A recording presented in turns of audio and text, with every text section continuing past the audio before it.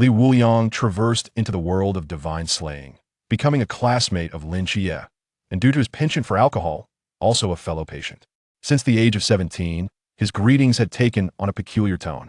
"Hey bro, are your eyes open?" Lin Qiyee would respond, "Move your feet aside." To which Li Wuliang exclaimed, "Are they open?" Lin Qiyee replied, "I've gotten used to it." Until one fateful day, after consuming 10,000 bottles of liquor, Li Xian finally activated the alcoholic sword immortal agent system. The better the wine, the swifter the sword. The longer he drank, the sharper the blade. The mightier the foes he vanquished, the finer the spirits he acquired. In summary, imbibing alcohol enhances strength, and with a single sword, one can cleave the heavens. Ancient gods, foreign deities? With ample liquor, even gods can be subdued. Zhao, Kongcheng remarked, "There's nothing noteworthy about my first encounter with that drunken fool. He was so inebriated that he threw a bottle and hit me." Lin Qiyee added, "His request for my monkey to brew wine turned the great sage's autism into a frenzy." Li Wuliang declared, "I possess a sword that can cleave the heavens, level mountains, sever seas, and slay gods." Chapter 1. The Alcoholic Immortal Agent. Come here, brain, come into my bowl. Mom, I want to drink Lao Bygone too." "What nonsense are you spouting, little girl? You're still so young. Just a child, what do you know of Lao Bygone?" The little girl placed her finger on her lips, drooling. "But that big brother's drink smells so good, I'm tempted." The girl's mother glared fiercely at the youth on the sidewalk carrying Lao Bygone and immediately turned back, her daughter glancing back with every few steps. "That a drunken fool, don't emulate him. If you dare drink, he'll beat you senseless." Ton ton ton. Hick, drinking requires this liquor is delightful and doesn't get one tipsy. Li Wuliang savored a mouthful of white liquor followed by a cucumber, utterly relishing the experience. He was a traveler who had crossed into this world during his childhood, needing to drink continuously to activate his system. It was akin to saving money with the promise that one day he could ascend to the pinnacle of life. However, no one informed him how much or what kind of money was necessary to achieve that peak. To this day, he had lost track of how many varieties of liquor he had consumed. Yet he dare not stop. Initially, he believed this was an ordinary world until, upon entering school, he was admitted to a psychiatric hospital due to his prolonged alcoholism and diagnosed with a drinking disorder. There, he encountered a young man wearing an eye patch who sat beside him, leaning on a cane. He introduced himself as Lin Qiyee. What a shock. The heavens had collapsed. This was the world of divine slaying, where ancient gods perpetrated evil and legendary creatures roamed the cities. The level of danger was akin to traversing a perilous path, where misstep might lead to being torn apart by some mysterious entity. Following this, there were invasions by foreign gods and terrifying deities. Surviving in peace seemed nearly impossible. Fortunately, Lin Qiyee was still young at that time, with plenty of time ahead. 3 years later, time was still abundant. 3 years hence, there was still ample time. Until now, they were both 17, and time had run short. Li Wuliang had transitioned from drinking to activate the system to drinking as a means of solace. Upon arriving at the psychiatric hospital, he downed a bottle of Lao Bygone and pulled a bottle of mineral water from his pocket as he entered. An elderly man at the hospital entrance brightened at the sight of Li Wuliang. "Wuliang's here. Come over, old man." "What's up, old man? Miss me after just a week?" Li Wuliang offered a bottle of fragrant liquor to the elder. "Your aunt told me to quit drinking. I came to smell it and satisfy my cravings. You drink for a day while I do. Without for a week, you might even get ahead of me." Crack. That was the sound of a heart breaking. This old man had a silver tongue. Li Wuliang withdrew his hand, inhaling deeply to absorb the surrounding aroma of liquor. Quitting drinking requires focus in doing this for your sake. Ignoring the old man's resentful gaze, he stepped into the facility. He and Lin Qiyee were both under the same director, not due to their uniqueness, but because the director had been a doctor during their initial treatment before being promoted. He appeared youthful, donned glasses, yet seemed somewhat unstable and impatient.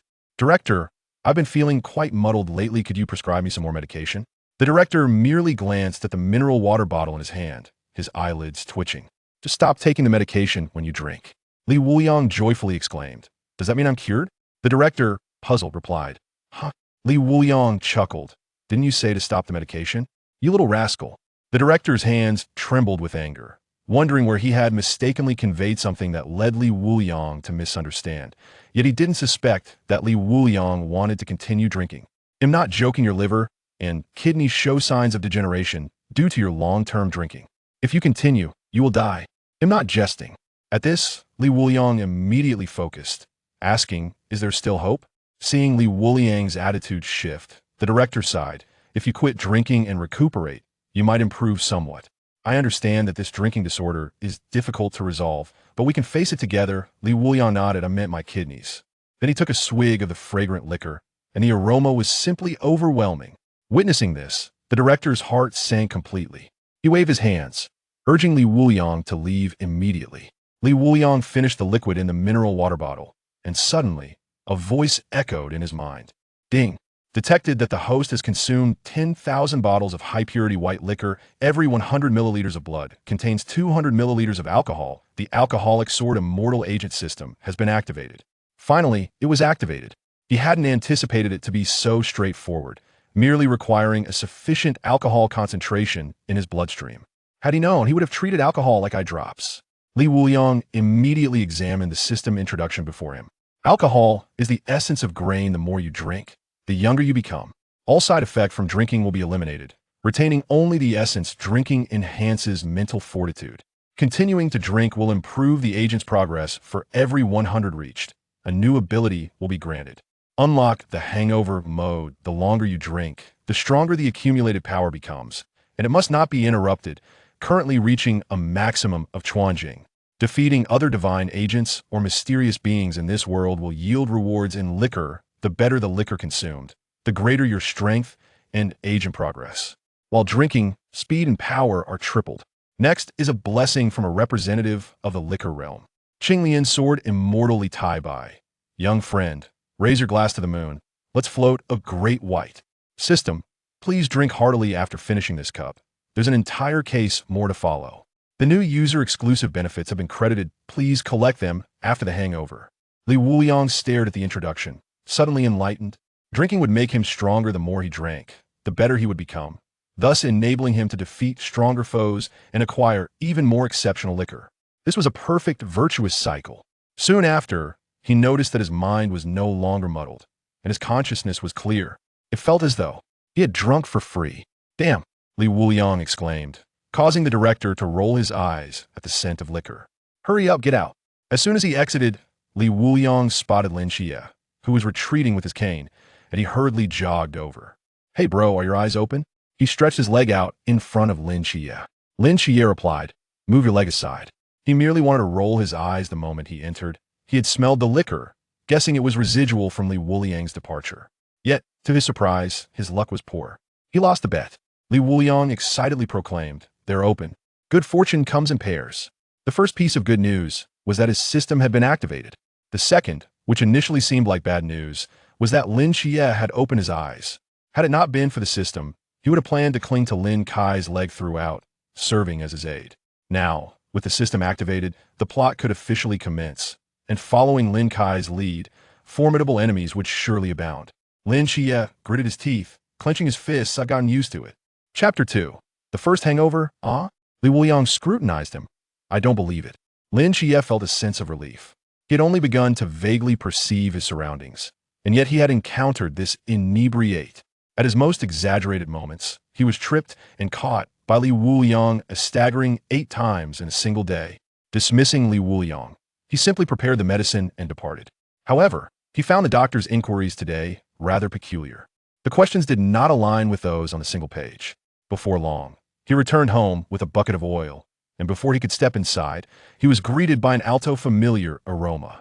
Upon opening the door, he was not surprised to find what awaited him. Wuliang. There he was, casually embracing a little black dog and sharing laughter with Yangjin while holding 2 bottles of Erguo.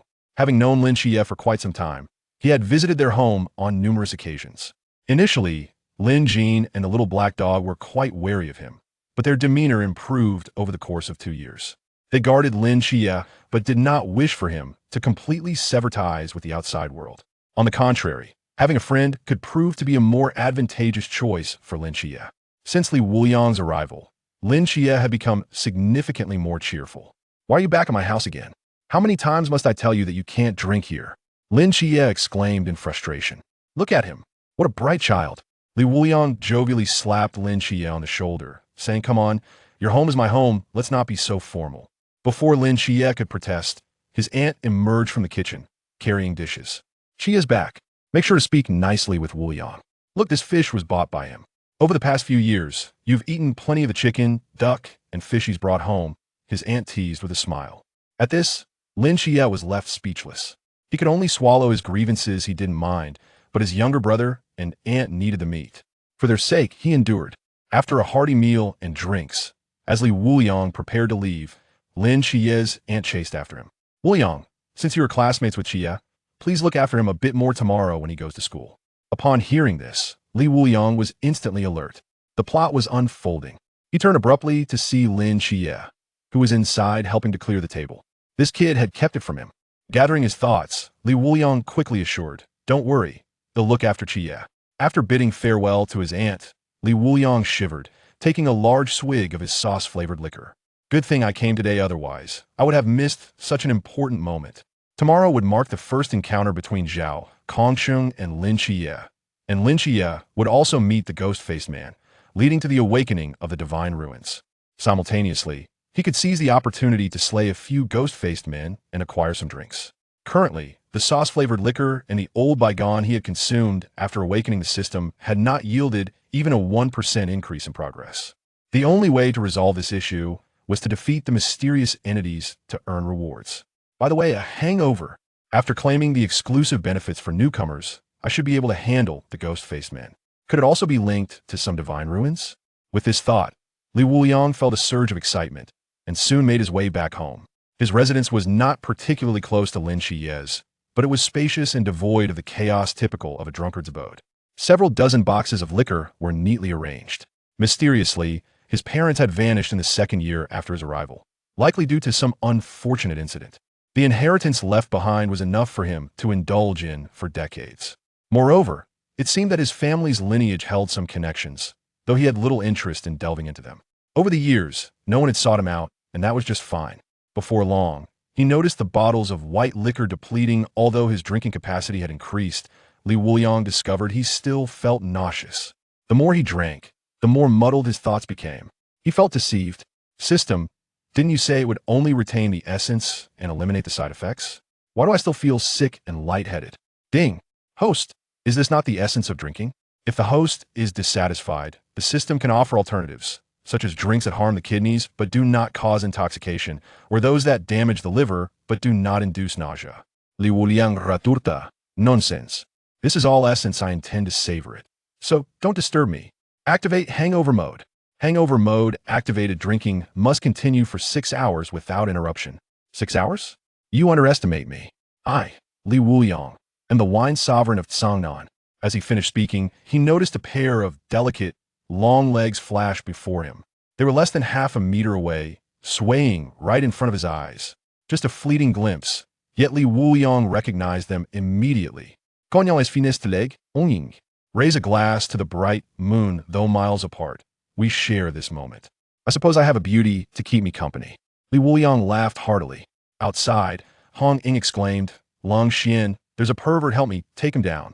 Long Xian glanced at the photo in his hand, where Li Wuliang was seen raising a wine glass in laughter, with Hong Ying positioned to the left. Long Xian replied, I didn't bring the exorcism gun. Hong Ying retorted, I know. Chimai chimed in, Hong Ying, come back and copy the Night Watchman's code 100 times. Long Xian, without the exorcism gun, you'll copy it 50 times. 6 hours later, Li Wuliang hung out of the window, the bottle of liquor in his hand tumbling down. He collapsed directly onto the ground. Hangover concluded during this bout of excessive drinking. The host has consumed 17 pounds of zero-tier liquor, enhancing the next battle to the pinnacle of the Lantern Realm. Exclusive benefits for newcomers available for collection. However, Li Wuliang was completely oblivious to the system's voice, as the only sounds echoing in the room were the tractor-like snores. Just then, the bottle that had fallen from the balcony was tossed back up, startling the inebriated Li Wuliang awake. Damn it, who lacks basic manners? Don't they know not to casually throw things from a height? The voice from below, combined with the blow he received, roused Li Wuliang. He groggily got to his feet, looking dazed. What time is it? When Li Wuliang saw that it was already past 8 in the morning, his pupils dilated in shock. Today is the last day for the limited-time offering of the I Mask Lin skin. In such a critical moment, I must participate. He hurriedly managed his time, washing up while claiming the system's exclusive benefits for newcomers. Exclusive benefits for newcomers claimed.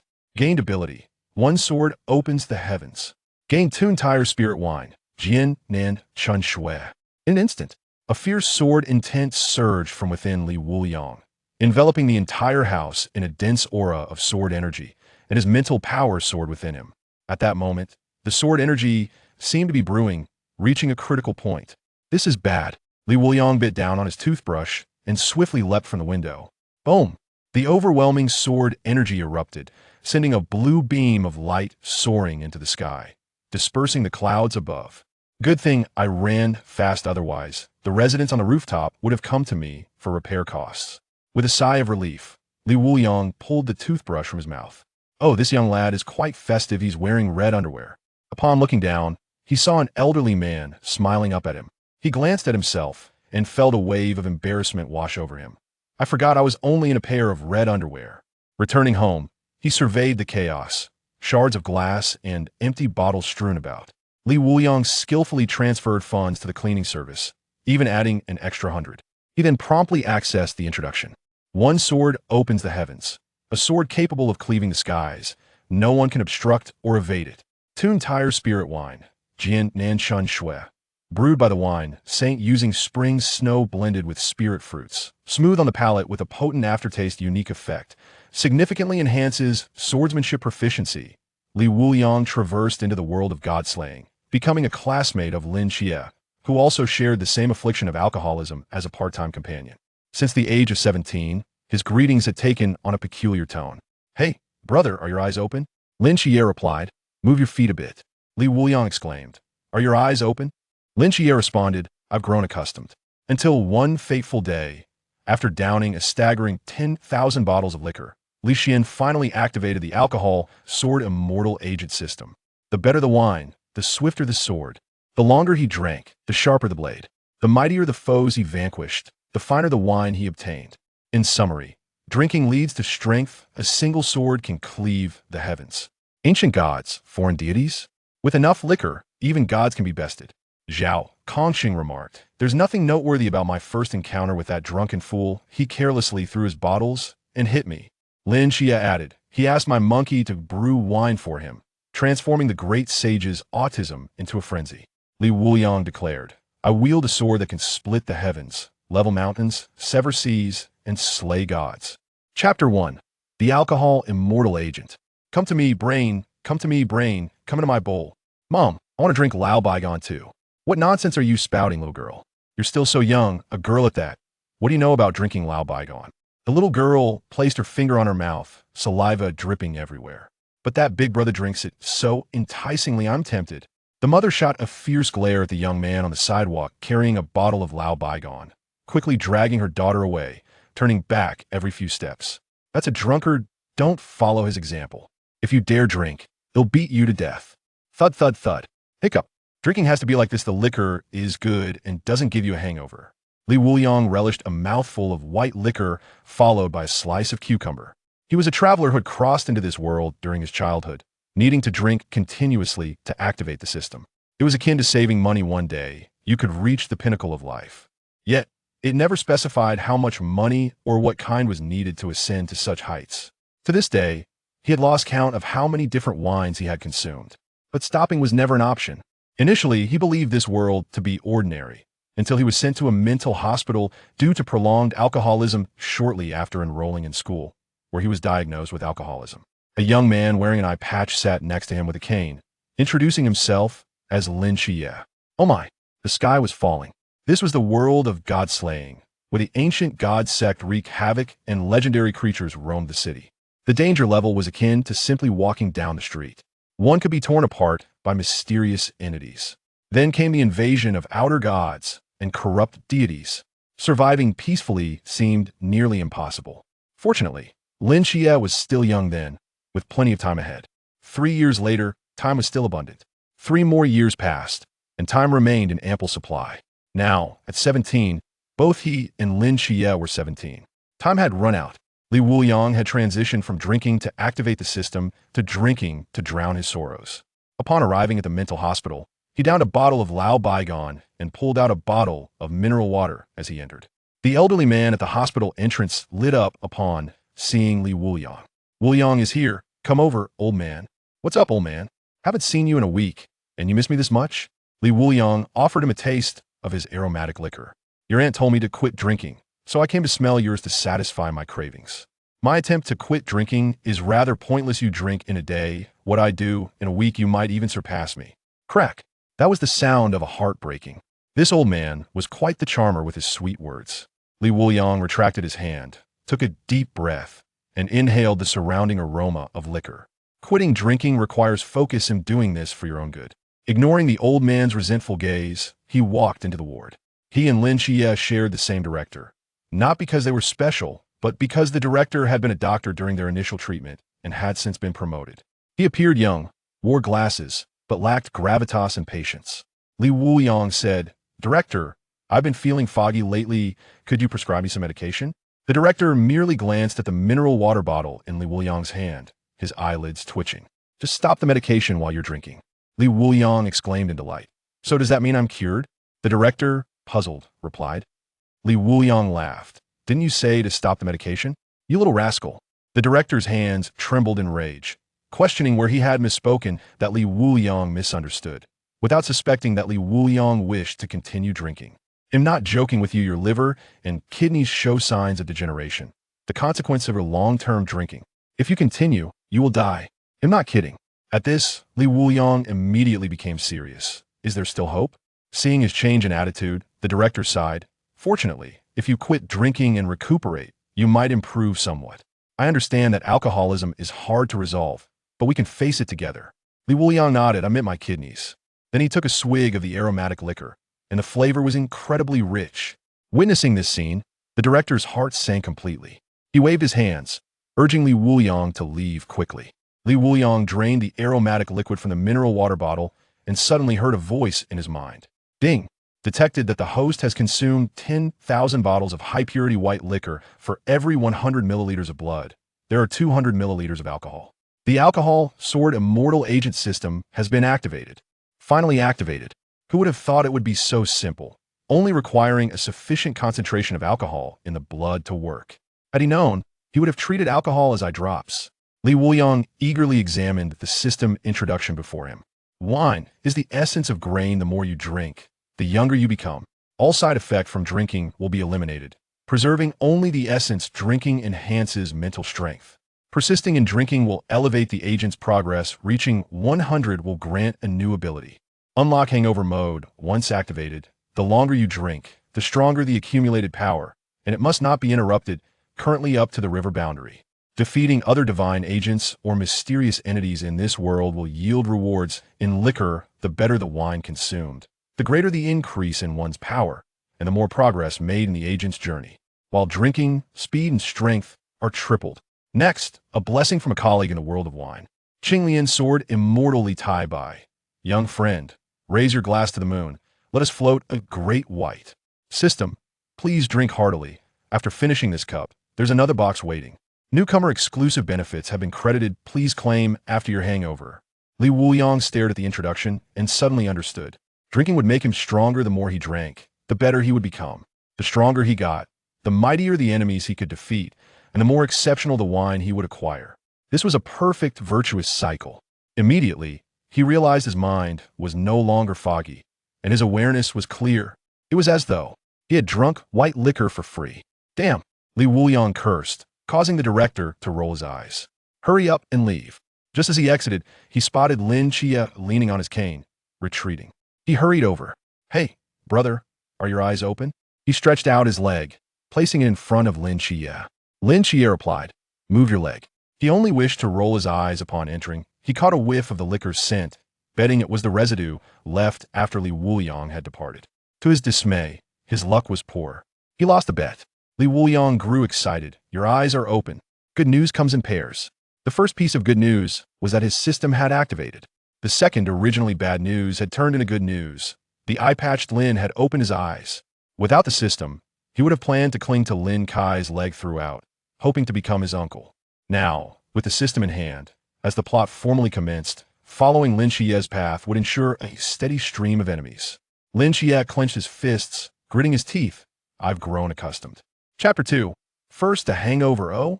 Wuliang scrutinized him from head to toe. I don't believe it. Lin Qiyee sighed in relief. He had merely begun to see his surroundings vaguely when he encountered this drunkard. At the most absurd moments, he had stumbled and been helped up by Wuliang 8 times in a single day. Ignoring Wuliang, he simply prepared his medicine and left. However, the doctor's questions today struck him as rather peculiar. The inquiries did not align with those on the single sheet. Not long after, he returned home with a bucket of oil, and before he could step inside, he caught a whiff of a scent he knew all too well. Upon opening the door, his suspicions were confirmed. Wuliang. He saw Wuliang with 2 bottles of Erguo 2, laughing and joking with the little black dog and Yangjin. Having known Lin Qiyee for quite some time, he had visited their home more than once. Initially, Lin Jin and the little black dog regarded him with caution, but their demeanor had improved over the past 2 years. They guarded Lin Qiyee, but did not wish for him to be completely isolated from the outside world. On the contrary, having a friend might be a better choice for Lin Qiyee. Since Wuliang's arrival, Lin Qiyee had become considerably more cheerful. Why are you at my house again? I've told you countless times that you cannot drink here. Lin Qiyee exclaimed in anger. Look at how cheerful he is. Wuliang clapped his hand on Lin Qiyei's shoulder and laughed. What are you talking about? Your home is my home, let's not be polite. Before Lin Qiyee could respond, his aunt emerged from the kitchen with a platter of dishes. Kai's back. You and Wuliang should have a good chat. Look, isn't this fish he brought back? Over the years, you've eaten plenty of the chickens, ducks, and fish he's bought, his aunt teased with a smile. Lin Qiyee found himself at a loss for words. He could only swallow his grievances he didn't mind, but his younger brother and aunt needed the meat. For their sake, he bore with it. After indulging in food and drink, as Wuliang prepared to leave, Lin Qiyei's aunt chased after him. Wuliang, you're classmates with Qiyee. He's at a school tomorrow, please take good care of him. Upon hearing this, Wuliang was instantly jolted awake. The plot was unfolding. He glanced sharply at Lin Qiyee, who was busy clearing the dishes. This kid had kept it from him. Regaining his composure, Wuliang quickly replied, Don't worry, we'll take good care of Qiyee. After bidding farewell to his aunt, Wuliang shivered slightly and took a hearty swig of his sauce-flavored liquor.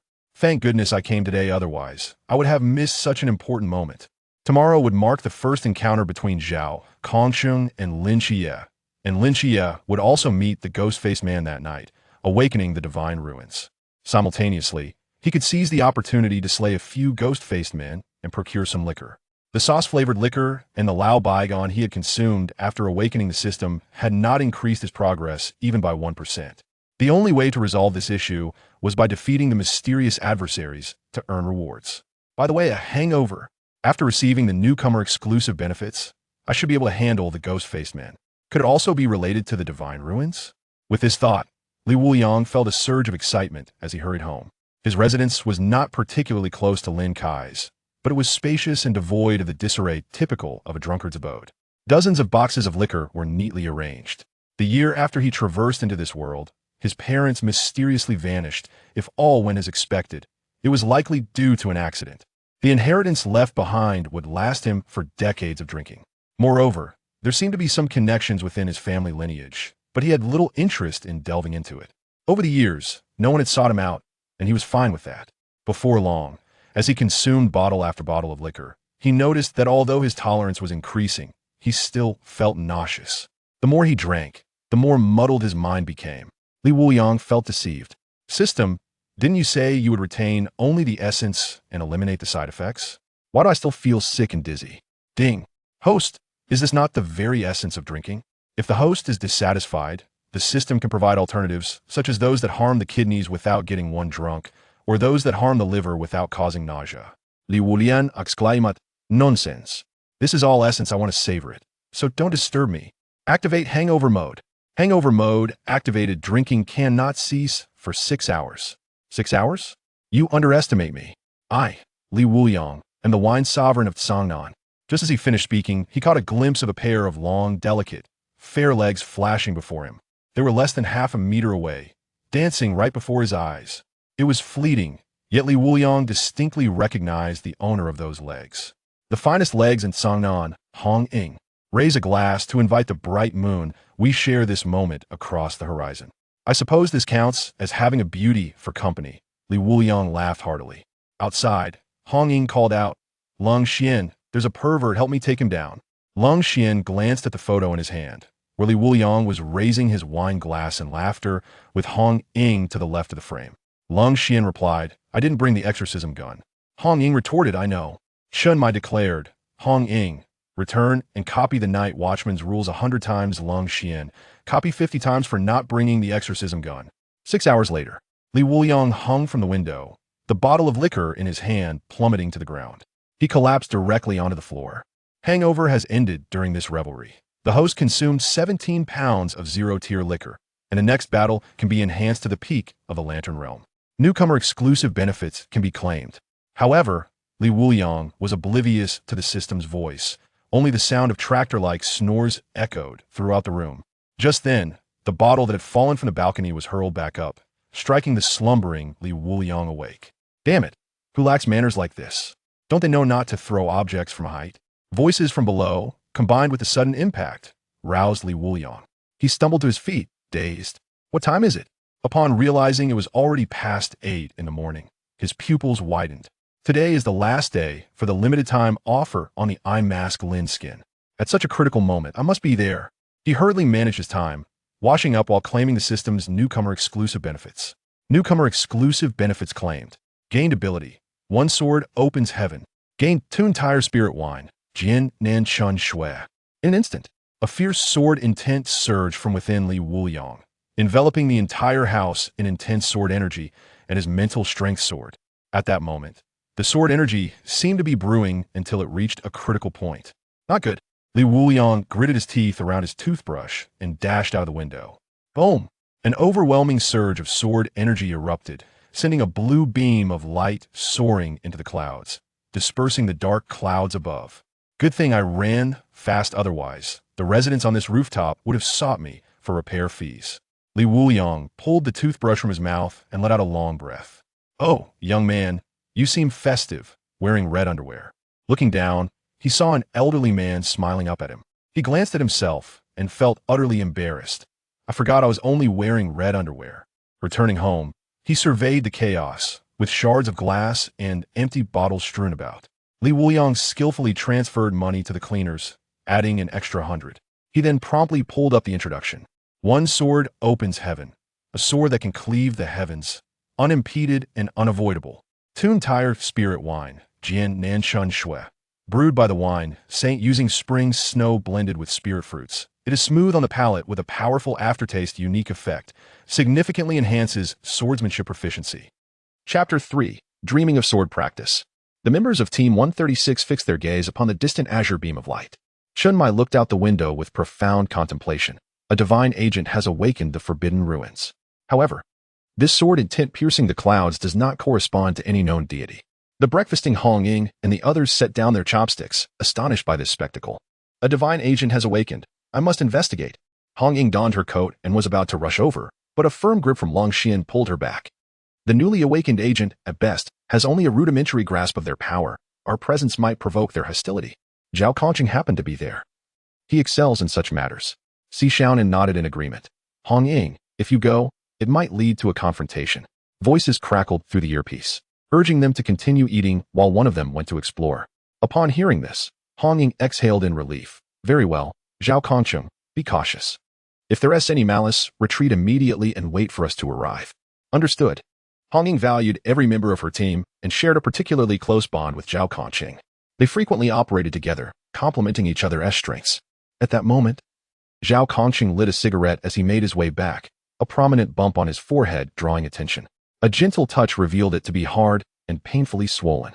Who was so thoughtless as to litter? Even half a bottle of liquor should not be carelessly discarded. Such extravagance is unacceptable. It seemed to have been thrown from several stories up. Anyone else would have likely been knocked unconscious. This unfortunate incident must remain concealed from Hong Ying and the others. Zhao Kongcheng, your earpiece is still on. Si Xiaonan chimed in. If you know which household it was, I can assist you in lodging a complaint with the property management. Tossing objects from heights carries a fine of at least 2,000. Lang Xian added. You really are thick-headed, Zhao Kongcheng muttered. Shut off the earpiece. Let the world fall silent. Just then, a young man brushed past Zhao Kongcheng, the overwhelming sin of alcohol causing him to frown. What the hell? Liquor. This lad appears quite young.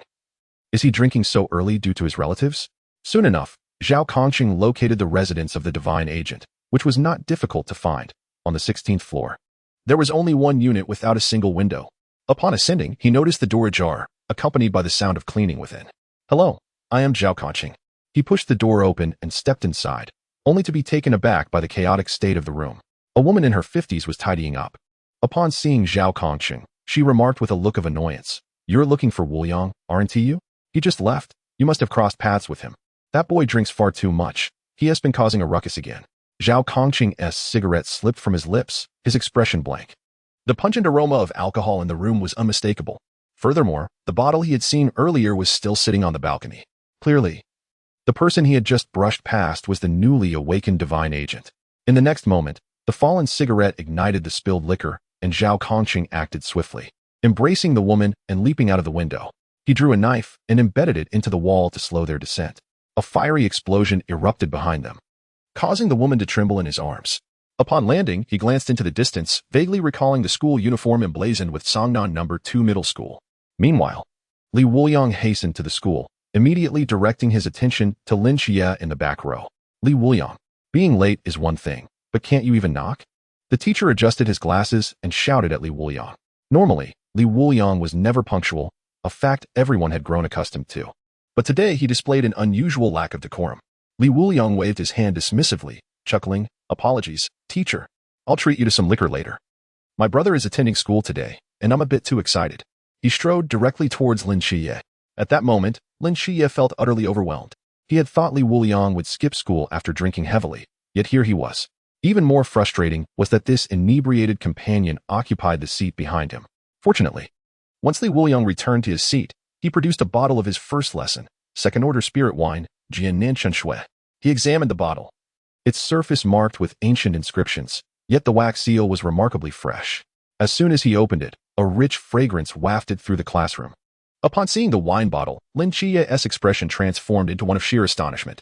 He knew this guy loved to drink, but he never expected him to indulge to such an extent. Wuliang, it's class time, and you're drinking? What else? Have you forgotten we're both patients? This is my medicine. The doctor said I can't stop.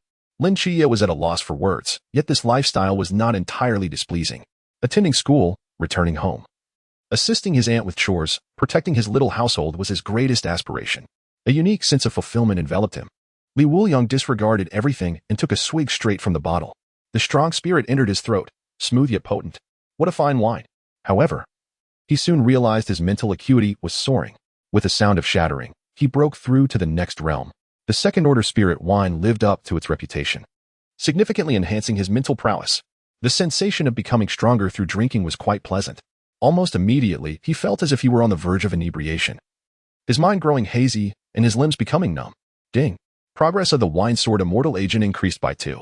As the intoxicating aroma spread, the entire classroom succumbed to drunkenness, with some young girls already dozing off. Lin Qiyee's eyelids twitched uncontrollably. This was not quite the school experience he had envisioned. As darkness fell, Wuliang awoke, his hands aching and feeling as if his muscles had undergone a transformation. In his dreams, he found himself on a mountain, repeatedly practicing swordsmanship, persisting even as his arms grew weary, day after day, until one day, he cleaved the heavens with a single strike. The sword energy surged into the sky, sweeping across the land. Could this be the miraculous effect of second-order spirit wine? Just one day allowed me to practice swordsmanship for 10 years in my dreams. Although my mental strength has not increased, the memories imparted by my hands are undeniably real.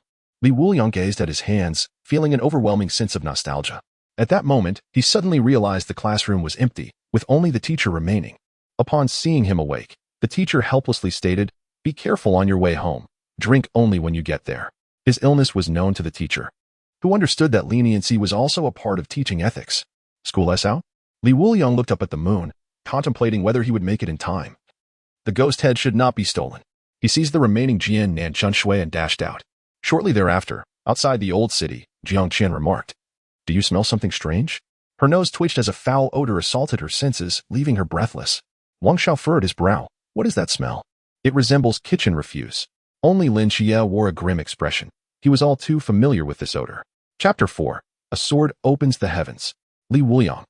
At this moment, the crowd noticed Wuliang, who was leaning against the wall, retching uncontrollably at the foot of the alley steps. I ran too fast. Let me catch my breath. He was unaware of the exact time, having only sprinted over, and the combination of a night of heavy drinking and frantic running had utterly exhausted him. Witnessing this scene, the others exchanged glances of disdain. They mused about Li Wuliang's apparent concern for Lin Qiyee. After all, he had consumed copious amounts of alcohol, yet he still found himself in such a wretched state. Wang Xiao pinched his nose and waved his hand to dispel the stench. You all should go on ahead. I'm almost home. My place is just outside the old town, a mere 2 minutes away. I can't endure this any longer. Farewell. He attempted to dash past Li Wuliang, only to be yanked back by him. You've never heard the saying, accompany a Buddha all the way to the west? We're almost there, Li Wuliang insisted, pulling Wang Xiao back into the group. After all, they were classmates, and he didn't want to witness a collapse in midair. Jiang Qian covered her nose, urging, let us hurry. This smell is unbearable, worse than before. Li Wuliang, have you eaten fish? It reeks. Lu Yuan echoed her sentiment. Even the rotten eggs my mother once discarded smelled more pleasant than this. Did someone's cesspool burst? The foul odor snapped Li Wuliang back to reality. This scent could only mean one thing. They were indeed nearby. Just then, Lin Qiyee halted his steps. Everyone, be cautious. The crowd then noticed a creature squatting in the distance, gnawing on something. Sensing their approach, the creature spun around and let out a fearsome roar. With Jiang Qian's piercing scream, panic ensued among them. It dawned on them that this was not merely a killer. As Lin Qiyee had stated, it was not human. Faced with a monster, they would rather encounter a murderer. In their frenzy, they forgot about the blind Lin Qiyee beside them, even knocking him to the ground.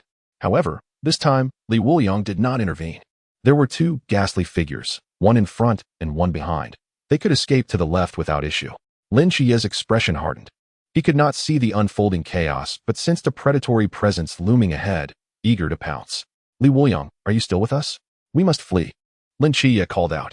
Li Wuliang approached Lin Qiyee and patted his shoulder reassuringly. Do not panic. With me here, those 2 little monsters pose no threat. He was now at the initial stage of the sword realm, capable of unleashing strength akin to the later stages. Even those in the pool realm would not intimidate him. You seem different from before, Lin Qiyee observed keenly. Though he could not see, he could feel the extraordinary warmth emanating from Li Wuliang's body, suggesting hidden depths of power unknown to him. At that moment, the 2 ghastly figures lunged from the walls with astonishing speed, outpacing even the swiftest of beasts. Their razor-sharp claws sliced through the walls as if they were merely tofu. A single brush would result in shattered bones and torn flesh. Where's my sword? Lin Qiyee thought to himself, perplexed. Li Wuliang, equally bewildered, pondered how he had spent years honing his swordsmanship in dreams. Yet he found himself holding nothing but an empty wine bottle. He smacked his forehead, realizing he had forgotten he was weaponless. The wine immortal. The sword immortal, where is my sword? If he had trained in swordplay, the system should have provided him with a weapon. Bang. Lin Qiyee sensed the 2 ghastly figures closing in and immediately threw himself onto Li Wuliang. Be careful. He then swung his cane to fend off the attack. But the force was beyond his capacity to withstand. One strike sent him crashing against the wall, blood seeping from his mouth. Lin Qiyee cursed under his breath. 10 years ago, I gazed at the moon and lost my sight. Now, 10 years later, I'm about to perish in school. Yet, the ghastly figures showed no mercy. One struck down, shattering his cane into 2 pieces. With a swift motion, a pebble struck one of the ghastly figures, momentarily halting their advance. Hey, don't bully the blind. Come play with me. Li Wuliang taunted the 2 creatures, then kicked aside some debris to retrieve a piece of rebar. Reinforced steel in ancient times could forge a legendary sword. This shall be my sword embryo. Surely that's not too much to ask. Roar. The 2 ghastly figures, their eyes glowing crimson, charged at Li Wuliang. Just then, he shouted, Lin Qiyee, watch closely. This sword technique is magnificent. Buzz. Li Wuliang's eyes glimmered with white light. His entire being radiating sword intent, exuding an awe-inspiring aura. With a single strike, he cleaved the heavens. The razor-sharp sword energy instantly pierced through the 2 ghastly figures, soaring towards the sky, parting the dark clouds to reveal the pure white moonlight. The 2 creatures disintegrated into nothingness. Meanwhile, the rebar in Li Wuliang's grasp could not withstand such overwhelming sword intent, shattering into countless fragments. Not far away, Zhao Kongcheng, who had just arrived to track the ghastly figures, stood dumbfounded. The agent of a deity awakened during the day, how can there be 2 of them? This is no ordinary occurrence. Zhao Kongcheng immediately rushed forward. Zhao Kongcheng, Zhao Kongcheng. Hong Ying's anxious voice crackled through his earpiece. He responded, everyone, come to assist. That last strike was undoubtedly delivered by an agent of a deity awakened in broad daylight. This kid is incredible. I must recruit him into our ranks. Be cautious. This power is certainly divine. Honging cautioned. We might be encountering a formidable enemy. At this moment, Wuliang approached Lin Qiyee. So what do you think? Impressive, right? Lin Qiyee replied, though I hesitate to admit it, it certainly is. Don't vomit. Ugh. The force of the sword that opened the heavens was overwhelming. Given Wuliang's current strength, he could manage only that singular strike. However, as Lin Qiyee steadied him, Wuliang suddenly staggered, his steps faltering. As if time itself had momentarily frozen. Seconds later, his eyes erupted into a dazzling white light, illuminating the entirety of Tsangnan. The brilliance surpassed that of the moon. Blindingly radiant, Zhao Kongcheng, who had merely caught a glimpse of the two figures, was hurled back by the immense energy, barely managing to embed his blade into a building to halt his momentum. His eyes trembled with shock. What day is it today? 2 agents of deities awakened in a single day. This time, Chenmai no longer remained indifferent. His gaze turned serious as he stared out at the luminous pillar. 1 agent of a deity is already significant, but 2 awakened in a single day, and 1 being the agent of the deity Michael? Sangnan City is truly bustling with activity. This situation meant that what was once a mere infiltration could now require the deployment of substantial forces to either recruit or eliminate these newly awakened agents of divinity. Chapter 5. A decade aged, midway through the realm. Wuliang leaned against the wall, grinning at Lin Qiyee, who had just opened his eyes. However, Li appeared somewhat disheveled. After turning to face Li, Lin Qiyee, though reluctant to admit it, felt that the sword strike had shattered his inner tranquility. As if he had been transported back to that fateful night a decade ago. With a sudden slap, a piece of iron lodged itself at the location of Lin Qiyee's kidney, merely grazing the skin due to its lack of sharpness. What are you doing? Lin Qiyee gritted his teeth. I thought you had been possessed by that birdman, your eyes flashing with golden light, motionless and silent. Wuliang replied with an air of helplessness. Trust me, this is for your own good. If you truly were possessed, this would help you regain your soul. The birdman would not favor a body devoid of kidneys. Are you trying to fool me? Lin Qiyee retorted angrily. The two erupted into a quarrel. Lin throwing the iron shard at Li's head, causing a noticeable bump to form. Yet, Li was not one to back down easily. He retaliated with the fervor of a jet-propelled warrior, delivering a mental blow to Lin Qiyee. Just as Lin prepared for a physical confrontation, a voice interrupted them. Hold on.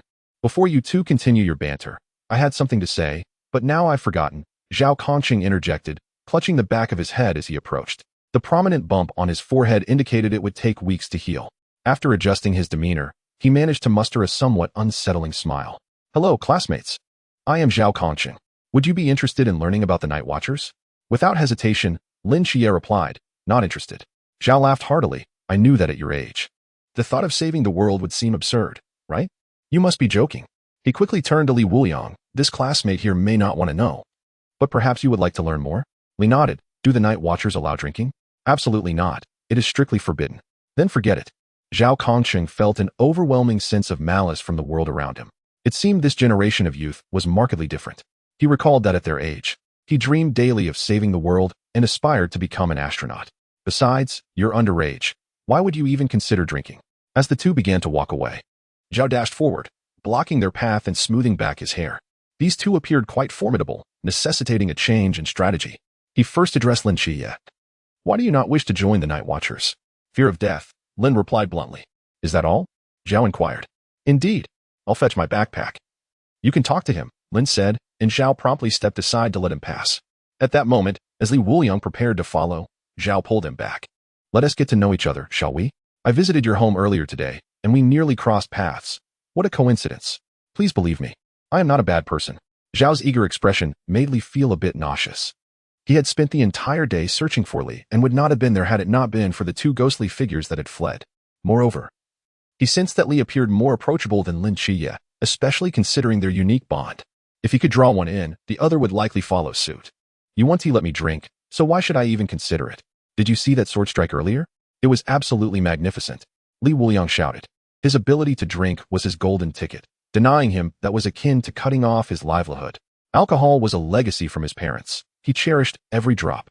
Zhao Kongcheng winced, scratching his head. It was indeed impressive.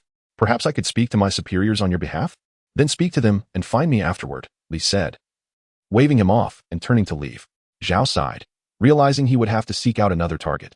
This one was proving to be a challenge. After a while, damn it, I've been duped. Meanwhile, upon returning home, Wuliang was greeted by utter chaos. His dwelling was covered in soot. Had there been a fire? The cleaning lady had not cooked, and he had not paid the gas bill in years to prevent such a disaster. He hadn't even turned on the television, merely charging his phone with a single outlet. There were traces of water everywhere, evidence of firefighters having extinguished the flames and departed without issue. Yet, the crucial matter was that the mountains of alcohol he had hoarded were nowhere to be found. He collapsed onto the wet floor, searching desperately for a single intact bottle. My provisions. My sustenance for the next 2 months. How could everything be gone? The house was inherited from his parents. If he lost it, so be it.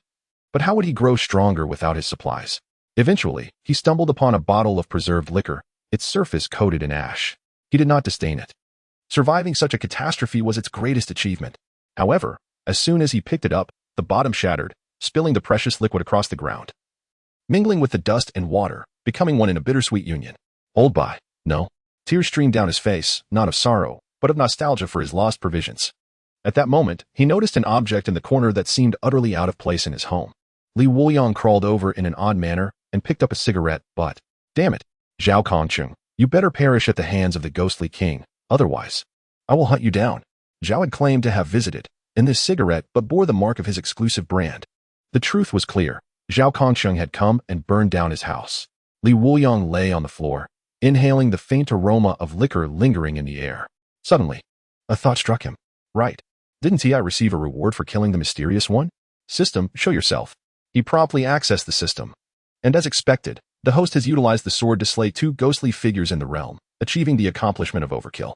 Reward: 1-tier special spirit liquor and 2 bottles of a decade-aged fiery wine. First-tier spirit liquor, crafted by a fire deity in a distant realm. Brewed with the fiery stargrass, possesses a singular effect, adds flame damage during attacks. Decade-aged, old liquor that won't leave you with a hangover. He had received liquor.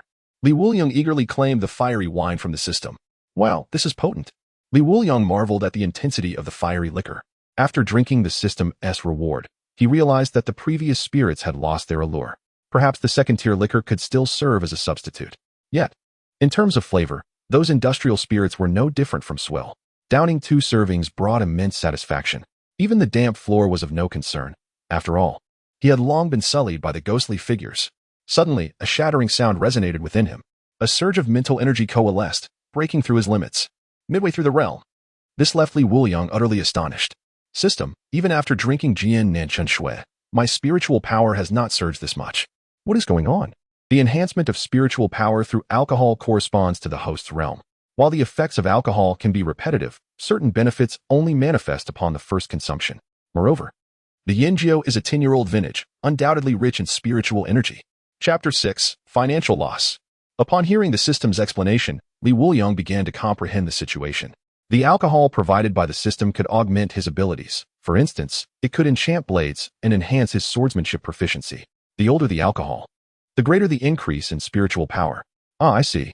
If I eliminate more ghost-faced men in the future, achieving the Klein realm will be a mere formality. Just as Wuliang was lost in thought, the system provided a stark reminder. The 10-year vintage is a special reward. The host is encouraged to experiment and explore boldly. Once the spirit wine is tasted for the first time, no further abilities can be gained from it. Others will not experience any effects from tasting it, but they may savor the exquisite flavor. Wuliang sat cross-legged on the ground, stroking his chin in contemplation. This was not a difficult task, but his current finicky palate posed a significant challenge. It seemed he would need to hunt more ghost-faced men and stockpile provisions. He wasn't always accustomed to the high-end liquor like Maotai or Lao Baijiu.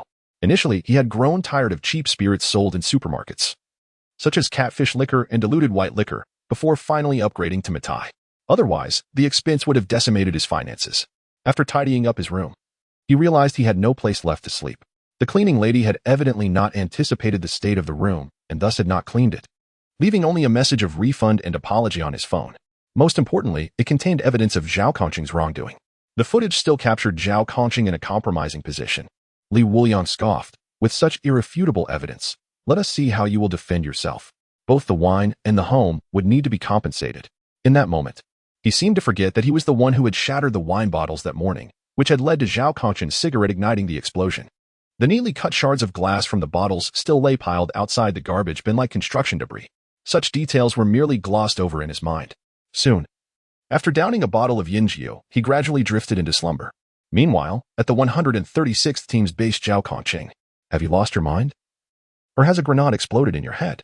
You believe such a childish excuse? An unknown, mysterious agent had unleashed a sword that shook the heavens, and the entire city of Cangnan was on high alert. The power of such a formidable divine agent suggested an extraordinary deity behind them, and the conditions of such a deity were of utmost importance. Furthermore, the one who awakened last night, do you know who that was? Sequence 003. The divine agent of the Angel King, Michael, and the owner of the Divine Ruins. Each one of them is enough to drive the ancient god church into madness. And yet you let them go so easily. Chun Mai clutched his forehead, nearly bursting with frustration. He had expected Zhao Kongcheng to at least bring the other party back for a thorough discussion, even if they did not join the night watch. Some collaboration or better protection could have been established. Yet, they had simply walked away right before his eyes. Zhao Kongcheng scratched his head sheepishly. Apologies, Captain. But they're just students. I simply couldn't bring myself to be harsh with them. I already know which school they belong to, and I will stake out their first thing tomorrow morning. I also know where one of their homes is. I will head there now. Oh, never mind. Chun Mai's eyelids twitched furiously as he gritted his teeth. What do you mean, never mind? With no choice, Zhao Kongcheng recounted the events of the day. To quell Chun Mai's ire, he even detailed the incident of being struck by a wine bottle. Noticing the large bump on his head, Chun Mai waved his hand dismissively. He assumed Zhao Kongcheng had been rendered foolish by the blow and sighed. Do you have anything else to say? Zhao Kongcheng hesitated for a moment before speaking. I know that Li Wuliang is a student from Cangnan No. 2 High School. His home just caught fire, and both of his parents perished. He lives alone. He loves to drink, especially Maotai and Lao Baijiu, which he has in abundance. I have never seen so much alcohol in my life. Upon hearing that his home had just burned down, Chun Mai felt a twitch in his eyelids and began to analyze the situation. Alcohol. There are only a few deities associated with it, but the wine god Dionysus is not known for swordsmanship. However, this could be an opportunity. If he enjoys drinking, we can invite him in. He'll have all the liquor he desires. However, just as Chun Mai finished speaking, Zhao Kongcheng's expression changed once more. What now? I told him today that the night watch does not allow drinking. You, having such a member would be a blessing. Chun Mai then pointed outside. Get out. If you don't bring someone back tomorrow, don't bother returning to the team. As Zhao Kongcheng stepped outside, he encountered Si Xiaonan, Wu Xiangnan, and Lin Qiyee, who were stifling their laughter. Honging even approached to poke at the bump on his head, which was round and plump, and remarked, with such a large bump, you won't be able to hide it for over half a month. As she spoke, she playfully smacked it, causing Zhao Kongcheng to jolt in pain, feeling quite innocent. Zhao Kongcheng lit a cigarette and sat down. This situation is entirely my fault for not understanding these kids. So what about you all? At this point, Honging chuckled. Of course, they were all annihilated. But then she quickly shifted her tone, however. It seems there was a little accident on the captain's side that allowed the ghost-faced king to escape. The truth is finally revealed. He walked right into the line of fire. The next morning, Zhao Kongcheng arrived at the entrance of the second high school, carrying an abstract painting and inquiring about Lin Qiyee, but to no avail. Where was that boy who loved to drink? Class 1, Li Wuliang. Everyone instantly went into action. At that moment, a youth holding a bottle of liquor brushed past him. In the fleeting moment they crossed paths, both halted. Zhao Kongcheng, Li Wuliang. Li Wuliang, filled with rage, pointed at Zhao Kongcheng, his finger trembling with fury. Zhao Kongcheng, do you have any idea how uncomfortable I slept last night? The bed was soaked. If I weren't young and vigorous enough to evaporate the water, I would have suffocated in my own bed. This is intolerable. With no weapon in hand, he attempted a sliding tackle, but Zhao Kongcheng deftly evaded. Zhao Kongcheng's eyes widened in disbelief. You slept at home? What else could I do? I spent all my money on provisions. There was no way I could afford a second house. You owe me compensation. Li Wuliang, exasperated, declared that if Zhao Kongcheng did not provide him with a satisfactory explanation today, he would ensure Zhao Kongcheng faced consequences. In an instant, Zhao Kongcheng's mind was a whirlwind. Weren't you the one with such vigor? Your house must have required 2 fire trucks to control the flames. He scrutinized Li Wuliang in astonishment. He had encountered those with strong vitality before, but never anyone whose intensity could evaporate water from a bed. This was not merely vigor. This was sheer heat. Especially since he had called for the fire trucks himself, for in total, just to dilute the alcohol inside and prevent the fire from spreading. In truth, the room was far from a water curtain cave. It could be compared to the Huaqing pool. Li Wuliang pointed at Zhao Kongcheng and continued, you admitted it. Look. You acknowledged it. Special supply of Huazi. I haven't even had a taste of the special supply of Maozi, and yet you used Huazi to taint my Maozi. Enough of your chatter. Hand over the money. With that, he reached out directly to demand payment from Zhao Kongcheng. Chapter 7. Rebar? That is known as an ancient sword embryo. This time, Wuliang was determined not to let Zhao Kongcheng off easily. So much liquor had been wasted. Someone must take responsibility, and it certainly couldn't be him. Feeling guilty, Zhao Kongcheng scratched his head. Shall we find a place to discuss this first? Let us settle the payment. Do I look like I have money? Wuliang glanced over, noting the air of a destitute wanderer about him. But soon, he regretted coming with Zhao Kongcheng. I should have anticipated this. How could I forget? I must not have had enough to drink today. Before them stood a novelty shop. The pink sign hung high, and Wuliang felt his moral compass falter. Such places were not only inappropriate to enter, but even lingering a moment could lead to idle gossip. However, since they were already there, Zhao Kongcheng grasped Wuliang's arm and smiled. Now that we are here, let us go in and have a chat. Don't worry, it won't take long. I'm quite quick. Wuliang thought, what about the sword? Upon entering, the attendant at the door transformed from boredom to vibrant excitement. Her eyes sparkling brighter than Lin Qiyee's. 2 people, a big bed, top floor. Got it. After being dragged upstairs, the attendant waved at him and pointed to a bottle of lubricant nearby. What the hell? He almost cursed aloud, having avoided harm from Lin Qiyee. Was it now his turn? Once inside, Zhao Kongcheng chuckled. Make yourself at home. Wuliang sat casually on the swing, gritting his teeth. I'm here. So let us discuss the compensation issue. The liquor, rounded off, should be around 200,000. As for my house, 100,000 for renovation seems fair, doesn't it? Zhao Kongcheng gasped in disbelief, his eyes widening, before he quickly calmed down. After all, he was broke. Those are trivial matters. Let us instead discuss the night watchmen. Those who guard amidst the long night, contributing to the peace of Huaxia. You must have fantasized about the deities and mysterious legends of this world, right? Yet. He couldn't continue his thought as Wuliang appeared completely uninterested, as if he wouldn't absorb a single word. He had read about all these matters in his previous life. He understood everything. He just didn't want to stop drinking.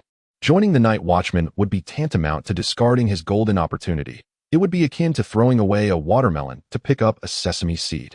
Seeing this, Zhao Kongcheng ceased his idle chatter. The captain has made an exception, Wuliang. If you join, the liquor will be plentiful. As for your house, I will help you renovate it. However, I want to take responsibility for the liquor that wasn't broken by me. After all, it's a memento from your parents. It's best to keep it. I will try my best to restore it. But you will likely reside with us. In Songnan, you will be regarded as a soldier. Other matters will be handled by others. So, what is your response? Having said this, he felt he had exhausted his options. His authority and capability were limited. If Wuliang declined again, the captain would personally come next time. To which Wuliang replied, had you said this earlier, why waste words? I agree, but I have a few requests. Zhao Kongcheng immediately perked up and eagerly responded. Having requests is a good thing. We will do our utmost to accommodate. Wuliang raised a finger. First, the special supply of rations must at least be mousy. Don't try to pass off anything inferior. Coincidentally, the military only supplied mousy and huazi. Wuliang nodded and raised a second finger. Secondly, the night watchman must assist me in collecting aged liquor. The older, the better. The rarer, the better. Even if you can't obtain it, you must inform me of its whereabouts.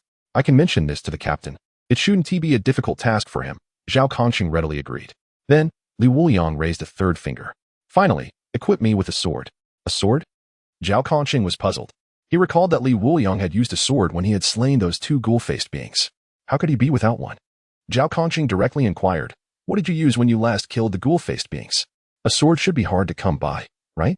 Mentioning this, Wuliang's mouth twitched, and he crossed his arms. You're right. The sword I used last time was indeed an ancient sword embryo. But as you saw, it was a magnificent sight, dazzling and awe-inspiring.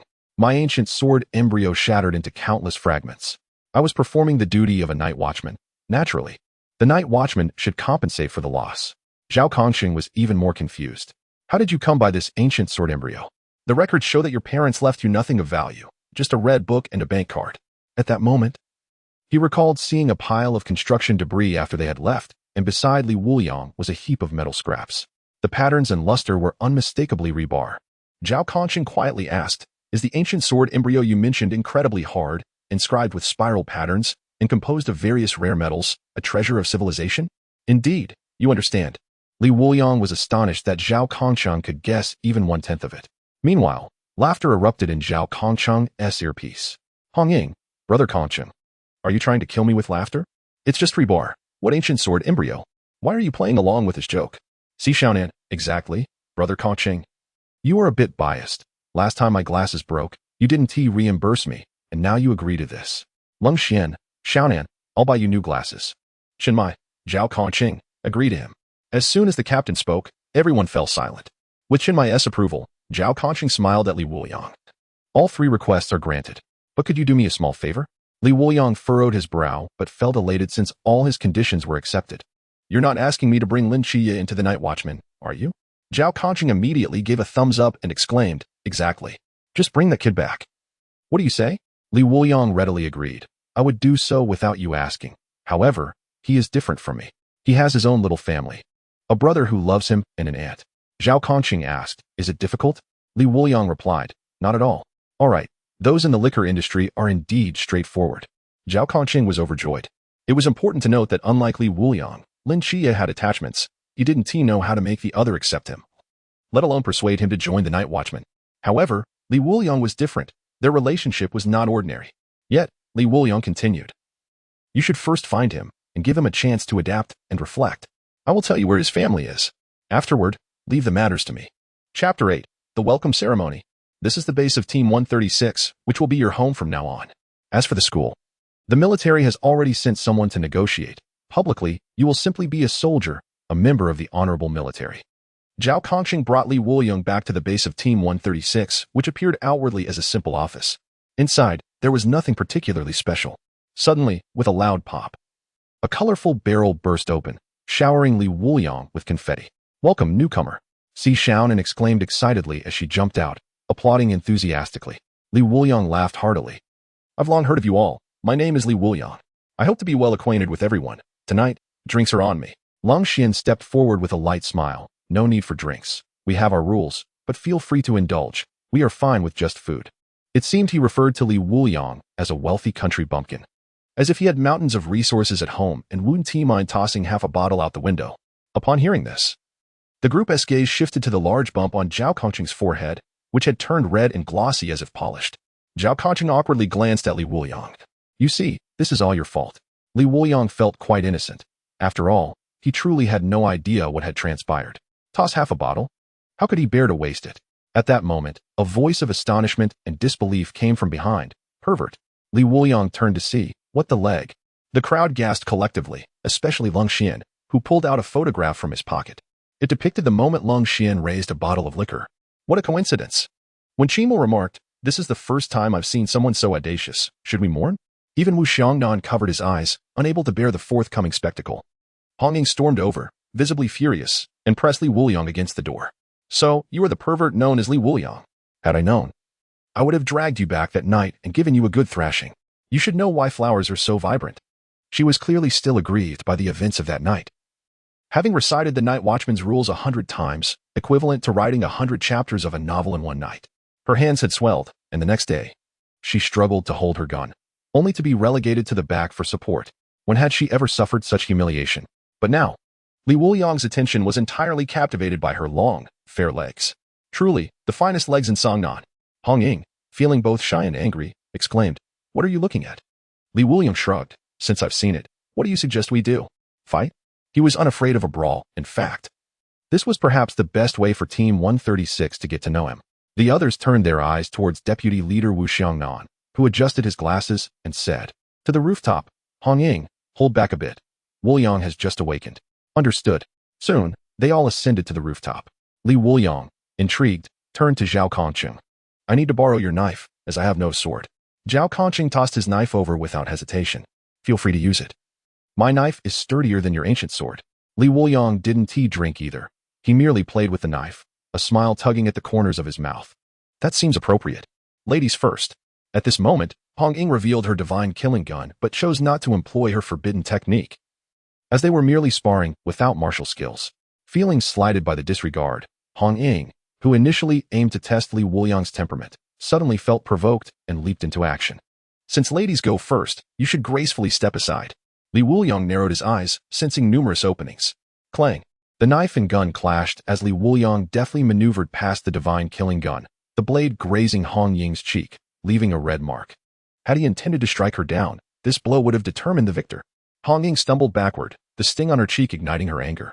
Wu Xiangnan narrowed his eyes. Li Wuliang's swordsmanship appeared unremarkable, yet it was highly practical. He was even holding back. Hong Ying had finally encountered a worthy opponent. Once more, she surged forward, this time having learned not to employ the easily exploitable jumping strike, but rather a direct thrust. Such an attack allows for adjustments based on the opponent's response. Yet, her strategy was quickly dismantled by a swift strike from Li Wuliang.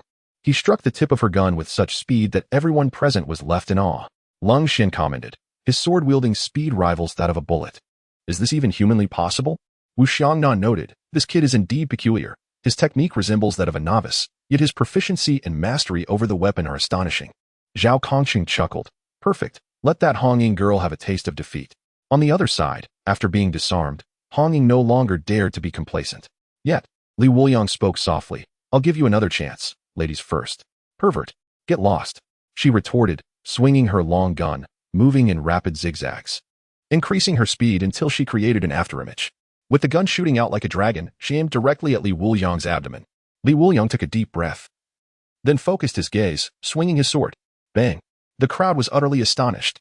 Hong Ying's long gun was sent flying, embedding itself nearby.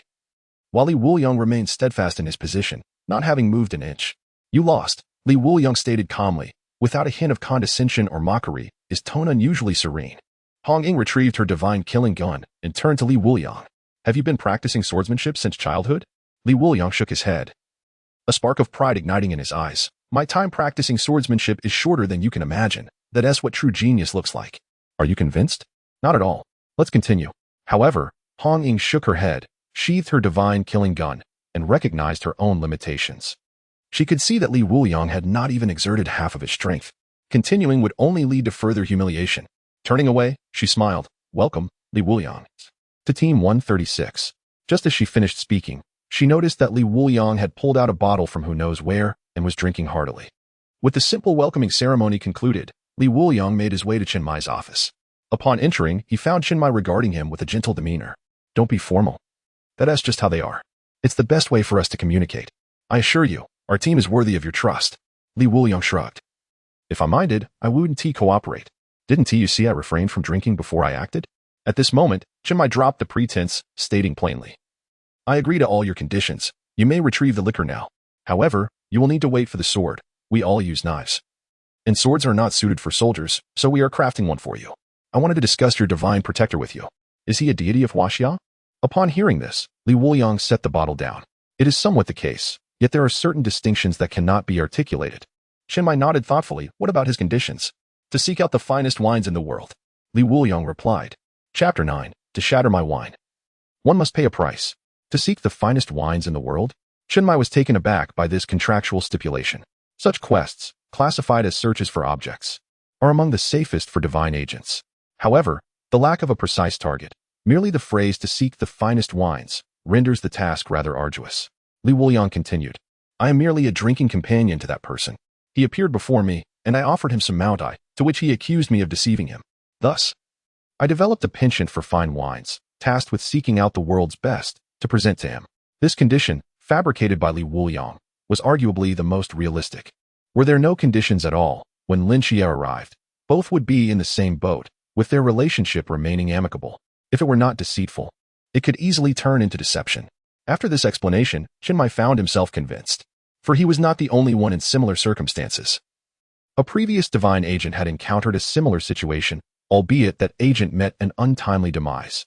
The divine being had demanded the embrace of all the world's beauties, leading to an uncontrollable excess, resulting in their demise. It was said that their death was quite tragic, leaving even the elderly lady horrified. Reflecting on this, Chen Mai smiled and remarked, You are remarkably fortunate. Fortunate? Li Wuliang blinked in surprise. From where does that assertion arise? Chen Mai hastily shifted the topic. Never mind that. Let me explain the rules for the night watchman. Once we join, we cannot withdraw. You will need to undergo a specialized training session, which every night watchman attends upon joining, lasting 1 year before attaining full status. Do you have any questions? Where will I stay? On the sofa? Li Wuliang inquired. This is an office, akin to a storage room or utility space. Chen Mai fell silent for a moment, realizing he had not considered this aspect. The budget for temporary members is limited. I can sponsor you a blanket. When Li Wuliang emerged, he was seen with a pillow tucked under his arm and a blanket in hand. In front of everyone, he tossed the items onto the sofa and lay down. I never anticipated that I would one day treat the company as my home. If only someone did not have the habit of carelessly disposing of cigarette butts. I would be lounging in bed, scrolling through my phone, sipping on Maotai. As he spoke, Wuliang turned to gaze directly at Zhao Kongcheng. Isn't that right, Zhao Kongcheng? Zhao Kongcheng scratched his head. I have such simple hobbies. Give me some time, and your home will soon be repaired. At that moment, Hong Ying interjected, Wuliang, you can stay at my house. It's quite spacious. Shannon chimed in, I live with her too. Occasionally, we help each other out. Si Shannon made a peace sign, smiling sweetly. Indeed, Hong Ying's house is vast. Us two beauties often feel insecure. Wuliang promptly stood. Then I shall graciously accept your invitation. Let us depart at once. I will bring a few boxes of wine as provisions. You see, the more I drink, the wilder I become. When intoxicated, I can hardly restrain myself. At that moment, Chinmai exited the office. You are going nowhere. Traces of the escaped Ghost Face King have been discovered. You will handle the Ghost Faces while Wu Xiangnan and I pursue them.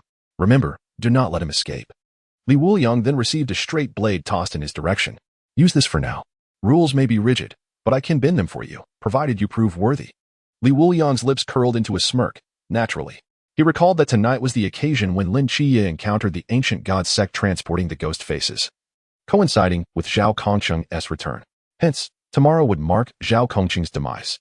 However, with him present, Zhao Kongcheng would find it difficult to meet his end. Before long, Wuliang arrived near the dock. Evening had fallen, and the area shimmered with lights. Lin Qiyee was leaping about, fighting with great enthusiasm. These are rewards. Take your time, he exclaimed, bounding over the shipping containers like a nimble rabbit. At that moment, Lin Qiyee turned to the approaching figure. Wuliang, what brings you here? Before he could finish, Wuliang had already perched upon his shoulder, assuming a stance to draw his sword. Let's talk. Let's fight. Get down. Lin Qiyee was exasperated, surprised to encounter these ghost faces, let alone him as well. Yet, he soon found himself taken aback. Wuliang's straight blade moved with astonishing swiftness, leaving only an afterimage in the air as he cleaved a ghost face in half. Kill the ghost face and receive rewards. First-tier spirit wine, Peach Blossom Brew. Peach Blossom Brew, a first-tier introductory offering, a must-try for wine enthusiasts, effective in alleviating muscle fatigue. He promptly claimed the Peach Blossom Brew from the system. After waiting a day, he could finally indulge. After tasting the spirit wine, even Maotai felt bland, akin to water. Chug, chug. Wuliang, in a frenzy of desire, drank deeply. The followers of the ancient god sect, witnessing this scene, exchanged glances. Another one? Their staffs ignited. It must have been some forbidden artifact. And they lunged at Wuliang. How exhilarating. Swish. Wuliang's body flickered, as if teleporting, passing through the ancient god sect member, who then collapsed, unconscious.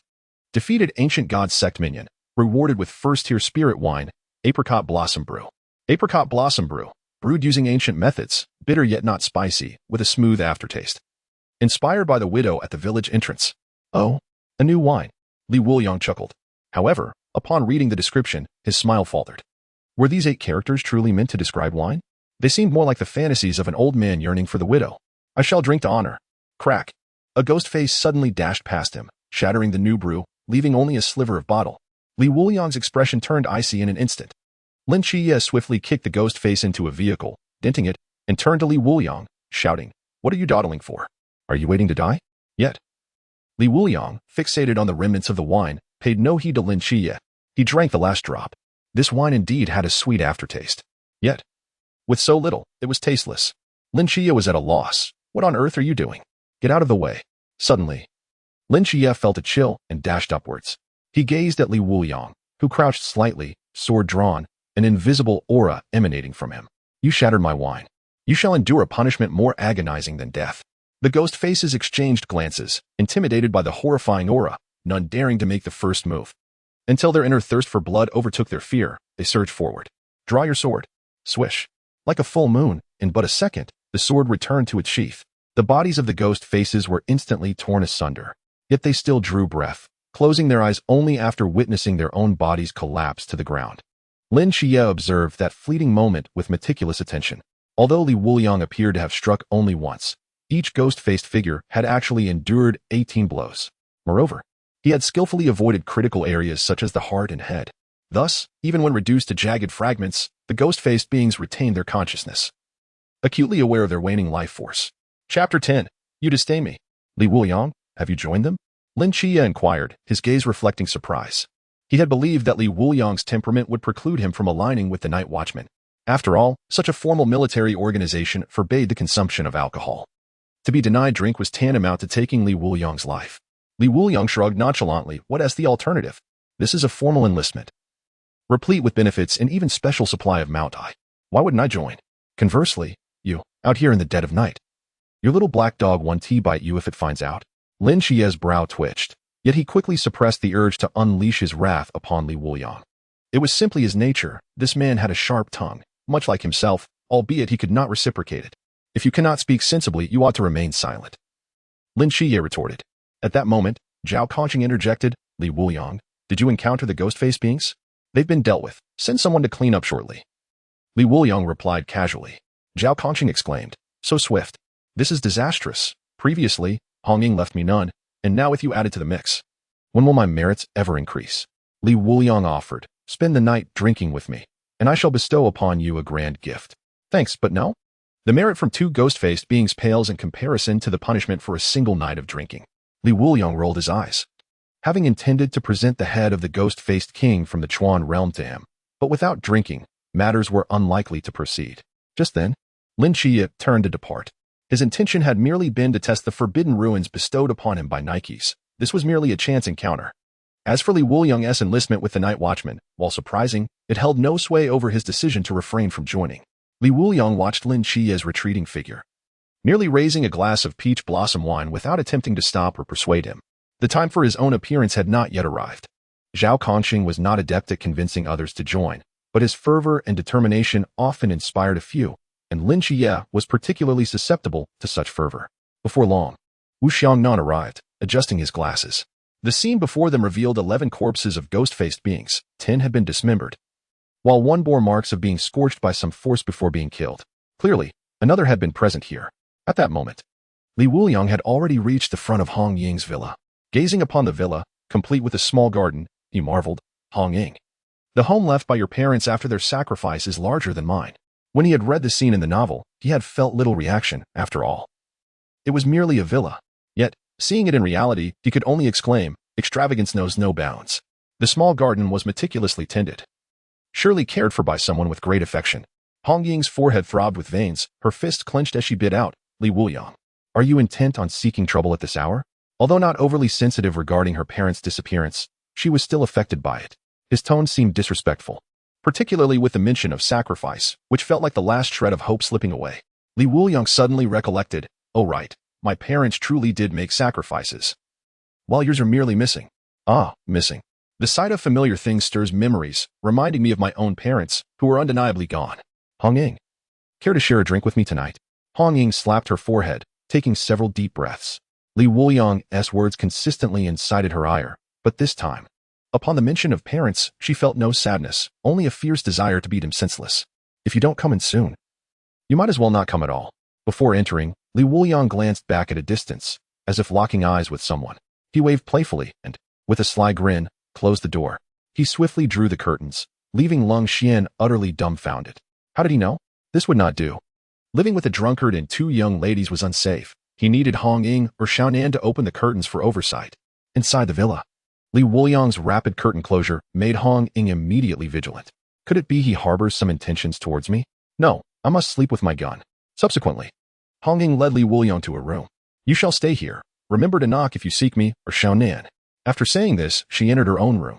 Meanwhile, a small head popped out from the adjacent room. As Si Xiaonan cheerily waved, if you need anything, just call us. Good night. Such true perversion. Yet you guard against me. Fine, I shall indulge myself, Li Wuliang mused as he entered, promptly retrieving the 10 bottles of peach blossom wine he had acquired. I hope this is sufficient. System activating hangover mode. Hangover mode activated. Drinking must not cease for 6 hours. Upon hearing the system's notification, he began to drink.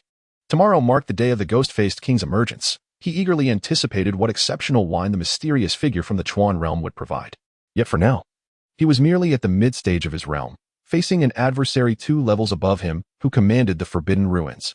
The hangover mode would be his greatest ally. Otherwise, relying solely on swordplay would render it exceedingly difficult to vanquish his foe. Mastery of the sword might only raise his baseline. It was his own realm's strength that would serve as the optimal solution.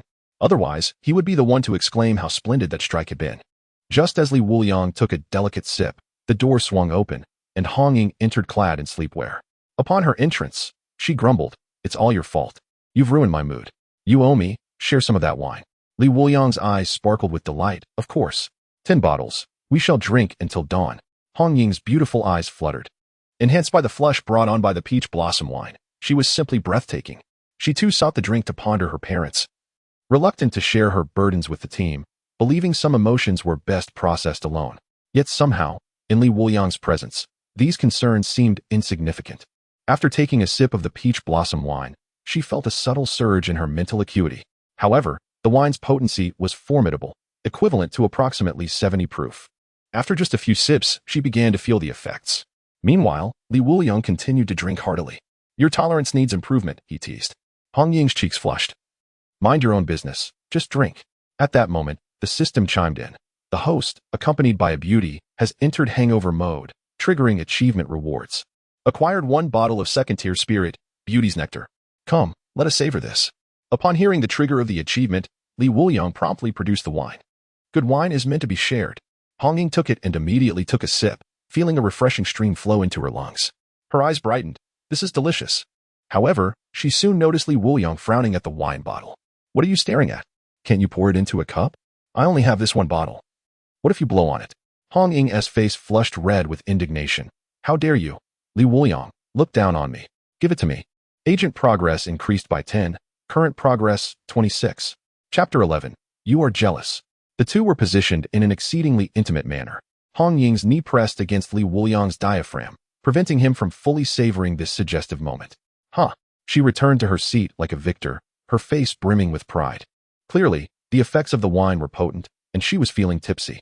The commotion they caused awakened Si Xiaonan in another room, who cautiously stepped outside. She noticed a small crack in Li Wuliang's door. What a strong smell of alcohol. Si Xiaonan pinched her nose as she approached. But what she saw through the gap left her utterly astonished. Li Wuliang was embraced by Hong Ying, who was joyously drinking. While he had a bottle wedged in his mouth, his neck being tightly constricted, he looked as if he might pass out at any moment. Is this really Hong Ying? Si Xiaonan rubbed her eyes and took a deep breath, closing the door gap. She then pulled out her phone and sent a message to the group, preparing a graveyard. Lung Xian, what happened? Wu Xiangnan, I just finished my outdoor duty. Si Xiaonan, please elaborate. When Shima, is it Li Wuliang or Hong Ying who is in trouble? I'm heading your way, wait for me. Si Xiaonan snapped a photo through the door crack and sent it to the group, stating, the graveyard doesn't need to be too big. He should turn into a pile of parts by tomorrow. Everyone, Chenmai, make sure to rest up. We'll give Li Wuliang special training early tomorrow to familiarize him with combat equipment. If he is still alive, that is. Clearly. He was uncertain whether Li Wuliang would be skewered by an enraged Hong Ying like a candied hawthorn. When Shima, I hope all is well. At that moment, when Shima stood on the rooftop in his sweatpants, visibly anxious, the autumn wind was chilly, and he too wished for a sip of wine to warm himself. I wish I could reside in a villa, sharing a roof with Si Xiaonan and Hong Ying. Li Wuliang, I envy you. When Shima felt a sense of despair. By the next morning, hangover mode has ended, duration 6 hours and 54 minutes, due to the company of a beauty. Next battle can erupt to mid-level of the pond realm. Tip, gather 5 people into hangover mode to activate Drunken Sword State. At this moment, Li Wuliang lay on Hong Ying's lap, drooling profusely, creating a puddle, while snoring intermittently. It wasn't until the ringtone of Hong Ying's phone rang that she slowly awakened.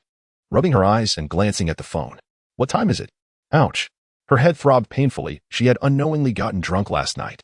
It seemed to have started with 1 bottle, and then it turned into sips. She couldn't recall how much she'd consumed. Habitually pressing the voice message button, she heard Chenmai's voice. What is the time? Why aren't you here yet? At that moment, Hong Ying jolted awake. Her eyes widening as she saw the time, 10 o'clock. Lowering her head revealed an even more infuriating sight. Li Wuliang was sprawled on her lap, still drooling. Bang! A sharp rap on Li Wuliang's head made him groan, and she angrily stormed out of his room. Fortunately, Si Xiaonan had left early, so no one witnessed her embarrassment. After receiving a knock on the head, Li Wuliang began to feel a headache coming on. Upon seeing the scattered wine bottles, he sighed deeply. This woman can't drink but insists on overindulging. Her drinking etiquette is appalling. Rubbing his face, he took out his phone. Looking at the family group chat, he noticed that the group leader was not Chenmai, but Wu Xiangnan. When he saw the photos from last night, he was instantly jolted awake. This is bad. If Hong Ying sees this, my life is over. Hearing the water running from the bathroom, he hurriedly dressed, neglecting personal hygiene, and leaped out the window. If he didn't leave now, his demise would be imminent by noon. Surely, his gravestone would be inscribed by Hong Ying herself, reading, "The abode of the shameless." Though not entirely his fault, arguing with a woman is inherently unreasonable. After washing up, Hong Ying passed by Li Wuliang's room and noticed he had jumped out the window. She frowned. "Am I that terrifying? Humph, coward." Meanwhile, on the road, Li Wuliang opened the system and saw the prompt indicating he was at mid-level of the pond realm. That should suffice. Alas, the wine is gone. Otherwise, another 2 hours might have propelled him to the peak of the pond realm. However, upon seeing the requirement to gather 5 people into hangover mode to activate the Drunken Sword state, his eyes lit up. Assembling 5 individuals is not a daunting task. He could use Lin Qiyee joining the team as an excuse to celebrate. He quickened his pace. Before long, Li Wuliang arrived at the office, immediately feeling the weight of the stares from Wen Qiyee and the others, causing him to feel uneasy. Could it be that after resting his head on Hong Ying's lap, they might actually want to kill him? What does this mean? Seeing his flustered demeanor, everyone secretly relished the moment. Let him drink. Even if they couldn't make him quit drinking, they could at least provide him with an unforgettable day. Zhao Kongcheng approached and patted his shoulder. "Wuliang, I respect you as a man. May you walk well." Li Wuliang sighed in relief. It seems he was in the clear. Zhao Kongcheng? Suddenly, Li Wuliang's expression turned arrogant. "This trick was used on me by my teacher and the doctor. I fell for it the first 2 times. Do you think I would fall for it a 3rd time?" Li Wuliang continued. "The teacher invested heavily, breaking the blackboard, and paid for it himself. The doctor was even harsher, directly finding several crazies to lie on the ground pretending to be dead. What you are doing is child's play." The office fell into a profound silence. Wen Qiyee stood up and addressed Li Wuliang. "Would you like to take a look at the group?" Li Wuliang's smile faltered as he opened the group chat and discovered that Hong Ying had sent 3 voice messages, each lasting 60 seconds. Clearly, everything was just beginning. Si Shaoan murmured, "When Hong Ying goes crazy, it's truly terrifying. Wuliang, be careful." Even Lang Xian chimed in, "I will surely snatch your gravestone to engrave it for you." Li Wuliang's complexion paled, resembling leaves caught in a tempest. Yet he stubbornly retorted, "You are all jealous. I will be just fine, right?" Suddenly, Wen Qiyee chuckled, "All right, we're not going to scare you anymore. We have to embark on our mission. If you hadn't been ignoring our calls, we would have set out 2 hours ago." Wu Xiangnan also stood up, saying, "The person you took down last night was a peripheral member of the ancient god sect. He revealed the location of the ghost mask in the sewers. We must encircle them in the sewer, otherwise, the public will suffer further harm. Moreover, Hong Ying is not as unreasonable as one might think." Li Wuliang sighed in relief. "All right, then we won't wait for Hong Ying." Wu Xiangnan replied, "I've sent her the location. She will make her way here on her own." Zhao Kongcheng, feeling helpless, interjected, "You all go ahead. I have other tasks to complete today. I need to visit Lin Qiyee, and if he still disagrees, he will have to be handed over to you. The agent of Michael is far too significant." Li Wuliang chuckled, "Do your utmost. I will ensure he joins the Night Watchman." Chapter 12, Had they grown stronger after a night of drinking? Lin Qiyee is the core, if he does not join. The subsequent narrative cannot unfold. Soon, they arrived at a sewer. Upon descending, they spotted Hong Ying, clad in sportswear, leaning against a gun. Strikingly, a red mark resembling a head shape adorned her pristine thigh. Acknowledging the focus of the group, Hong Ying gritted her teeth and said, "I scrubbed too hard while bathing. It's just a rash, don't overthink it." "Snap. Let us keep a memento," said Lung Xian. At that moment, a low growl reverberated through the sewer, the stench growing more potent. They were converging towards the group. When Qiyee coldly remarked, "It seems our presence has been revealed," Li Wuliang drew his blade. "Step aside. Let me handle this." He had to gather supplies for the 5 who had indulged in alcohol. With that, he charged ahead. A departure from the norm where Hong Ying would typically lead the charge. This sudden shift astonished a few. They were seasoned veterans, capable of discerning even the slightest variations. Li Wuliang had changed since yesterday. Both his speed and explosive power had improved. They had initially experienced some enhancement, but that was the result of Qin Mai's grueling training over 6 months. Yet, this was only after one night. Furthermore, he had just shared a hearty drink with Hong Ying. When Qiyee exclaimed in disbelief, "I now believe he must be an avatar of some deity of wine. After a night of drinking, his strength has surged so dramatically. What if he drinks for several days?" At that moment, Si Shaonan readied her hunting gun, excitedly saying, "What are we waiting for? If we delay, he'll claim all the trophies." Hong Ying, we whoosh. She suddenly felt a gust of warm wind beside her. Flame feather garment. The divine killing gun erupted with fierce flames, enveloping her in a dazzling crimson cloak. Not only had her mental fortitude improved, but her overall speed had also seen a significant increase. mirroring that of Li Wuliang. Even Si Xiaonan struggled to keep pace with her. Has Hong Ying grown stronger too? Si Xiaonan gasped in astonishment. The last three members of the group were expressions of disbelief. They could comprehend a physical enhancement, as Hong Ying had always excelled in training. So a change was expected. Yet, how had the Forbidden Abyss also grown stronger? Previously, the flame feather garment could barely cover Hong Ying, manifesting only as a burst of power. But now, it had transformed into a sustained eruption. What on earth have I missed? Si Xiaonan lamented. She pointed at the two, exclaiming, look at them. Both have grown stronger after a night of drinking. Had I known, I would have joined them. I was just a step away from that kind of overnight transformation. What a regret. Lin Qiyee and Wen Qima were initially reluctant to acknowledge this fact. Yet the evidence was irrefutable. After a night of drinking, their prowess had skyrocketed. Meanwhile, Hong Ying sensed her own transformation. She recalled that the bottles of liquor consumed last night seemed far from ordinary. Perhaps they had come from some unique source? But at that moment, over a dozen ghost-faced men charged from all directions, their growls echoing ominously. Li Wuliang swiftly dispatched a ghost-faced man, moving like a feather, skillfully utilizing the terrain of the sewer to alter his position and gain momentum. He was now fully immersed in battle. These were not mere ghost-faced men. They were first-tier spirit wines. Whoosh, whoosh, whoosh. Clad in white combat attire, he left only fleeting shadows in the air. Hong Ying's eyes whirled in frenzy. But she could not keep up with Li Wuliang's speed, especially his swordplay, which she could barely perceive. She was now certain of one thing. During their spar yesterday, Li Wuliang had undoubtedly held back immensely. Thankfully, he had only just awakened, and his mental prowess was likely still low. If he activated the Forbidden Abyss, perhaps they could fight to a standstill. What exactly was his Forbidden Abyss? She pondered, but just as she was lost in thought for a few seconds, Li Wuliang effortlessly dispatched the dozen or so ghost-faced men. He even paused to take a swig from a bottle of wine, relishing the moment. Care for another drink? Li Wuliang turned to Hong Ying. Trust me, after a sip, your headache will vanish. Hong Ying shot him a glare. You drink it yourself. Who would trust you? Li Wuliang shrugged, shaking his head in resignation. What a kind-hearted gesture wasted. Who are you calling a dog? Hong Ying retorted angrily. At that moment, the ground began to tremble. Si Xiaonan and Wen Qima arrived, urging, you two stop bickering. There are more than just ghost-faced men inside. Bombs have been planted. This is a trap, designed to lure us in for an ambush. Upon hearing this, both their faces turned pale. Damn the ancient god cult. How despicable. Hong Ying hissed. Li Wuliang scratched his head. Then why are we still cleaning up ghost-faced men? We should just retreat. Si Xiaonan explained, we can't. Above in the old city are numerous residents. We must eliminate all the ghost-faced men before the bomb disposal team arrives. Otherwise, one ghost-faced man could lead to the demise of the entire bomb squad.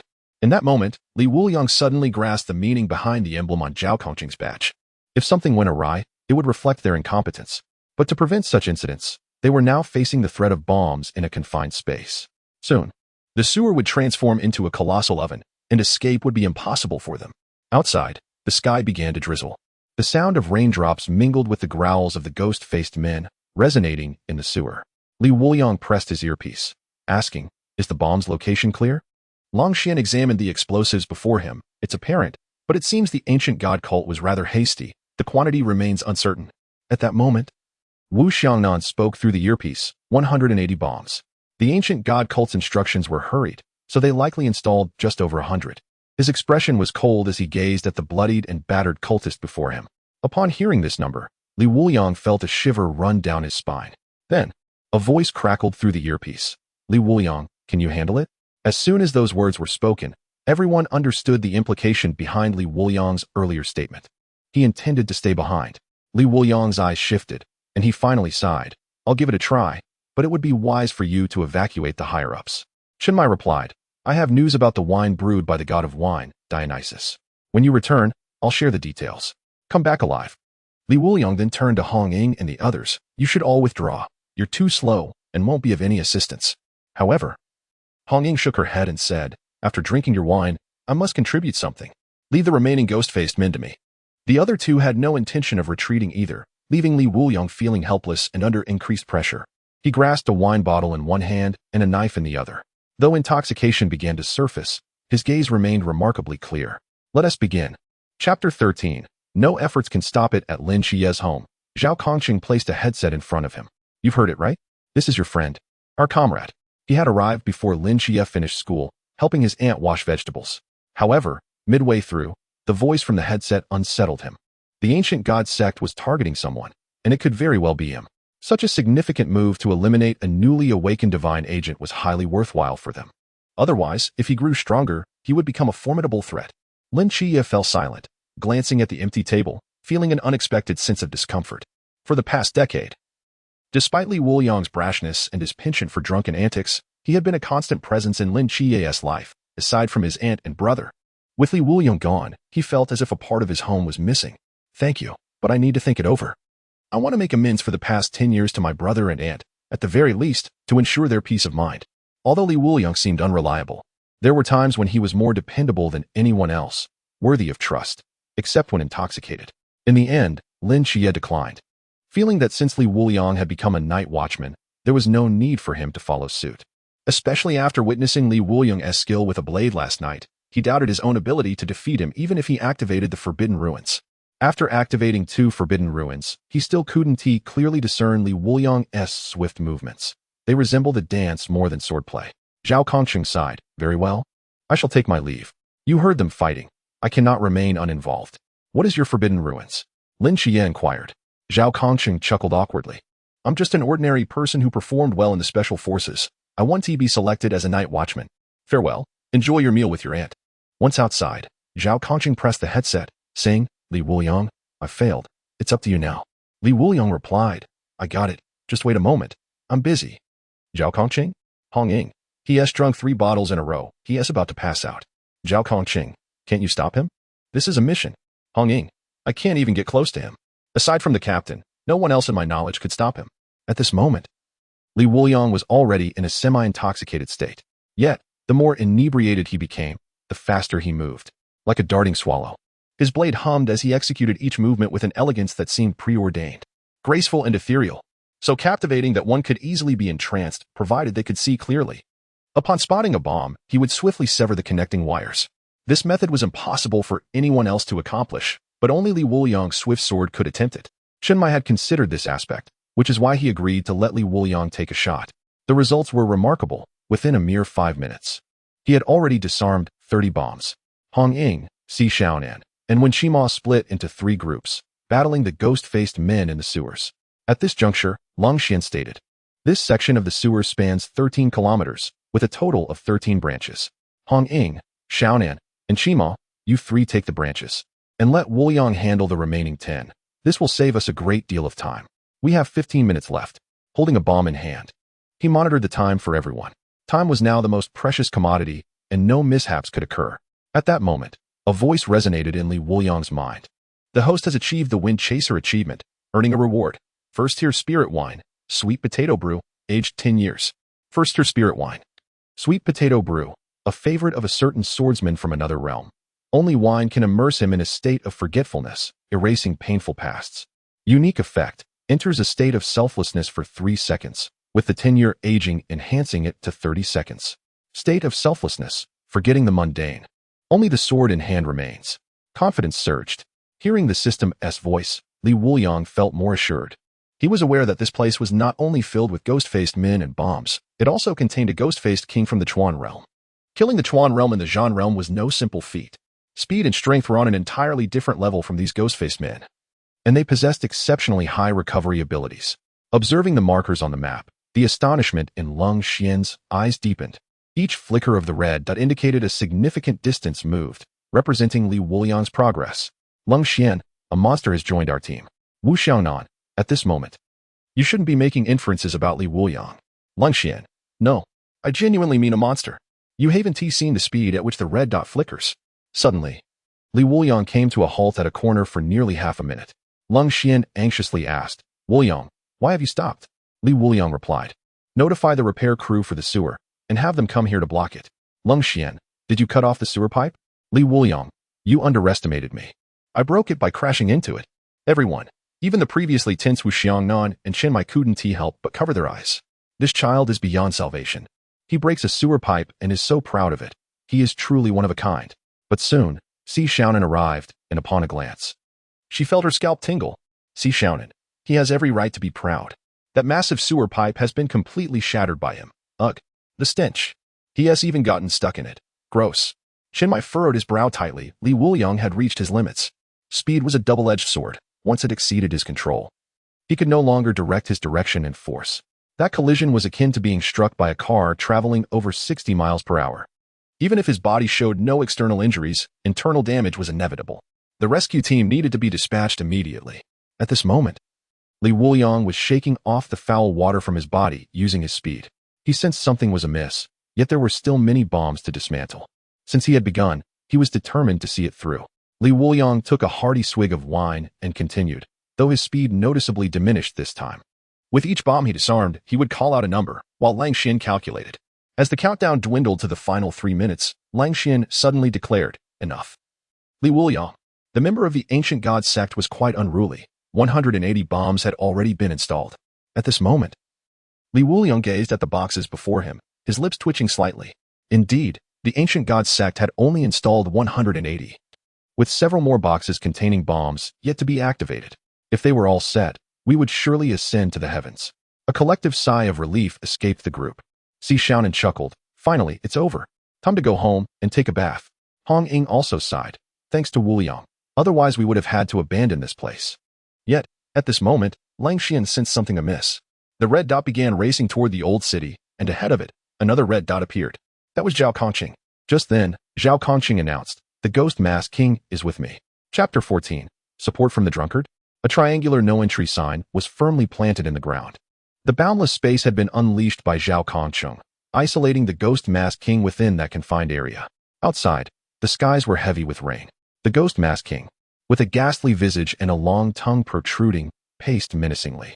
The Ghost Mask King from the Chuanjing realm possessed a fundamental difference from the ordinary ghostly beings. It harbored a degree of intelligence, capable of assessing its surroundings and identifying targets.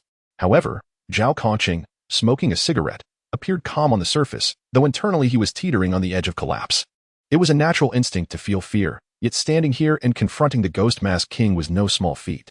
Zhao Kongcheng, retreat immediately. Wuliang is on his way to you, and will arrive shortly, when Qima urged hastily. Hong Ying and the others swiftly emerged from the sewer, heading straight for the old city. They were all too familiar with Zhao Kongcheng's nature. If ordered to retreat, he might not comply. Just as they anticipated, Zhao Kongcheng drew his sword, declaring, "Everyone, I cannot withdraw. Behind me is everything that child has." But before he could delve further into sentimentality, a voice interrupted him. Wuliang chimed in, "Everything? Have you counted me in? We are brothers, after all. If you find yourself with nothing to do, prepare a feast. Let us celebrate tonight." However, Zhao Kongcheng's lips twitched slightly, ignoring Wuliang's words. He was facing the Ghost Mask King of Chuanjing. Even a prodigious divine agent stood no chance against a being 2 levels above him.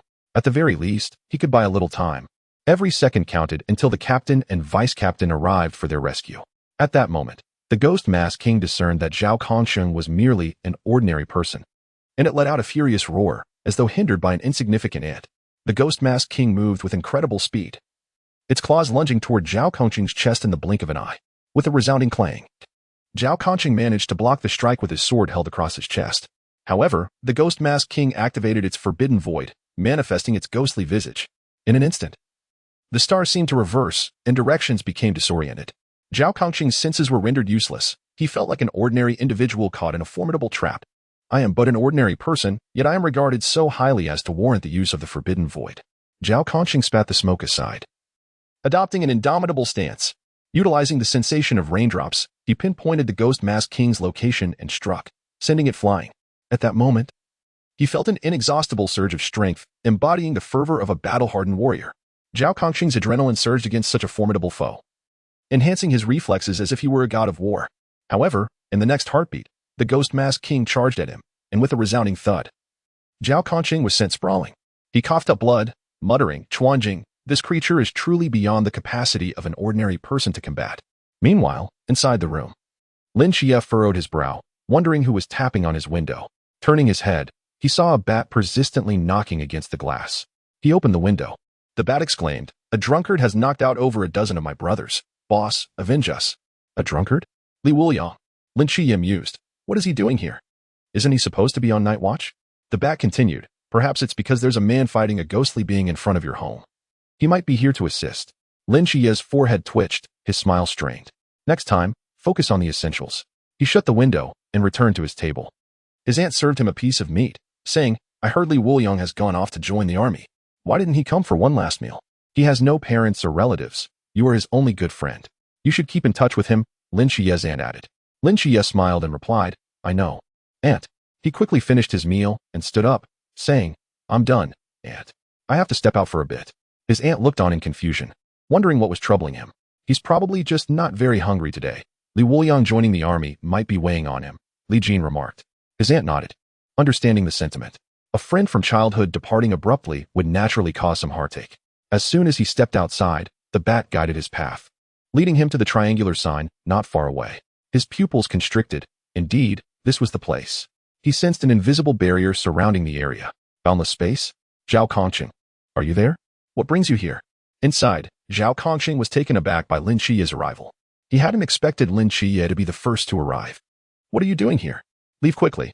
I will be finished here shortly, Zhao Kongcheng urged urgently. However, Lin Qiyee replied helplessly, I suggest you open a gap immediately, or you will truly regret it. Zhao Kongcheng countered, this is not your concern. Go back and have dinner with your aunt. I have this under control. He looked at the ghost masked king, who was already battered and weary. Lin Qiyee insisted, I genuinely don't want to meddle, but I must warn you. A drunkard is about to arrive. If you don't open a door, he will smash this triangular sign. I'm not joking. When he has had a drink, he doesn't knock. He kicks the door down. Forget it. It might be too late. Just as he spoke, Lin Qiyee leapt to the side, dropping to the ground. With a swift slash, a magnificent wave of sword energy cleaved through the air, carving an extensive scar on the street, nearly striking Zhao Kongcheng by mistake. Li Wuliang. Zhao Kongcheng realized Lin Qiyee's intention upon witnessing the sword energy. The boundless space could only be opened in two ways, either by his own volition or by someone stronger directly breaking through. And Li Wuliang had chosen the latter method. With a thud, Li Wuliang leapt into the boundless space from above. Upon landing, he gulped down a sweet potato drink provided by the system. Yet, Zhao Kongcheng keenly noticed that Li Wuliang was not the same as usual. Veins were protruding from his arms, chest, and calves. This phenomenon typically arises from prolonged and intense physical exertion, leading to a surpassing of the body's limits. Clearly, in the previous endeavor within the sewer to defuse a bomb, Li Wuliang had reached his breaking point. Otherwise, he would have arrived much earlier. Li Wuliang, do not force yourself. It would be wise to take a moment to rest. I can hold the fort for a while, Zhao Kongcheng advised. Li Wuliang had been brought into the ranks of the Night Watchers by him. Despite his inclination for alcohol, he had never incited disdain in others. Particularly now, seeing Li Wuliang in such a state pained him deeply. Yet, such is the nature of a Night Watcher. Li Wuliang swayed slightly, chuckling, are you ready? The Chuan realm is but a mere trifle. However, in the next instant, the ghastly visage of the Ghost King enveloped him entirely. In just a second, ugh, Zhao Kongcheng smacked his forehead, lamenting that after consuming so much alcohol, encountering such abilities was indeed a cruel twist of fate. Li Wuliang waved dismissively. A minor issue. Watch me cleave him with a single strike. Where's my sword? He glanced at the blade lying not far away, eager to retrieve it, yet the ghastly visage distorted his sense of direction and distance. He could see it but could not grasp it. Chapter 15. Repeatedly challenging and overturning? Use mine. Zhao Kongcheng instantly tossed his straight sword to Li Wuliang, gripping the blade. Li Wuliang hesitated no longer, immediately commanding the system to extract the strength accumulated in his hangover mode. His realm skyrocketed. In mere seconds, it surged to the mid-stage of the pond realm, and then into the state of no self. The sole effect of the sweet potato burn was activated. In an instant, Li Wuliang transformed, as rainwater swirled around his form, creating a protective barrier against the deluge. The sword intent that had just erupted was instantly contained within this shield. In the state of no self, he forgot his mundane existence. With only the sword in hand occupying his thoughts, he shed all distractions, and the world within his vision came to a standstill. Everything was entrusted to his body, to the sword he wielded. His reflexes and speed reached their pinnacle at that moment. The Ghost King felt an inexplicable threat, despite being at a lower realm. He lacked the courage to advance a single step. It was as if a colossal mountain loomed before him. After much hesitation, realizing that his ghastly visage held no sway over this individual, he quickly shifted tactics, intent on overpowering him through sheer force. In the Chuan realm, I hold the advantage.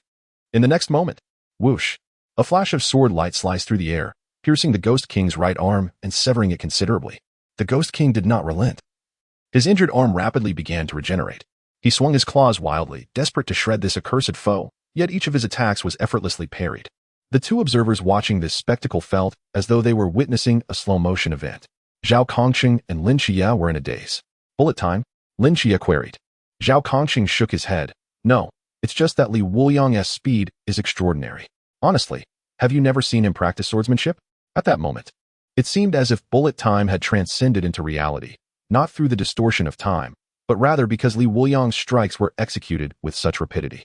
His strength may not suffice to confront the Ghost King head-on, yet his incredible speed compensated for the lack of power. This meant that for every claw strike the Ghost King launched, Li Wuliang had to deliver 3 or more counterstrikes to neutralize it. The result was a visual illusion that suggested they had entered a realm of slowed time. Lin Qiyee pondered deeply, recalling their first encounter when he had drunkenly kicked down the hospital door, only to be met with a painful rebuke for his folly. Since then, whenever Li Wuliang indulged in alcohol, his most notable action was always to kick doors. Little did he know of his sword practice, but he had certainly observed his adeptness in legwork. After much contemplation, he could only arrive at this singular conclusion. Legwork? Zhao Kongcheng raised an eyebrow, sensing that Lin Qiyee's interpretation diverged significantly from his own thoughts. This left him perplexed. If he had never seen Li Wuliang practice swordsmanship, where exactly had he honed his skills? Strength without finesse, speed without technique. Generally, after practicing swordplay, one would develop distinctive moves, yet under their captain-esque training, Zhao Kongcheng had refined his straight sword to perfection, each member having their unique combat style. This was his greatest asset in battle. The same could be said for the divine killing bullets of the Red Tassel, forged through relentless training day and night. Even the firearms of Lin Qiyee had spent considerable time on the shooting range.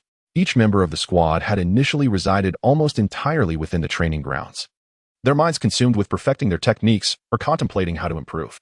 Yet, Li Wuliang seemed to focus solely on one thing, the act of swinging his sword, repetitively. He relied on a singular technique, which was the absence of technique itself. Simple, direct, and efficient.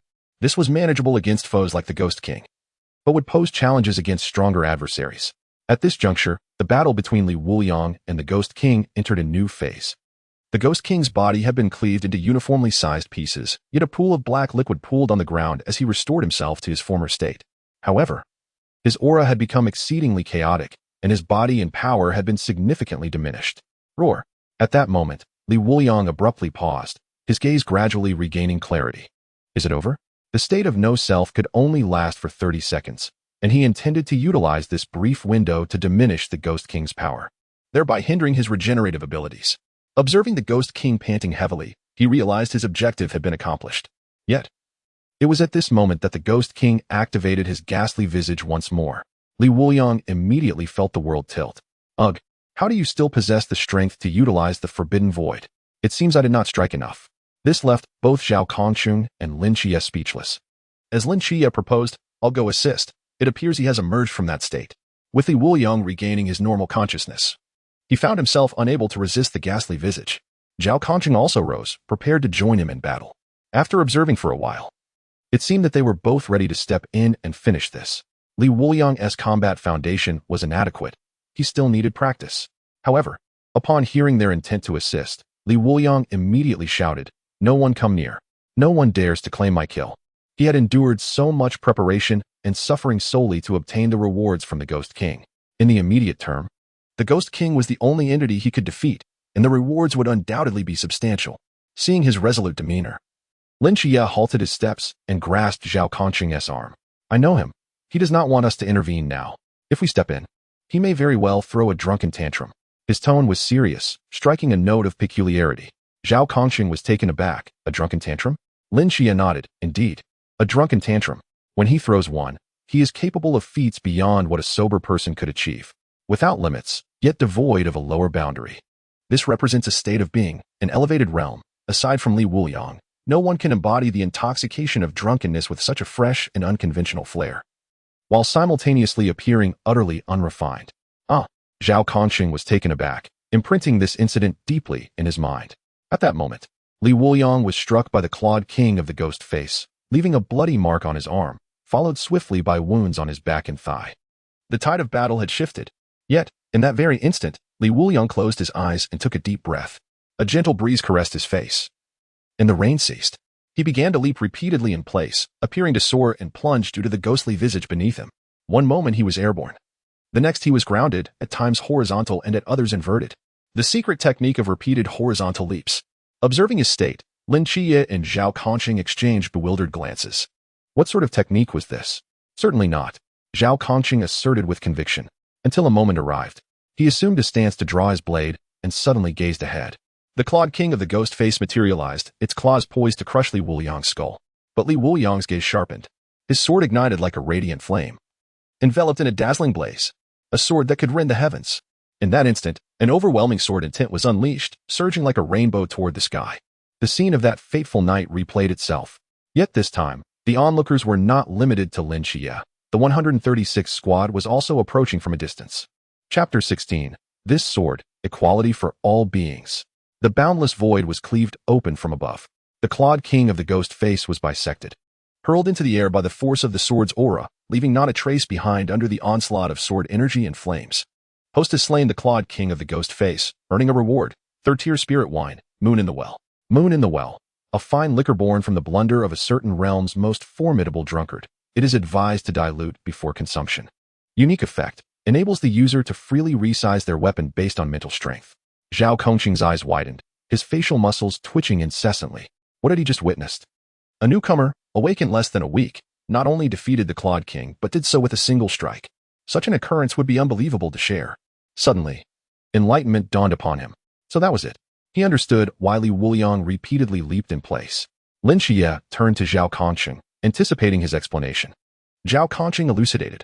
I utilized the rain to ascertain my position, a combat experience honed over years of training in special forces. However, his battle experience is comparatively lacking. Thus, he resorted to the simplest yet clumsiest method to locate himself. Through repeated jumps, waiting for that fleeting moment of balance, for the clawed king would inevitably attack him head-on. Especially an enraged clawed king, intent on a swift resolution, would target his neck, heart, and brain. Regardless, Li Wuliang's sword would be unavoidable. This young man must be a combat genius, employing such a self-sacrificial tactic. Lin Qiyee remarked calmly. In my view, you are merely underestimating him.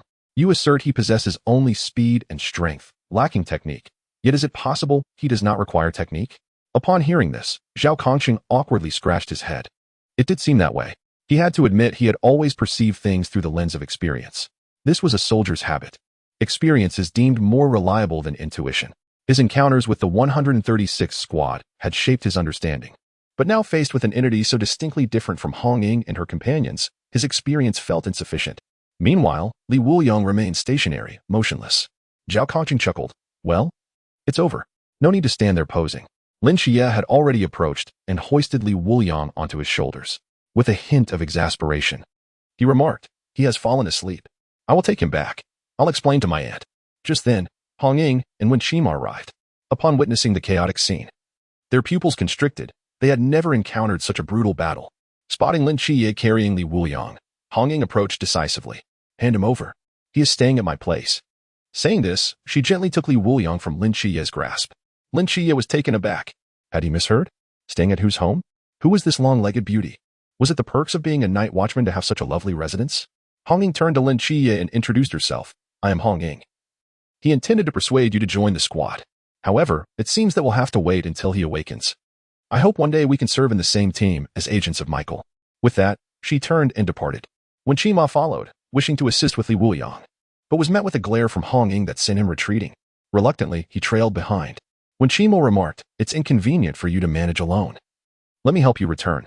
Long Xian interjected. There are still 3 ghost faces lingering in the sewers. Qima, you go provide support. When Qima acquiesced, very well. 3 ghost faces are hardly a challenge. He and Si Shaon can easily handle them. It seemed Long Xian did not intend for him to accompany them. Soon after, his assumption was validated. The 3 ghost faces had already been defeated, causing him to miss the opportunity to enter Hong Ying's home. Zhao Kongcheng regarded Lin Qiyee, lighting a cigarette as he approached. He placed a badge in Lin Qiyee's hand. I engraved this. It was originally intended for Li Wuliang, but it seems more fitting for you. The badge bore an inscription. If the dark night descends, I shall stand before the masses, sword drawn against the abyss. Blood staining the heavens. Why give this to me? Lin Qiyee inquired. Because Wuliang has already achieved this, and he may do even better. Zhao Kongcheng replied with a resigned smile. However, Lin Qiyee promptly returned the badge to Zhao Kongcheng, leaving behind 4 faint words, unworthy of such honor. Lin Qiyee then turned and re-entered the building. Zhao Kongcheng chuckled softly, stowing the badge away. Youth is evident. Secrets cannot be concealed. Meanwhile, Wu Xiangnan and Chen Mai gazed at the vanishing sword light in the sky, their expressions tinged with trepidation and astonishment. Chen Mai remarked, "Have you observed?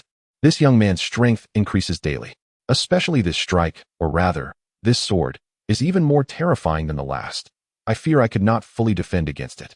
To withstand it would mean severe injury or death." Wu Xiangnan adjusted his glasses. "Not only that, did you notice? His strike left a rift in the sky. Beyond that rift, it appeared unlike our world. The ghostly visage of the Clawed King dissipated after that strike. Having once been a member of the elite Blue Rain team, he possessed knowledge of various forbidden ruins and divine ruins. The true strength of Li Wuliang's sword lies not in its power but in its capacity to devastate forbidden realms, equivalent to the legendary ability to breach the barriers of magic. Only through physical confrontation can one hope to evade it. It is as if the divine has been pulled from its pedestal, rendered no different from mortals. With such power, its might is akin to that of the divine ruins." Chen Mai remained silent. "Is this the sword of equality among all beings? I shall report this matter upward. If our suspicions hold true, then Li Wuliang's significance is undoubtedly greater than that of the agent of Michael. Prepare to accept the consequences." Wu Xiangnan was taken aback. Bewildered, on what grounds should we accept punishment? Our team has just dispatched a ghostly-faced king from the Sichuan realm, greatly safeguarding the wealth of the people. Chen Mai cast a glance at him. "You allowed a high-ranking member of the ancient god cult to escape, nearly exposing Li Wuliang to their gaze. To rectify this error, at the very least, one must eliminate a mystery from the sea realm. Fear not, our funding shall remain intact. At most, it will be a verbal reprimand." Wu Xiangnan sighed. "Very well, I accept it." Not long after, at the Hongying residence, after bringing the injured Li Wuliang home, she took a towel to wipe his body. Upon seeing the grievous wounds, a wave of anxiety surged within Hongying. The battle within the boundless void was known only to those two. Yet the sight of these injuries spoke volumes of their severity. Just then, the outside world brightened. A flicker of flames ignited in the courtyard. Hongying looked over to see Chen Mai and the others kindling a small bonfire, gathered together. She hurried downstairs. "Are you planning to set my house ablaze?" When Qimo replied, "The captain said we need to hold a meeting, and since he appeared to be asleep, we simply chose another venue. We might as well roast a couple of chicken wings." Chapter 17. Training is utterly impossible. Within his room, Li Wuliang was now immersed in a dream. The surroundings resembled the fabled realm of immortals. A middle-aged man clad in white, sporting a goatee, sat before a pavilion. "Young friend, come and share a drink," he beckoned, pushing a white jade cup towards Li Wuliang. Without hesitation, Li Wuliang approached and drank deeply. Yet, he soon sensed something amiss. "This is far inferior to that old gun liquor. It lacks flavor," he remarked disdainfully. The middle-aged man paused, then took a sip himself. "It is fragrant and pure. This is brewed from celestial rice. Were it not for your esteemed status, I would not have offered you a taste." Though his tone was somewhat eager to prove the quality of the wine, he bore no resentment. Li Wuliang curled his lip. "Is that not just rice wine? No wonder it lacks potency." He had previously brewed numerous batches of rice wine. It was cheap and plentiful. Yet, he grew weary of it within a week, leaving only enough to prepare tang yuan, nourishing his stomach in the late hours. The middle-aged man was taken aback, then chuckled helplessly. "Indeed, you are a connoisseur, discerning the genuine from the chaff. Where exactly is this place?" Li Wuliang inquired. "This is my world," the man replied, rising and gesturing around him. "My world consists of this pavilion, this water, this fish, and this lotus. It may be small, but I cherish it dearly." Li Wuliang's expression shifted, understanding dawned. "You are a recluse." As he spoke, he poured himself a cup, realizing that the system could not activate here. Perhaps he was merely dreaming. The middle-aged man's smile faltered, words he wished to convey suddenly eluding him. "Let me be straightforward then. You have opened a crack in the heavens, allowing me to meet you. I shall teach you a sword technique, named the Azure Lotus Sword Art. Observe closely." He took a bamboo stick as a sword and began to demonstrate, the movements elegant and fresh, neither swift nor flawed. However, after he completed a series of maneuvers, Li Wuliang merely nodded. "It looks quite nice, but it's too effeminate. Let us try something else." Hiss. The middle-aged man lost his smile at that moment. Effeminate? His Azure Lotus Sword Art is an unparalleled technique. Countless individuals have pondered over sword diagrams day and night, striving to comprehend even a fraction of its essence. And you dare to call it effeminate? Just then, Li Wuliang's figure began to dissipate. The middle-aged man cast aside the bamboo stick in frustration. "This young man is unreasonable. Effeminate? Am I truly effeminate? Little Jean, do I really seem that way?" The goldfish in the water flicked its tail, quietly hiding at the bottom, thinking to itself, "Indeed, there is a hint of femininity. In Li Wuliang's room, he slowly opened his eyes, the aroma of chicken wings wafting into his nostrils. However, as he attempted to rise, an overwhelming soreness enveloped him, rendering his legs immobile, as if he were paralyzed. My kidneys aren't failing, yet my waist has given out? He retrieved a bottle of peach blossom brew from the system and gulped it down, feeling a warm current flow through his limbs. The system's offerings are all spirit brews, infused with rare herbs. It is akin to the essence within the Maotai, the primary ingredient of aroma. Healing minor injuries is but a trifling task. Not to mention his own muscular strains. Training is utterly impossible. The essence of life is in reaping rewards without labor, Li Wuliang murmured. He promptly rose from the bed, following the enticing aroma to the bedside. At that moment, his teeth nearly crumbled. Chenmai, Lengxian, Hongying, Wenqima, Zhao Kongcheng, and Wu Xiangnan, 6 of them, all present. Yet they were merely roasting chicken wings, a delightful accompaniment, while there were no bottles of beer in sight. Perfect, let us indulge in a drunken revelry. To activate my drunken sword state, Li Wuliang's greatest reliance now is the drunken mode. This would enable him to gain strength beyond a single realm in combat, significantly raising his lower limits. With this premise, he greatly yearned for the drunken sword state. He immediately checked the system. Li Wuliang, mid-level of the Zhan realm. Abilities: a sword splits the heavens, flame blade. Items: 19 bottles of first-tier peach blossom brew, 2 bottles of first-tier apricot blossom brew, 1 bottle of third-tier moon in the well. Activated mode: drunken mode, agent progress, 56, so much. This should be sufficient. Li Wuliang's eyes sparkled with excitement at the quantities, especially with the 2 bottles of apricot blossom brew that had been shattered by the ghostly face man. Their unique flavor was utterly captivating. Furthermore, the Night Watchers do not consume alcohol. It should be a simple task to intoxicate them, especially Chenmai's team, who are likely more disciplined. With this in mind, perhaps there will be some left by morning.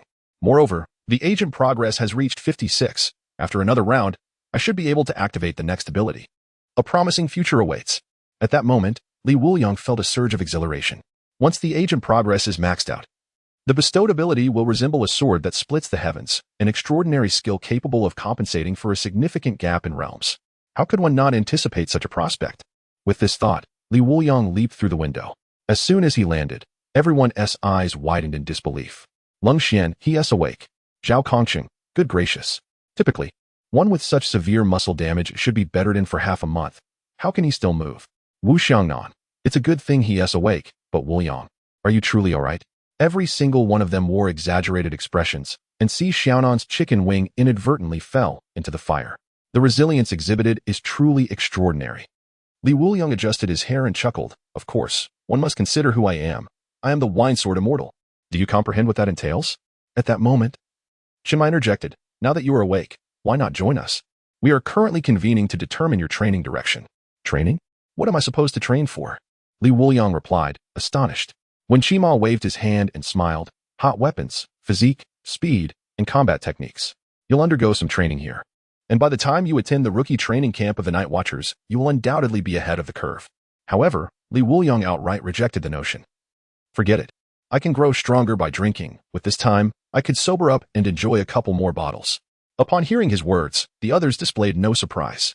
Given his behavior over the past few days, it would be remarkable if he were to obediently comply. He was indeed the camp's troublemaker. Yet, Chenmai had already devised a countermeasure. Do you recall when I mentioned I had news about a hidden wine of the Greek god Dionysus? There exists but a single jar in the world. Li Wuliang's eyes instantly sparkled.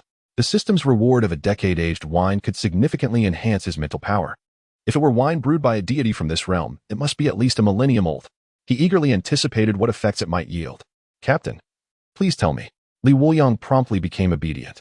Chenmai continued. Within a prominent family, there exists a collection of forbidden items. And this jar of wine is among their treasures. Sequence 873, the joy of the divine feast. A single drop will plunge you into a complete illusion, where you will gradually age and perish amidst the divine banquet. Chapter 18. Hongying, let us forget about last night. Euthanasia? Pfft. The mere mention of Li Wuliang's name caused the others to spit out the chicken wings they had yet to swallow. Chenmai's lips twitched. Well, that isn't entirely inaccurate. The joy of the divine feast is currently located within the Bai family, and because it is a unique poison, it is heavily guarded. I can assist you in applying for a cup, but you must cooperate with me. Li Wuliang's eyes brightened. The Bai family, isn't that the clan of that chubby lad? If that's the case, it seems there is no need for an application once he arrives at the training camp. He might even be able to walk away with a jar. Nevertheless, to be prudent, he responded, Captain, Just tell me how I should cooperate. Chenmai replied. Demonstrate your value. The Night Watchers can accomplish many things for you, but you must sincerely treat the Night Watchers with respect. Upon hearing this, Wuliang was enlightened. I understand now, Captain. It was indeed my oversight. Chenmai smiled, feeling greatly reassured. Although this was a treasure of the Bai family, obtaining a cup for the Night Watchers would not be exceedingly difficult. The primary goal was to help Wuliang better integrate into their ranks. The ancient gods were covertly eyeing Huaxia. The Night Watchers needed a genius like Wuliang to safeguard Huaxia more effectively. Additionally, given Wuliang's laid-back nature, having something to focus his mind would be beneficial. Wu Xiangnan adjusted his glasses, his head bowed. He too hoped that Wuliang could assimilate into the team, as they all felt an invisible barrier separating them from him. However, it was merely his own perception. Clang, clang, clang. Wuliang, to the astonishment of Team 136, pulled out several bottles of peach blossom wine and placed them on the ground. He even retrieved 2 rare bottles of apricot flower wine. Wuliang's expression conveyed remorse. I was selfish. I thought to slightly intoxicate you all and save some for later. But since the captain has seen through my little scheme, I shall reveal everything. Let us raise our glasses and drink heartily. These are my treasures, my life. After a round of drunken revelry, he hoped for forgiveness for his earlier selfishness, wishing for acceptance, tolerance, and care from them henceforth. Team 136? Chenmai's eyes widened in shock. This was not his intention, was it? For a moment, he began to doubt himself and glanced at Wu Xiangnan. Wu Xiangnan, with trembling eyes, clearly wanted to voice his thoughts, yet he seemed at a loss for words. This was too extravagant. Before he could speak, Wuliang had already placed a bottle in his embrace. Captain, a true man does not need a cup. I shall take a self-imposed drink. Gulp. Then, he gazed at Chenmai with fervent, hopeful eyes, his feline-like gaze impossible to refuse. I will drink. Chenmai helplessly lifted the jar and took a swig. Hiss, hey. This wine is indeed delightful, he exclaimed, completely astonished. It was his first time tasting such exquisite wine. With a single sip, it was as if he were transported to a peach blossom garden, surrounded by pink peach trees, petals drifting down like snow, while he reclined in a sea of blossoms, clad in white. Beautiful, utterly beautiful. A hint of crimson flushed Chenmai's resolute face. One sip in, and he was already tipsy. Seeing that Chenmai had broken the rules first, Wu Xiangnan did not hesitate. As vice-captain, he felt compelled to set an example. Gulp. Hey. Wuliang, what is the alcohol content of this wine? Not high. It won't exceed 70. Be specific. At least 60. Hearing the answer, Wu Xiangnan chuckled. Then suddenly fell backward, the first to leave the scene. Wu Xiangnan. At that moment, Wuliang had already entered drunken mode. The total number of participants has reached 7. Unlocking the first phase of the Drunken Sword state, which will elevate the next battle to the peak of the Pool realm. Wuliang turned to Hong Ying and Si Xiaonan, with a pair of pitiful eyes. He looked so forlorn that both Hong Ying and Si Xiaonan felt maternal instincts surge within them. We shall drink too. Seeing Wu Xiangnan had already succumbed to sleep, the two dared only to sip cautiously. Slurp. How fragrant! They exclaimed in unison, their eyes sparkling like stars. Previous wines had either a foul odor or a harsh taste, but the peach blossom wine lacked such qualities. Soon, both ladies' cheeks flushed with rosy hues, rendering them charmingly adorable. Hong Ying looked at Wuliang, chuckling. The last time we drank this, it didn't seem as fragrant as today. Wuliang replied, drinking is influenced by mood. Last time my spirits were low, naturally. I couldn't appreciate it. You wasted my wine. Hong Ying's eyes narrowed dangerously. Oh, so my drinking is a waste of your wine. In the next moment, Hong Ying seized Wuliang and pinned him to the ground, straddling him while grabbing the wine jar and pouring it into her mouth. Then let us drink together. Si Xiaonan cheered from the side. Upon seeing the two partake, Lin Qiyee, Wen Qima, and Zhao Kongcheng did not hesitate either. We shall join in. Today, I, Lin Qiyee, I, Wen Qima, I, Zhao Kongcheng. Let us drink this wine, not seeking to be born on the same day, month, and year, but to die on the same day, month, and year. Smack. Wu Xiangnan, already inebriated, stood up and swept his leg, sending the three flying. What are you learning? Why must you mimic a disastrous retreat? Or do you wish to behead yourselves under my command? Chenmai wore a grim expression, resorting to alcohol to temper his frustration. Wu Xiangnan harbored a deep aversion to the notion of dying on the same day. In his former Blue Rain team, the time difference between casualties had been less than half an hour. Was that akin to cursing their own annihilation? Wuliang, sporting dark circles under his eyes, rose and suggested, why don't you add me in? At least we could form the 4 heavenly kings. Hong Ying immediately turned towards Wuliang. Does that mean the 2 of us would be left out? After a moment of contemplation, Wuliang resolutely proposed, perhaps you could play rock, paper, scissors to decide? As the night passed, the 7 of them lay neatly on the villa floor, arms crossed over their chests, exuding an aura of serene tranquility. The first to awaken was Qiyue, who rubbed his temples, striving to recall the events of the previous night. As memories flooded back, he exclaimed, "Absurd," and promptly departed. Soon after, Wu Xiangnan and Lin Qiyee awakened, glancing at the others before echoing, "Absurd," and hurriedly slipping away. Upon waking, when Qiyue surveyed the interior of the villa and sighed, "I've achieved my wish, but it is utterly absurd. It's almost unbearable to face. I might as well pretend this never happened." With that, he swiftly exited. When Si Xiaonan awoke and glanced at Hong Ying and Li Wuliang, the memories surged back like a tidal wave. Her cheeks flushed crimson. Ugh, absurd. She hurried back to her room to change clothes, neglecting her usual morning routine, eager to leave at once. Consequently, only Li Wuliang and Hong Ying remained in the villa. Time passed slowly. Unable to remain still, Li Wuliang rose to wash his face.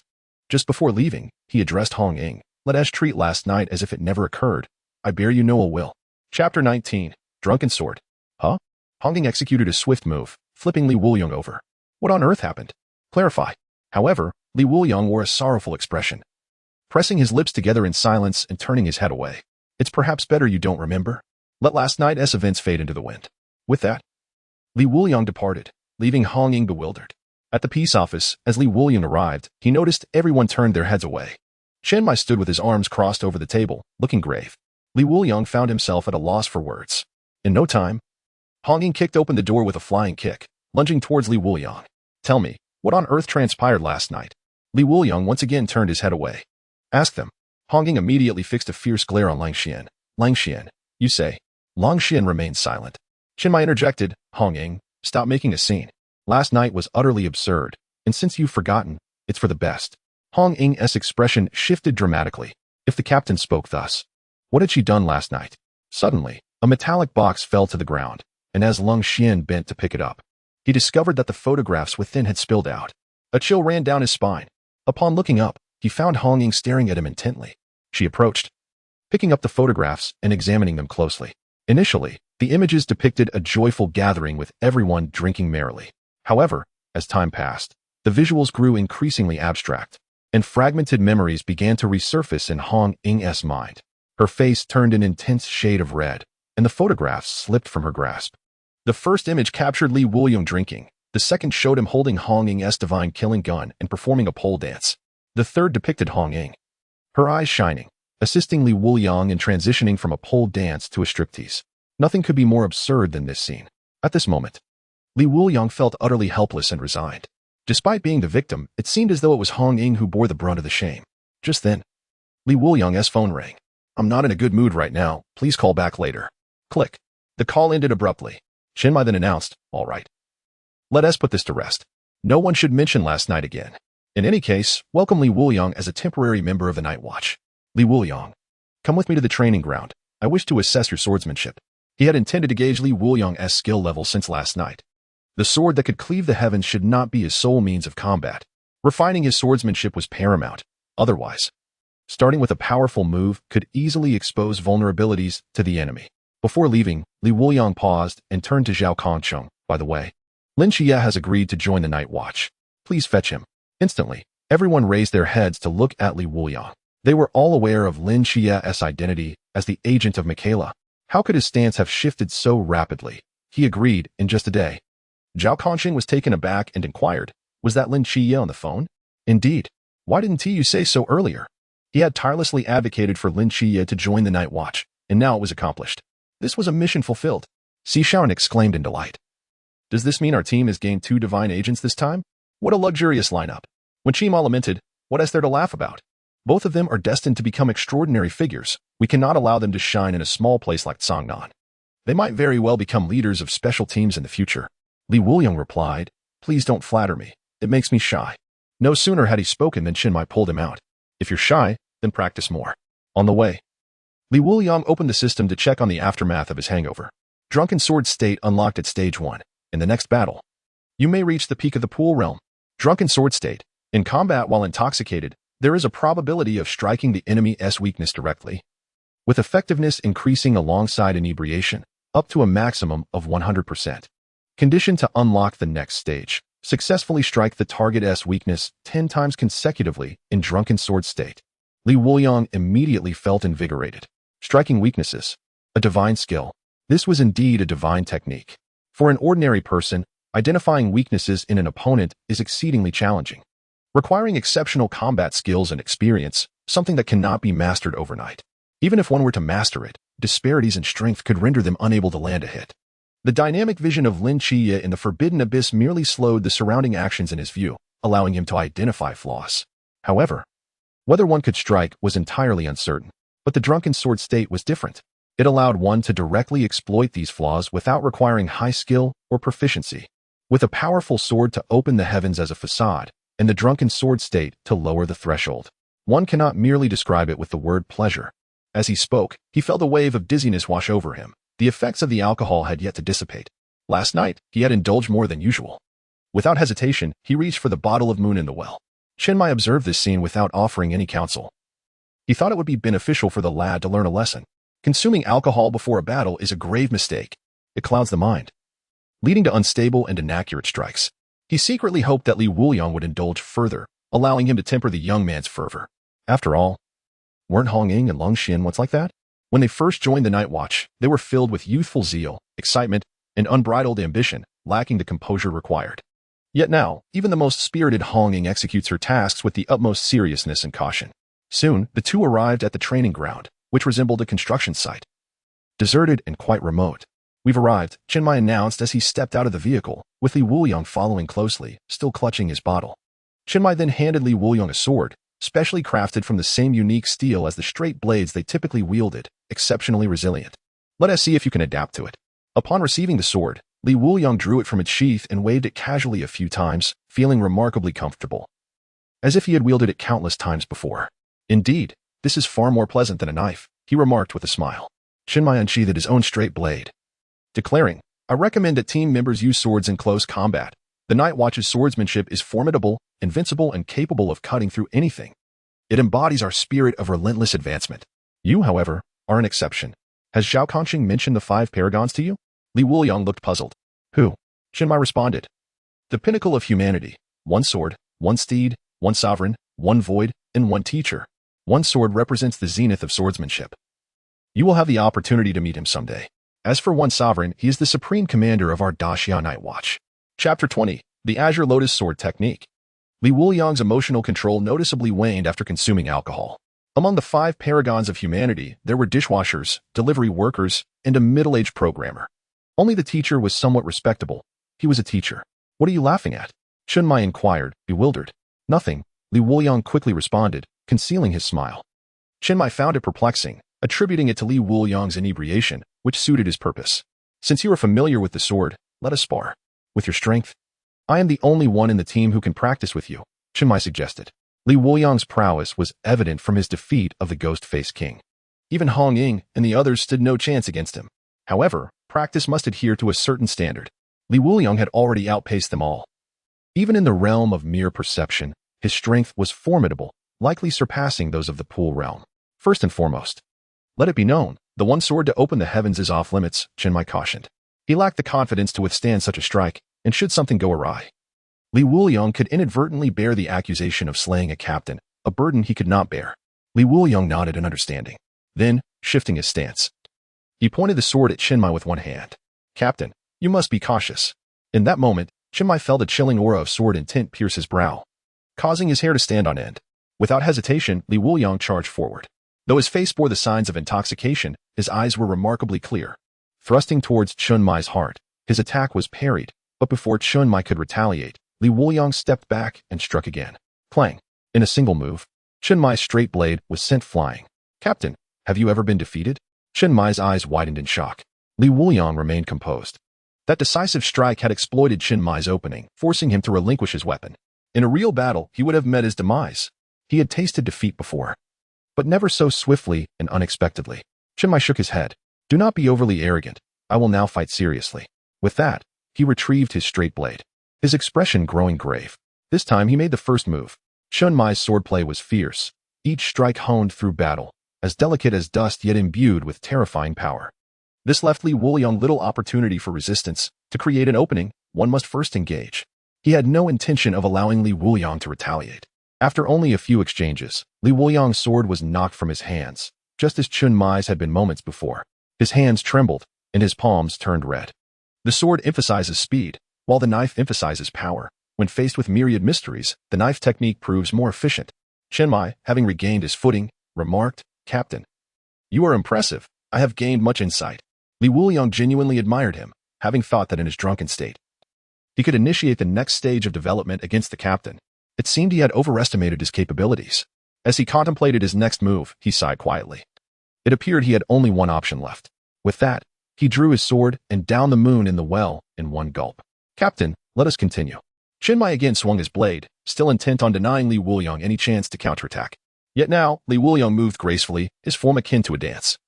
His swordplay both exquisite and sharp. It resembled a lotus flower. At that moment, Chen Mai's expression shifted dramatically. He felt an overwhelming urge to summon Zhao Kongcheng to dissect his brain, to uncover the secrets within. How had this been discovered? Hadn't it been said that Li Wuliang had never trained in swordsmanship? This was unmistakably swordplay, and he could not counter. The predicament Li Wuliang had faced now transferred to Chen Mai. Surrounding him, the sword intent gradually took shape, resembling a blooming azure lotus. Crack! A sharp sound echoed as Chen Mai found himself bested once more. He picked up his straight blade, not in anger but with a grave inquiry. "With whom did you practice swordsmanship?" His tone was exceedingly serious. Li Wuliang scratched his head. "If I said it was a delicate fellow teaching me in my dreams while I was drunk, would you believe me?" To his surprise, Chen Mai hesitated. He actually hesitated. This meant he had entertained such an absurd notion. "I believe you. The world of geniuses is indeed different from our mundane existence. To grasp such swordplay while intoxicated is remarkable." Chen Mai sighed, recalling tales from within the ranks of the Night Watch. He then continued, "Moreover, your swordplay lacks refinement. Many of your movements are superfluous, as if you have merely observed it once without proper guidance. Fortunately, swordplay and knife techniques share similarities. Had you ventured into a different discipline, you would have been forced to retreat today." Li Wuliang's sword intent was sharp, and that set of swordplay was sublime. Even if he merely replicated its essence, it yielded such impressive results. It is difficult to imagine just how powerful Li Wuliang will become once he masters this sword technique. One might even say that this swordplay rivals the most perilous forbidden domains. At this moment, Li Wuliang was quite intoxicated. "Why not, old Zhao? Why don't you learn swordsmanship from me? I'll teach you. I feel exceptionally strong right now. You can call me master, and I'll call you captain. We'll have our own titles." He rubbed his temples, relieved that the system had mitigated most of the alcohol's adverse effects. Otherwise, this moon in the well would surely have him nursing a headache all day, akin to consuming counterfeit liquor. Li Wuliang felt a bit lightheaded and thought he might need another drink to clear his mind. Old Zhao, learn swordsmanship from him? Chen Mai's expression darkened. "All right. Let us see how it goes. 10 strikes. If you can land 10 hits on me before your sword slips from your grasp, I'll allow Zhao Kongcheng to train with you. It's a deal." Meanwhile, Lin Qiyee was brought to the Peace Affairs office by Zhao Kongcheng, carrying a large bag. "You must be Lin Qiyee. Welcome, newcomer." Si Xiaonan produced the same set of items he had given to Li Wuliang. However, in contrast to Li Wuliang, Lin Qiyee displayed little emotion. "Is this the Night Watchman's stronghold in Songnan?" Lin Qiyee surveyed his surroundings, struggling to comprehend how such a place bore such immense responsibilities, especially the individuals before him, who seemed rather unreliable. Unlike in the original story, where Lin Qiyee spent a decade without friends, save for his aunt, Li Jin, and the little black dog he had always kept to himself, solely wishing to protect his family. However, things were different now. Li Wuliang had traversed into this world long before, standing by Lin Qiyee's side from the outset. Consequently, Lin Qiyee's mindset had evolved. Zhao Kongcheng, perplexed, remarked, "I was too rushed to ask earlier. What prompted your sudden agreement to join the Night Watchman? What made you change your mind overnight? And who persuaded you?" Lin Qiyee replied, "I witnessed Li Wuliang's battle, and it inspired me to join." Zhao Kongcheng pressed, "Was it his fearless combat against the Ghost-Faced King that resonated with you?" Lin Qiyee shook his head. "I fear that one day, in a drunken stupor, he might swing his sword and wreak havoc upon Songnan City. Therefore, I must become stronger." Chapter 21. The 3 Essential Tenets. What a refreshingly unique reason. Strangely, no one found it problematic. After all, with Li Wuliang's drunken antics, it was uncertain whether he would act deliberately. Yet, if he faced a formidable foe and struck with his sword, the consequences would align closely with Lin Qiyee's fears. One strike could devastate Songnan, and once that sword was unleashed, none could withstand its might. Seeing this, Wu Xiangnan calmly approached Lin Qiyee and warmly grasped his hand. "In light of this, perhaps you may indeed be the only one who can stop him in the future. Qiyue, you must strive harder. while we can still hold our ground. Your efforts are crucial. His expression was grave. He was not jesting. Lin Qiyee nodded. Leave it to me. Only Honging stood aside, arms crossed, with a peculiar expression. Are you all treating Li Wuliang as some sort of deity? After all, he is merely our temporary team member. Wu Xiangnan sighed helplessly. Then turned to Honging with a penetrating gaze. The greatest threat in this world is not a mystery like the Ghost-Face King, but rather those divine beings lurking outside, waiting to exploit our great Xia, along with their agents. This world is fraught with peril, and countless night watchmen are being manipulated. Li Wuliang is a genius. Thus, he requires another genius who might one day halt his devastation, provided Lin Qiyee can indeed achieve that. Lin Qiyee asserted. So in the days to come, I shall become even stronger than he is. Bang. No sooner had he spoken than the door was thrust open, and Chen Mai, cigarette in mouth, entered with a grim demeanor. He glanced at Lin Qiyee before turning to Zhao Kongcheng. As of today, you will apprentice under Li Wuliang. I've already arranged it. He will teach you. We'll discuss other matters later. With that, he strode directly into his office. The others exchanged bewildered glances, astonished by what they had just heard. Did you see that? The captain has so many holes in his clothes. Indeed, I've never seen the captain in such disarray. That suit appears to be his favorite, yet it's in tatters beyond repair. Did he encounter someone from the ancient god cult? Why didn't he inform us? Wait, what do you mean by saying I should apprentice under Li Wuliang? With his mediocre swordsmanship, can he even teach me? Zhao Kongcheng was utterly flabbergasted. He had done nothing to provoke this situation, yet it seemed to have found him. If he were truly to become Li Wuliang's apprentice, wouldn't he that make him the laughingstock of the entire team? How would he ever fit in among the night watchmen? By the way, where's Li Wuliang? Didn't he go out with the captain? Si Xiaonan inquired. It dawned on everyone that Li Wuliang was missing. At that moment, he was outside, where Lin Qiyee followed the sound of snoring and found Li Wuliang sprawled on the ground, his backside in the air, soundly asleep. He clutched a bottle of liquor, the label clearly reading mousy. After dragging Li Wuliang back, the others exchanged odd glances, as Li Wuliang was merely covered in dust, much better off than the captain. Wen Qima, I have a daring idea. May I share it? Wu Xiangnan, I advise against it. Long Xian, you may speak, but only after we leave this room. Si Xiaonan, same here. At this moment, Lin Qiyee frowned and turned to Zhao Kongcheng, saying, is it too late for me to leave now? If I can't even defeat him, I think I should practice on my own. Perhaps I might make better progress. Slap. A pair of hands seized Lin Qiyee's ankle. My little Qiyue, you finally made it. I've been waiting for you for so long. Li Wuliang crawled up his pant leg. The sight was reminiscent of a zombie from a movie, instantly raising the hair on Lin Qiyee's neck. An ominous premonition washed over him. Li Wuliang. Before long. After changing his clothes, Lin Qiyee sat on a chair with a gloomy expression. Do you really want to know? He asked. The others nodded fervently. Lin Qiyee, inhaling the scent of alcohol in the air, fixed his gaze resolutely. Since we are all in the same boat, I shall not keep secrets. Here are the 3 essential tenets and 8 precautions for knowing Li Wuliang. The first tenet, do not drink his self-brewed liquor, for you cannot fathom its potency. He has mixed no less than 21 different types of alcohol, to the point where my aunt wanted to find me a stepfather. And my brother claimed to be Erlangshan. Si Xiaoran raised his hand. Is your brother truly Erlangshan?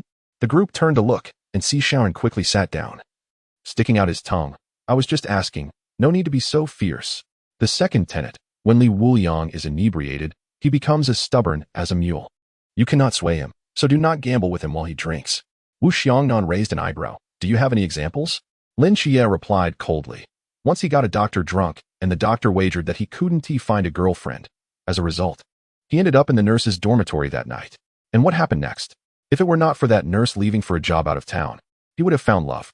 This point is of utmost importance, Wu Xiangnan declared firmly. When Shima looked over at the soundly sleeping Li Wuliang with a tearful expression, letting out a silent sigh. Si Xiaoran laughed, saying, Li Wuliang is indeed quite handsome. If he weren't drinking, he would possess an ethereal charm, quite dashing. As soon as she finished speaking, everyone turned their heads in unison to look at her. Wu Xiangnan interjected, he is only 17, let him be. Si Xiaonan's cheeks flushed, clearly aware that the others had taken her words the wrong way. Lung Xian's expression hardened, fists clenched tightly. Lin Qiyee continued.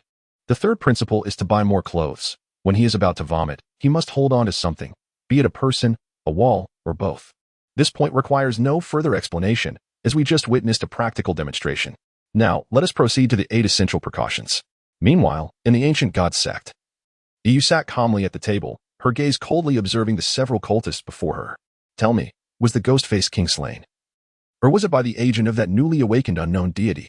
One of the cultists raised his head. If Li Wuliang and Lin Qiyee were present, they would have recognized him as the owner of the nearby bun shop.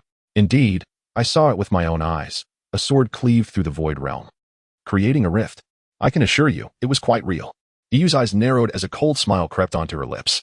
It is astonishing that an unknown deity has emerged and chosen an agent. Nevertheless, the Ghost-Face King is merely a triviality. Such entities are not in short supply within our ancient god sect. Inform the cultists in Songnan City, I must find a way to meet this person. Upon hearing this, the cultists exchanged glances. My lady, we cannot accomplish that. Wuliang acts without logic, drinking heavily daily, making it exceedingly difficult to bring him here. Qiyue's brows furrowed, her voice growing icy. Isn't fond of drinking? Then let us use alcohol as bait. Chapter 22. Let us all weep together. When Wuliang awoke, it was already evening. He scratched his head, muttering, not again, I've lost track of time. His memory was indeed hazy. He only recalled his escalating conflict with Chen Mai. Each time he struck the opening, he would hit 8 or 9 times before suddenly losing consciousness. If it had only happened once or twice, it would have been bearable. However, the pattern persisted, leading to his inebriation, and he could not recall whether he had unlocked the second phase of the Drunken Sword state. Subsequently, Wuliang opened the system to check. Consecutive strikes on the opening have unlocked the second phase of the Drunken Sword state. An additional attack is granted when striking the opening. Drunken Sword state phase 3, maintain a combo state to slay the target without taking damage. This meant critical hits would lead to combos. Wuliang was exceedingly pleased with the second phase's effect. Despite its difficulty, it was certainly worthwhile. If he possessed this ability when facing the Ghost-Face King, he could ensure that the king would have no chance to recover, allowing him to lay the Ghost-Face King to rest in a state of convulsions until demise. The unlocking of the third phase appeared challenging, but it was not entirely unfeasible. He would seek out Li Yifei, with his numerous descendants. He would be the perfect candidate to help unlock this third phase. As he continued reading, his eyes widened. Repeated strikes on the opening have caused the target's defenses to crumble, activating the King of Hell Tattoo achievement, and granting a decade-aged liquor of glass tears. 3-tiered liquor of glass tears, a meticulously selected formula crafted over a millennium by a certain celestial maiden after a heartbreak, brewed for 10 years. It is sweet and intoxicating. Unique effect, immunity to mental attacks once per day. The effect was difficult to evaluate. Wuliang felt a tingling sensation run through him. The celestial maiden who brewed this liquor was undoubtedly love-struck, or she would not have concocted such an effect. Yet it is well known that a single daily immunity is insufficient. At least, it should be once an hour. It could only be said that this maiden was deeply infatuated, dreaming of a return from the one she loved. Otherwise, she would spend a millennium refining the formula for this. If the next one were more obedient, this maiden could very well become an ancient ancestor. He sighed. Being love-struck is not advisable. Seeing that no one was in the office, he took out the liquor of glass tears and began to drink. As he did, tears streamed from the corners of his eyes. In his weeping, his realm broke through to the pinnacle of the cup realm. A person pushed open the door and walked out of the office. Chen Mai, taken aback by Wuliang's tear-streaked face, exclaimed, "Why are you crying?" "I miss my parents." "Wowa. My parents also passed away early. I understand your pain." Chen Mai's expression darkened as he sat beside Wuliang, offering comfort. "I have reviewed your records. Your identity may not be as simple as it seems. Moreover, your parents are only missing. There may still be hope, just like Hong Ying's parents." He had conducted an investigation into Wuliang's parents, but found their records to be entirely blank. It is worth noting that the Night Watchers have exceedingly high clearance, surpassing that of any military. What generals cannot see, they can. After all, the Night Watchers must not overlook anything. Yet, even so, the records remain blank, as if someone had erased them. This situation was quite bizarre. However, Chen Mai did not intend to share this information with Wuliang just yet, as it was still too early for him. Wuliang offered the liquor to Chen Mai. "Thank you, Captain. I feel much better now." After taking a sip, Chen Mai too found himself in tears. "I miss your parents as well. How could they produce such a beast as you? What kind of good person adds onions to their alcohol? It's so pungent." One sip of the liquor felt akin to smearing raw onions around one's eyes, the juice stinging instantly. Soon after, others returned laden with takeout from various restaurants. Hong Ying worried that Lin Qiyee and Wuliang might go hungry, so she proposed that they all eat together at the office and return to the villa to sleep at night. After all, Night Watchers are indeed quite poor. Their salaries are meager, especially since the two are temporary members and cannot earn much. Lin Qiyee even left all his money for his aunt, leaving his pockets emptier than his face. The next decade would be much the same, unless he could rise in rank and increase his salary. As they entered, they found the two embracing each other, weeping profusely. Shaman exclaimed, "Captain, you and Wuliang are quite the intimate pair." Chenmai attempted to glare at her, but his tears made it impossible to open his eyes. This liquor was fiercer than high-tier forbidden substances. Subsequently, Lin Qiyee sensed something amiss. Noticing that Wuliang had ceased drinking and was instead clutching half a jar while crying. This was illogical. Could it be that the liquor was problematic? Just as he was pondering this, he saw Wuliang take another sip, crying even louder. He then handed the jar to Chenmai. Chenmai accepted the jar, taking a sip while crying. Since they had witnessed his tears, they might as well all join in. Then Wuliang handed the wine jar to the nearby Chenmai, urging, "Join us for a drink, one to you?" Woo. Indeed, let each of us have a cup, Chenmai echoed. Wuliang's parents. Their disappearance was truly tragic. Wuliang felt a sense of admiration. Experience, after all, comes with age. If one were to drink alone and weep, the others would surely refrain. But together they would drink and together they would cry. In shared joy and shared sorrow, true brotherhood shines.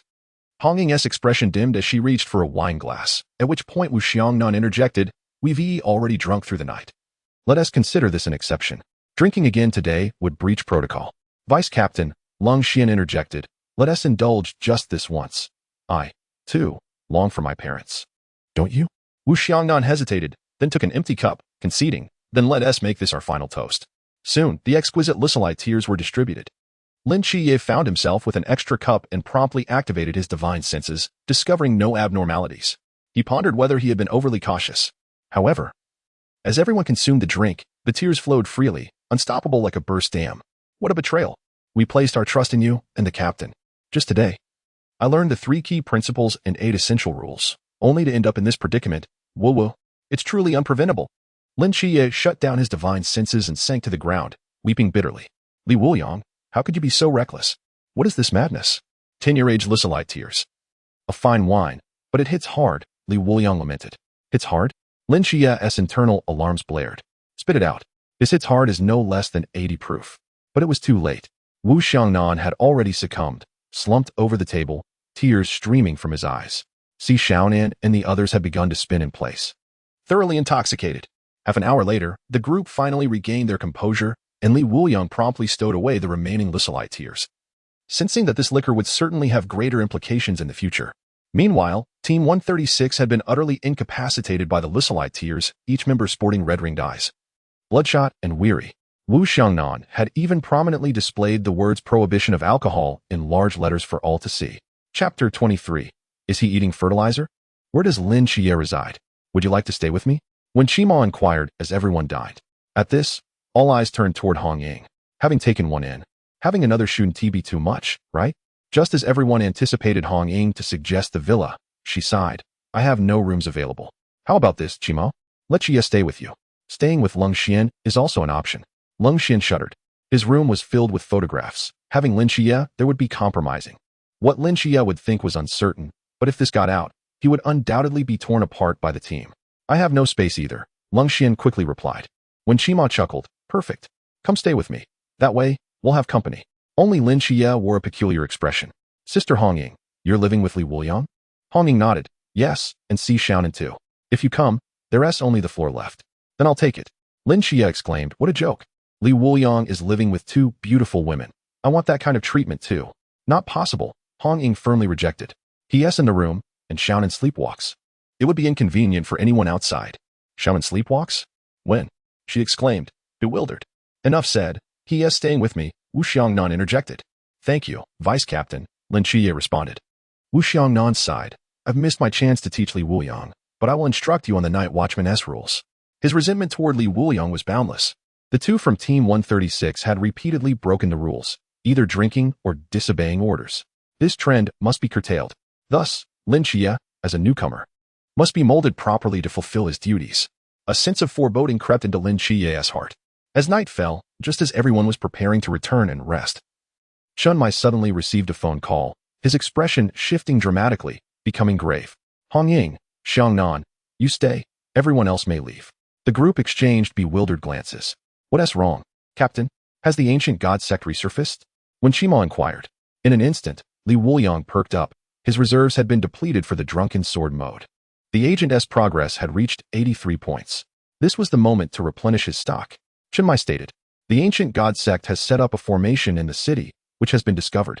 We need to assess the situation on site. You all return to rest. The ancient god sect has been increasingly active lately. Prepare for training and respond cautiously.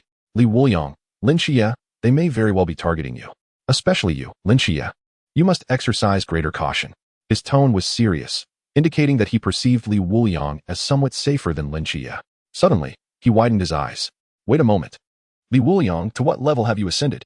He had just realized that Wuliang's aura was not that of an ordinary newly awakened individual. It was only in recent days that Wuliang's sword intent had intensified, obscuring the truth. Peak of the Lantern Realm, Wuliang replied nonchalantly. Hiss. In the room. Aside from Lin Qiyee, who was baffled, everyone gasped in astonishment, their eyes filled with disbelief. How long has it been? And you've already reached the peak of the Lantern Realm?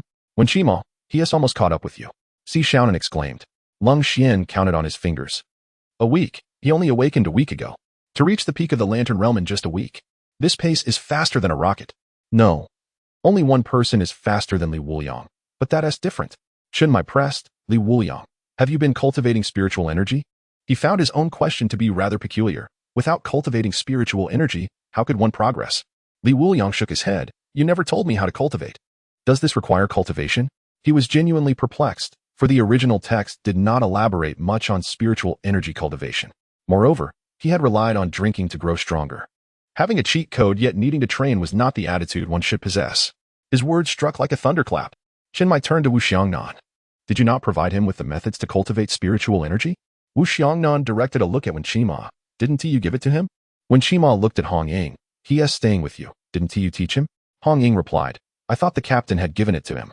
Caught in this entangled web, Lin Qiyee stood by, shaken. Though he lacked understanding. He could discern from the expressions of those around him that Wuliang had accomplished an unprecedented feat. Is Wuliang truly a genius? It is hard to fathom that a mere drunkard could possess such brilliance. Yet, he felt no envy. Rather, he was elated.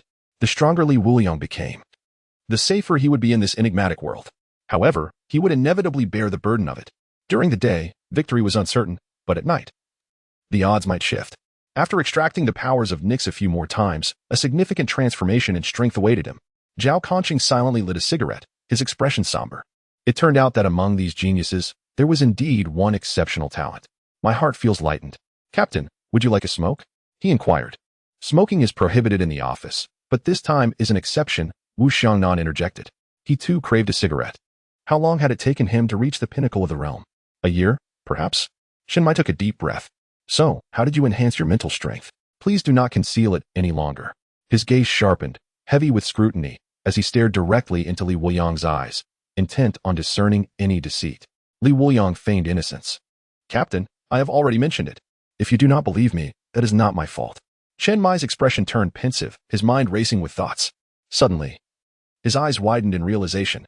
Could it be that you mean to say that drinking alcohol enhances your mental strength? Wuliang nodded with a smile. Indeed. Who among the respectable would train? It is through drinking that one grows stronger.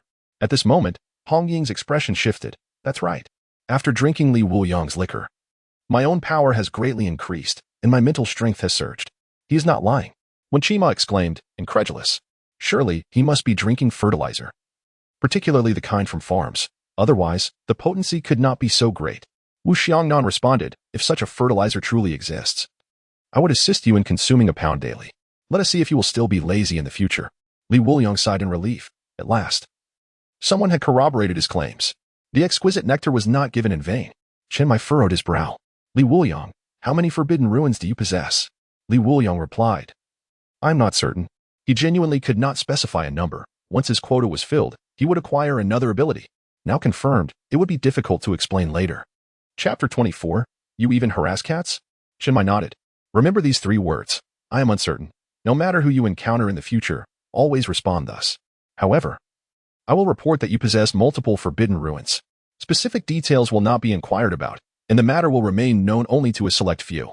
Should anyone insist on your disclosure, you may draw your sword. That individual is certainly not a trusted comrade. This was also a reminder for Wuliang. Among the Night Watchers, there existed certain secrets that need not be spoken unless in dire circumstances. The stronger Wuliang became, the more significant the precautions taken. He glanced at Lin Qiyee, the divine agent of Michael. Once they both matured, the great Xia would face no troubles. Chenmai continued, all right, you may return for now. I will endeavor to gather some precious liquor for Wuliang. Wasting time on training is less effective than indulging in drink. Longxian. drive Xiaonan and Wuliang back to the villa, and bring along 2 cases of Maotai. Xiaonan, keep a close watch on Li Wuliang. 2 bottles before bed, and 1 more in the morning. As he spoke, he found the absurdity of it all amusing. But then again, Li Wuliang was indeed a ridiculous person. So it seemed reasonable. He could only accept the situation with resignation. Lin Qiyee, meanwhile, awaited Wu Xiangnan's return, casting a resentful glance at Li Wuliang as he exited.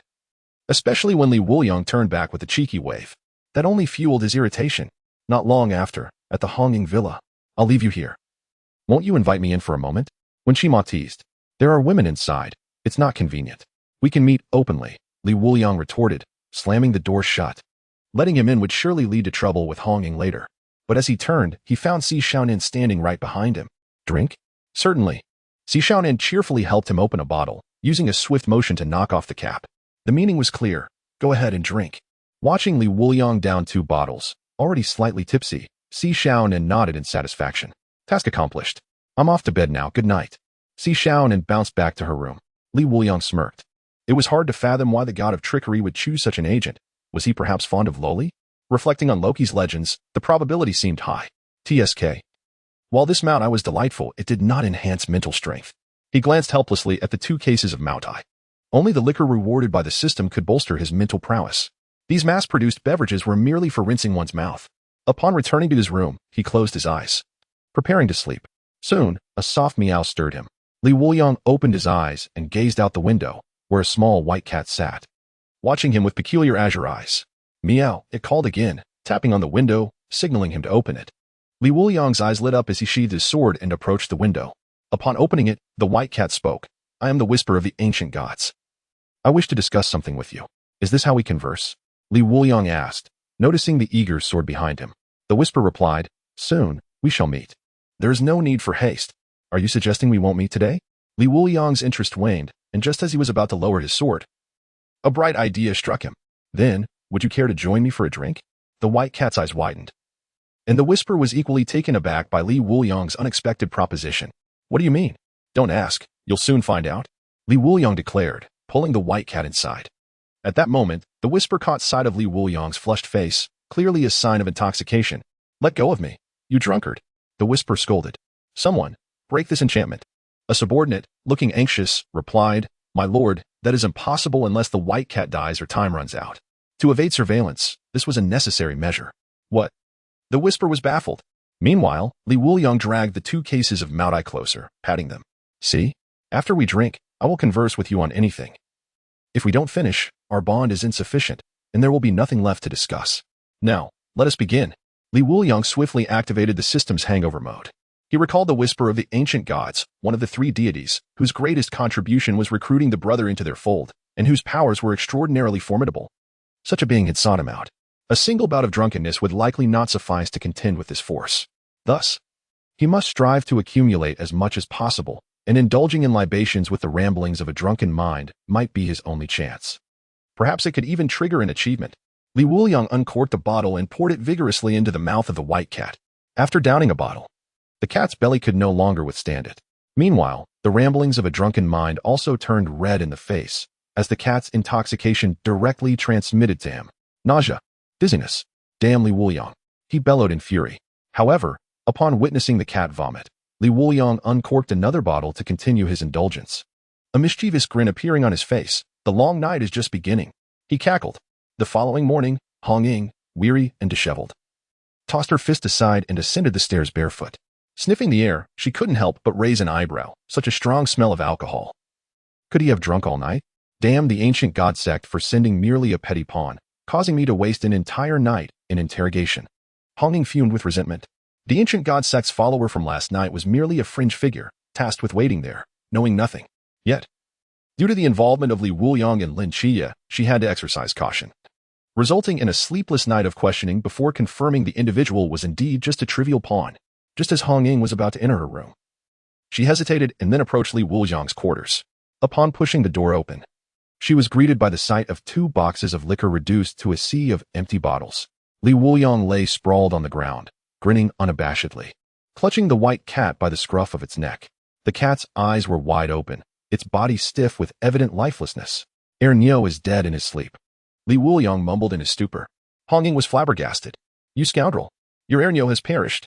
With that, she delivered a kick to Li Wuliang's face, leaving a vivid red imprint. Li Wuliang awoke with a start.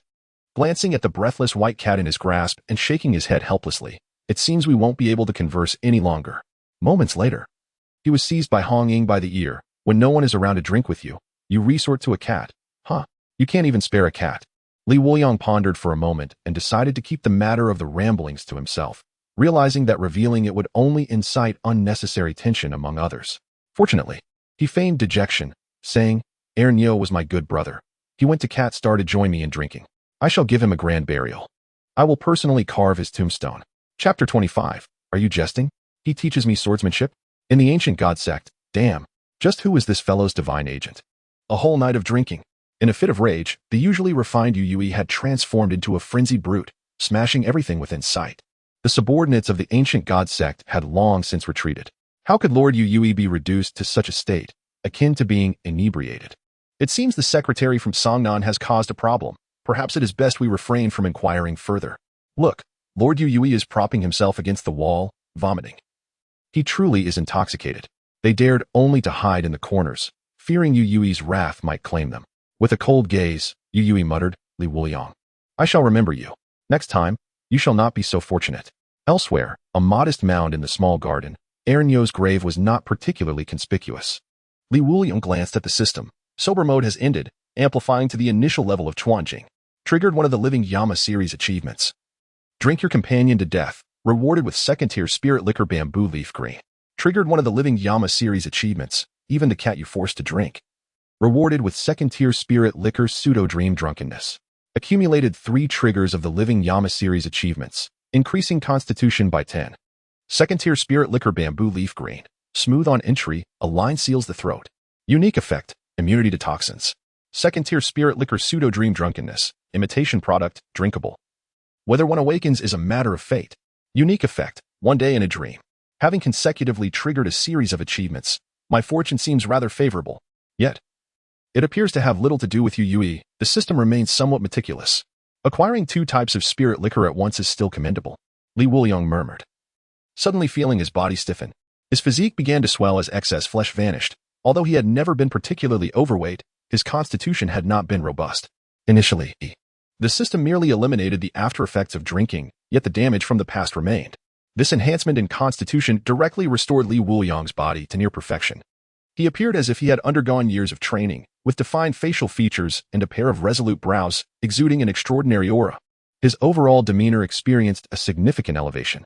Previously, one could distinguish between Lin Qiyee and Li Wuliang's appearances, but now, such comparisons were unnecessary. Li Wuliang stood unrivaled. Shortly after, as Li Wuliang entered the office, he greeted everyone with a cheerful, good morning, responded warmly. When Qiyee inspected the equipment, casually glancing over, then abruptly halted. Eyes wide with astonishment, he rushed over and grasped Li Wuliang's arms, scrutinizing him closely. Li Wuliang, you look different. Upon hearing this, everyone immediately turned their attention to Li Wuliang, their expressions shifting dramatically. All were astonished by Li Wuliang's enhanced looks, except for Wu Xiangnan and Chen Mai, who exchanged glances. Did you drink all night again? Chen Mai inquired. Li Wuliang nodded with a grin. Indeed, 2 boxes of liquor are already gone. Chen Mai nodded, then grabbed some more. A bit extra, let Wen Qiyee assist you. Though his expression remained unchanged, his heart raced with excitement. In his astonishment, Chen Mai continued, by the way, you haven't practiced with firearms yet, forget it. Long Xian, take Lin Qiyee to practice shooting. Li Wuliang, you shall take Zhao Kongcheng to practice swordsmanship. Zhao Kongcheng chuckled, great. I was just thinking about practicing with Li Wuliang. Wait, Captain, you must be mistaken. You want this kid to take me for sword practice? His expression gradually froze as he noticed Chen Mai's unwavering gaze, which indicated no error had been made. His swordsmanship is formidable, with him guiding you. Your blade skills will surely improve. Give it your all. Zhao Kongcheng, bewildered, pointed at himself. Me? All right then. Lang Xian promptly stood up and approached Lin Qiyee. Follow me. We're off to the shooting range. Li Wuliang smiled at Zhao Kongcheng. Fear not, while I may not be proficient in swordsmanship, I assure you I can teach you well. Trust me. Zhao Kongcheng looked perplexed, but with the captain's decision made, he had no choice but to comply. Shortly after, the first step in sword practice, invigorate the muscles and relax the tendons. Li Wuliang inquired, Zhao Kongcheng, are you ready? Ready. Zhao Kongcheng replied. Li Wuliang waved his hand. Sister Yao, add another hour. All right, little brother. The footbath girl cheerfully carried the basin away. Zhao Kongcheng's face was painted with embarrassment. Li Wuliang. Are you sure this is the first step? Li Wuliang impatiently turned. Is invigorating the muscles problematic? Not at all. Is relaxing the tendons problematic? Indeed, not at all. Then let us add another hour, shall we? With that, Li Wuliang promptly placed 2 slices of cucumber over his eyes. Very well. Zhao Kongcheng visited a foot massage parlor for the first time and noticed that Li Wuliang was no longer engaging him in conversation. He turned to chat with the young woman providing the service. Xiaolian, how old are you? He inquired. Brother, I am 18 this year, she replied. Why are you so young and working here? He asked. I have a gambling mother, a sick father, a brother who is about to marry, and a sister who is still in school. It's a hard life, she confessed, evoking Zhao Kongcheng's sympathy. If brother Zhao misses me in the future, just come for a foot massage. I know it's not easy for you to earn money. Xiaolian, won't he charge you extra for half an hour? You don't need to buy a membership card that requires a deposit of 2,000 for an extra 200. Let us get 2 cards, one for each of us. Zhao Kongcheng replied, immediately pulling out his phone to make the payment. As the two exited, Zhao Kongcheng waved goodbye to Xiaolian, feeling a sense of reluctance. Li Wuliang, observing the scene, felt a sense of disappointment. He had expected that bringing Lin Qiyee to a hotel of pleasure would yield some useful insights. But it seemed he had overestimated the situation. Wiping away a tear of emotion, Zhao Kongcheng asked, what is next? Let's unlock the dragon spine, Li Wuliang responded. Soon. On the sidewalk, a mother yelled, Mom, that uncle is lying on the ground, writhing around. Hurry up. Run. That's a pervert. Zhao Kongcheng buried his head low, afraid of being recognized. Wuliang, are you sure this will unlock the dragon spine? Of course. It will unleash the treasures within your body, which harbor immense energy. Li Wuliang said solemnly, taking a swig from a bottle of liquor. As Zhao Kongcheng attempted to unlock the dragon spine, Li Wuliang caught sight of a familiar face watching him from a distance. Turning to look, they exchanged astonished glances. Li Yifei, Li Wuliang, it's really you. Li Yifei exclaimed, rushing over. He was still in his school uniform, appearing as though he had skipped class. I was a bit scared last time and ran away. I'm sorry. I didn't dare to talk to Lin Qiyee about it afterward. I suspected you might have gone to that mysterious department. And it seems I was right. How is it? Interesting. Li Wuliang chuckled. It's just a past affair. I joined, but it lacks significance. Now, I teach him swordsmanship. He gestured towards Zhao Kongcheng, who was lying awkwardly on the ground. Chapter 26, you call the Qingyan sword technique basic? Li Yifei remarked. Since you're here, let us share a drink. This wine doesn't intoxicate. Li Yifei's expression changed as he sensed Li Wuliang's approach. He recalled the times he had been forced to drink by him, knowing it would never end well. I should get going. See you. Having been intoxicated by him before, he knew that once Li Wuliang started drinking, it would be endless. Watching Li Yifei flee, Li Wuliang felt a flicker of clarity amidst his foggy mind. Did I forget something? He pondered. What was it? Old Zhao, what did I forget? Suddenly, he noticed Zhao Kongcheng was nowhere to be found. A loud shout of Mom echoed from afar as a woman weighing about 300 pounds chased after Zhao Kongcheng, each step causing the ground to tremble. Uncle, don't run. You're the first man to fall at my feet. I will only marry you. It's a misunderstanding. It's all a misunderstanding. Zhao Kongcheng shouted back. What do you mean by misunderstanding? You're looking down on me. Think carefully before you speak, or I might just hang myself. No, please calm down. Upon spotting Li Wuliang, Zhao Kongcheng cried out for help. Wuliang, save me. The moment he shouted, the woman abruptly turned her attention towards Li Wuliang. Wow, what a handsome young man. But I already have true love. Li Wuliang quickly wiped the astonishment from his face. I wish you happiness. Just remember to invite me to your wedding. With that, he turned and fled. The woman stomped her foot, displaying a look of resignation. I've let another young man down. I'm truly wicked. Uncle, don't worry. I will treat you well. I want to be fickle. Not long after, in a patch of grass, Zhao Kongcheng cautiously emerged, ensuring the coast was clear before stepping out. A bottle of liquor was placed on his lap. Have some. Li Wuliang offered. Zhao Kongcheng, on the verge of tears, replied, Wuliang, I suspect you're playing me.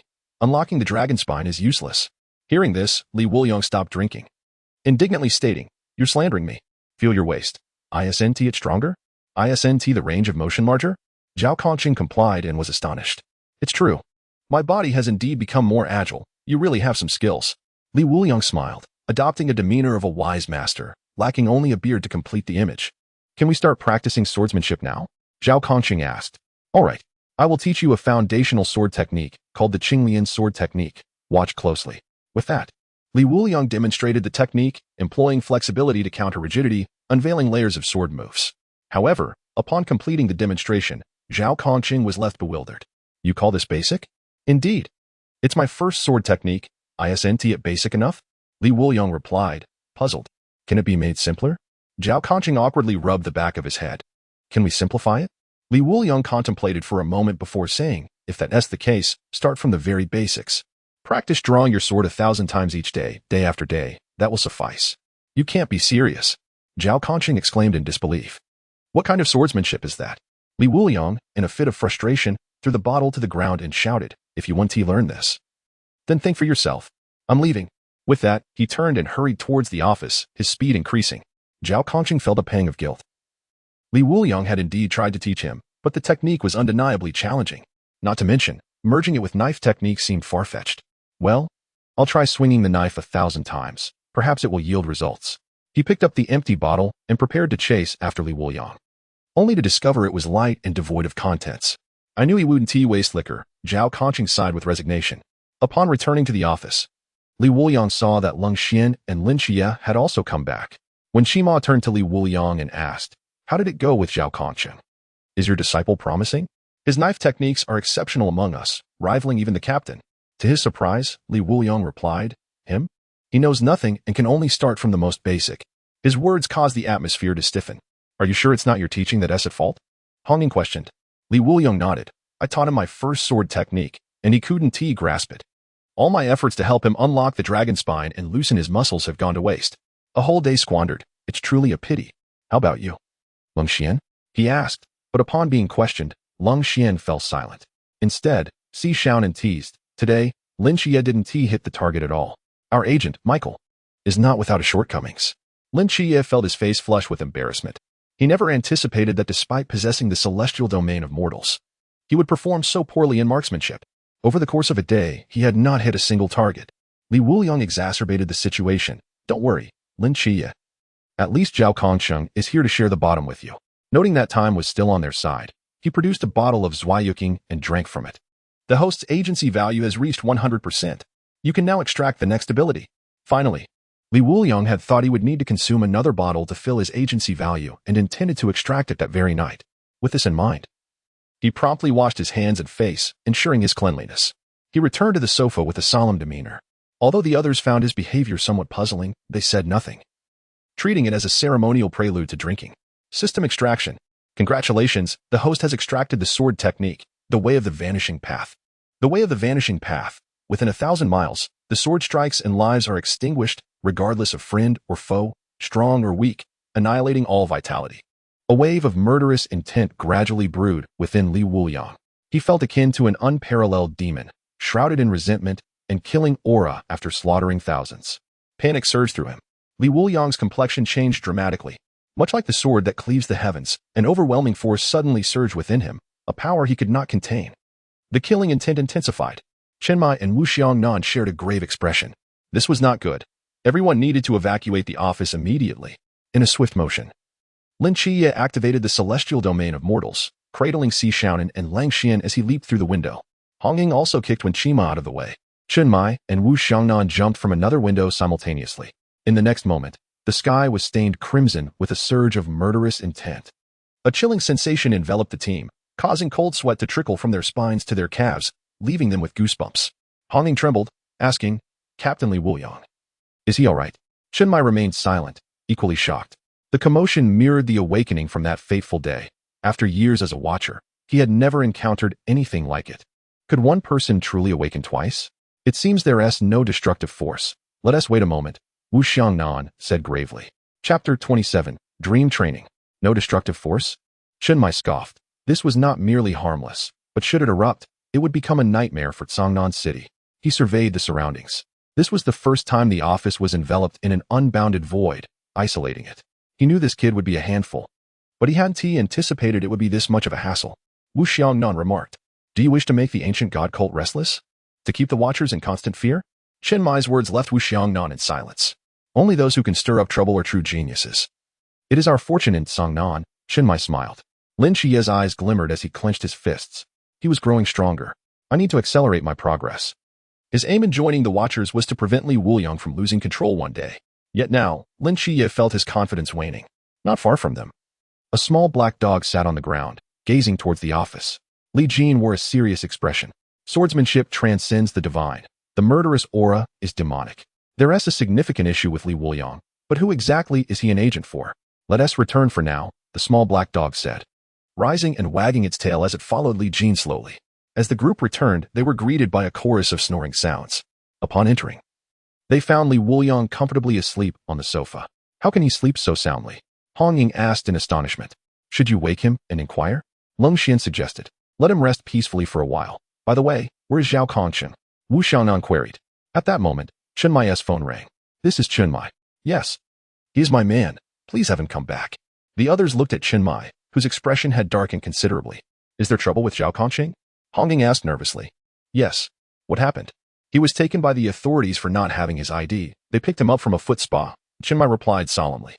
A hush fell over the room. Si Shaona remarked, Kongcheng must be feeling lonely. I trust he wouldn't do anything inappropriate. Probably. Wu Xiangnan added. He better have a reasonable explanation. Before long, Zhao Kongcheng returned to the office, and after explaining himself, everyone turned their gaze to Li Wuliang. It turned out he was the root cause. Hong Ying inquired, Qiyue, did he often visit foot spas before? Lin Qiyee, puzzled, asked, what is a foot spa? Si Shaoran explained, it's where pretty girls massage your feet, caress your body, and give you hugs. When Qima sighed, don't ask him. He wouldn't have known before. Yet, Lin Qiyee nodded thoughtfully. Every time he got drunk, he would take me for foot massages. So that's what a foot spa is. The ladies were very kind. They always gave me an extra half hour. Everyone? It seems Li Wuliang had long since ceased to be human. When Qima trembled, covering his head, why? Why don't I have such a good brother? Lin Qiyee. I envy you. Lin Qiyee replied. He said it was to promote blood circulation. I genuinely felt it was effective. Chen Mai and Wu Xiangnan were speechless. Their feelings towards Li Wuliang were a mixture of love and hate, reaching a peak. At that moment, Zhao Kongcheng said, don't underestimate it. After practicing with him all day, I actually feel quite good. I feel much more relaxed, and I think I look more handsome. My sword speed has improved. Then please allow me to continue this practice, Zhao Kongcheng requested. Chen Mai nodded, I approve. Immediately, Wu Xiangnan distanced himself from Chen Mai, bewildered by this side of his captain, who could agree to such a thing. As long as it doesn't harm Sangnan, a little relaxation is beneficial. But don't overdo it, Chen Mai warned. Zhao Kongcheng raised his hand in assurance, I promise. Then I'll take my leave. What are you going to do? Wu Xiangnan asked, perplexed. Daily sword practice 1,000 times. Wuliang had me swing my sword 1,000 times, but I feel more accustomed to using a knife. It might yield surprising results. Zhao Kongcheng smiled. Upon hearing this, the others' eyes lit up. Perhaps such a simple method was something they could also accomplish. Hong Ying exclaimed. I'll give it a try too. Si Shaonan, Lung Xian, and Wen Qima echoed. We'll join as well. Meanwhile, Li Wuliang, still dreaming, found himself in an unfamiliar place. The sky was shrouded in dark clouds. The evening sky painted blood red by the sunset. The ground was littered with corpses. A figure wielding a sword sat atop a massive stone, drenched in blood. Care for a sip? He asked without turning, merely placing a wine jug aside for Li Wuliang to take. Li Wuliang approached at once, drinking deeply. The liquid, devoid of flavor, was merely water. What should I drink? Li Wuliang asked, perplexed. The other party stood up, gazing at him. The sword technique vanishing tracks and footprints is mine. Your murderous intent is insufficient to wield it. Consider this a special training session. As soon as he finished speaking, those lying on the ground began to rise, many bearing grievous wounds. Li Wuliang was taken aback. You can't be suggesting I kill again, can you? The man remained silent, merely handing his sword to Li Wuliang. Facing the multitude of enemies, Li Wuliang felt a chill run down his spine. He exhaled deeply. Let us give it a try then. Outside, someone exclaimed, Captain, look. Li Wuliang's hand is cramping as he wields the sword. Is he practicing swordplay in his dreams? Wu Xiangnan gasped in disbelief. Though it defies logic, it's the truth. All of Wuliang's sword skills are honed in his dreams, Chen Mai remarked softly. Wu Xiangnan was left in a daze. He has once again surpassed my expectations. Captain, I have a question, Wu Xiangnan ventured. Go ahead, Chen Mai replied. Did you lose yesterday? Chen Mai nodded without a word, though reluctant to admit it. He had indeed lost, disastrously, when relying solely on skill without the use of mental power. After Li Wuliang became intoxicated, he had not managed to disarm Li Wuliang. Rather, his weapon had been sent flying repeatedly. The more he drank, the faster I was defeated. My weapon was knocked away over 100 times. I know you have your reservations about him, but try to be a bit more lenient. He is different from others. Imposing strict rules will only drive him further away.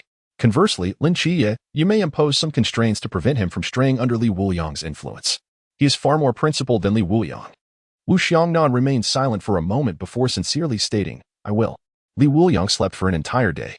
When Honging returned from outside and saw him still asleep, she teased his nose with a feather. At that moment, Chenmai entered. Everyone, prepare yourselves, a mysterious event has occurred. Lin Qiyee paused. Should we wake Li Wuliang? Chenmai shook his head. It seems unnecessary for now. We can manage without him. Come in, kid, he beckoned. A familiar face to Lin Qiyee stealthily entered. Li Yifei? His eyes lit up. Lin Qiyee, I ran into Li Wuliang earlier, and he mentioned you all were here. It's true. Let us get to the point. Chenmai urged. Li Yifei snapped back to attention. Last night, I saw Lu Xiaoyan open her mouth wide. Chapter 28. The Nanda Serpent Demon. Chenmai and Wu Xiangnan's expressions darkened. Based on Li Yifei's account, they uncovered information about this mysterious entity, the Nanda Serpent Demon. Soon, when Shima presented the details of the Nanda Serpent Demon, come take a look, is this it? Li Yifei nodded vigorously. Yes, that's it. It swallowed the director whole. I thought that old bald man had found fortune, but it turned out to be the demon's dinner. However, discovering the actual entity only worsened everyone's expressions. Wu Xiangnan stated gravely, if I'm not mistaken, the Nanda Serpent Demon has been breeding for some time. As for the current number of offspring, no one knows. Moreover, the Nanda Serpent Demon is a mysterious creature of the Pool Realm. Lin Qiyee, you will provide support this time. The main forces will be Honging and Xiaonan. Lin Qiyee nodded. Understood. Li Yifei exclaimed, I don't understand. What do you mean it has been breeding for some time? Xiaonan clarified, it means your classmates, teachers, crushes, and beautiful female classmates might have already become offspring of the Nanda Serpent Demon. Is that clear enough? Li Yifei looked horrified. What should I do then? Doesn't that mean there are serpent demon offspring everywhere outside? Xiaonan reassured him, don't worry. If it were truly serious, the Harbinger Crow would squawk. It always calls out when facing great calamity. Since it has made a sound, there is likely no immediate danger. Honging cast a sidelong glance at the sleeping Li Wuliang. When Li Wuliang awakened, the captain had checked with the Harbinger Crow. Its silence prompted Zhao Kongcheng to make contact. Chenmai immediately added, we will split into two groups.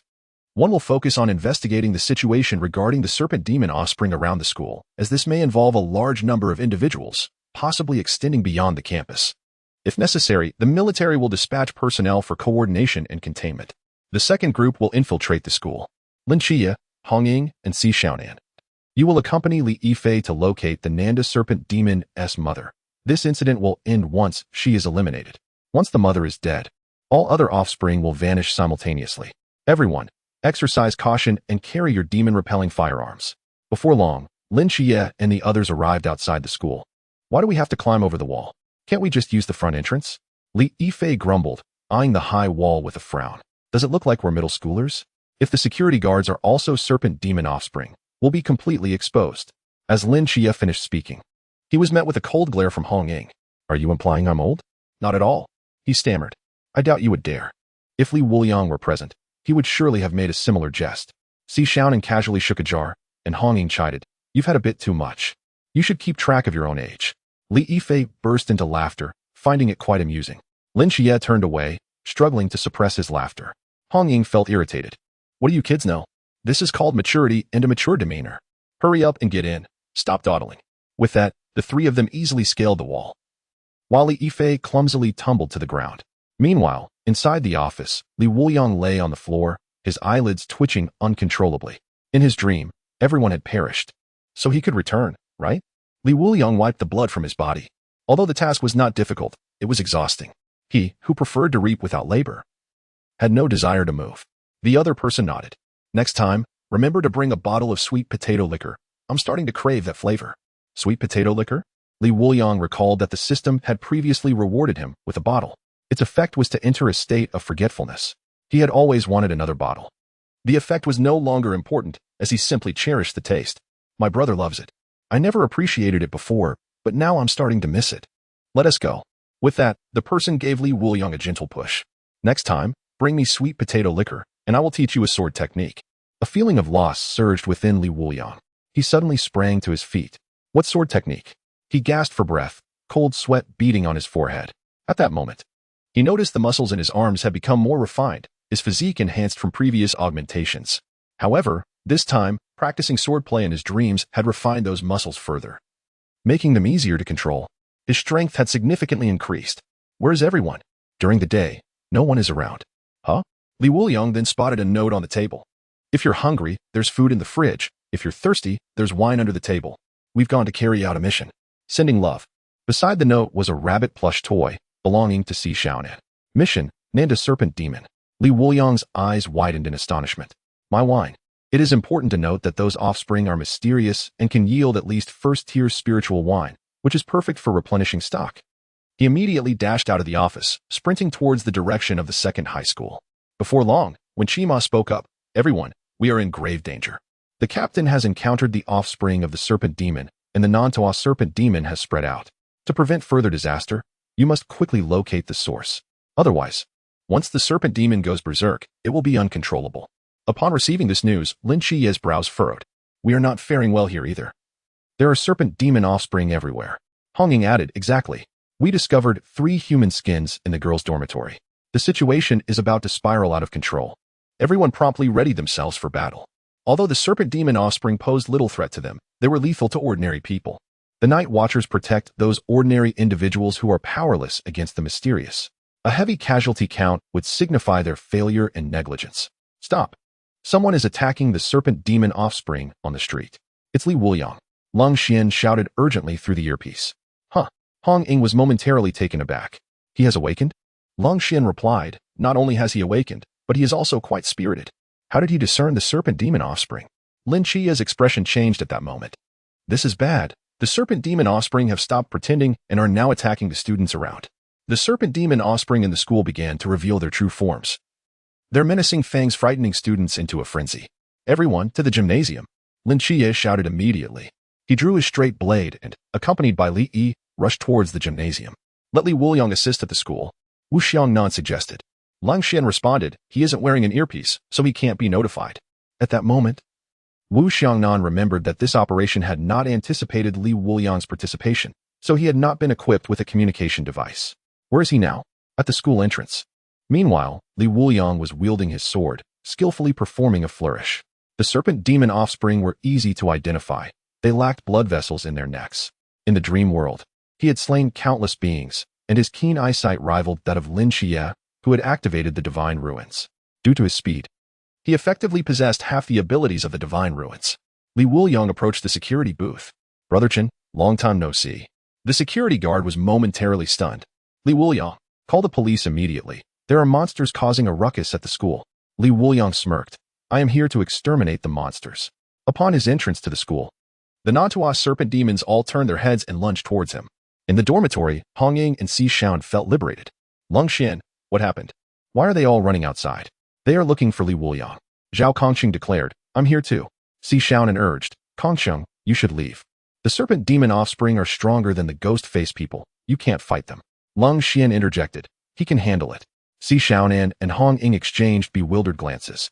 At that moment, Zhao Kongcheng, wielding a straight blade, swiftly approached the serpent demon offspring and cleaved one in half. He had truly grown stronger. Soon, more serpent demon offspring began to surround Zhao Kongcheng and Li Wuliang. Li Wuliang's heart raced. Kongcheng, step aside. These are all mine. Wuliang, let me have a taste of the action. I've been itching for a fight these past few days. No way. Don't be greedy. I'll just take a few. Zhao Kongcheng was visibly excited, as if on a high. However, despite his enthusiasm, his body struggled to keep up, and after dispatching 3 serpent demon offspring, he began to tire. Li Wuliang watched this scene in disbelief. An ordinary person shouldn't be pretending. You've only been training for a few days. Luckily, he still managed to show off. Lung Xian was utterly astonished. It's like he is cutting through vegetables. Is Li Wuliang truly at the threshold? He wanted to provide support, but had no opportunity, merely observing from a distance. At that moment, Zhao Kongcheng tossed his earpiece to Li Wuliang. Put this on. Chenmai instructed, Wuliang, immediately locate the non-Toa serpent demon source. Resolving this crisis will alleviate the situation. Li Wuliang replied, What? Find the source. Li Wuliang exclaimed. The earpiece is broken. Speak again later. He was currently in the throes of battle, reveling in the bountiful stock. Everyone, I'll try a new move. Stay back. Li Wuliang was eager to test the technique vanishing footprints of 1,000 paths. Unlike a blade to split the heavens, this technique had a vast range, sufficient to eliminate all the non-Toa serpent demon offspring. At that moment, Chenmai's phone suddenly rang, and upon seeing the image transmitted to his device, his pupils constricted. The harbinger of calamity had cried out. A great disaster was about to befall Congnan. Wu Xiangnan's expression changed dramatically. When the harbinger of calamity cries out, it signifies a crisis that necessitates the summoning of a special team to address. The greater the disaster, the louder its call. Suddenly, a surge of murderous intent erupted from the direction of the second high school. Chen Mai's expression stiffened. Li Wuliang, stop this instant. Huh. Li Wuliang was taken aback, but quickly sheathed his sword. What happened, Captain? Chen Mai glanced at his phone. The harbinger of calamity had fallen silent, standing benignly on its perch. It is indeed you. Wu Xiangnan's expression grew peculiar. Captain, could it be because of him? Chen Mai nodded. That new move of his likely does not distinguish between friend and foe, posing a catastrophic threat to Congnan City. Wu Xiangnan rubbed his temples. If Li Wuliang, merely at the threshold, can create such a commotion, I can't imagine the consequences should his realm advance. With him in Daxia, I truly wonder whether it is a blessing or a curse. Chen Mai admonished. Li Wuliang, this new move is henceforth forbidden in the city. Ensure there are no teammates nearby, only enemies. Do you understand? Li Wuliang replied. I drank too much and forgot this move does not distinguish friend from foe. I promise it won't happen again. Meanwhile, Zhao Kongcheng's face had turned pale, his legs trembling. Wuliang, let us take it easy in the future. I still wish to become a general, I beg you. Li Wuliang wore an expression of guilt. I understand. Don't worry, it won't happen again. He sighed quietly. This move had to be set aside for now. It truly was not suitable for use in the city. Being invincible is so lonely. Before long, Li Wuliang had completely cleared the Nantua serpent demon offspring. The host has slain 67 serpent demon offspring, receiving rewards: 62 bottles of first-tier spiritual wine, peach blossom brew, 2 bottles of first-tier spiritual wine, sweet potato brew, and 3 bottles of first-tier spiritual wine, serpent gall essence. First-tier spiritual wine. Serpent gall essence. The best drink for serpent catchers. 1 sip sends all snakes retreating. Unique effect. Instills fear in serpentine creatures. 67 bottles. Plus 2 new wines. This stock is abundant.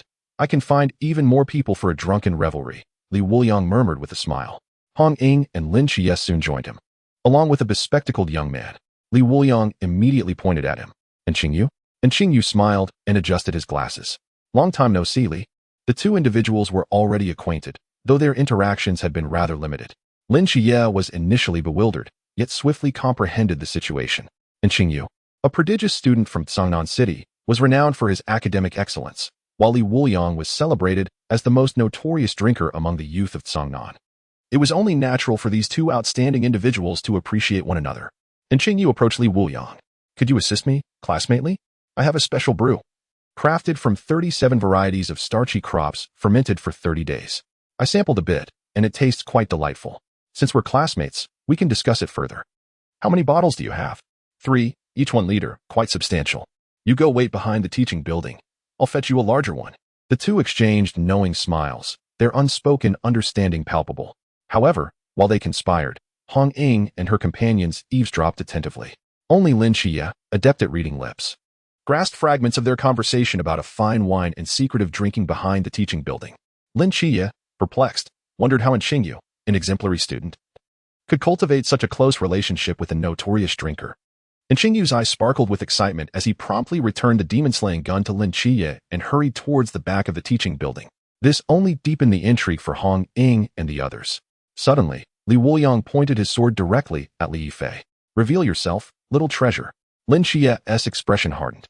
Li Wuliang, have you had too much to drink again? Hong Ying and Xiaoan mirrored his surprise. Wuliang, he is not a descendant of the serpent demon. Lin Qiyee has confirmed it. Have you ever shot at him? The gravity of this question shifted the atmosphere, as the answer was indeed negative. Lin Qiyee swiftly turned to Li Yifei, aiming his gun at his head. If you are truly human, this shot will have no effect. Li Yifei trembled in fear, exclaiming, I am not that kind of monster. If I were, would I report myself? You must believe me. Yet, in the next moment, Lin Qiyee fired without a hint of hesitation. To everyone's astonishment, Li Yifei's body transformed, revealing the true form of the Nanda serpent demon.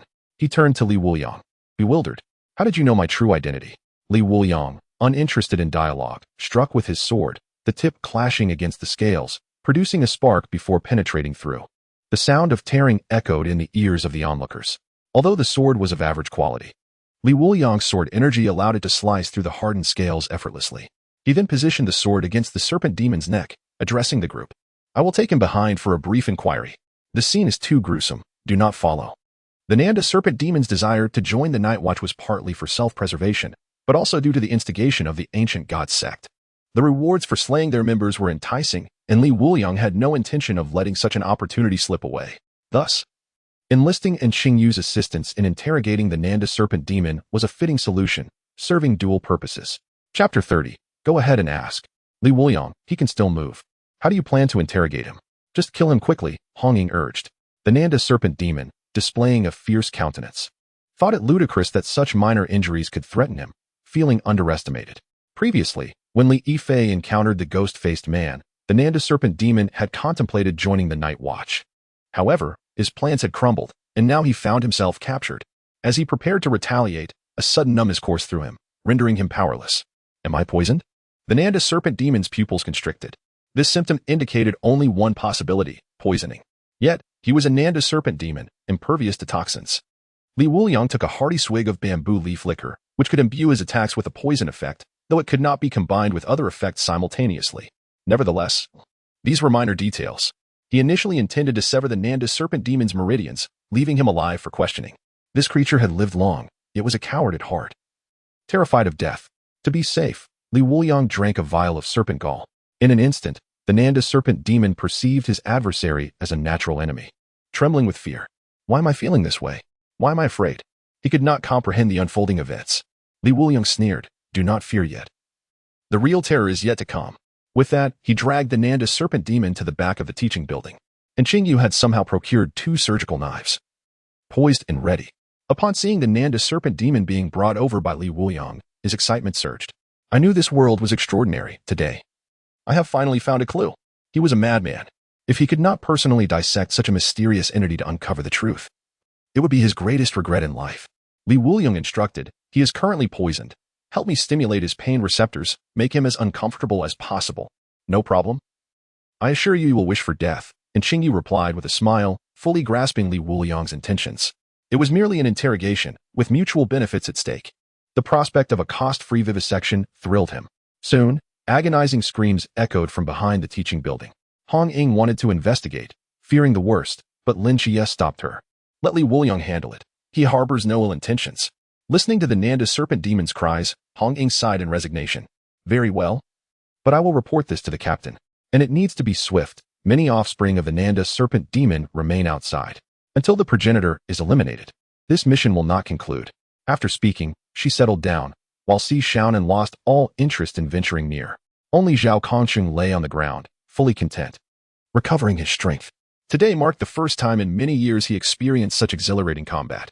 Previously, whenever he attempted to engage, Honging and the others would seize the opportunity, leaving him with scant chances for battle. Zhao Kongcheng understood he was not exceptional, merely a slightly stronger ordinary person.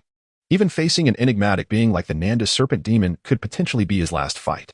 Honging and Lin Qiyee, fearing loss, preferred to act aggressively rather than risk falling into peril. Yet he took out his badge, gazing at its inscription with a smile. I have made significant progress. Behind the teaching building, will you speak? If not, Qiyue, can you intensify your efforts? Qiyue rolled up his sleeves, unyielding. It can't be. I am targeting the most sensitive meridians. He must yield. Truly, the mysterious entity exhibited extraordinary endurance. 1 minute later, can you speak now? Wuliang grasped the Nanda serpent demon's mouth, demanding fiercely. He took another swig, then shouted, Qiyue. Understanding, Qiyue prepared for another attempt. Let me think. As Qiyue's words hung in the air, her eyes glistening with tears, she seized the neck of the Nanda serpent demon with fervor. Why are you so obstinate? Are you provoking me? Yet, the Nanda serpent demon, as if draining the last vestiges of its strength, bellowed, You must ask. With that, it collapsed like a puddle of mud.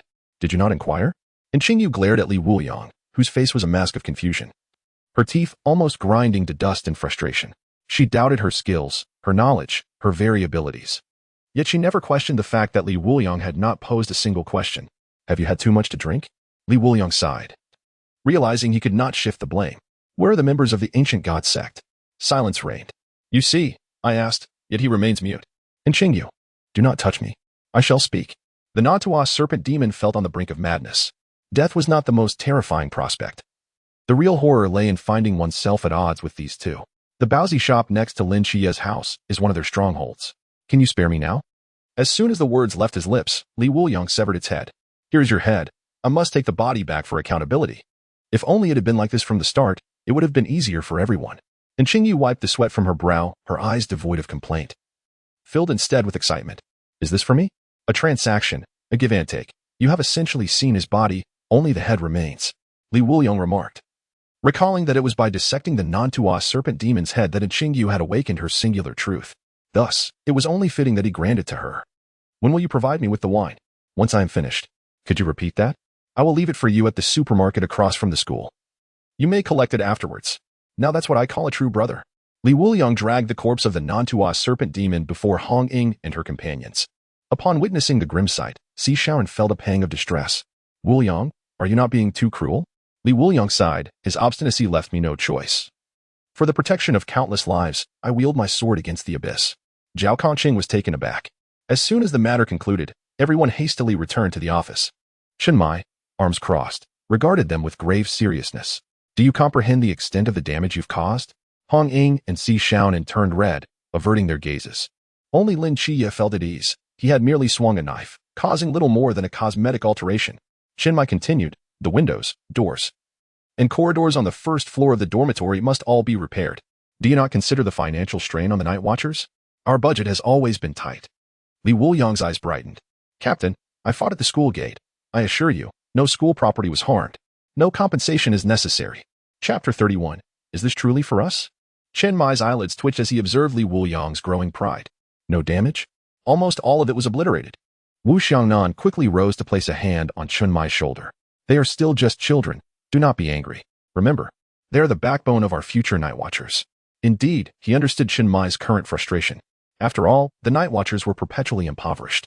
Funding was perpetually scarce. And after each encounter, repairs were required, even for damage caused by the mysterious. No matter how substantial the funding, it could not withstand such depletion. The underlying issue was the desire to instill a sense of restraint in them. Many times today, members of the team nearly harmed innocent bystanders. It was unimaginable that, had Wuliang not intervened today, the non-Tuo serpent demon might have wreaked even greater havoc. At that point, fines would be the least of their concerns. Where's Zhao Kongcheng? Chenmai inquired. He went to practice his sword. When he returns, he will be invigorated, wielding his blade. Then what are you all doing here? Go practice. The group dispersed, leaving only Wuliang standing idly. However, Chenmai intended to keep him behind for a question. How many forbidden ruins do you possess? Currently, 2. Wuliang replied, somewhat helpless. He had gained 2 additional abilities, fire enchantment and poison enchantment, along with 2 extraordinary sword techniques. Thus, he found it difficult to assess. After all, some individuals did not even possess a single fire enchantment, such as Zhao Kongcheng. If counted, his 2 abilities could indeed be considered forbidden ruins. Chenmai's expression darkened. I suspect you may possess more than just 2. Never mind, I shall not pursue this matter further. He rubbed his temples. In any case, the technique you employed at school today should not be used lightly. Your world extends beyond Songnan. Lin Qiyee, like you, will one day have his own unique team. I hope that when the time comes for your assistance, you do not refuse. Now go and rest. Wuliang's expression grew slightly more serious. Rest assured. When the wine arrives, the people will follow. Be gone. As the group engaged in training, Wuliang, with a bottle of wine in hand, made his way to the shooting range. Lung Xian had ceased paying attention to Lin Qiyee, realizing that Lin Qiyee was simply not cut out for shooting. He could only rely on daily practice to hone his skills. Now, at least, he could hit the target with a machine gun, which was a commendable achievement. Upon seeing Wuliang arrive, Lung Xian was somewhat surprised. Wuliang, would you like to give it a try? I do not require it. The demon-slaying gun was the most commonly employed weapon by the Night Watchers, capable of inflicting long-range damage and disruption, particularly effective against the mysterious. Lung Xian explained. Yet, Wuliang shook his head resolutely. But I lack for ranged attacks. You wield a sword. How can you claim to lack ranged attacks? Do you intend to run up to distant mysteries? Upon uttering this, he suddenly froze. It appeared that Wuliang indeed could. His speed in the sewers had surpassed all expectations. Although that had been facilitated by the terrain, it was still impressive. Your speed is undeniably remarkable, however. I advise you to practice. You are about to head to the training camp, where there will be shooting drills. Lung Xian cautioned. Wuliang, feeling helpless, shook his head and approached Lin Qiyee. What are you doing? Practicing my aim. As he spoke, a powerful sword intent erupted from him. The blade flashed. The target ahead was instantly cleaved in 2. What?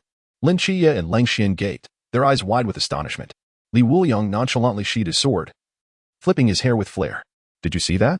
Practicing shooting holds no significance for me. He patted Lin Qiyee on the shoulder. Demon-slaying gun? I possess sword energy. Study well, it is all part of the craft. With that, he strode away. Time passed. Tomorrow, you shall head to the capital. Today, go purchase some supplies. And I will reimburse you, Chenmai announced. Each year, the training for the Night Watchers took place at the training camp in the capital. In the blink of an eye, the two had already joined the Night's Watch for a month. Watching them leave evokes a sense of reluctance, yet such experiences are essential. Emerging from the training camp, they will evolve into competent members of the Night's Watch. Perhaps they will even intersect with their future squad mates. The path lies beneath their feet, and it is time for them to embark on it. Hongying and Xiaonan, please take them, Wu Xiangnan instructed. Upon hearing the prospect of shopping, the eyes of the two women sparkled with excitement. We will ensure the task is accomplished. We will select the best items for them. Hiss. Lin Qiyee felt a sense of foreboding as he observed their enthusiasm. Shopping with women? That was a test of stamina, courage, endurance, and intellect. Especially when accompanying these two. They had spent most of their time executing missions for the Night's Watch, and any spare time was spent training. Opportunities for leisure were scarce. Now, venturing into the realm of shopping felt akin to a wolf entering a sheepfold. It was a race to seize the moment, regardless of its utility. This would undoubtedly be a prolonged battle. In contrast, Li Wuliang appeared to be well prepared, producing a backpack filled with specialty liquor. Chenmai was greatly moved. Li Wuliang, you need not save for us. You should join us for shopping, purchase some daily necessities and a couple of outfits. You're starting to smell pickled. However, Li Wuliang's expression turned peculiar. Captain, I never said I wouldn't go. This is merely my sustenance for today, a shopping excursion. The 60 bottles in the system have dwindled to 20 in the past half-month, and I dare not indulge further. The ancient cult stronghold of the Nantua serpent demon was now abandoned, with no members of the ancient cult captured. Especially during this quiet period, restocking proved impossible. The situation was even more dire at the training camp, where enemies seldom revealed themselves, while defeating divine agents and the owners of the forbidden ruins could yield rewards. He would not jeopardize Hongying and the others for a few bottles of liquor. He was not so foolish. If he were to contend with the captain, one side would inevitably suffer severe losses. Thus, he was left with no choice but to economize and quench his thirst with specialty liquor. Chenmai bit down hard in frustration. Wu Xiangnan quickly intervened. You two, hurry along. Li Wuliang slung his small pack over his shoulder and dashed outside, with Hongying and the others closely following. Upon stepping outside, Hongying and Si Xiaonan transformed, shedding their identities as Life and Death Night's Watch members to become enchanting maidens, lingering at various stalls. Wow, Hongying, look at this little bear, it's adorable. I believe Qiyue would greatly appreciate having this bear to sleep with. Let us buy it, Si Xiaonan exclaimed. And this bear appears to be a pair, let us get one for Li Wuliang as well, Hongying added. Xiaonan, come quickly and check out this dress. Do you think it would look better on Wuliang or Qiyue? Lin Qiyee buried his face in his hands, unable to bear the sight. Li Wuliang, aren't you going to say anything? Lin Qiyee inquired. After taking a couple of swigs of liquor, Li Wuliang replied. What is there to say? As if it would end up in your hands anyway. We can just buy a 3-in-1 sulfur soap for ourselves later. What 3-in-1? For washing hair, face, and body. Impressive. Chapter 32. Whose enchanting creature is this? So, their purchases of toiletries were not for us. Don't speak, just follow along. Trust me, no one knows better than I do. All right, Lin Qiyee sighed, eager to wrap things up and return for some rest. 2 hours of shopping left him more exhausted than 2 days of training, especially since Li Wuliang was still drinking, making him carry all their purchases, citing concerns of losing them. As evening fell, the four returned to the villa.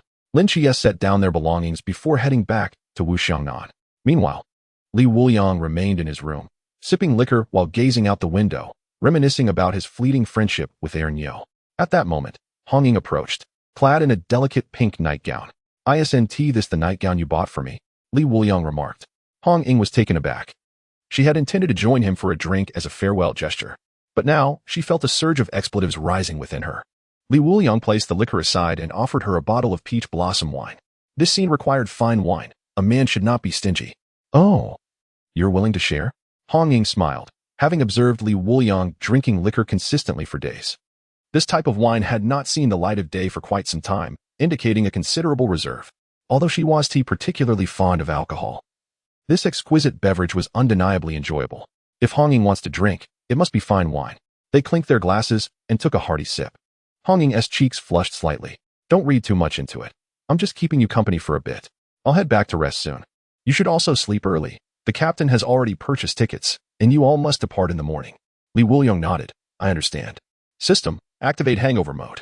Time passed. And the following morning, Xiaonan, admiring her new clothes in the mirror, thought, wow, these look fabulous.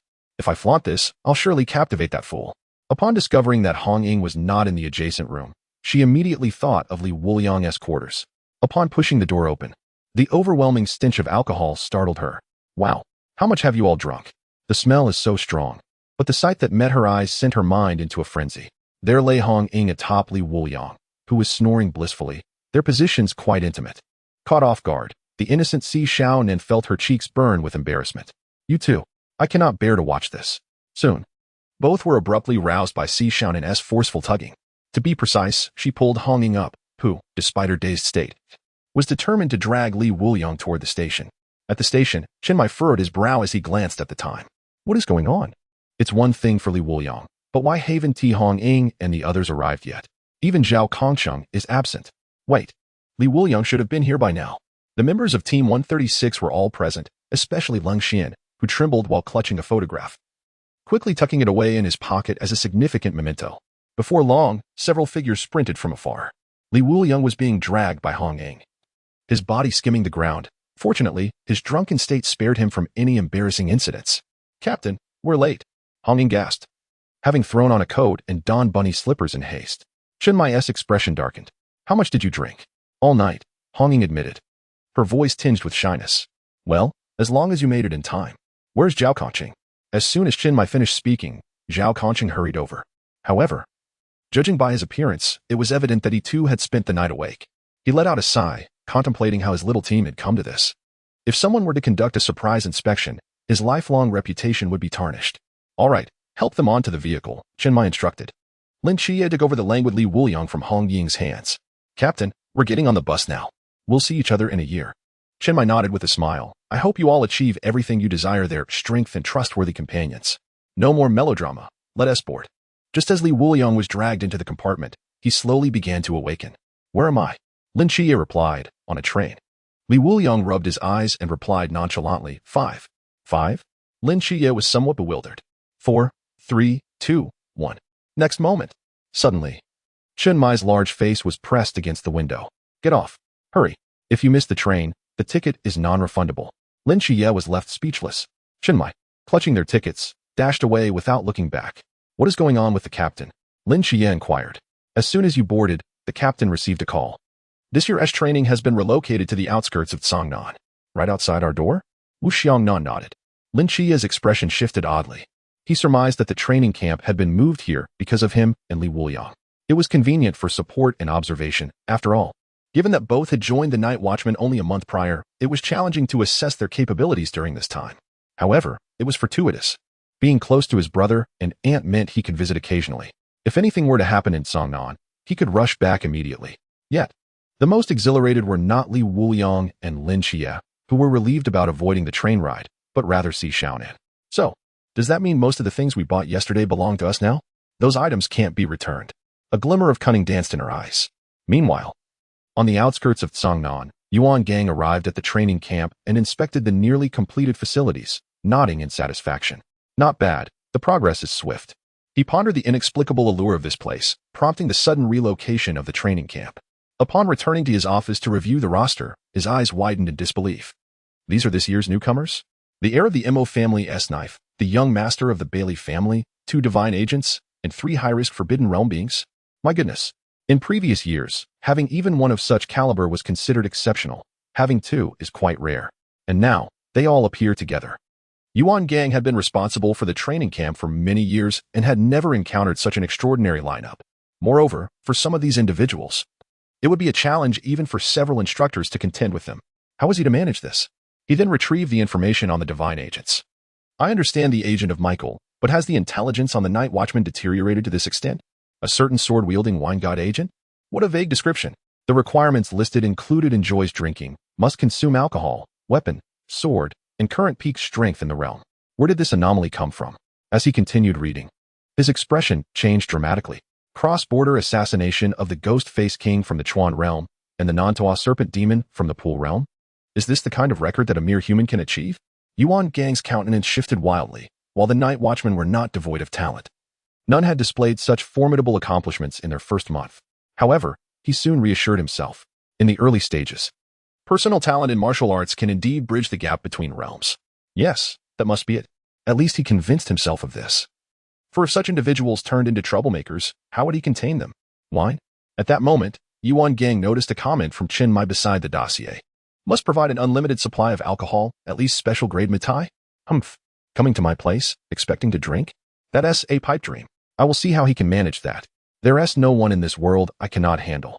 Regardless of their troublesome habits, they will behave themselves here. The cold aura emanating from him caused the surrounding instructors to shudder. Oh no, it seems we have a super troublemaker among this batch. It was evident. He had never displayed such demeanor during Wang Mian's training. This new cohort would be challenging. What is there to worry about? They are merely some Forbidden Realm beings. Without the Forbidden Realm, they might be weaker than ordinary soldiers. Exactly, let us all strive to exhaust these little rookies. The group bannered. Unaware of Yuan Gang's ashen face, he then picked up the intercom. Get that mass team over here to assist with training. Otherwise, I want to be able to manage this cohort. The instructors were dumbfounded. Summoning the mysterious mass team from the Sea Realm for training? Just how difficult was this group to handle? Such treatment was unprecedented. That evening, a lone figure walked along a rural path surrounded by rolling hills and wild grass, dragging a massive suitcase behind him. Inside that suitcase lay Lin Qiyee and Li Wuliang, who was sound asleep. They chose to travel at night because Li Wuliang had overindulged. They were also carrying 10 boxes of Songnan's special Maotai. With such a heavy load, it was impossible to move without a Starry Night dancer. I never imagined I would one day use my abilities for manual labor, Lin Qiyee muttered, glancing back at the slumbering Li Wuliang. The whole situation stemmed from a bet they had made while shopping the day before. If they could carry even one item they had bought, Li Wuliang would abstain from alcohol for 3 days. Conversely, if they couldn't manage it, Lin Qiyee would owe Li Wuliang a favor. Little did Lin Qiyee know that Hong Ying and Si Xiaonan hadn't even bought them a suitcase. They brazenly exchanged their old ones for Lin Qiyee and Li Wuliang's. As for toiletries, they claimed the training camp would provide them, and nothing was purchased. Even the 2 bars of sulfur soap were appropriated by Hong Ying, who found them rather agreeable, and each took one. They truly left nothing behind. Chen Mai had thought the tickets were non-refundable and had harbored resentment, completely disregarding the matter. Just then, Lin Qiyee keenly sensed that he was being watched. Eyes from every direction were upon him, though he didn't feel any sense of danger. There were likely soldiers stationed here. On the other side, Yuan Gang stared at the surveillance screen, perplexed. These 2 actually came over in the dead of night, laden with so much stuff. Do they think this place is a daycare or a tavern? Chen Mai, you must think very little of me to allow your people to behave like this. Shut the door on them. Open it again tomorrow morning. He was seething with anger at this moment. After years of being a night watchman, he had never been so underestimated. It was imperative to deflate his arrogance. At this moment, Lin Qiyee also arrived outside the towering gates, glancing at the high walls. We are temporary members here for training. Please open the gate. Lin Qiyee's tone was exceedingly polite. This demeanor eased the tension among the instructors. Chief, should we let these 2 in? The child seems quite courteous. Indeed, please open the door. How gentle he is, certainly not a troublemaker. It seems we were overly cautious. Yuan Gang waved his hand, silencing them. No more discussion. My mind is made up. If he can truly wait until morning, then I might soften a bit. But I fear this is merely an act. Moreover, there is someone sleeping behind him. A little chill should awaken him. It was already deep autumn, and the breath outside formed visible mist. He trusted his instincts. These 2 were certainly not benign. Meanwhile, Lin Qiyee, who had received no response, couldn't help but furrow his brow. Was the training camp truly closed at night? Or perhaps someone intended to establish their dominance over us? With this thought, he shook his head in resignation. It appeared he had indeed been underestimated. With that, he hoisted up his suitcase, carried Li Wuliang, and leaped into the training camp. Who goes there? The vigilant soldiers, unaware of the entrance of the 2, immediately raised their weapons. Bang, bang, bang. A series of gunshots rang out. Stop them quickly. Yuan Gang shouted into the intercom, cold sweat beading on his forehead. Fortunately, Lin Qiyee was nimble enough to evade the shots, but the wine was not so fortunate. The rich aroma of liquor wafted through the air. Wine? How could they bring alcohol in? One guard exclaimed in astonishment. They likely deduced the identities of the 2, assuming they were merely temporary night watchmen attending the training, hence only warning them without shooting directly. Yuan Gang rushed over, relieved to see they were unharmed. Seeing the liquor shattered, Lin Qiyee couldn't help but smile. He had longed to do this, but had never had the opportunity. Now, it seemed, his wish was fulfilled. Upon catching the scent of wine, Wuliang sat up abruptly. Wine? When he realized the bottles he had brought were nearly smashed to bits, his eyes widened in shock. My wine, he shouted hoarsely. Lin Qiyee patted his shoulder. I know you have more. You can ask the captain for some later. Ask for more? Wuliang approached. You two entered the training base without permission at night. It's a miracle you weren't shot. And now you're thinking about wine. You have no sense of discipline. The training camp hasn't even started yet, and I'll help you quit drinking. At this moment, Wuliang raised his head without uttering a word. Soon, the two were assigned to their dormitory. Lin Qiyee, this isn't like your usual self. Wuliang, don't rush, take your time. Lin Qiyee suddenly felt a chill down his spine. He looked at Wuliang lying on the bed, his eyes seemingly capable of murder. It's over. Not seeking revenge is not Wuliang's character. If he holds back, it must be for a grander scheme. Chapter 34, The Portly by Li. Lin Qiyee couldn't help but feel a twinge of pity for Wuliang. Why provoke anyone, yet choose to antagonize Wuliang? Especially since this fellow seldom played by the rules. When he sought revenge, it would undoubtedly strike at the most sensitive points. Lost in thought, Lin Qiyee drifted into sleep and found himself in a psychiatric hospital. Nike smiled warmly. My child, you have returned. She opened her arms and embraced Lin Qiyee. Her maternal glow magnified in that moment. Immersed in his mother's embrace, Lin Qiyee felt a sense of comfort. I have a friend who might get into trouble. Nike smiled gently. Is it serious? Perhaps it might be quite significant. Lin Qiyee was uncertain. Then let him be. As a friend, you should support him during such times. That is the essence of friendship. I understand, mother. Meanwhile, Wuliang produced a bottle of specially brewed Kongcheng wine and took small sips. He had run out of regular supplies and needed to conserve. However, after a few sips, he found the flavor of the Kongcheng wine surprisingly exquisite. To be precise, it was perfectly balanced in every aspect, yet it still felt soulless. The host consumes the technological potent liquor. Agent progress increases by 5, current progress, 17. Truly remarkable. Wuliang was astonished. Only the liquor recognized by the system could enhance agent progress. Even the special Maotai wasn't acknowledged by the system. Yet this bottle of Kongcheng wine was accepted. He regretted not having had Kongcheng brew more. He should have at least secured 10 or 20 bottles. It can only be said that Kongcheng is indeed a true genius. Even the concocted liquor was crafted so well. Elsewhere, Kongcheng sneezed but did not tremble. I shouldn't be catching a cold. Never mind, since such mysterious entities exist. My cold is inconsequential. He should have drunk those few bottles by now. I can later inquire if the taste was top-notch.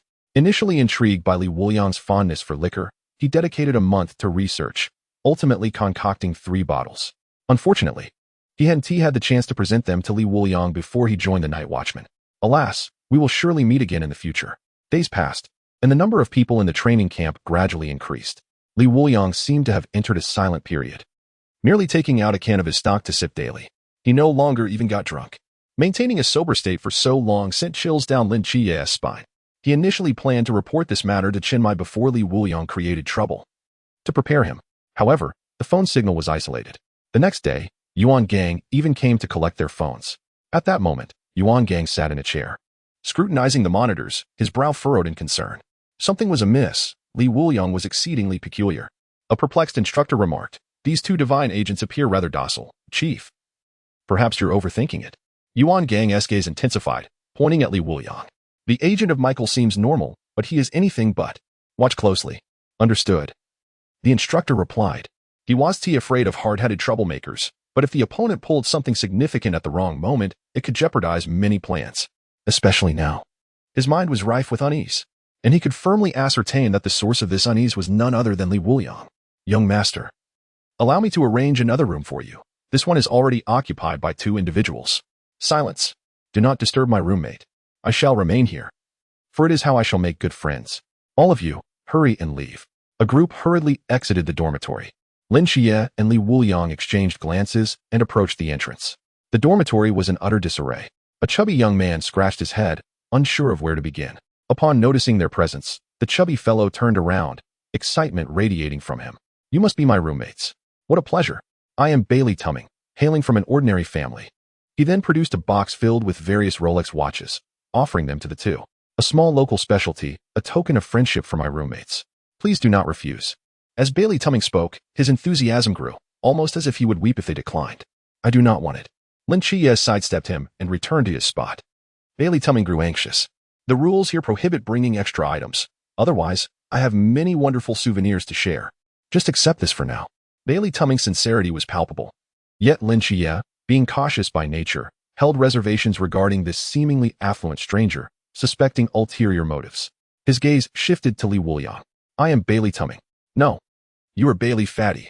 Bailey Fatty? What a delightful name, quite memorable. From now on, simply call me Fatty. Bailey Fatty chuckled. At that moment, a smile crept across Li Wuliang's face. The sight startled Lin Qiyee. Did Li Wuliang know this person well? I shall not accept it. Bailey Fatty paused, his expression faltering. Yet he persisted in offering the souvenirs. Li Wuliang then interjected, I am Li Wuliang, a connoisseur of fine wines. Our captain mentioned that a family named Bailey possesses a collection of wines from the Greek god of wine. That wine is from your home, correct? His eyes sparkled with anticipation. After Chun Mai had shared this information with him, Li Wuliang had found himself longing for such a beverage, even if it was deemed toxic. Wine's over 1,000 years old. What harm is there in toxicity? Now that I have finally encountered Bailey Fatty, I must inquire. Bailey Fatty nodded. You mean the Divine Feast of Joy? Indeed, it is in my family. Li Wuliang's eyes gleamed with excitement, but Bailey Fatty added, however, the quantity is not substantial. I once urinated in the jar when I was a child. What? Li Wuliang's face drained of color. Yes, I had no choice. I was desperate and used the nearest jar.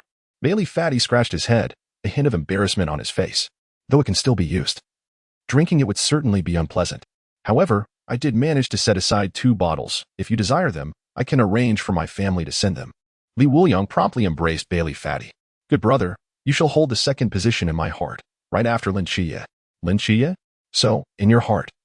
I am merely 1 step above a jar of wine. What about this watch? Bailey Fatty stubbornly presented it again. Trade it for wine. Sure thing, brother Wuliang. Later that night, Bailey Fatty stealthily approached the door, his demeanor suspicious. Lin Qiyee glanced at Li Wuliang, who appeared to be asleep, and quietly followed Bailey Fatty outside. In a corner, Bailey Fatty whispered, Bring me a bottle of the Divine Feast of Joy from home, and a few other fine wines, if they are of good age. Chapter 35, The Training Begins. Lin Qiyee smacked his forehead. He had squandered precious time meant for healing by observing this chubby fellow. Upon returning to his bed, Bailey Fatty also entered, looking even more furtive. He pulled out 2 boxes, attempting to discreetly slide them beneath Lin Qiyee's bed. When he looked up, his eyes met Lin Qiyee's. What are you doing? Delivering some local specialties. I told you, I do not want it. If you insist on giving, then offer it to Wuliang. Lin Qiyee replied exasperatedly. At that moment, he suddenly woke up, glaring at Bailey Fatty. What are you doing now? Qiyee, your feet smell delightful. Damn it, where's my knife?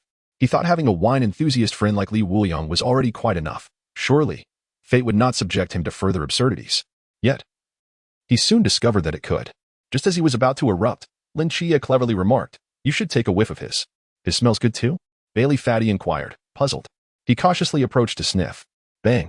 Lin Qiyee's expression relaxed. Youth is indeed a blessing. They can sleep at any moment. Rest easy. His feet, renowned even among my relatives, were a formidable presence that even the bravest dared not approach. With that thought, he quickly drifted into slumber. Days later, the participants of this training camp had mostly arrived. Lin Qiyee observed, noting a few individuals whose demeanor starkly contrasted with the others. Wuliang, have you noticed that long-haired woman and the man with his arms crossed? They are quite different from those around them. Li Wuliang took a glance. Clearly, one was the arrogant Shen Qingzhu, and the other was the chubby dreamboat, Emoli. Regarding their current state, Li Wuliang remarked, They are merely eccentric youths blessed by the forbidden ruins. Do not pay them any mind. After saying this, he patted the disheveled Lin Qiyee. Eccentric youths? That seems quite fitting. Lin Qiyee chuckled, then shook his head. Bailey Fatty continued to distribute his specialties, drawing a crowd. I thought my offerings were insufficient. But it seems Wuliang and Qiyee do not value them. Do not worry, I have plenty. 1 for each, choose freely. I am Bailey Tumming. Remember me. I am eager to make friends. The commotion quickly attracted Yuan Gang and his group. Yuan Gang's expression turned furious at the sight. What is going on here? Why are you all distracted before training has even begun? Night watchmen do not lack greedy individuals. Seek wealth elsewhere. Those afraid of death should not enter. This is what it means to be a night watchman. Disperse, or you shall face extra training. Upon his command, everyone scattered. Bailey Fatty intended to sneak away but halted abruptly, sheepishly facing Yuan Gang. Sir, I was merely distributing local specialties, with no ill intentions. Just as Yuan Gang was about to explode, Li Wuliang unexpectedly leaped in. He firmly grasped Bailey Fatty's shoulder and admonished, Fatty, this is where you have erred. You cannot disrupt the order here. We will be together for a long time, do not rush to make friends. Wuliang, upon hearing this, felt a slight relief, thinking, I did not expect Li Wuliang to be so insightful. Bailey's family serves as the investors for the Night Watchman, and it is not a matter of principle that one can easily offend. However, Li Wuliang's tone swiftly shifted. You should provide each instructor with a piece.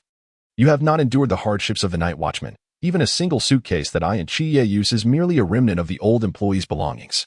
Hurry. Distribute one to the instructors. The commander will not mind. He does not inquire. The instructors have families to support, and their resources are limited. Consider it a warm gesture from the investors to their subordinates, a form of welfare. I am sure the commander will express his gratitude. Bailey Fatty suddenly came to a realization. He understood. Initially, he thought his father emphasized building friendships merely to create more connections. But he did not expect such constructive advice to emerge. Wuliang, I see now what must be done.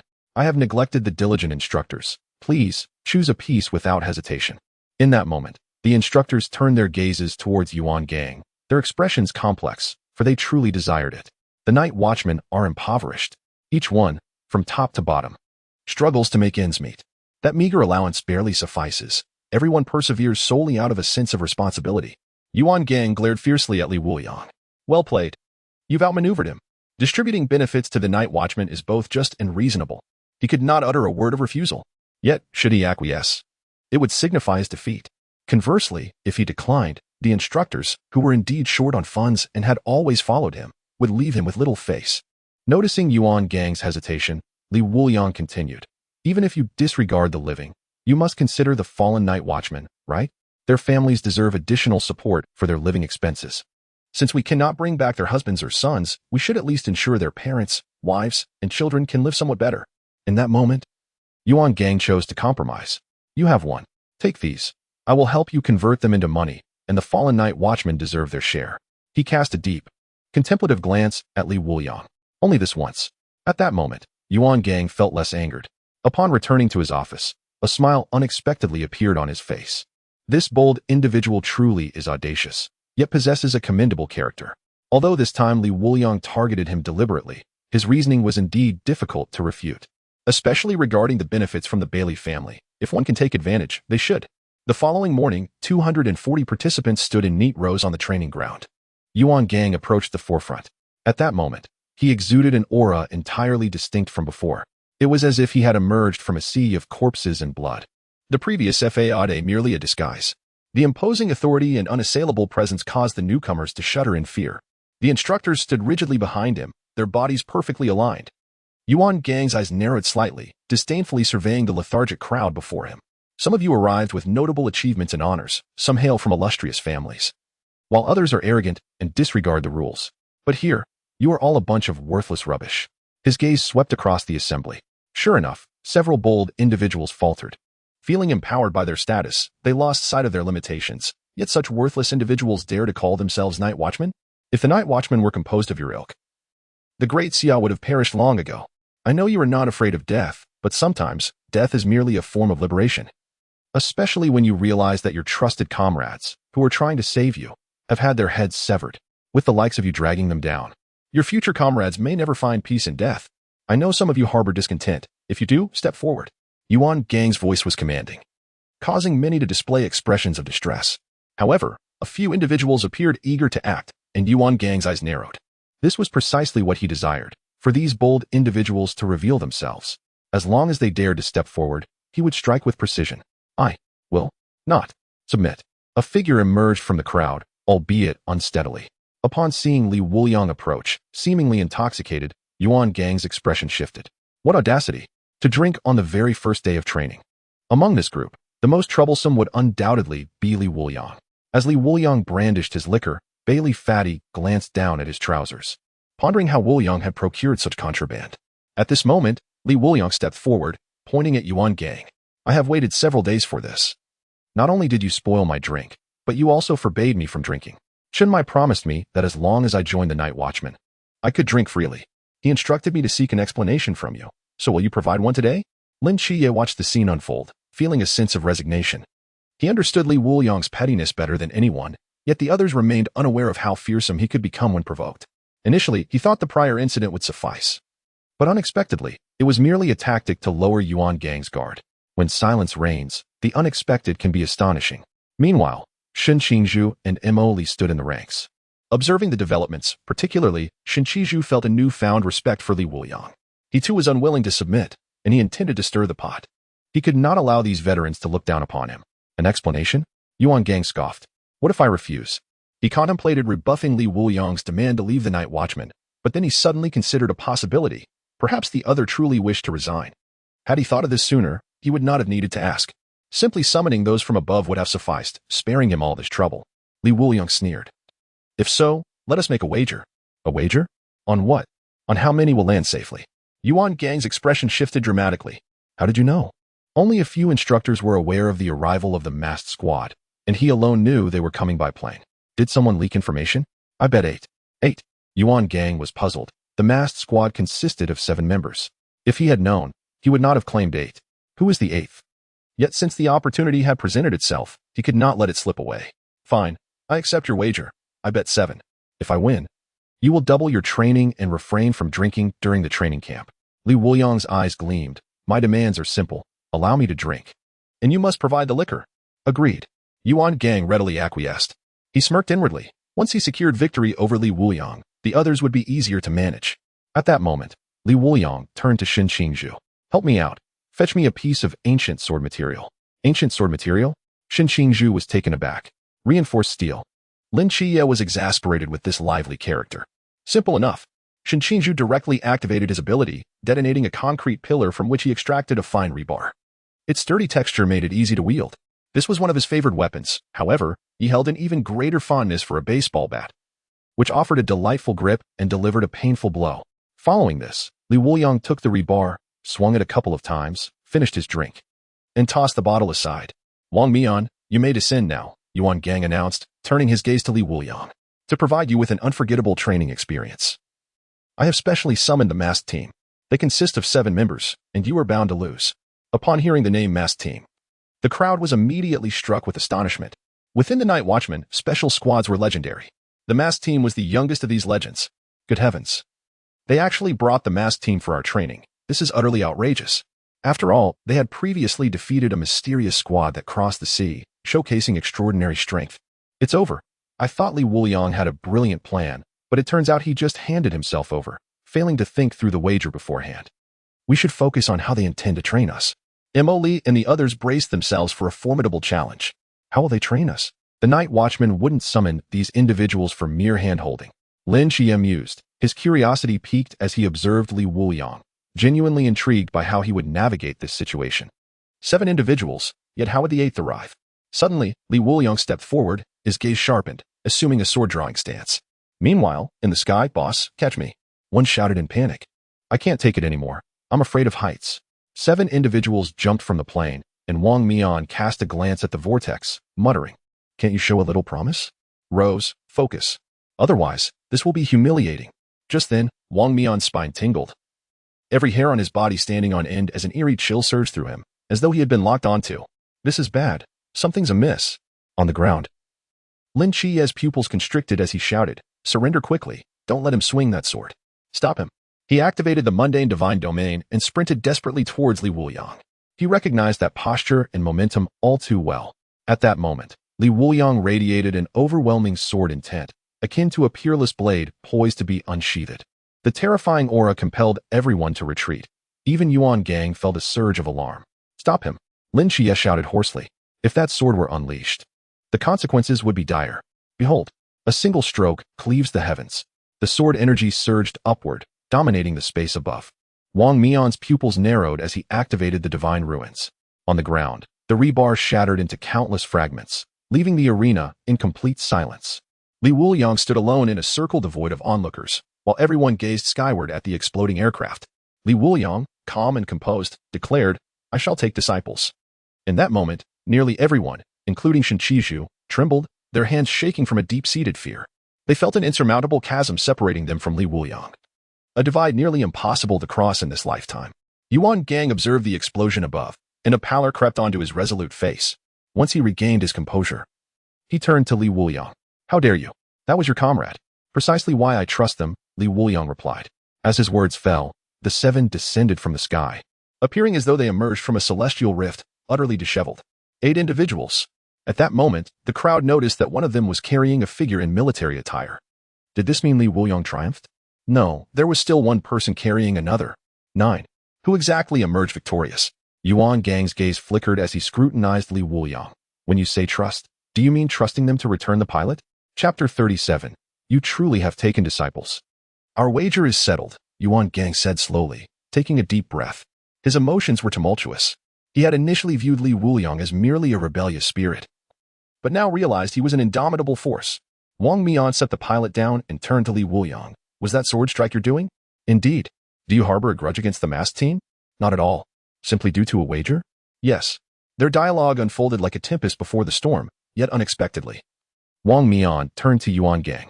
Commander, you mentioned we should impose some authority, correct? It's not that the higher-ups in the Night Watchmen have issues with our masked team, leading to an assassination attempt. His expression was grave. Yuan Gang fell silent for a moment before conceding. No, I underestimated him. This is my oversight. Wang Mian nodded, then turned to Li Wuliang. You just mentioned taking disciples? Li Wuliang paused, then confidently declared, my eldest disciple is Zhao Kongcheng, who wields a blade as effortlessly as chopping vegetables. Both of you use blades. Teaching will be seamless. As soon as he spoke, Wang Mian knelt on one knee, exclaiming, Master, teach me. From the sky, he had already resolved to master this individual swordsmanship. There are parallels between knives and swords. Having reached a bottleneck in his current blade technique, he needed guidance to progress further. As the captain of a special squad, his strength directly correlated with the safety of his team. Thus, he posed the question, despite the current disparity in their realms, purely in terms of swordsmanship, the superior would teach. The crowd gaped in astonishment at the scene. This was far from their expectations. How could it be that the captain of the special squad, Wang Mian, was kneeling to a temporary night watchman as a disciple? Even the Tian gang wouldn't engage in such antics. Ahem, I'm a bit flustered. Let me address the wager. Li Wuliang quickly turned to Yuan Gang. Commander, how shall we resolve this? I should be considered the slight victor. Yes? Why don't we take a step back? Let me drink, and I want to require your supply. Very well, Yuan Gang sighed. Are you still participating in this training? Of course. Li Wuliang replied with a smile. Yuan Gang felt a wave of relief wash over him. As long as he participated, he wouldn't lose face. Moreover, he sensed that Li Wuliang was indeed quite remarkable. Most people recognized that there were typically 2 pilots on a plane, totaling 9 individuals. Yet he did not mention this, providing Yuan Gang with a graceful exit, ensuring he wouldn't be embarrassed, a rather favorable outcome. Li Wuliang smiled faintly. He certainly intended to participate. Otherwise, separating from Lin Qiyee would make it challenging to find so many mysterious entities and ancient cultists. With Lin Qiyee by his side, rewards would never be lacking. Subsequently, Li Wuliang addressed Wang Mian, stating, let us attend to the pressing matters first. Afterward, I shall impart to you the fundamental techniques. Your senior brother, Zhao Kongcheng, has trained using my methods, and the results have been remarkable. Wang Mian's eyes sparkled with intrigue. He felt a surge of excitement. Just then, Yuan Gang emerged, addressing everyone. Everyone aside from Li Wuliang may challenge the masked team. If you can unmask even one member, all of you will pass. The time frame extends from now until 9 in the evening, and the designated area is the entire training ground. At that moment, a voice questioned. The masked team possesses a far superior realm. Isn't that unfair? Wang Mian replied, we will limit their realm to the candlelight level. And only 5 of us will engage. Does that suffice? With this declaration, dissent ceased among the crowd. The odds were 240 to 5, favoring us. Shen Qingzhu and Mo Li exhibited eager expressions, fervently desiring to challenge the legendary special team. With Li Wuliang's presence, victory seemed effortless. Who would have thought such a remarkable figure would emerge this year? I now have ample material to boast about and regale over drinks. This is the pinnacle of our great Xia's future. I too wish to become a disciple. My master Li Wuliang, elder brother Zhao Kongcheng, and second brother Wang Mian of the special team. How prestigious. By the way, who is Zhao Kongcheng? Is he the captain there as well? Lin Qiyee lowered his head, feeling as though he could dig out a 3-room apartment with his toes. How embarrassing. The eldest disciple is just an ordinary person. His teaching method involves health preservation, crawling on the ground like a serpent. Unfortunately, he could not reveal this at that moment nor alert Wang Mian. Otherwise, the ensuing awkwardness would affect more individuals. Li Pangpang approached and quietly asked, Qiyue, is Zhao Kongcheng very powerful? An ordinary person. What do you mean by an ordinary person? Just an ordinary person. Hiss. Upon hearing this, Li Pangpang seemed to have glimpsed a glimmer of gold in his eyes. An ordinary person wielding a common blade could effortlessly slice through the mysterious What about him? He possesses numerous forbidden objects and a plethora of blades. In an instant, Bai Li Pangpang began to fantasize about traversing the world with his sword. Soaring through the skies. How magnificent. Lin Qiyee? This is it. Another one has gone mad. Just as Li Wuliang prepared to return to the team after accomplishing his objective, Yuan Gang suddenly interjected, Li Wuliang, where are you going? To regroup. Isn't it enough to defeat them by unmasking their members? Come back. Why? I'll treat you to a drink. Instantly, Li Wuliang turned back, filled with excitement. And Bai Li Pangyang, upon seeing this, became anxious. Wuliang, don't leave. I'll also treat you. Swish. The eyes of the masked team and Yuan Gang fixated on him, their gazes sharp enough to kill. Bai Li Pangpang immediately shrank back. Brother Wuliang. Let us discuss this later. Don't disappoint their goodwill. At that moment, Li Wuliang abruptly halted and said to Yuan Gang, never mind. Rather than drinking, I would prefer to fight alongside them. I am currently merely at the pinnacle of the candlelight level, and the masked team can utilize their pool realm strength against me. I shall only employ my sword, without invoking the forbidden. He nearly succumbed to the temptation of drink, forgetting a critical matter. Such an excellent opportunity. He could directly acquire 5 bottles of system reward liquor. The chance to defeat the masked team may not present itself again. This wool must be sheared. Yuan Gang nodded. Very well, let us proceed with this arrangement. Wang Mian, do you have any objections? Wang Mian replied, I have no objections. I too wish to ascertain the depth of my master's power. When shall we commence? One person inquired. Bang! A massive hammer sent the speaker flying. As I mentioned earlier, now. Instantly, the battle erupted. Vortex remarked, though I am reluctant to admit it, being knocked out of the sky is indeed infuriating. Moon Ghost echoed. Likewise. At that moment, Lin Qiyee seized Bai Li Pangpang and Li Wuliang's hands and dashed towards the armory. Weapons must be secured first, otherwise. Facing the special team unarmed would be futile. Chapter 38. Did the host not say that? Hundreds of forbidden realms activated simultaneously, unleashing a chaotic amalgamation of wind, fire, thunder, and lightning upon the masked team. Vortex scoffed. When the weak band together, are they no longer weak? The battle here appeared overwhelmingly one-sided. With even the divine agent Wang Mian not needing to intervene personally, the remaining 4 alone exhibited devastating effectiveness. Consequently, the battlefield felt as if it had been sealed off. The 3 found themselves sheltered behind a wooden crate. Bai Li Pangpang lamented, do these people lack any precision in their attacks? Just because they have forbidden realms. They throw them around carelessly. The intensity of their attacks was minimal. Should we leave it to Lin Qiyee? Wait, we'll charge straight through. Bai Li Pangpang. What is your forbidden realm? I don't possess a forbidden realm. I am just an ordinary person. He blinked his innocent eyes and continued, but I have. All right, just stick close. When we charge, I want you to have time to look after you. Li Wuliang, I'll get you a weapon first. You just blew up a plane with a single strike. Wang Mian will surely seek you out for a one-on-one battle. Li Wuliang scratched his head. Qiyee. You've forgotten one thing. Being with me is the most perilous. They will witness the pool realm strength I wield. Lin Qiyee immediately stated without hesitation, that's why I need you to follow my plan. They are not opponents that can be dealt with using rebar. In this battle, Li Wuliang was the critical point. He was confident in facing Wang Mian, but to ensure minimal loss, Li Wuliang was indispensable, especially since it was still not yet evening. At this time, a figure in the crowd captured Li Wuliang's attention. Just as Bai Li Pangpang was about to speak, Lin Qiyee interrupted. Now is our chance. Let us move. Li Wuliang, where are you going? Li Wuliang abruptly grabbed a crew-cut individual and sprinted back. Don't worry about me. I just want to be eliminated. The person Li Wuliang had seized was none other than Zhao Yuan. Beneath the divine, above the mortal. With 2 trees standing, 8 gods converge into one, 10 nights pass. Guiding the world, Li Wuliang declared. Zhao Yuan was momentarily taken aback. What are you saying? Didn't the host say this to you? Li Wuliang was stunned.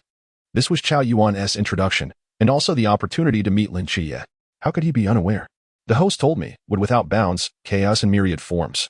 The sword forges the great wall. Li Wuliang, never mind, just follow me. Zhao Yuan's eyes reflected confusion, yet he followed along, thinking that as a sinner, performing some meaningful deeds before his demise would serve as atonement. He had anticipated being randomly struck down amidst the crowd, which would be a form of liberation. However, those individuals' forbidden realms were not easy to deal with. Observing Li Wuliang taking another person, Lin Qiyee felt perplexed but said nothing further. The more, the merrier. When the 4 reached the armory, Bai Li Pangpang, with a face full of disappointment, exclaimed, how could it be locked? This is it. We're finished. Everyone, step aside. Molly, adorned with flowing red hair, approached with a poised demeanor, exuding an air of aloofness that contrasted with the spirited nature of Hong Ying. She extended her hand and gently touched the lock, shattering it effortlessly. Lin Qiyee's expression grew serious as he inquired, "Who are you?" "I am Molly," she replied. "And I wish to join your endeavors in the realm of the Forbidden Ruins." Her gaze flitted towards Li Wuliang, revealing her intentions were clearly aimed at him. "Bai Li." Chubby and besotted, interjected, "Hello, I'm Bai Li, but you can call me Chubby. A sponsor of the Night Watchman, from the Bai Li family?" Molly furrowed her brow. Bai Li chuckled, "I'm merely a child of an ordinary family, nothing extraordinary about me. I despise the entitled heirs." With that, Molly turned her back and strode into the armory. At this juncture, Li Wuliang remarked, "Chubby, if you wish to win a girl's heart, being overly eager is unwise. Instead, you must showcase your allure to captivate her. If all else fails, remember that a forced affection, though unsweet, can quench thirst." Lin Qiyee's expression darkened. What nonsense is being taught here? Yet, Bai Li scratched his head and replied, "Is that so? If the fruit isn't sweet, why bother? Wuliang, if you crave fruit, I can have someone bring you some watermelon, pumpkin, or wintermelon, all are available." Lin Qiyee's expression grew even more somber. "Forget it. A little foolishness isn't so bad. At least they won't be fed with empty rhetoric." Resigned, he entered the armory, where he picked up a straight sword, and Molly did likewise. Only Bai Li and Zhao Yuan refrained from arming themselves. "Hurry and select a weapon. They will be here soon," Li Wuliang urged. Zhao Yuan shook his head. "I cannot wield a sword. It would only lead to indiscriminate slaughter." Bai Li, still grinning, said, "I don't know how to use such ordinary weapons." Lin Qiyee was at his wit's end. What kind of divine teammates are these? At that moment, he looked to Molly and Li Wuliang, realizing that, by comparison, Li Wuliang was the most normal of the bunch. He was at a loss for words to express his frustration and helplessness. Li Wuliang took a swig from a bottle, the faint aroma of peach blossom wine catching Molly's attention. "Peach blossom wine?" she inquired. "Care for a taste?"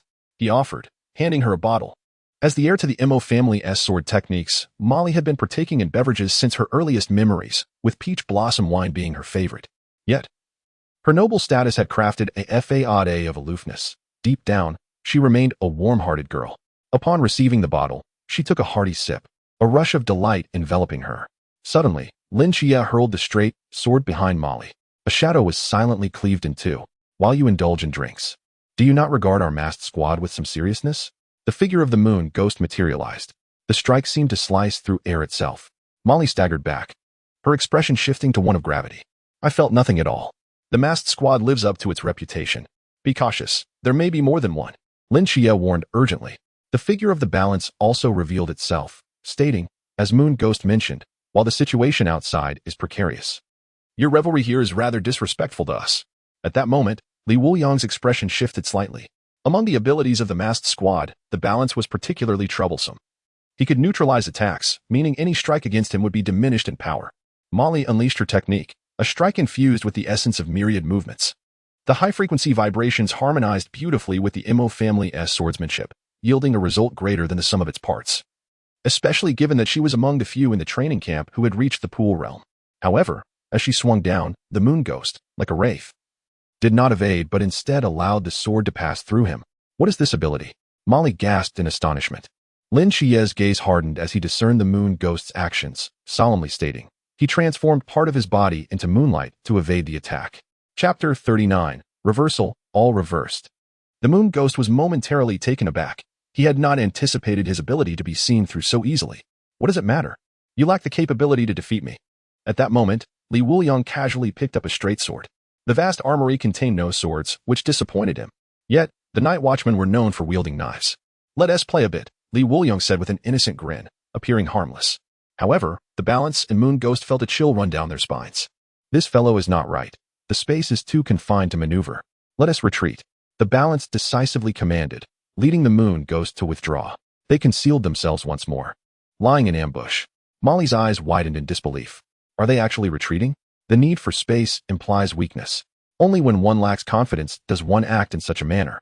The masked squad was exhibiting weakness before Li Wuliang. What kind of psychological pressure had Li Wuliang's sword exerted on this legendary special team? Li Wuliang stepped outside, still clutching the sword and the wine jug. The moon ghost's ability appeared challenging, but it was merely an illusion. Once speed increased, his body would inevitably become tangible during an attack, allowing for a decisive strike. The balance was not insurmountable either.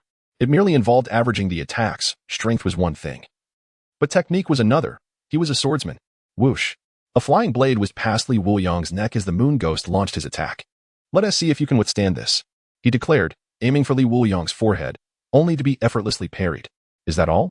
The moon ghost, sensing the gravity of the situation, refrained from underestimating him any further.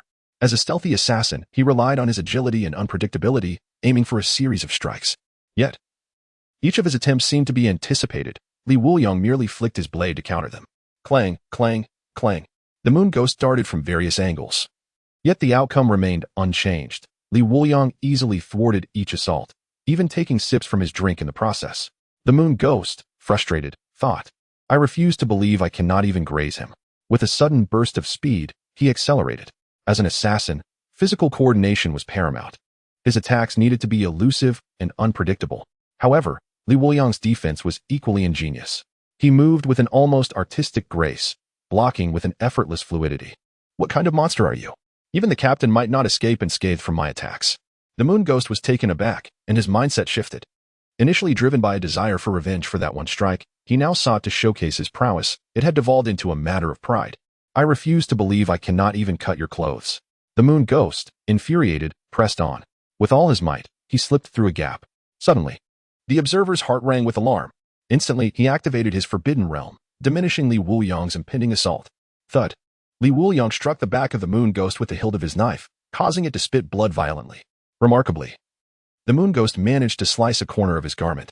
Li Wuliang shook his head in resignation. This child, with such deep obsession, insisted on cutting a piece of my clothing, and indeed, he succeeded. Everything unfolded as he had anticipated. It was implausible to directly shatter the mask in front of the observer, especially against an opponent of such caliber. Even when the observer mitigated some attacks, they were merely a tickle upon him. Thus, it was imperative to first wound one, rendering them incapable of dodging subsequent strikes, particularly to deceive the observer. With an initial success, Li Wuliang promptly swung his knife towards the mask. Yet in the next moment, he felt the world spin, as if space itself had shifted. A vortex. The tables turned. The vortex and the observer acted swiftly, dragging the moon ghost away from Li Wuliang's blade. Alas, it was a moment too late. Li Wuliang lamented. The group was suddenly pulled into an extraordinary realm where everything was inverted. Finding a foothold proved exceedingly difficult. Li and Chao Yuan clung to a wooden crate while Chao Yuan's legs were wrapped around by Li Pang Pang. What kind of forbidden realm is this? Li Pang Pang felt dizzy from the tumult, his complexion pale. Ultimately, he was just an ordinary person, with merely average physical capabilities, relying solely on those forbidden objects. Hold on, you fatso. Lin Qiyee shouted, standing atop a crate and surveying his surroundings. The opponent's forbidden realm could manipulate the direction of gravity at will. Li Pang Pang, you must devise a way to disrupt their line of sight. Otherwise, all our actions will be under scrutiny. Lin Qiyee then immediately sought out Li Wuliang's figure. In a corner, Li Wuliang was leaning against the wall, violently retching. Witnessing this scene, Lin Qiyee was utterly speechless. He must have overindulged. Li Wuliang felt the world spinning. I haven't overindulged. It just feels like motion sickness. Bleh. His scalp tingled as he momentarily forgot about the vortex. It is worth noting that the most formidable member of the masked team was Wang Mian, the agent of the god of time, relying on seamless team collaboration. Control output, explosion, recovery, enhancement, all aspects executed with remarkable finesse. And the vortex was the one responsible for control. The moon ghost stood at the vortex, dissatisfied. Where have you been? I almost got ruined. In the past, the vortex would have surely mocked, it's merely a level of light. Yet this level was entirely unworthy of its standing. Li Wuliang could easily be regarded as a mysterious entity of the river level. Look, he's vomiting. The moon ghost exclaimed with excitement. He had been troubled finding an opportunity to strike, and now Li Wuliang had left himself wide open. Yet the next moment, several crates were suddenly hurled towards them. The trio was momentarily stunned before retreating hastily. Boom. A thunderous explosion sent the moon ghost and the vortex flying. Their attention was entirely consumed by Li Wuliang, completely oblivious to Lin Qiyee and the others' subtle maneuvers. Yes, we succeeded. Li Pang Pang cheered. Universal frequency shift. Li immediately activated the forbidden realm and struck the moon ghost's dagger. The violent tremor caused the moon ghost's hand to become numb. Yet, Li was swiftly kicked away. That was close.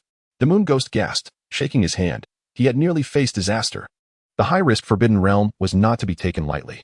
Had he not reacted swiftly and released his grip on the dagger, that strike would have unmasked him. The vortex urged urgently, run. Li Wuliang was chasing them down fiercely. Don't run. Who unleashed that forbidden realm? Come face me one-on-one. The moon ghost replied. He is seeking you for a duel. The vortex declared. I'll go meet him. The observer cautioned, "Do not forget. Our task is to ensure the mask remains intact. If we falter, the captain will have our heads." The vortex retorted, "Then what is the point of fighting? Let us flee." They had all forgotten that their realms were superior to Li Wuliang's. None dared believe they possessed the strength to evade his grasp without losing their masks. Chapter 40. Where is the little kitty? Yuan Gang watched this scene unfold through the monitor, his mouth agape. "Chief, are you sure we should be training them, rather than them training us?" A somewhat panicked instructor inquired. On the monitor, Li Wuliang, wielding a knife with a fierce expression, was relentlessly pursuing the 3 members of the masked team, shouting for them to stop and duel. Who was training whom? Yuan Gang's expression flickered between uncertainty and frustration. I shouldn't have allowed him to join these kids. Everything was in disarray. Who could have anticipated that even without the Forbidden Realm, without a sword, simply wielding a knife could yield such formidable combat prowess? A plan was needed to restrain him. Otherwise, this already unstoppable group of youngsters would become even more unruly. Should we let Wang Mian step in? An instructor proposed. No. Yuan Gang shook his head decisively. He is our last card. If he loses, the masked team is doomed, and chaos will ensue. So you don't believe Wang Mian can win? Upon hearing this, Yuan Gang fell silent, fixated on the screen. He indeed harbored doubts. After all, Li Wuliang was merely at the peak of the light level. After much contemplation, Yuan Gang took a deep breath. At this point, we can only rely on Wang Mian. Meanwhile, on the other side, Rose laughed heartily at the sight of the 3 being chased. Why provoke trouble by challenging Li Wuliang? Yet, wait, that doesn't seem entirely wrong. Her laughter faded. It seemed their masked team's purpose for coming here was to temper the spirits of these newcomers. However, it appeared that it was their team that was getting tempered. Captain, what should we do? Should we go help? Rose asked. Wang Mian frowned. I already said not to seek him out from the start. Why did none of you listen? Their mission was to keep their masks on until 9 o'clock. And now, they had allowed him to shift from a passive to an active role. From the very beginning, he had no intention of having others target Li Wuliang. Rather, the aim was to deal with the others first and then confront him together. Yet now, with others still unaddressed, they also had to be wary of Li Wuliang. This was indeed a predicament. After much deliberation, Wang Mian shouted to Vortex and the others, scatter and run. From now on, we'll take them down one by one, and don't let him seize the opportunity. Upon hearing this, all participants in the training were left in utter shock. What is happening? The offense and defense have reversed? Wow, look. Li Wuliang is chasing after the members of the masked team with a knife. Truly formidable. This is a peerless powerhouse. Did he just call for disciples? Don't deny it. I must take you as my master. Where is the instructor? I wish to learn this. Shen Qingzhu's expression changed repeatedly. He had never truly respected anyone before, but now he did. At the very least, he knew he could not keep up with the special team. He surveyed his surroundings, which had been reduced to ruins by Wang Mian's strike. This sense of defeat drained him of his fighting spirit. But now, he had returned. Everything was back in place. Brothers, let us support Li Wuliang. No sooner had he spoken than a heavy hammer plummeted from the sky, crashing down upon his head, instantly driving the recently rekindled spirit of Shen Qiyue into the wall. He was utterly immobilized. Rose scoffed. Humph, only Li Wuliang can achieve such feats. Do you think you can too? You underestimate others. As she spoke, she sensed a chilling breeze sweep past. Turning her head, her pupils constricted. She beheld Yue Guo and his companions rushing toward the dormitory building. What the hell? Are you all insane? Why are you bringing them here? Were you not supposed to disperse? Rose shouted in fury. Yue Guo lamented. We wished to, but we ended up regrouping while chasing them. Enough talk. Let us hide inside. He couldn't use the forbidden ruins. It was impossible to demolish the dormitory building. In this enclosed environment, we have the advantage. Tianping's lips twitched. How can a person be so duplicitous? The 4 of them immediately dashed into the dormitory, seeking concealment. Li Wuliang, panting heavily, scanned his surroundings, resembling an invader surveying the desolate dormitories. Where is everyone? Aren't they supposed to suppress us? Why are they all hiding? Wang Mian, come out for a duel. Yet, there was still no response. At that moment, Wang Mian had located Lin Qiyee and intercepted them en route. You need not search for him. Lin Qiyee, your opponent is me. His gaze was as cold as ice, fixed upon Lin Qiyee. As fellow divine agents, he had initially set his sights on Lin Qiyee. Even with Li Wuliang present, he longed to engage Lin Qiyee first. Lin Qiyee remarked, as expected, you have been waiting for this moment of separation. He had sensed that Wang Mian had refrained from striking, likely biding his time for an opportunity, waiting for the 2 of them to part ways. At that moment, dusk fell. Lin Qiyee smiled faintly. Then let us see what you can do. The training camp was divided at this moment. One side bore witness to the clash between Lin Qiyee, by Li Peng'eng, and Wang Mian, while the other witnessed Li Wuliang's extensive search in the dormitory area. Yuan Gang sighed. Forget it. Let's leave it like this. I'm going to wash my face and clear my head. He no longer wished to watch. Continuing to observe would surely raise his blood pressure today. The instructors exchanged glances, seemingly foreseeing a dismal future in their teaching careers. Meanwhile, Wuliang arrived at the dormitory entrance and kicked the door open. "Little kitty, where are you? Come out and let me see." Upon discovering the room empty, he frowned and proceeded to the next. Suddenly, a door emitted a faint sound. His ears perked up, and with a powerful kick, he burst inside. "Hee. Little kitty, I'm here." Alas, still no one. Wuliang ominously exited. Above the dormitory door, Qiyue held his breath, afraid to make a sound. "Ah, little kitty, I'm back." Wuliang reappeared, jumping back inside. Qiyue, now terrified, thought to himself, the captain's pressure training truly is vital. I had wronged him. It was evident he had figured out Wuliang was merely toying with him. At this moment, Wuliang felt a twinge of annoyance. "Where are you all? It's not just the four of you lounging about here. Does Wang Mian know?" Yet still, no one responded. He casually pushed open a dormitory door, muttering, "I was planning to deal with these four before confronting Wang Mian. If only I could use the forbidden ruins. I would have demolished the dormitory building and seen how they escaped." Suddenly, Wuliang had a flash of inspiration. How could I have forgotten him? With that thought, he dashed outside. A lithe figure emerged slowly from beneath the bed. Rose gritted her teeth, vowing to thrash those three idiots. Why must they come running to me? Wuliang stepped outside and pulled Qingzhu out. "Wake up, bro, slap." Slap. He delivered several resounding slaps to rouse Qingzhu. Dazed, Qingzhu looked at Wuliang. "Is it over?" Wuliang smiled slightly. "Don't just lie there. Lend a hand." Chapter 41. Is the river boundary enough? Qingzhu gazed at the expansive dormitories. Suddenly feeling a surge of pressure, Wuliang patted his shoulder and chuckled. "Don't be nervous. Maximize your energy and let us move from room to room. We have time. But my range is only about 10 square meters. The dormitory area must encompass at least several hundred square meters." Qingzhu lamented. Yet, an idea sparked in his mind. "I have a brilliant plan." "What plan?" "Go, just watch." Wuliang's eyes flickered. It seemed he recalled Qingzhu's cunning tricks. Sure enough, shortly thereafter, several injured trainees from the previous battle were brought over. Qingzhu shouted toward the dormitory area, "Members of the masked squad, I'm giving you 30 seconds to come out. If you do not, then they will surely perish. My Forbidden Ruins sequence is 068 energy. Let us see how well you can remain composed." With that, he snapped his fingers, and bubbles enveloped the trainees. In an oxygen-deprived environment, they likely would not last 30 seconds. "Everyone, I shall begin the countdown now," Qingzhu sneered. Meanwhile, Wuliang sipped from his drink, increasingly admiring his companion. This tactic might not be universally effective, but against the masked squad, it was unfailingly potent. The responsibility of the special team weighed heavily. Mere seconds passed before doors to 4 rooms swung open.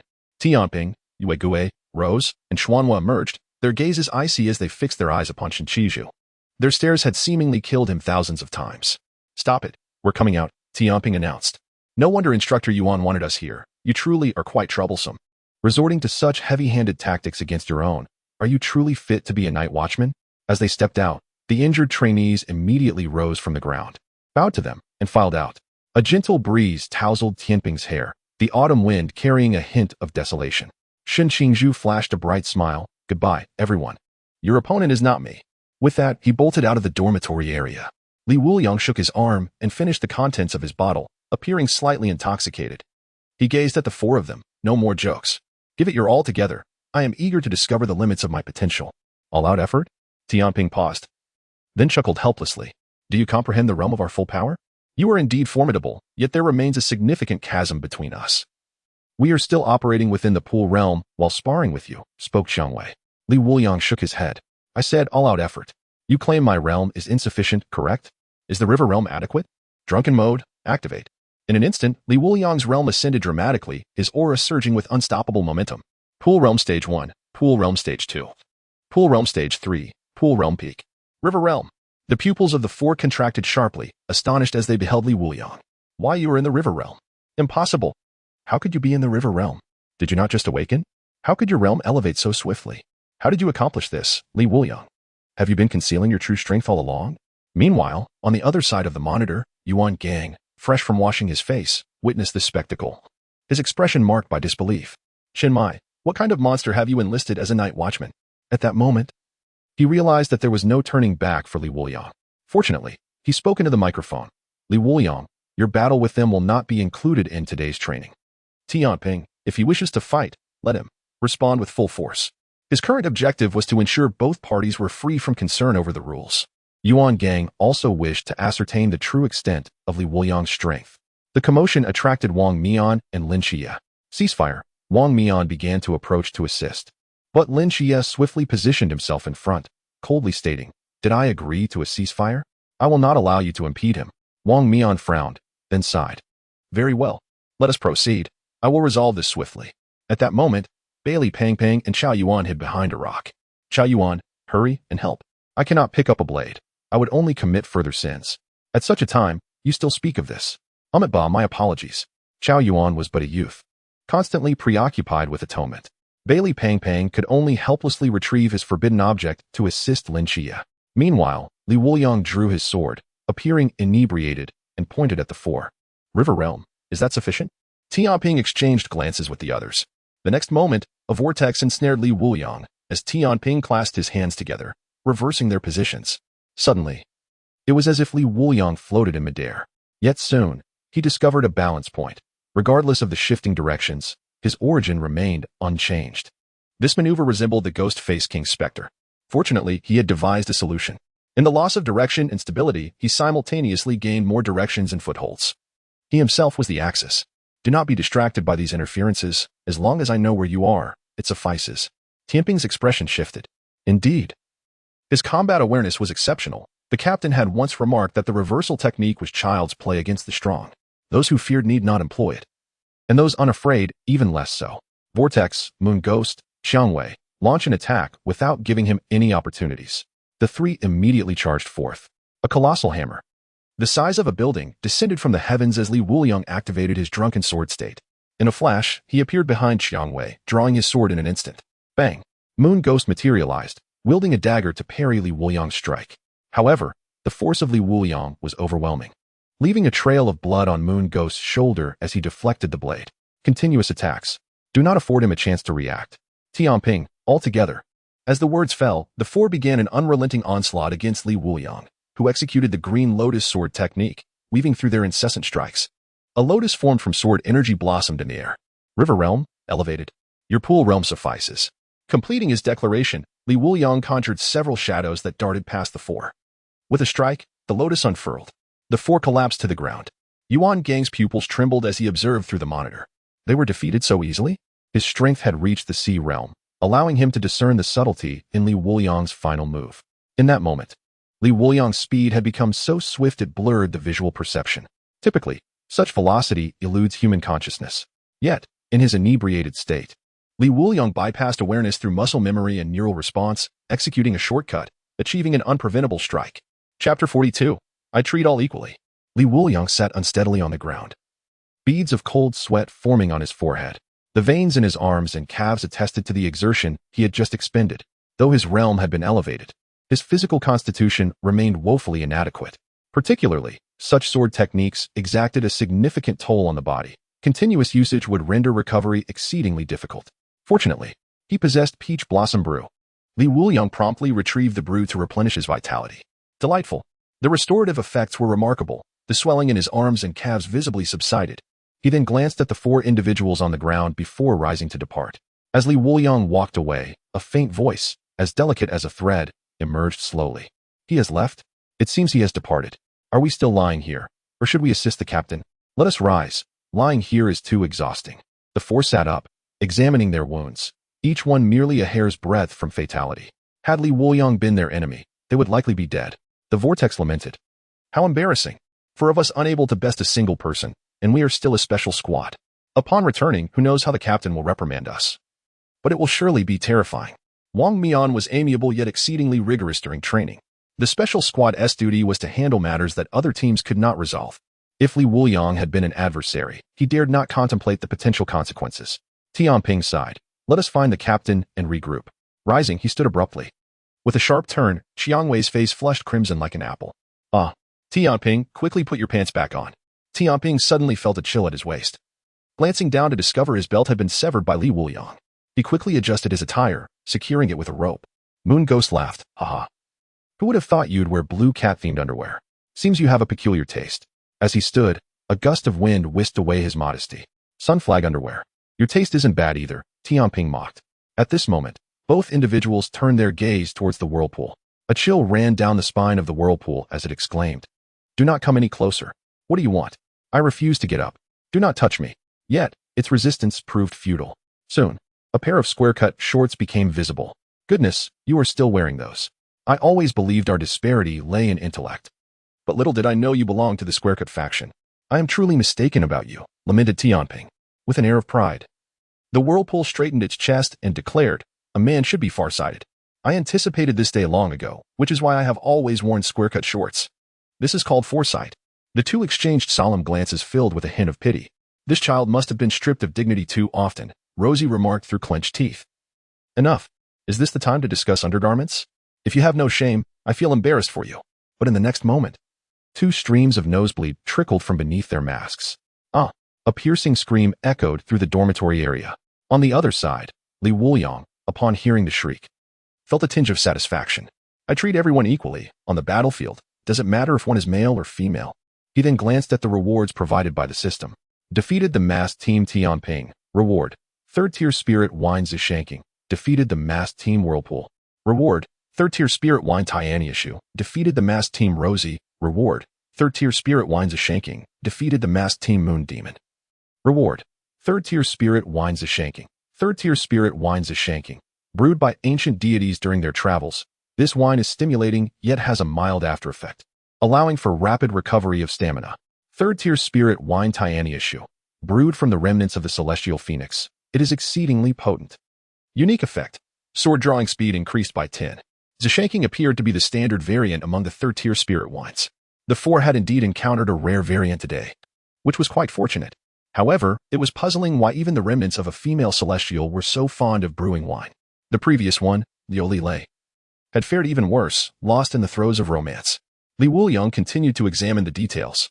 Upon defeating the entire team, one may exchange for a unique bottle of third-tier spirit wine.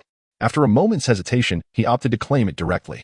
Although the special variants of third-tier spirit wine possessed unique effects, akin to the beginner's gift of Jian Nan Chun Shui that significantly enhanced his swordsmanship proficiency, he currently lacked Zishanking, which could be consumed collectively while also providing effects primarily for stamina recovery, a significant weakness of his.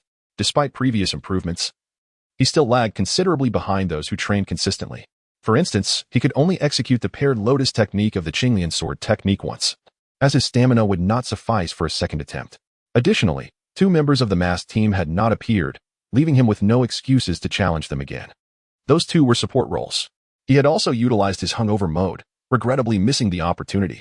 Subsequently, Wuliang shifted his focus to the ongoing battle. Many participants had already been eliminated. This was where the main event unfolded. At this moment, neither side could gain the upper hand. Lin Qiyee gripped his straight sword tightly, his hand trembling slightly. "You cheated. Your sword is a forbidden object, Guyuan. Even if you limit yourself, you cannot curb the power of the forbidden item." Wang Mian's expression remained unchanged. "Are you suggesting that when battling the ancient god cult, we should allow them to forego their weapons?" "Lin Qiyee, let us continue." At that moment, Zhao Yuan noticed a straight sword lying on the ground. With time running out, he could not afford to hesitate any longer. They were on the verge of losing. With that thought, he swiftly picked up the sword. In an instant, a surge of dark energy erupted from within him, and an armor materialized around his body. An overwhelming aura reverberated throughout the arena. Ah! Wang Mian frowned at the sight. Forbidden Ruin 031, Black King, Annihilation. So it cannot be controlled by oneself. In the next moment, the darkened Zhao Yuan swung his sword towards Wang Mian. The sheer force of the impact caused Wang Mian to sink slightly, and the ground around him began to cave in, fissures appearing everywhere, showcasing the tremendous power behind that strike. Goodness, I never knew he was this strong. Wuliang truly did not misjudge him, despite his peculiar appearance, exclaimed by Li Pangbang, astonished. After several attempts, Wang Mian's brows furrowed as he retreated to the side, unwilling to engage further. With no target in sight, the darkened Zhao Yuan turned his attention towards by Li Pangbang. "Zhao Yuan, why are you looking at me like that? Chase after him. He's right there." Yet in the next moment, the sword came swinging towards by Li Pangpang's face. Lin Qiyee's pupils constricted as he rushed forward to push by Li Pangpang out of harm's way. He has lost all reason. Quickly, bring out the sealing scroll. But Li Pangang nodded, hurriedly retrieving the sealing scroll from his spatial pocket, resembling tape, and tossed it to Lin Qiyee. Then, Chapter 43, assessing talent. Slap. Lin Qiyee and Wang Mian, along with the others, were momentarily stunned. Have you finished over there? Lin Qiyee observed Li Wuliang, who had caught the sealing scroll, incredulously. It was worth noting that he was alone while Li Wuliang was handling 4 adversaries. How could he have concluded his battle more swiftly? Wang Mian's expression grew increasingly grave. Master, have all my teammates been defeated? Indeed, they are likely busy mending their trousers now, Li Wuliang replied with a faint smile. This outcome did not surprise Wang Mian significantly. The sword intent embodied in that skyward strike was enough to indicate the disparity in combat prowess between both sides. It was simply unexpected that they had succumbed so quickly. I understand, Wang Mian replied calmly. Meanwhile, observing the darkened Zhao Yuan, Li Wuliang smiled. Not bad, quite imposing. The armor he dons appears more oppressive in reality than in literature, if one wishes to comprehend the essence of hell. A glance at the darkened Zhao Yuan offers a profound insight.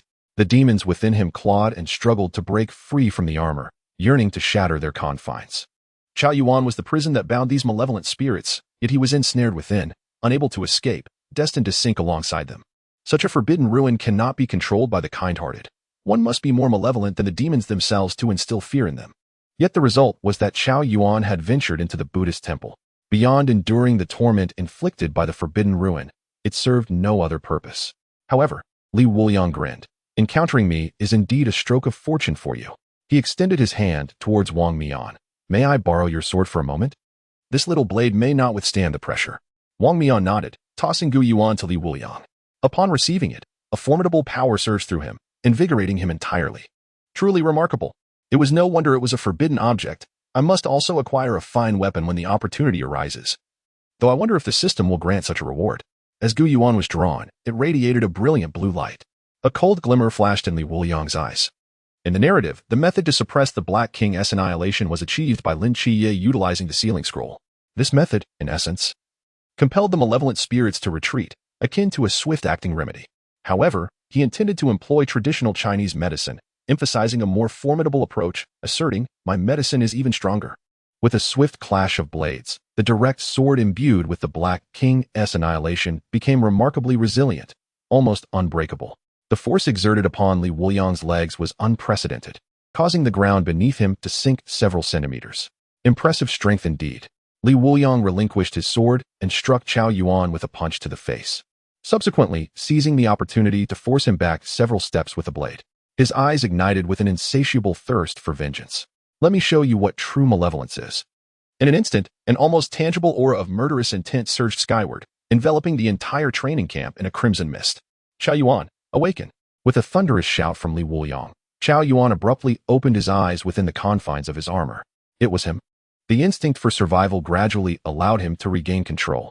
Surrounding malevolent spirits clutched Zhao Yuan, preventing his escape, intent on forcing him to share in their torment. Yet, a chilling wave of lethal intent swept the malevolent spirits aside. Li Wuliang's aura instilled fear within them. In this moment, he embodied the essence of the King of Hell. Any malevolent spirit dared not meet his gaze, retreating hastily, fearful of total obliteration. Zhao Yuan slowly regained consciousness, dispelling the Black King's annihilation. Li Wuliang, how many have you slain? His first inquiry upon awakening was this. Li Wuliang immediately dismissed the presence of countless wandering souls. He dared not unleash that technique here. Should he do so, it might prompt the Night Watch to sideline the ancient cult, coming to collect him. Perhaps even the dishwashers and delivery personnel would be summoned to discuss the scattering of his ashes. As the crimson mist gradually dissipated, Li Wuliang took a deep breath and replied, not many. This ability depends on talent. For those with talent, slaying but one is akin to my own prowess. For those lacking it, even the slaughter of thousands bears no significance. Learn, for this is all skill. He promptly produced a jar of Zhuashanqing and took a hearty drink. Forcibly retracting the wandering souls had drained much of his stamina, yet Wang Mian remained present. His momentum could not falter. The effects of Zhuashanqing were surprisingly beneficial. With a single gulp, it felt as if he had rested in the mountains for an entire day. Each breath was imbued with the fragrance of fresh grass and the earthy aroma of forest paths, rendering the experience immensely pleasurable. It was a sensation that tempted one to linger in this dreamlike state indefinitely.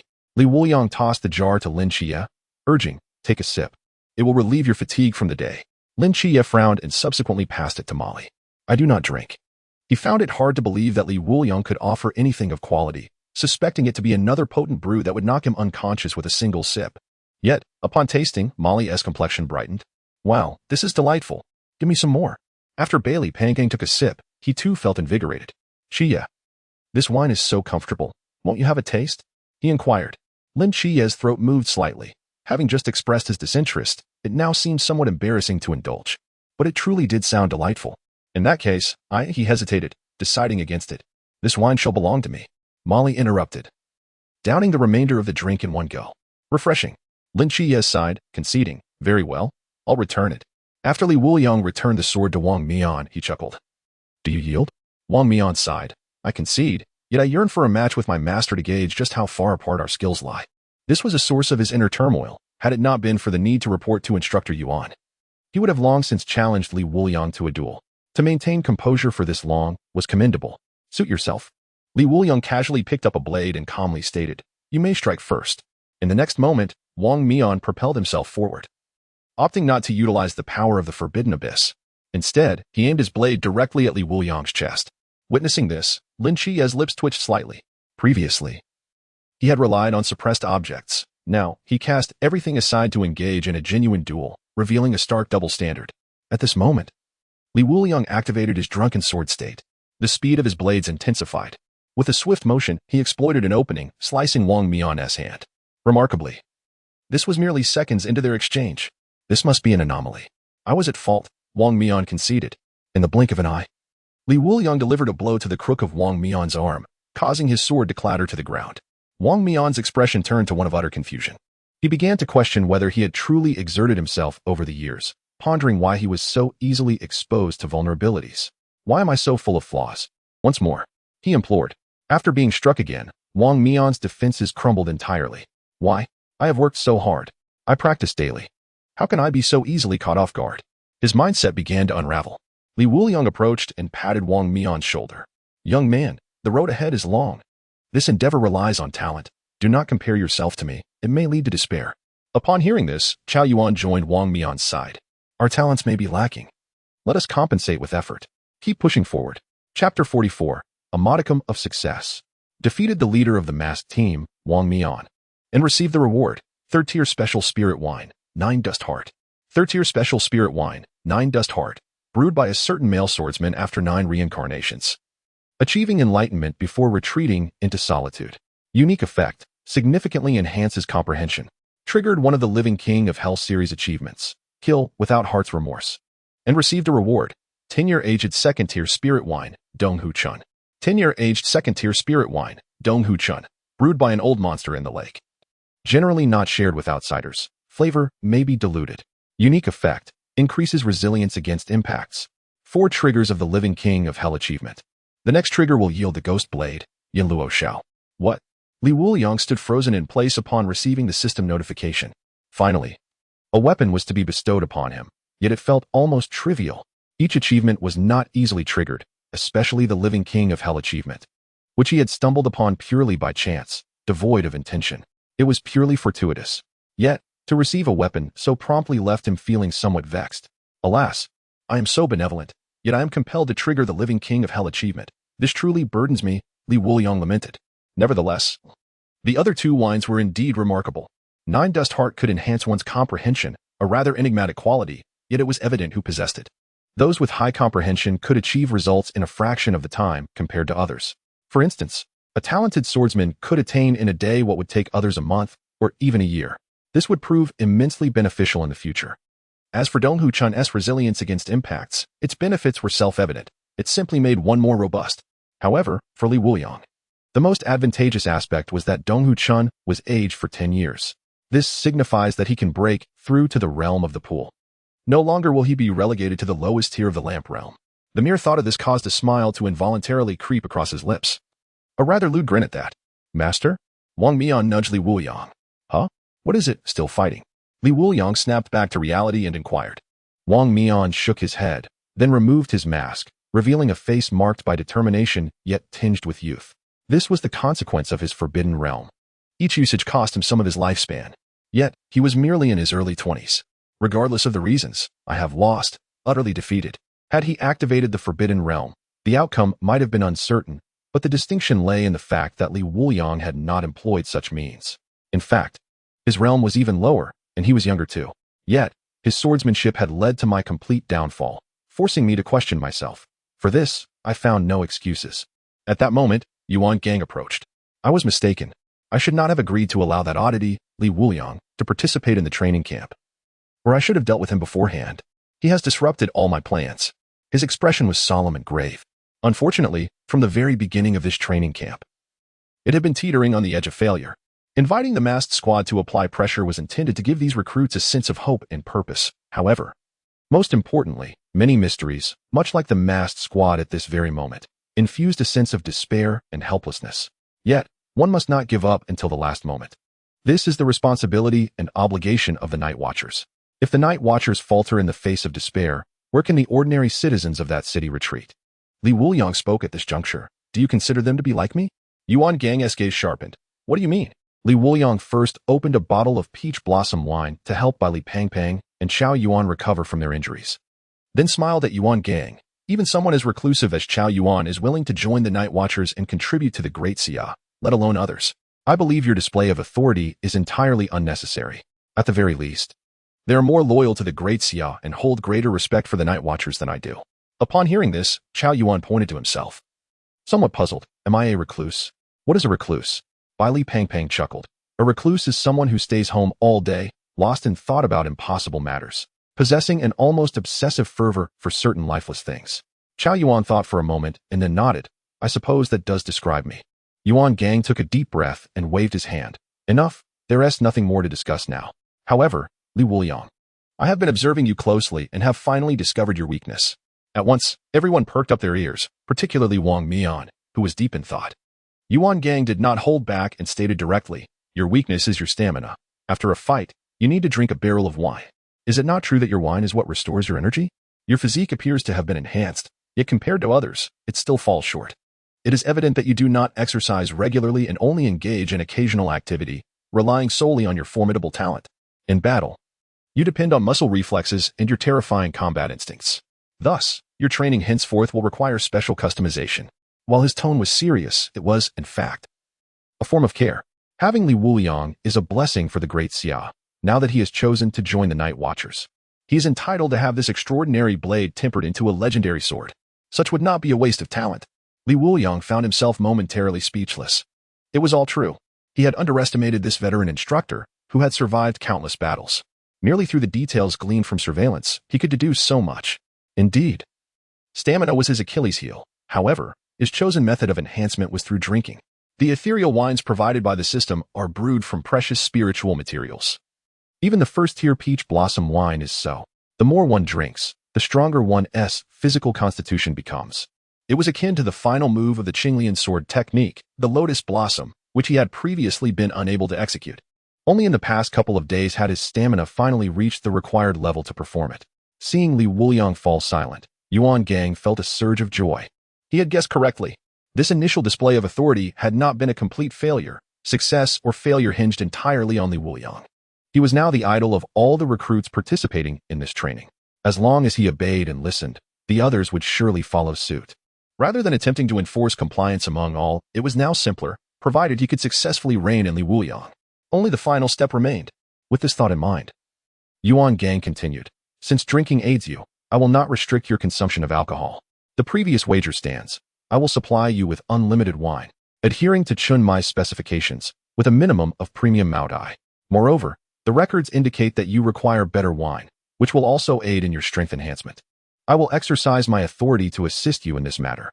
Just consider it a transaction. You follow my training regimen, and I provide you with convenience.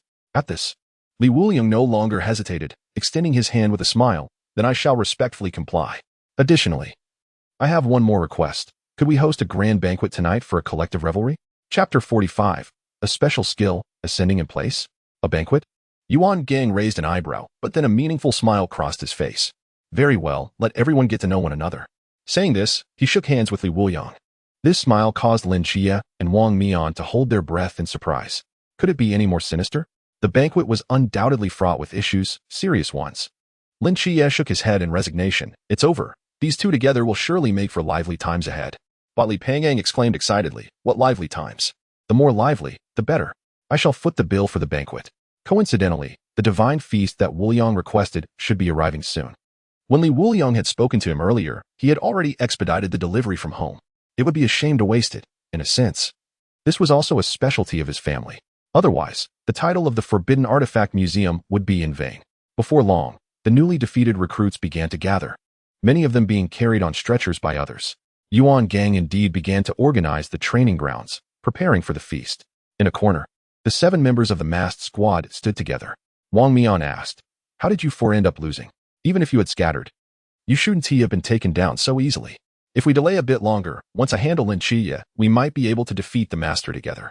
Tanxiang and Xinghan turned their heads to look over. The faces of Xinyuan and Tianping turned red as they replied, "Captain, we were outmatched. Their final tactics were rather underhanded. It is not entirely our fault that Xin Qingzhu actually threatened us with other recruits.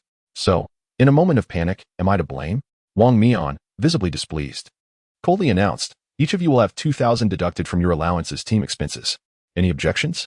Upon hearing about the deduction, Yue Gui and Xiang Wei were immediately taken aback.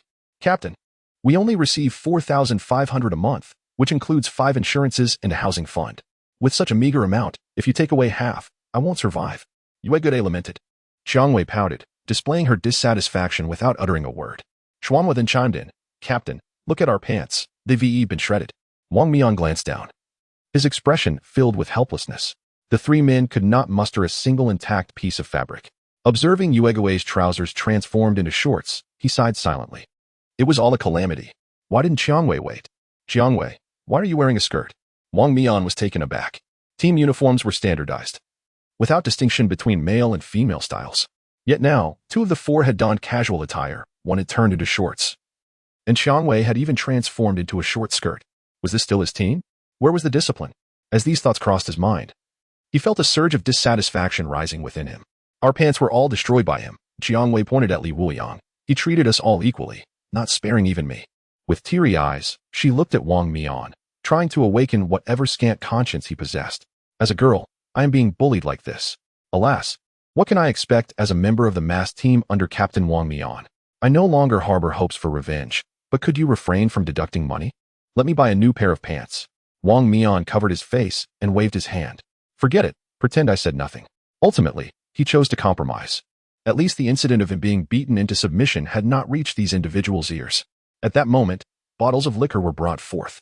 Surprisingly, throughout the entire banquet, Yuan Gang did nothing but continuously supply drinks, causing everyone to indulge to the point of inebriation. At this juncture, Xin Qingzhu approached Li Wuliang, raising his glass with a smile.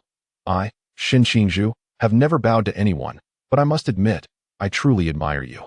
Single-handedly taking down all 5 members of the masked team, including their captain, is no small feat. I toast to you." Saying this, he downed the contents of his cup in 1 gulp. Li Wuliang responded, "It's simply talent." His words were rather ostentatious, leaving Xin Qingzhu at a loss for a retort. At this moment, Qiao Yuan pushed his way over.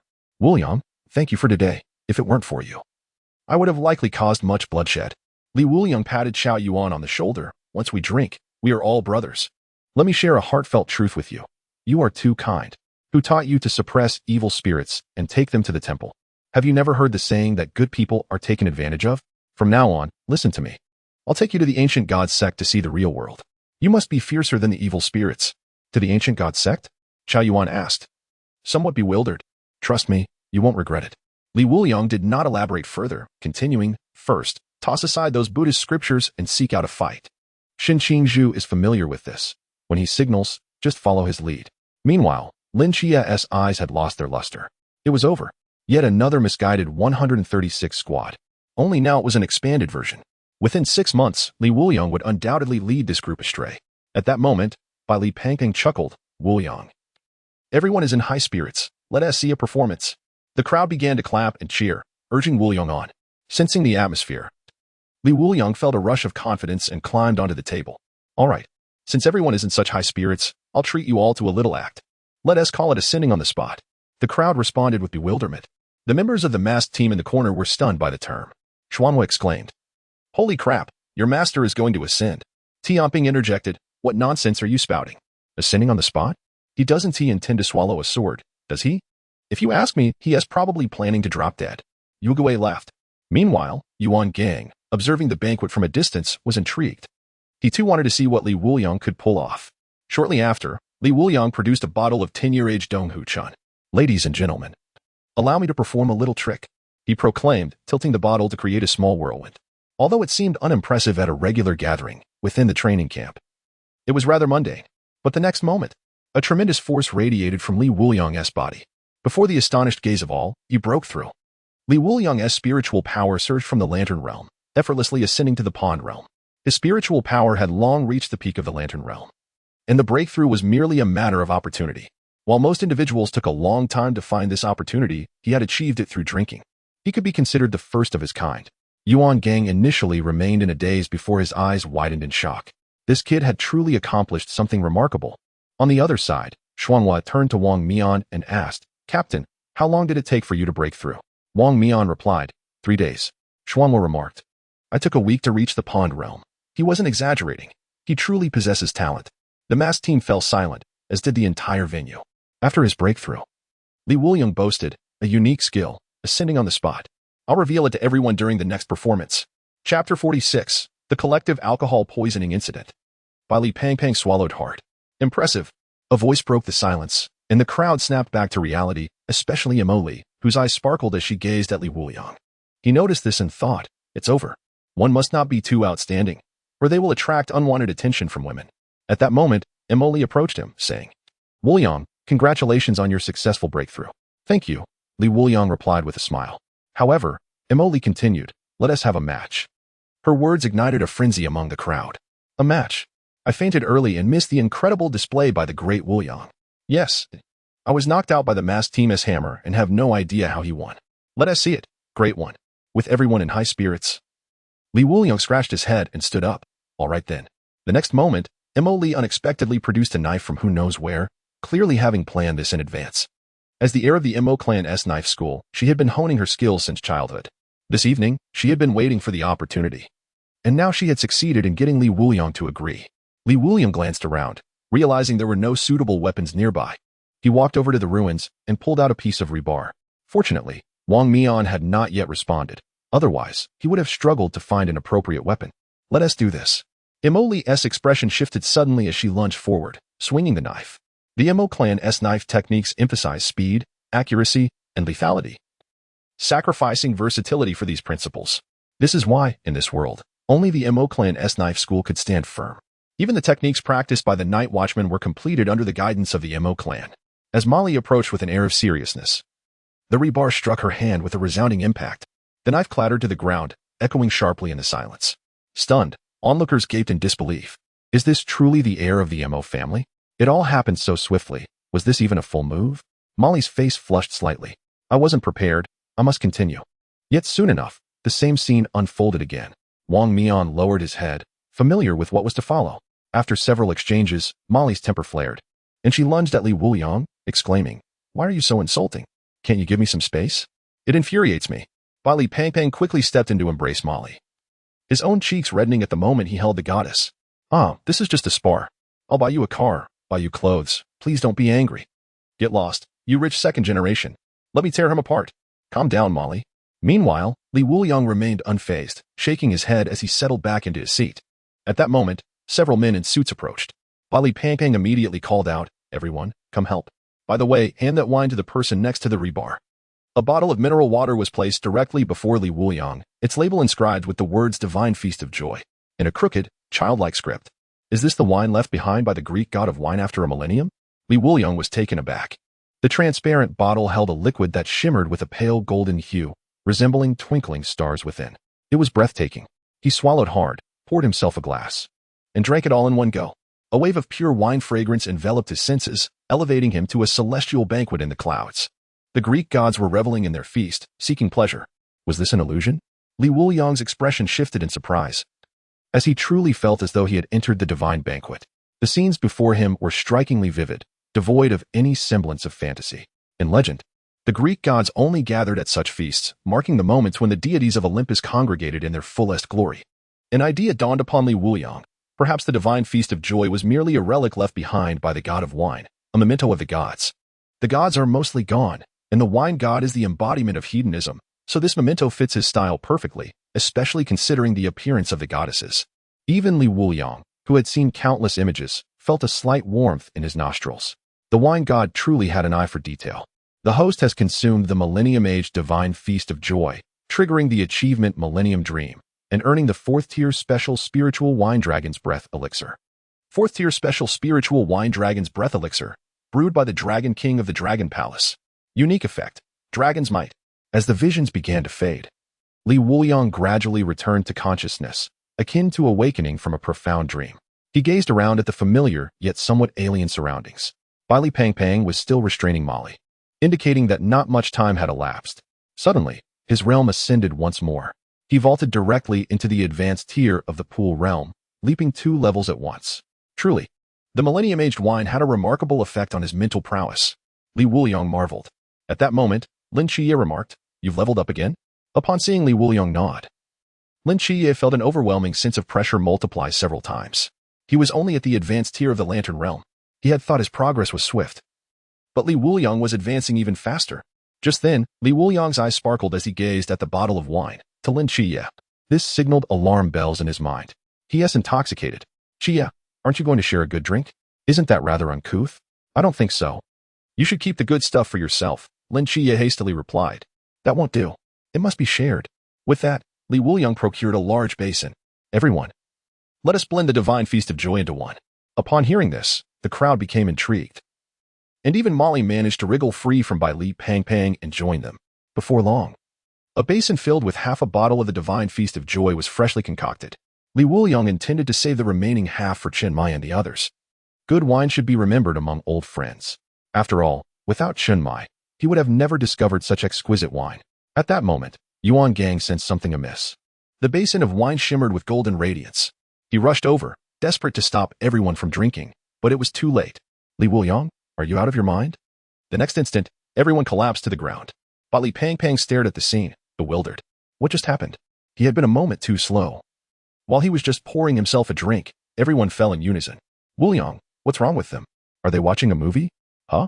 The affairs between fathers, distant relatives, and all female creatures, you can watch while you drink." Li Pangpang looked at the half bottle of the Divine Feast of Joy in Wuliang's pocket. His eyes widening in astonishment, he promptly set his cup down. "I won't watch anymore. Will they be okay?" Wuliang remained silent. Li Pangpang chose to pray for them. Yuan Gang, meanwhile, halted in his tracks, gazing helplessly and despondently at the starry sky. "I think I want to retire." Subsequently, achievement Living Yama series triggered, suffering from alcohol poisoning, reward acquired. 2nd tier Spiritual Wine Hangover Soup. 2nd tier Spiritual Wine Hangover Soup. Drink and you'll feel refreshed. Just let it flow through. The Living Yama achievement has been triggered 5 times, earning the Ghost Sword Yama's smile. Chapter 47. What do you call him? With a flick of his thought, a long sword of black and purple materialized in Wuliang's hand, its scabbard etched with jagged patterns resembling the fangs of a demon. Ghost Sword Yama's smile. The personal sword of the Yama King of the Underworld, long tainted by ghostly energy. Only an extraordinary sword cultivator can wield it. "I have a sword now." Wuliang felt a surge of excitement. As a sword cultivator, being without a sword felt incomplete. Using a sword hilt and a blade was hardly the same. Although the process of obtaining it felt somewhat like an affront from the system, the rest was quite satisfactory.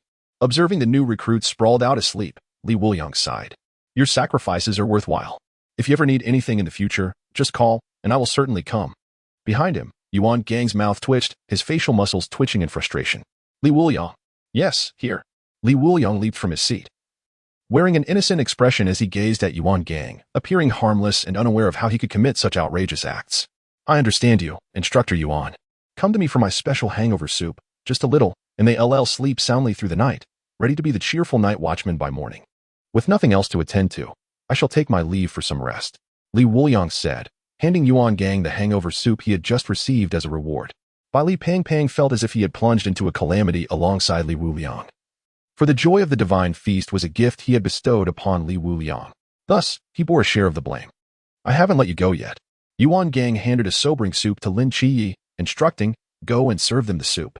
Lin Qiyee pointed at himself, then, with a resigned nod, complied. Yuan Gang turned to Wuliang, inquiring about the sudden appearance of the sword in his possession. "Where did the sword come from?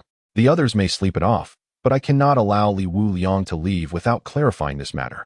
"It was given by the deity," Wuliang replied earnestly. "The divine feast pleased him, hence he granted me a weapon." "Just like that?" Wuliang was taken aback. This was the first time he had encountered such a discerning deity, who, upon being pleased with their agent's revelry, directly bestowed a treasured sword, which appeared to be an extraordinary artifact. The demeanor of deities towards their agents was typically aloof, had there not been a necessity. They would not deign to cast their gaze upon the mortals of the world. Some deities scrutinized the character of their chosen agents, ensuring that they possessed the potential to fulfill their tasks. Many deities had excessively demanding requirements, even including the slaughter of countless beings. Yet, Wuliang's situation appeared to be devoid of any such demands, merely an extraordinary power granted in exchange for a fondness for drink. Now, he had also received a sword of extraordinary caliber. All signs indicated that Wuliang was indeed a worthy candidate for substantial investment by the Night Watcher. Reflecting on this, Wuliang remarked, "The deity behind you seems to resonate well with you. It matters not that you have received rewards. What is crucial is your ability to uphold them." Wuliang chuckled, naturally. What a jest! To seize his sword and expect him to wield it as effortlessly as slicing through the heavens? Even someone of Yi Fan's caliber would find it a challenge.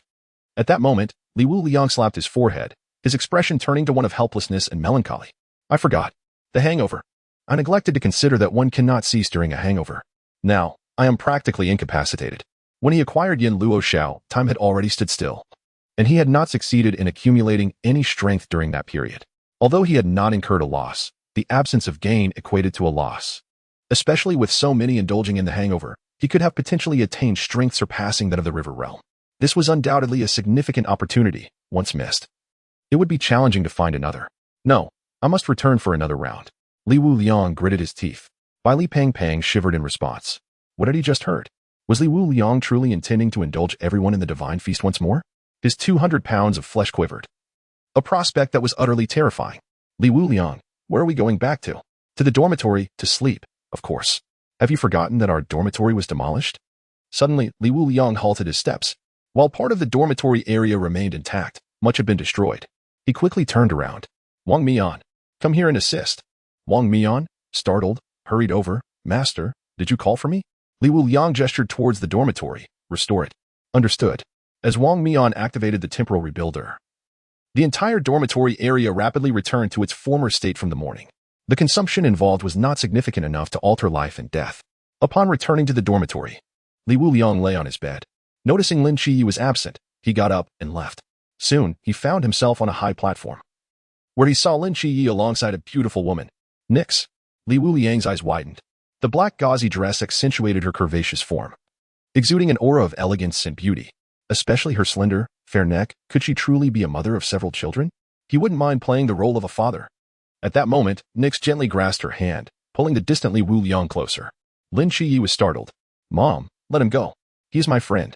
However, Nix's gaze remained fixed on Wuliang, a single crystalline tear slipping down her cheek. This visage was a poignant reflection of heartbreaking reality, unparalleled in its sorrow. Husband, the children, they are all gone. Why have you only just returned? Her voice was filled with despair, as if she wished to release all the years of hopelessness in one breath. Nix released Wuliang, yet she did not truly let go. Instead, she embraced him tightly, causing a heavy pressure on his chest, nearly rendering him unconscious. Husband, Lin Qiyee was bewildered. Why was this so? He was merely her son, while this fellow was her husband. In haste, he recalled who Nix's husband was. Erebus. Nix was the goddess of the night, and Erebus was the god of darkness. Yet, he knew that just a month prior, Wuliang was merely a drunken student, attending the same class as him. Had the situation worsened? At that moment, he noticed the healing progress had increased by 10%. Wuliang, she too is a deity. There are merely some complications here, do not take offense. Lin Qiyee pointed at his head, suggesting, just let her hold you for a while. Wuliang rolled his eyes. For heaven's sake, he would indeed wish to be freed, but only if he could escape her grasp. Nix, after all, was among the pinnacle figures of Greek mythology. Her grip, while threatening, had noticeably restrained itself. A faint fragrance wafted into Wuliang's nostrils, rousing him somewhat. At that moment, Wuliang arrived on the rooftop. Upon seeing Nix, he was immediately on high alert. A foreign deity. Lin Qiyee slapped his forehead, exclaiming, one problem unresolved, and another arises. She's here looking for a divine agent. Who is her agent? I am. You? It doesn't seem likely. Huh? Lin Qiyee was filled with confusion. Wuliang pointed at Wuliang, still ensconced in Nix's embrace, and remarked, I feel it is him. Chapter 48. A long road ahead? Lin Qiyee was left speechless. Yuan Gang stated. A dual deity agent is unprecedented in our great Xia. I will report this to my superiors, but could you first persuade her to release Li Wuliang? He appears to be on the verge of death. While the notion of a dual deity agent was significant, the fact that Li Wuliang's deity posed no threat was even more crucial. Had he not observed the tearful Nix, who displayed no malice, only excessive force, he would have already taken action. After all, as a sea realm being, he could endure for a few seconds. Just as Lin Qiyee approached to counsel Nix, she released Li Wuliang, pulling him closer and saying, "Husband, look at our son, Danaeus. He has grown so much. You have been absent for so long, missing his growth. Please, let us not be separated again. Son, quickly call him father." Nix gazed at Lin Qiyee with eager anticipation. All of this was for the sake of the healing progress. "Father," Lin Qiyee gritted his teeth. "Very well, my grown son." Li Wuliang rubbed his chest, which felt heavy. Just for that utterance of father, he felt his suffering had not been in vain. Nix gently wrapped her arms around Li Wuliang's and said, "All the other children are gone, but with you here, we will have more children, right, my love?" "Yes, we will," he replied. Her hopeful gaze made it impossible for Li Wuliang to refuse. At that moment, Nix noticed the faint aura surrounding Li Wuliang and exclaimed in astonishment, "Your divine power is gone. What happened?" Li Wuliang glanced at Lin Qiyee, who was making exaggerated gestures, implying that he should concoct an excuse. Instantly, Li Wuliang's expression darkened. "My dear, for the sake of world peace and the well-being and prosperity of the people, I have reincarnated. My previous divine power was sacrificed to save the world. You wouldn't despise the current me, would you?" He sighed. "You are now a magnificent deity, while I am merely a powerless mortal." Li Wuliang spoke with such conviction that he almost believed it himself. Lin Qiyee clenched his fists, thinking that such an elaborate lie was beyond ridiculous. How could anyone possibly be deceived by this? Yuan Gang remained silent, having never encountered such outrageous fabrications. Clearly, Li Wuliang still needed to hone his skills in deceit. However, to Li Wuliang's surprise, Nix's eyes sparkled with admiration as she held his hand and smiled. "Darling, as long as you are here, nothing is a problem. Our children can still help you fulfill your wishes, and your greatness will be inherited by them. Today, since it's getting late, why don't we rest?" Lin Qiyee and Yuan Gang were utterly stunned, their mouths agape. No way. She actually believed such nonsense. And what does rest mean? Is she serious? Lin Qiyee nearly forgot an essential detail. Nix had an intense desire for children, akin to a woman who could go 10 years without needing a single sanitary pad. One of her abilities was extraordinary fertility. Thus, her intentions were quite evident. She wanted to engage in the act of creating a child before anything else. Li Wuliang was taken aback. "Well, we have just reunited today. It's not the right time to be impulsive. You know, impulsiveness is the devil." Nix shook her head and laughed. "Even devils are adorable children. We have a child who has been the lord of demons before. If you desire a devil, then let us have one, many of them." Li Wuliang sighed, becoming resolute. "Very well, if it must be so, I am willing." Willing my foot. Lin Qiyee stepped forward, shielding Li Wuliang from Nix. "Mom, we just reunited with father today. Let us discuss this later, shall we? You should return home for now." His tone was laced with a pleading urgency. He was adamant that Li Wuliang should not rush into a relationship, especially not under the guise of being a father. Nix looked at Li Wuliang with a troubled expression. He sighed again, saying, "Since our dear son has spoken, you should return for now. We have time ahead of us. He will not lack for brothers in the future." With this assurance, Nix reluctantly returned to the mental health facility. Her condition noticeably improved. Sitting in her room, she gently brushed her hair with a tender expression. After her departure, Lin Qiyee took a deep breath. "Li Wuliang, you cannot be serious, can you? What do you mean by we have time ahead of us?" His eyes were bloodshot, filled with fury as he glared at Li Wuliang, as if he wanted to tear him apart. Li Wuliang patted Lin Qiyee on the shoulder, saying, "The dear son should rest now. Instructor, I am leaving." He quickly turned and made his way to the dormitory, sensing that if he didn't leave soon, he might truly find himself unable to assume the role of a father. At that moment, Yuan Gang wore a slight smile. "All right, Lin Qiyee, this is a good thing. Nix is the Greek goddess of night, possessing immense divine power. Even if a deity has a divine agent, they may not be entirely obedient. With Li Wuliang capable of restraining Nix, it adds another layer of security for Daxia." Lin Qiyee sighed silently. "I understand, instructor, but I get your point. Don't worry, tomorrow morning I will teach Li Wuliang a lesson." Yuan Gang wore an impish grin. Lin Qiyee was taken aback, but soon felt a sense of relief. Others might hesitate, but this instructor seemed genuinely formidable. Yuan Gang was internally laughing maniacally. Not only could he cultivate Li Wuliang reasonably, but he could also help Lin Qiyee in his frustrations and narrow the distance between them. It was a win-win situation. He had already set a trap for Li Wuliang. His physical stamina was a significant issue, although he was much stronger than the average person among the Night Watchers. He was considered weak, especially when compared to those who had no restrictions. Meanwhile, upon returning to the dormitory, Li Wuliang noticed that Bai Li, who was usually quite plump, was also wide awake, sitting on the edge of his bed, deep in thought. "What are you doing?" Li Wuliang asked. "I'm contemplating how to win over Molly. I've realized I'm in love with her," Bai Li replied dejectedly. "Well then, pursue her. Don't be a simp," Li Wuliang advised. "I won tea. Forget it. You probably don't know how to pursue a girl either. With how much you love drinking, what girl would like you?" Bai Li lamented. Li Wuliang scoffed. "Me? Do you have any idea how many love letters I received during school? The flower of teen song non-willingly came to my room to drink. And we even shared a bed in a villa. Even high-status, alluring married women have thrown themselves at me, calling me husband. You think I don't know how to pursue girls?" Just then, Lin Qiyee walked in, visibly annoyed. Li Wuliang immediately pointed at Lin Qiyee and said, "Ask him. Am I telling the truth?" Bai Li instantly turned to Lin Qiyee. Did he really sleep with the flower of the Songnan Night Watchers and have beautiful married women calling him husband? Lin Qiyee's demeanor stiffened, his fist clenched tighter. Li Wuliang insisted, "Speak the truth." Otherwise, Lin Qiyee replied, "Yes, he is not wrong." Chapter 49. Is this training simple? Bai Li's eyes suddenly brightened. "Li Wuliang, you must teach me. From now on, you are my big brother." Li Wuliang crossed his legs and stated heavily, "To pursue a girl simply means to showcase your charm. Your charm is currently too mundane. She doesn't desire anything trivial. Think about it. She is the heir of the Mo family's sword sect. Does she need your trifles? Moreover, if you take a step forward, you become a simp. If you take a step back, you still seem too distant, appearing indecisive." Bai Li nodded. "Big brother, you are so right. I feel like my trifles amount to nothing. I've been shallow. What should I do?" Lin Qiyee perked up, oddly feeling that Li Wuliang was indeed making sense. "Gift her something." Bai Li scratched his head. "But didn't you say not to be a simp?" Li Wuliang shook his head once more. "How superficial. Far too superficial. You should present her with something immediately useful and utterly irresistible." "What sort of item?" Bai Li Pang inquired. "For instance, a forbidden object. She currently requires a blade, a forbidden item akin to that of Gu Yuan. When presenting it, do not be overtly deliberate. Merely state that you represent the Bai Li family in seeking to establish a long-term and amicable partnership with the Mo clan sword sect. This would serve as a fitting introductory gift. If a young master merely knows how to spend money, he is nothing more than a wealthy heir, nothing remarkable about that. However, if he possesses vision, then he is a true pioneer. Charisma is cultivated through the minutiae of life. Heed my counsel and you will not err." Bai Li Pang appeared contemplative. He then resolutely declared, "I understand now. I will have someone prepare it at once. By the way, brother, do you desire anything? I can have them bring it along as well." Li Wuliang glanced at his hands and replied, "I lack for little, though my hands feel somewhat bare. I would like something to adorn my neck.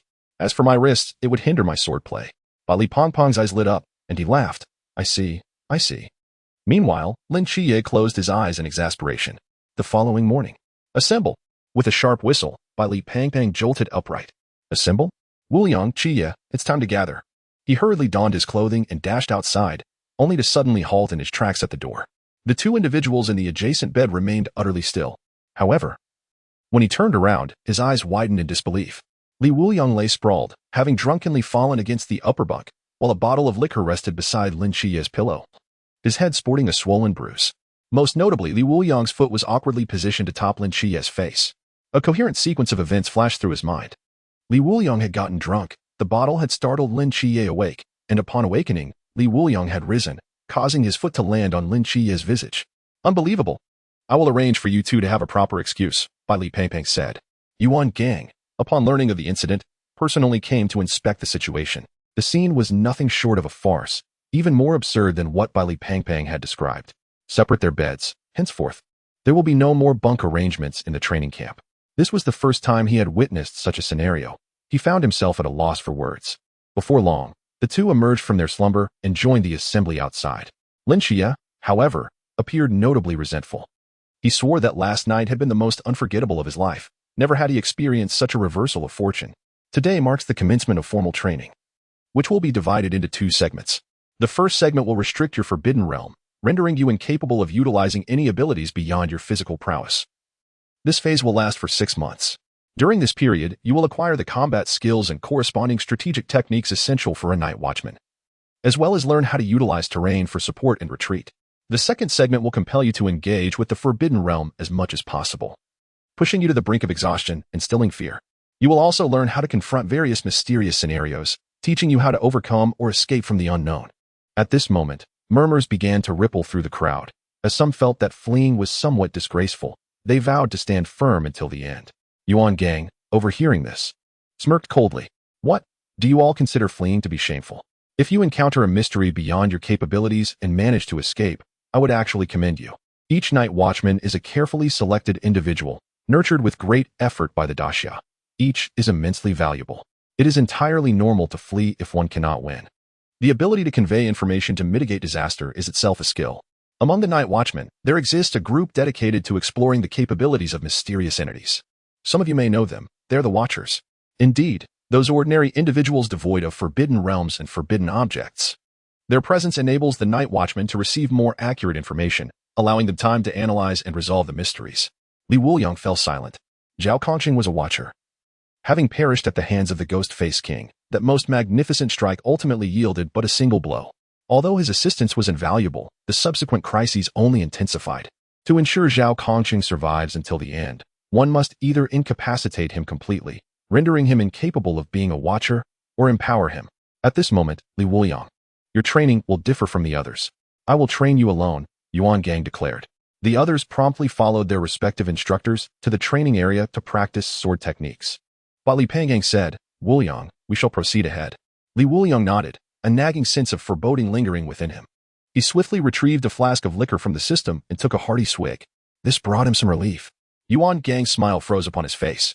Has that item been activated? It has been activated, Commander. Then from where did he procure it? This lad harbors secrets. He took a deep breath and approached Wuliang. Training you in other areas would be a waste of time. You require only one form of training. What sort of training? Wuliang inquired. Stamina. Begin running laps, 20 laps. Complete them, and you may rest. Should you stop midway, an additional 2 laps will be added. Now commence. Wuliang nodded and began to run. Meanwhile, the attentive Qiyue quickly relayed the news to the others. Yuan Dao has assigned Wuliang the task of running 20 laps. So simple. Everyone was momentarily taken aback.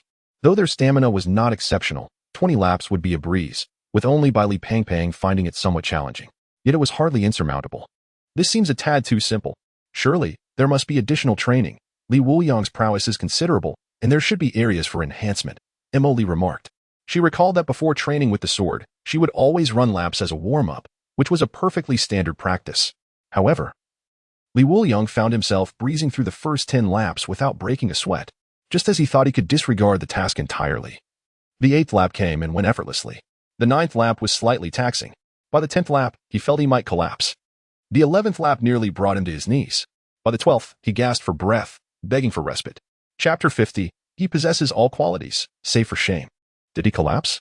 Qiyue and the others stared in disbelief at the figure on the training field, resembling a lifeless body. Surely, his stamina cannot be this abysmal. How could he possibly be weaker than the average person? The crowd erupted in astonishment. Their training had only just begun. Some were still engaged in practice. As the instructor had just finished explaining the essentials of the night watchman's sword techniques and had instructed them to begin practicing. Meanwhile, over here, the session had been abruptly cut short. They too began to feel a wave of shock wash over them. My goodness. Is it truly possible that he cannot even complete a mere 10 laps?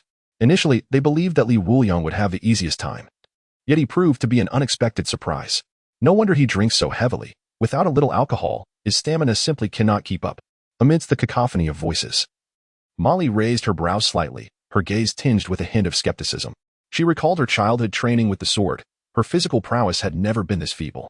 The essence of mastering a blade or any weapon lies in physical strength. Without sufficient stamina, enduring prolonged combat becomes an arduous task. Turning to Lin Qiyee, she inquired. Qiyee, having spent so much time with him, is Wuliang's combat style notably rapid? Is it akin to a swift resolution? Lin Qiyee pondered for a moment before nodding. His speed in battle is the swiftest among the Cognac team. It is said that prior to my joining the Night Watch, he once pushed himself to the limits. In a 10-kilometer sewer riddled with bombs set by the ancient god sect, he not only dispatched the Phantom Man but also dismantled the explosives. All within a mere 15 minutes. Afterward, he defeated a Phantom King, and subsequently, he slept for 2 days. Others recounted that his calves and arms twitched incessantly afterward. Had it been anyone else, their meridians would have shattered, rendering them incapacitated. His words instantly astonished the others. They were well aware of the Phantom King, a mysterious entity within the Chuanjing, guarding the secrets of the Phantom Land. It was inconceivable for anyone to eliminate it swiftly. Molly nodded in understanding. I see now. He is indeed a genius, but merely a genius, for he has never truly exerted himself. At this point, she found it difficult to articulate her thoughts. She understood all too well the sensation of someone effortlessly achieving results that would require immense effort and time from others. Techniques that confound the average individual come as naturally to him as eating or drinking. However, such prodigies often bear a significant flaw: frail stamina. With little practice, their energy reserves remain insufficient for repeatedly surpassing their limits. Wuliang exemplified this type of individual. Molly chuckled wryly, clutching her head. Instructor Yuan's specialized training for him is indeed fitting. For someone of his caliber, he need not engage in other activities. Merely running laps to enhance his stamina suffices. It does evoke a sense of frustration. To claim that none of them envied him would be disingenuous. At that moment, the instructor addressed them. What are you all staring at? Keep your eyes on your training until you're finished running. They promptly returned to their exercises. Yet Molly and Qingju continued to steal glances toward Wuliang. Meanwhile, Wuliang lay on the ground, gasping for breath. I can't go on. I'm spent, he lamented. Contemplating surrender, he reached for a flask and took a swig. Aware that this was merely training, he restricted himself to peach blossom wine, refraining from indulging in the extravagant mountain brew meant for recovery. Get up and continue. We'll discuss it when you faint, Yuan insisted, showing no leniency. Are you a demon? Wuliang retorted weakly. Thank you for the compliment. Everyone from Wang Mian's cohort has praised me similarly. Yuan's expression remained stern, leaving no room for refusal. He continued, only after completing 20 laps may you drink. This is our agreement. You are a man of your word, are you not? Wuliang's eyes glazed over. He had anticipated this outcome. Yuan had been waiting for him all along. Fine. Let us run. As time flew by, a month passed in the blink of an eye. The participants watched as Wuliang continued to run laps, his eyes now cold and somewhat vacant. Qingju remarked. In just a month, he has increased to 40 laps without breaking a sweat. This is absurdly impressive.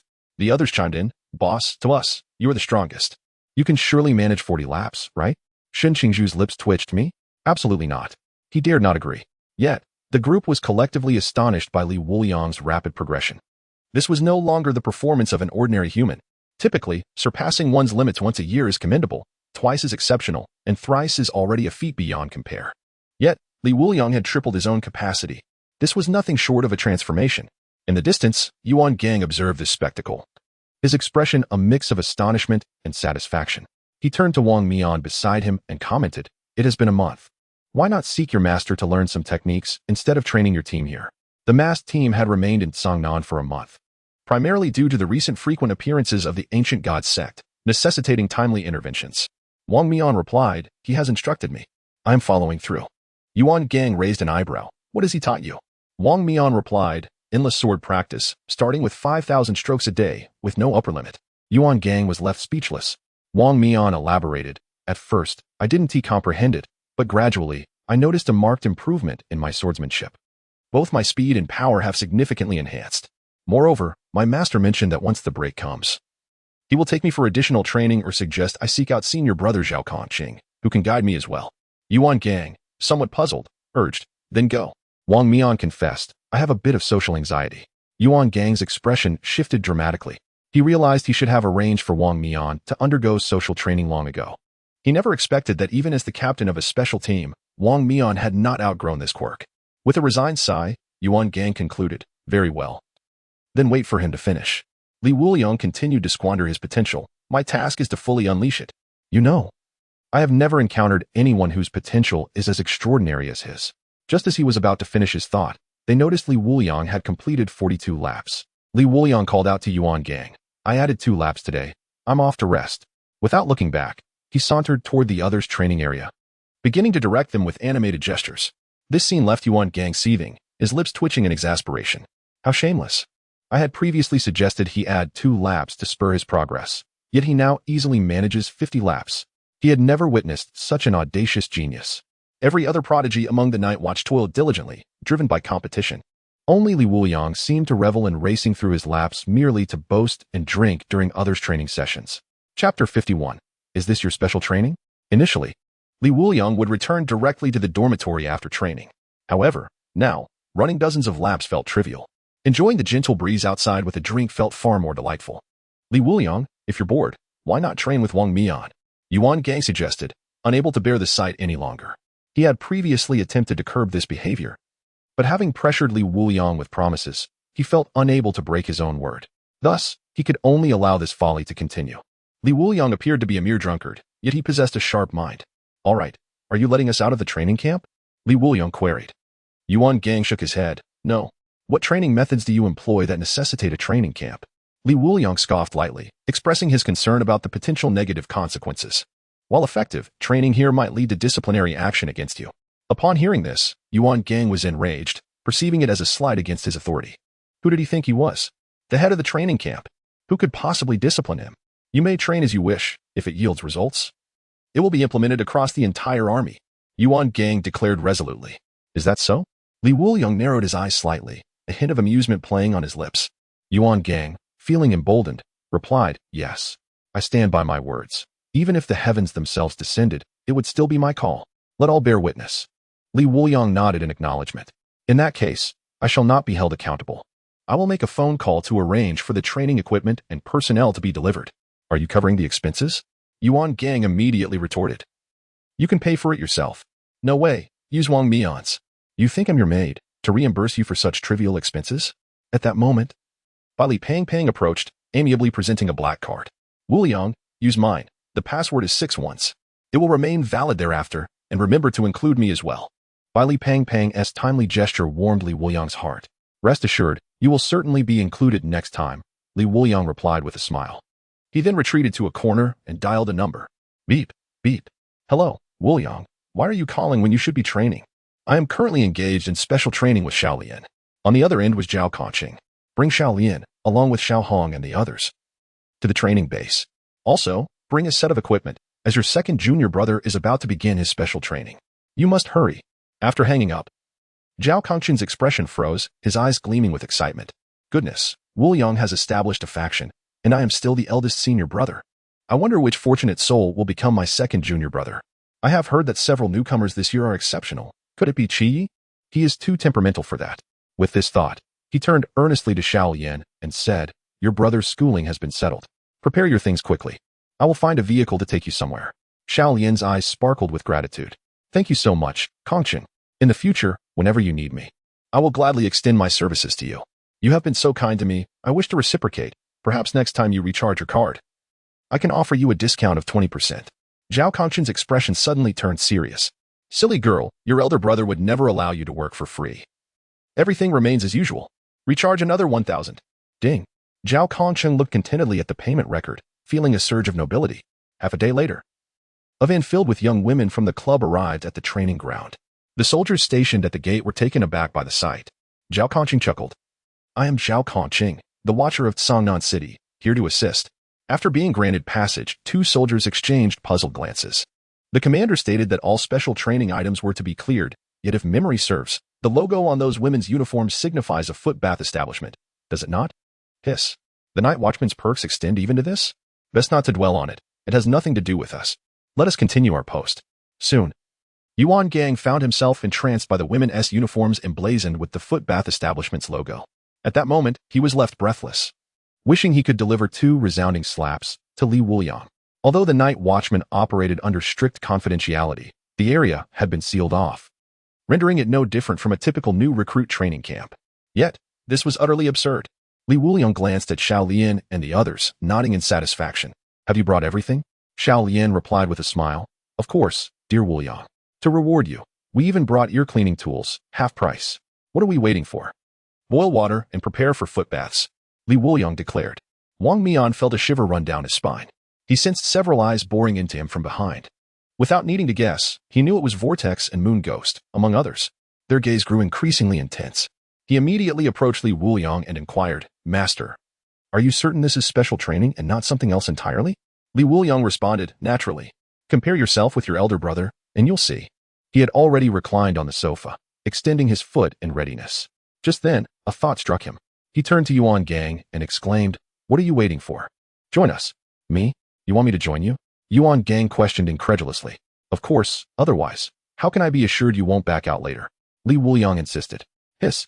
Everyone collectively inhaled sharply. To invite Wuliang to partake in foot baths was a daring challenge, indeed. He found himself in a quandary. If he refused, he could not refute Li Wuliang's claims, nor could he dismiss such an outrageous scenario.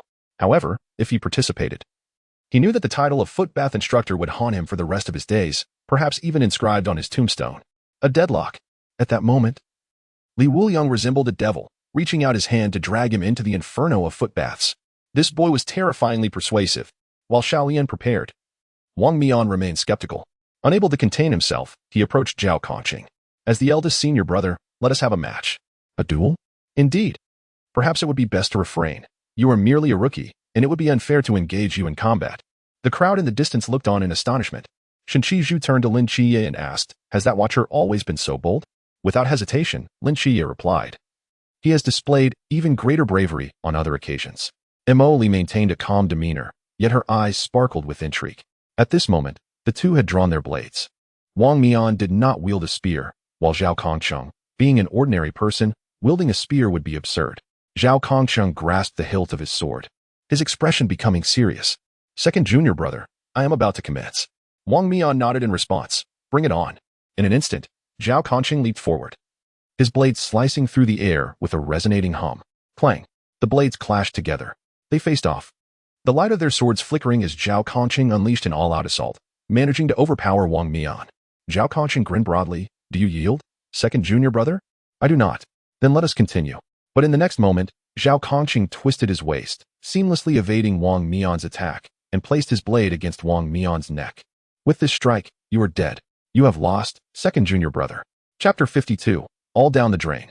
Wang Mian stared in disbelief at the blade poised beneath his neck. In that instant, he was utterly defeated. Observing his despondence, Zhao Kongcheng stepped forward to offer comfort. Follow Wuliang's lead. His ideas may be unconventional, but they are effective. You are still young. Perhaps one day you could even become the captain of a special squad. If I could awaken the Forbidden Realm, I would undoubtedly be a genius. At that moment, he gazed enviously at the individuals within, his eyes sparkling with admiration.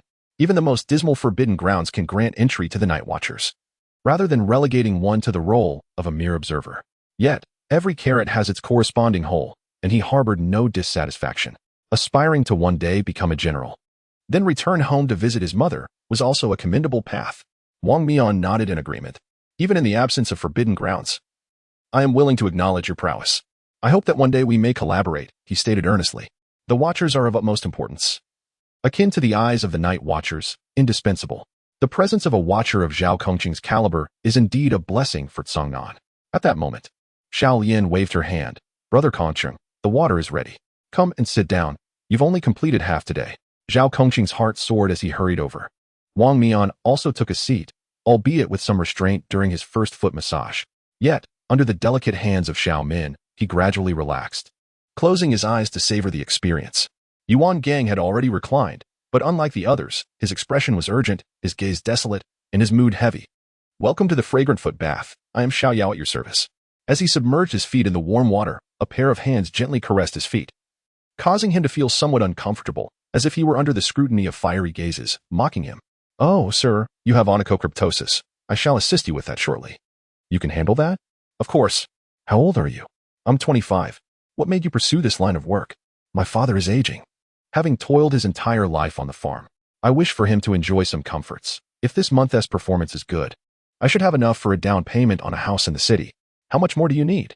Still 4,000. If my performance meets the mark this month, I will be set.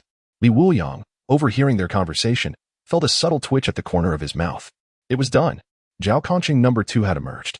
However, he paid no mind, for Wuliang's allowance should suffice. After indulging in the foot massage, Wang Mian and Wuliang's eyes gradually sparkled with newfound vitality. The long-standing physical stagnation had indeed begun to ease. The foot massage was truly effective. Li Wuliang stared intently at Wuliang, awaiting his words. Wuliang felt a bit uncomfortable under the scrutiny, his face flushing. Ahem, it's not much of a deal. Your special training cannot be merely this, can it? At this moment, he felt a flicker of anticipation. Wang Mian nodded as well. Although it felt a bit odd, it was undeniably effective. Upon seeing this, Li Wuliang directly handed over a bottle of peach blossom wine. Pairing it with wine enhances the effects. Without hesitation, Wang Mian accepted it and drank heartily, showing no signs of doubt or hesitation. What comes next, master? Next, we initiate the dragon spine. Old Zhao, show us how it's done. Zhao Kongcheng immediately lay flat on the ground, writhing as if he were a worm on the earth. The two were momentarily stunned. What on earth is this? Wuliang exclaimed, realizing he had truly fallen into a pit. Wuliang grinned mischievously. Instructor Yuan, you wouldn't want to back down now, would you? Everyone's keeping an eye on you. You certainly wouldn't want to tarnish your reputation now. Wuliang gritted his teeth. Fine. Wang Mian, let's do this together. He vowed to make Wuliang pay for this. Crack. Crack. The two bodies emitted a series of sharp sounds as the frequency and amplitude of their movements began to expand. Both were practitioners of martial arts. And compared to ordinary individuals, their physiques were already remarkably resilient. Any training would yield immediate results, provided it was genuinely effective. They twisted around the training ground for 3 full laps before standing up once more. At that moment, Wuliang turned to Zhao Kongcheng and asked, How long have you been training? Just a little over a month, Zhao Kongcheng replied honestly. Wuliang pondered, unable to comprehend why such seemingly absurd movements were indeed effective. The flexibility of his body had been directly enhanced. Practicing swordplay and knife techniques under these circumstances would yield results far beyond expectation. In that instant, Wuliang understood. So that was the reason you brought them for foot massages. Having trained for years, their bodies and minds were in a constant state of tension. While they claimed to relax, their muscles were not under the control of their brains. This necessitated external intervention. The foot massage was a means of forcibly inducing relaxation, allowing the body to truly rest. One must concede, your methods are indeed effective. Upon stating this, he looked over at Xiaoyao, who was waving at him. In that case, let us have the others join. Suddenly, the atmosphere erupted. Finally, the plump fellow was the first to dash forward. For my friends, each of you will receive a recharge card worth 10,000. The entire venue erupted in cheers. Xiaolian and the others beamed with joy. This order was monumental. It surpassed their total annual performance, enough to open another foot massage parlor.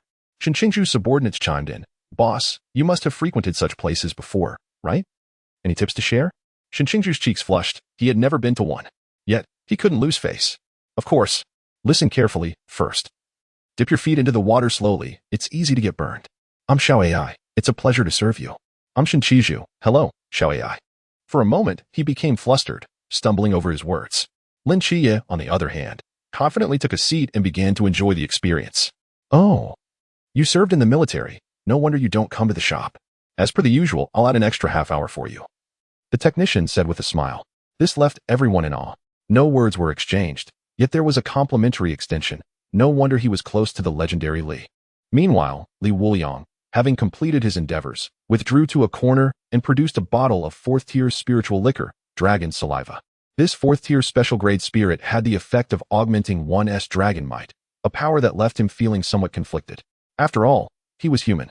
What did he need with dragon might? However, the mental energy contained within the 4th-tier liquor and the increase in agent value piqued his interest even more. The dragon saliva was scarce, contained in a small bottle of roughly 400 milliliters. With just a few sips, Wuliang downed it in one go. It was sharp and stimulating, akin to swallowing a ball of fire. This liquor was exceedingly potent. Consuming 4th-tier special-grade liquor increases agent progress by 10. Current progress, 67. Dragon saliva had now become the strongest liquor he had ever consumed, and it was unlikely anything could surpass it in the future. In the next moment, Wuliang felt the fiery sensation within him brewing, quickly spreading through his limbs. He felt as though he might explode. He immediately tilted his head back. A dense wave of liquor vapor coalesced and was expelled from his body, a powerful pressure sweeping across the entire training ground. Yet, the ordinary individuals felt nothing, merely experiencing a sudden dizziness and a bit of discomfort. However, those who possessed the forbidden ruins all turned their gazes towards Wuliang. Wuliang squinted slightly, finally revealing a hint of a flaw. This aura was that of a dragon. Chapter 53. Are the members of the ancient god sect acting as technicians? Just as Wuliang's excitement peaked, a thought suddenly struck him. The situation seemed to have become more intricate. A dragon wielding a sword. Whose deity is this? There are no records of such a thing. In Sangnan City. Li Jin looked at the foot massage shop with a frown. It had unexpectedly closed down. Never mind. Let's head back today, Xiao Hong. Good things should be shared. Just like Lin Qiyee. Besides sharing food and drink, Wuliang had kindly brought Li Jin to the foot massage shop and even arranged for him an 888 membership card, allowing him to indulge in the joys of life once a month. Due to their close relationship, Xiao Hong could enjoy a warm herbal bath as well. Recently, however, he had noticed that a new technician seemed rather peculiar. He intended to investigate further today, without any other reason. At that moment, A wave of dragon might swept over. Li Jin's pupils constricted as he gazed towards the source of the dragon's might. A dragon? Do they still exist in this era? What should we do? Should we go? Xiaohong spoke in human language. No need. That area is patrolled by the Night Watchers. If something were to occur, they would know how to handle it. Li Jin replied solemnly. The man and the dog exchanged glances before turning back. Inside the training camp, Li Wuliang regained his senses and let out a hiccup. His cheeks flushed, clearly under the influence of alcohol. However, at this moment, no one was paying attention to him. Their focus was on the technicians, particularly one among them. Yuan Gang slowly approached, inquiring, "What is going on?" At that moment, Wang Mian grabbed the technician's hand and spoke. "She has issues." The other technicians exhibited signs of fainting and chest constriction, yet she seems perfectly fine. I suspect she is not an ordinary person. Upon hearing this, Yuan Gang immediately instructed. Take the technicians to rest for a while. Xiao Lian and the others became anxious. Although they could not comprehend the conversation, it seemed that this new sister had a problem. Xiao Lian then stated, her name is Xiao Wan, and she started working here 2 months ago. She usually isn't keen on making money. She doesn't seem fit for our line of work. The others nodded in agreement. They were familiar with the many clients they serviced, and it was easy to discern who was motivated by profit. Those who love their profession show it. And Xiao Wan had the highest complaint rate, even having fought with a client, nearly getting herself dismissed. After Xiao Lian spoke, Xiao Wan shot them a fierce glare. Once they left, Yuan Gang stepped before Xiao Wan, saying, "You were sent here as a technician? The ancient god sect is indeed investing heavily. What is your name?" Xiao Wan's expression turned cold and proud. "I am Qiyue, a follower of the ancient god sect. You guessed correctly, I have awakened the forbidden ruins. Since you have captured me, I have nothing more to say. Before long, our deity will descend upon Great Xia to avenge me." Yuan Gang instantly revealed a hint of coldness. To be captured, yet still so arrogant. Let us see if your resolve truly holds. Take her away and interrogate her thoroughly. We must uncover what the ancient god sect intends to do. Given that the forbidden ruins were sealed here, 2 soldiers easily apprehended her and took her away, where she would face either interrogation or severe punishment. Ultimately, confinement in a fasting chamber would be her only fate. However, even if she remained silent, Wang Mian and Yuan Gang could surmise the general situation. The simultaneous emergence of 2 mysterious agents, one of whom was a representative of Michael, could not be overlooked by the ancient god sect. It was likely that Li Wuliang often took Lin Qiyee to the foot massage shop, prompting the sect to send someone to infiltrate for opportunities. Unfortunately, she had just arrived when the 2 joined the Night Watchers, rendering her efforts futile. Ironically, someone who possessed the forbidden ruins, typically commanding great respect, had spent 2 months washing feet for a bunch of rough men. It must be said, this individual still had the potential for redemption. Had it been anyone else, they would have lost their composure and gone on a rampage. Yet, the level of violence displayed within the ancient god sect was shockingly restrained. Hence, Yuan Gang chose to interrogate her first, if she divulged some information. Her treatment in the fasting chamber could be more lenient. It was better than being classified as a serious criminal, for that would spell true despair. Whether she could seize this opportunity depended solely on her. At this moment, Wang Mian said, "Instructor Yuan, I suspect the ancient god sect is up to more than this. The deity is about to arrive," likely referring to the previous few seats. Yuan Gang nodded in agreement, turning to Li Wuliang and Lin Qiyee, his expression growing increasingly solemn. "No worries. They will be quite safe here." As his words fell, Li Wuliang, who had just released dragon might, succumbed to drowsiness and drifted into a deep slumber. When he opened his eyes, the familiar crimson hue reflected in his pupils, similar to the last experience, yet the ground was devoid of so many corpses. "You have arrived." The middle-aged man from before turned to face Li Wuliang. In his hand appeared 2 bottles of sweet potato liquor, one of which he offered to the man. "This is the sweet potato liquor you mentioned. It may not be easy to procure in the future." This was a first-tier spiritual wine, and he had already reached the pool realm. The enemies he would face henceforth would only grow stronger. First-tier mysteries were becoming increasingly rare. After all, he was not a member of a special team and could not roam freely. Only members of special teams within the Night Watchers could respond to incidents wherever they arose. But by then, the mysteries necessitating his intervention would not be trivial either. "I merely wish to taste it. It's not that I love drinking," the middle-aged man replied solemnly. The sweet, rich aroma filled the air, and a barely perceptible smile appeared at the corner of the middle-aged man's mouth. It turned out he enjoyed this flavor. "All right. As I mentioned last time, you give me a bottle of sweet potato liquor, and I will teach you a sword technique. Are you ready?" Li Wuliang shook his head. "Why are you rambling so much about drinking? I'm not bringing you liquor just for that sword technique. We are all friends in the realm of wine, are we not?" The middle-aged man appeared somewhat surprised, then chuckled wryly. You and my younger brother truly share the same temperament. So, will you learn it? Yes. Haha, what a straightforward person. Watch closely. This move is called the 100 Steps Flying Sword. Within 100 steps, seal the heart and sever the pulse, a lethal strike. The sword at the middle-aged man's waist instantly sprang from its sheath, shooting towards a distant boulder. He then pursued the sword, maintaining a delicate distance between himself and the blade.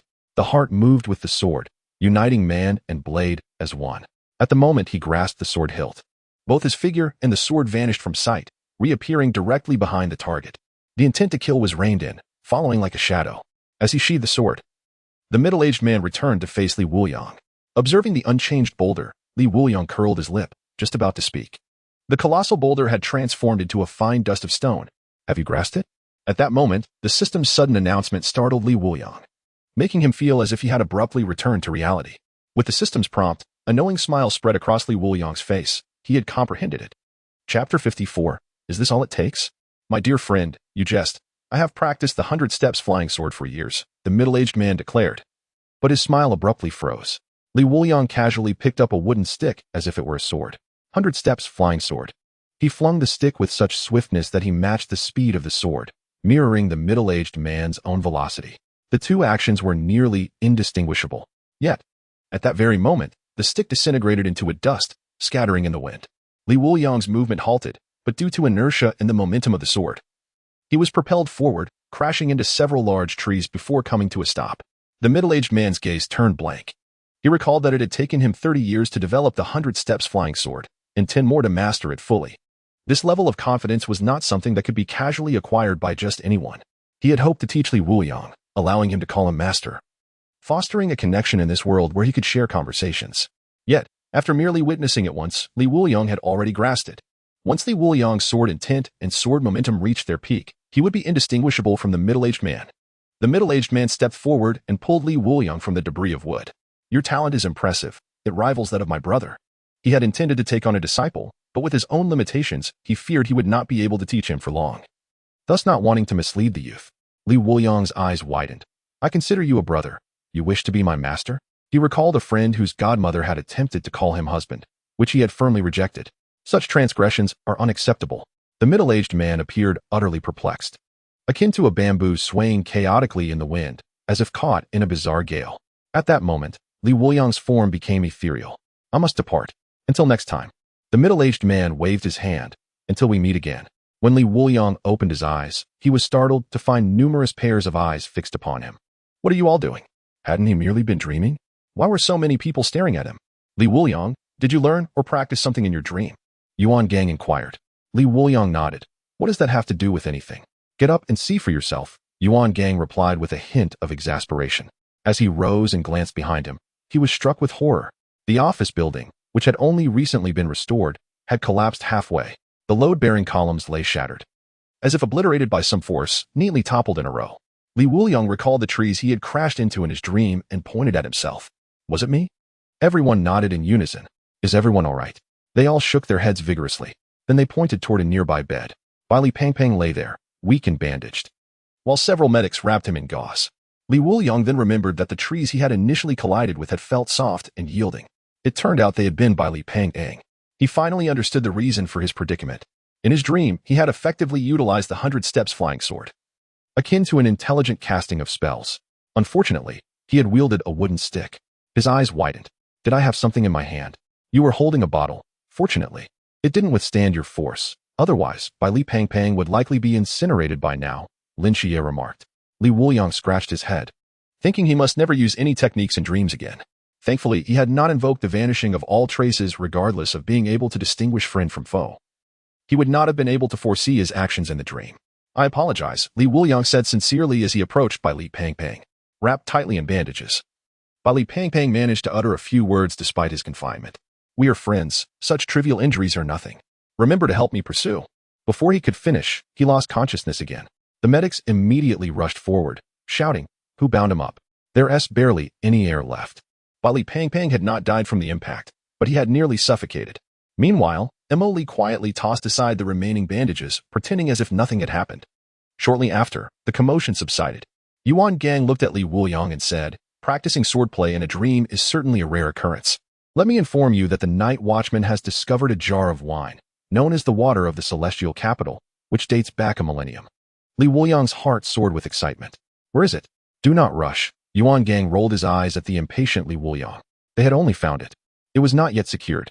Someone among the night watchmen was attending to this matter. The upper echelons regard you far more highly than Lin Qiyee, the agent of Michael. Do you know why? Gang's gaze deepened, resembling a night sky that was inscrutable. Wuliang hesitated before slowly articulating. Could it be that they believe I am backed by the divine beings of Huaxia? You are indeed astute. Gang's expression grew animated. Our great Xia has no deities. Is that reasonable? It is not. Your existence is our hope. Even if it isn't, do not utter it. Maintain your air of mystery. A person thrives on spirit. The true answer is inconsequential. Gang's words left Wuliang feeling somewhat uneasy.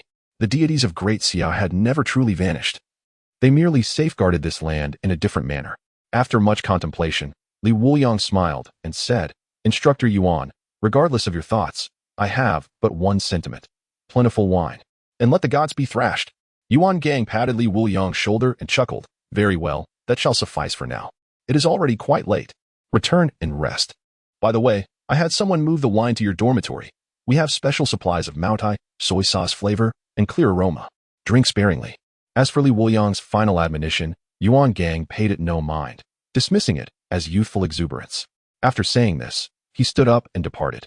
From a distance, Gang's silhouette appeared more resolute under the moonlight. Upon returning to the dormitory, Wuliang was astonished to find Zhao Kongcheng lying on his bed, conversing with Lin Qiyee. Oh, you're back. Wuliang directly collapsed onto Li Pongpong's bed, for he was currently confined to the infirmary and would not be leaving any time soon. What did Instructor Yuan say to you? Lin Qiyee asked. Nothing much. Why didn't you leave, Zhao? Did you let them walk back alone? Zhao Kongcheng laughed heartily. Xiao Lian and the others were requisitioned. They now belonged to the logistics department, serving as a pilot program in the training camp. With benefits including 5 insurances and 1 fund, and a monthly salary of 5,000. But in truth, it also protects them. Especially since a follower of the ancient god cult was discovered in their shop. They might retaliate. Wuliang found this arrangement quite reasonable. The ancient god cult's madness was evident from their previous actions in the sewers, where they had intended to use the lives of all the citizens in the old city as bargaining chips. Their methods were devoid of logic, resorting to any means necessary to achieve their goals. And what about you? Wuliang continued to inquire. Zhao Kongcheng sighed helplessly. Me? The commander asked me to stay, so I shall remain. Wuliang did not press further. He promptly brought over 2 boxes of liquor and settled beside Zhao Kongcheng. Let us indulge in a little post-separation revelry. Lin Qiyee, you should join us as well. Lin Qiyee grimaced, intending to refuse the offer of excessive drinking, when suddenly, his expression shifted to one of awkwardness. Just then, Nix appeared before the trio. Upon seeing her, Zhao Kongcheng instinctively reached for the dagger by the bed. Don't be alarmed, she means no harm, Lin Qiyee hurriedly reassured him. Chapter 55, The Wine of the Mouth? Nix exuded an alluring charm. Her demeanor a captivating blend of languor and seduction that stirred the imagination. And who might you be, Divine One? Zhao Kongcheng inquired, visibly tense. Despite Nix's beauty, he remained unfazed. If he could not withstand such temptation, he was unworthy of being a sentinel. I am Nix. I heard my husband desired some drink, so I came to keep him company. Drinking is always more enjoyable with a woman present, is it not? She lightly tapped her finger against Wuliang's lips. Wuliang quickly interjected, Mind your manners, there's a child present. Nix smiled. Very well, I shall restrain myself. She took a seat beside Wuliang, refraining from further chatter. Zhao Kongcheng, puzzled, asked, What is going on here? Can someone explain? His head began to spin. Deities were merely tales he had heard. He had never encountered one. The aura of danger surrounding her suggested that if she chose to act, he would not survive even a heartbeat. Lin Qiyee clarified. I am currently a dual agent of the gods, and also her representative. She considers Wuliang her husband. That's the gist of it. Zhao Kongcheng's mind went blank at the explanation. Each word was familiar, yet the overall meaning was utterly foreign. He glanced at Wuliang, feeling that he might be a more suitable match. Esteemed Nix, might I have a chance to become your representative as well? No, Nix replied with a smile. Her immediate rejection stinging and extinguishing Zhao Kongcheng's hopes without hesitation. Very well, Zhao Kongcheng's spirits plummeted. Let us drink. He now had a purpose, to drown his sorrows in liquor. Wuliang promptly initiated a drunken revelry mode. The more, the merrier. Their accumulated strength would only grow, especially with a deity among them. Surely a banquet of spirits would suffice. just as Yuan Gang had mentioned, with both fragrant and soy aromas present. But real men only drink the latter. The rich scent of alcohol filled the room. Darling, I toast to you. Take it slow, my dear. Let me feed you. Care for a taste of the wine of the mouth. Zhao, Kongcheng, and Lin Qiyee soon realized that the more they drank, the worse they felt. The liquor had no flavor, yet it perfectly compensated for the absence of snacks, judging by Nick's and Li Wuliang's demeanor. They could easily down 2 bottles in a fit of anger. Meanwhile, Yuan Gang had arranged a room for interrogating Qiyue. So Qiyue, tell me about your forbidden realm. Electricity swift hand, Qiyue proudly declared. Sequence 215, electric hand, which enhances hand movement speed, and at greater speeds, releases a current equal to that velocity. Yuan Gang's eyes reflected disappointment. Around 200 in forbidden realms is commendable in the training camp. Yet, a beauty such as you. Why resort to thievery? Tell me about the deity you mentioned. Which one is it? Yuan Gang pressed further. Qiyue scoffed. Why should I tell you? The deity will come to save me. Yuan Gang shook his head. Every member of the ancient god sect I've captured has uttered the same words as you. Yet their fate was uniform. They were sent to the penitentiary. I can offer you a chance to redeem yourself. Speak. And at least you may see the light of day again, albeit briefly. Qiyue suddenly laughed. The penitentiary is a one-way ticket to death for us. However, since you wish to know, I shall inform you. Lord of Murmurs is soon to arrive in Songnan. When he comes, it will be your end. Upon hearing that name, Yuan Gang's expression remained unchanged, as if he had known all along. Have you killed anyone? Naturally, Yuan Gang's gaze sharpened. Be honest. Not yet. Qiyue gritted her teeth. She had only joined the ancient god sect for less than half a month and had merely been at a foot massage parlor, if one were to count. She had at least removed dozens of pounds of dead skin. Yuan Gang nodded at her response, saying nothing further as he left. He addressed those outside. She is merely a deceived girl. Educate her and confine her in a regular prison. What if the penitentiary inquires? Speak the truth. They will understand. Just as he exited, Xiao Lian and the others were waiting outside. Do you need something? Xiao Lian nodded. That girl Qiyue isn't bad. Her technique is quite good. If she has committed any grave offenses, why not let her join us here for atonement? Yuan Gang's gaze flickered with interest before he replied, I will consider it. The following morning, Li Wuliang and the others were still sprawled out, having drunk until dawn. Nix covered the two with blankets and then sat at Li Wuliang's bedside. Not a single one of them stirred even when the whistle blew. One person had consumed an entire case of liquor. Even the apocalypse could not rouse them. Yuan Gang, furious, kicked open the door, ready to scold them, but then simply closed the door and turned to leave. An instructor asked, Chief, should we not wake them? Yuan Gang waved his hand. No one should go in. Let them sleep. Absurd. The oldest Greek goddess sits by the bed, looking indifferent. Would he dare to speak? Is it not just a lazy sleep? Let them rest, as if on holiday. By the time they awoke, it was already afternoon. He opened the system to discover he had unexpectedly triggered an achievement. The host has successfully achieved the wine of the mouth achievement, receiving a reward. Decade-aged 3-tiered spirit wine. Jade Beauty Snow. 3-tiered spirit wine, Jade Beauty Snow, crafted over 100 years by a northern-born fairy, specially prepared for a beloved. Unique effect. Increases charging time by 1 second. Charging. Increases sword strike power by 10 per second. Current maximum charging time, 1 second. Li Wuliang narrowed his eyes. These fairies, instead of seeking immortality, are either love-struck or concocting such things. Is this truly the work of serious fairies? As usual, after waking naturally, he went outside. Ready for a day of running. His routine had become considerably easier, though his speed had slowed significantly, nearing its current limit. Just then, Yuan Gang called out to him. From today onward, you need not run anymore. Your stamina has reached an impressive level. Further training would yield diminishing returns. Starting today, your regimen will consist of burpees. Beginning with 400. Li Wuliang was taken aback. He had just grown accustomed to running laps, and now the regimen had changed. Moreover, the exercise of burpees was far more arduous than running. Very well, I shall jump. He did not contest Yuan Gang's decision, nor did he create a fuss. Previously, he had swiftly mastered the 100 steps flying sword, not merely due to the system but also because his physical strength and agility were up to par. It was akin to a skill book. To acquire a corresponding skill, one must first possess the requisite level and attributes. Otherwise, even if one were to learn it effortlessly, attempting to execute it once would leave one utterly incapacitated, which would spell disaster. Much like running laps.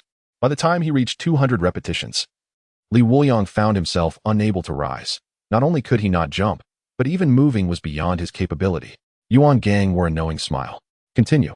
Do not slack off, otherwise you shall be deemed in breach of contract. Li Wuliang gritted his teeth and pressed on. It was only by evening that he completed the task and made his way to the cafeteria. However, upon arrival, he found that everyone else had already departed. Chapter 56, Jade and Mountain. How peculiar. Where did everyone go?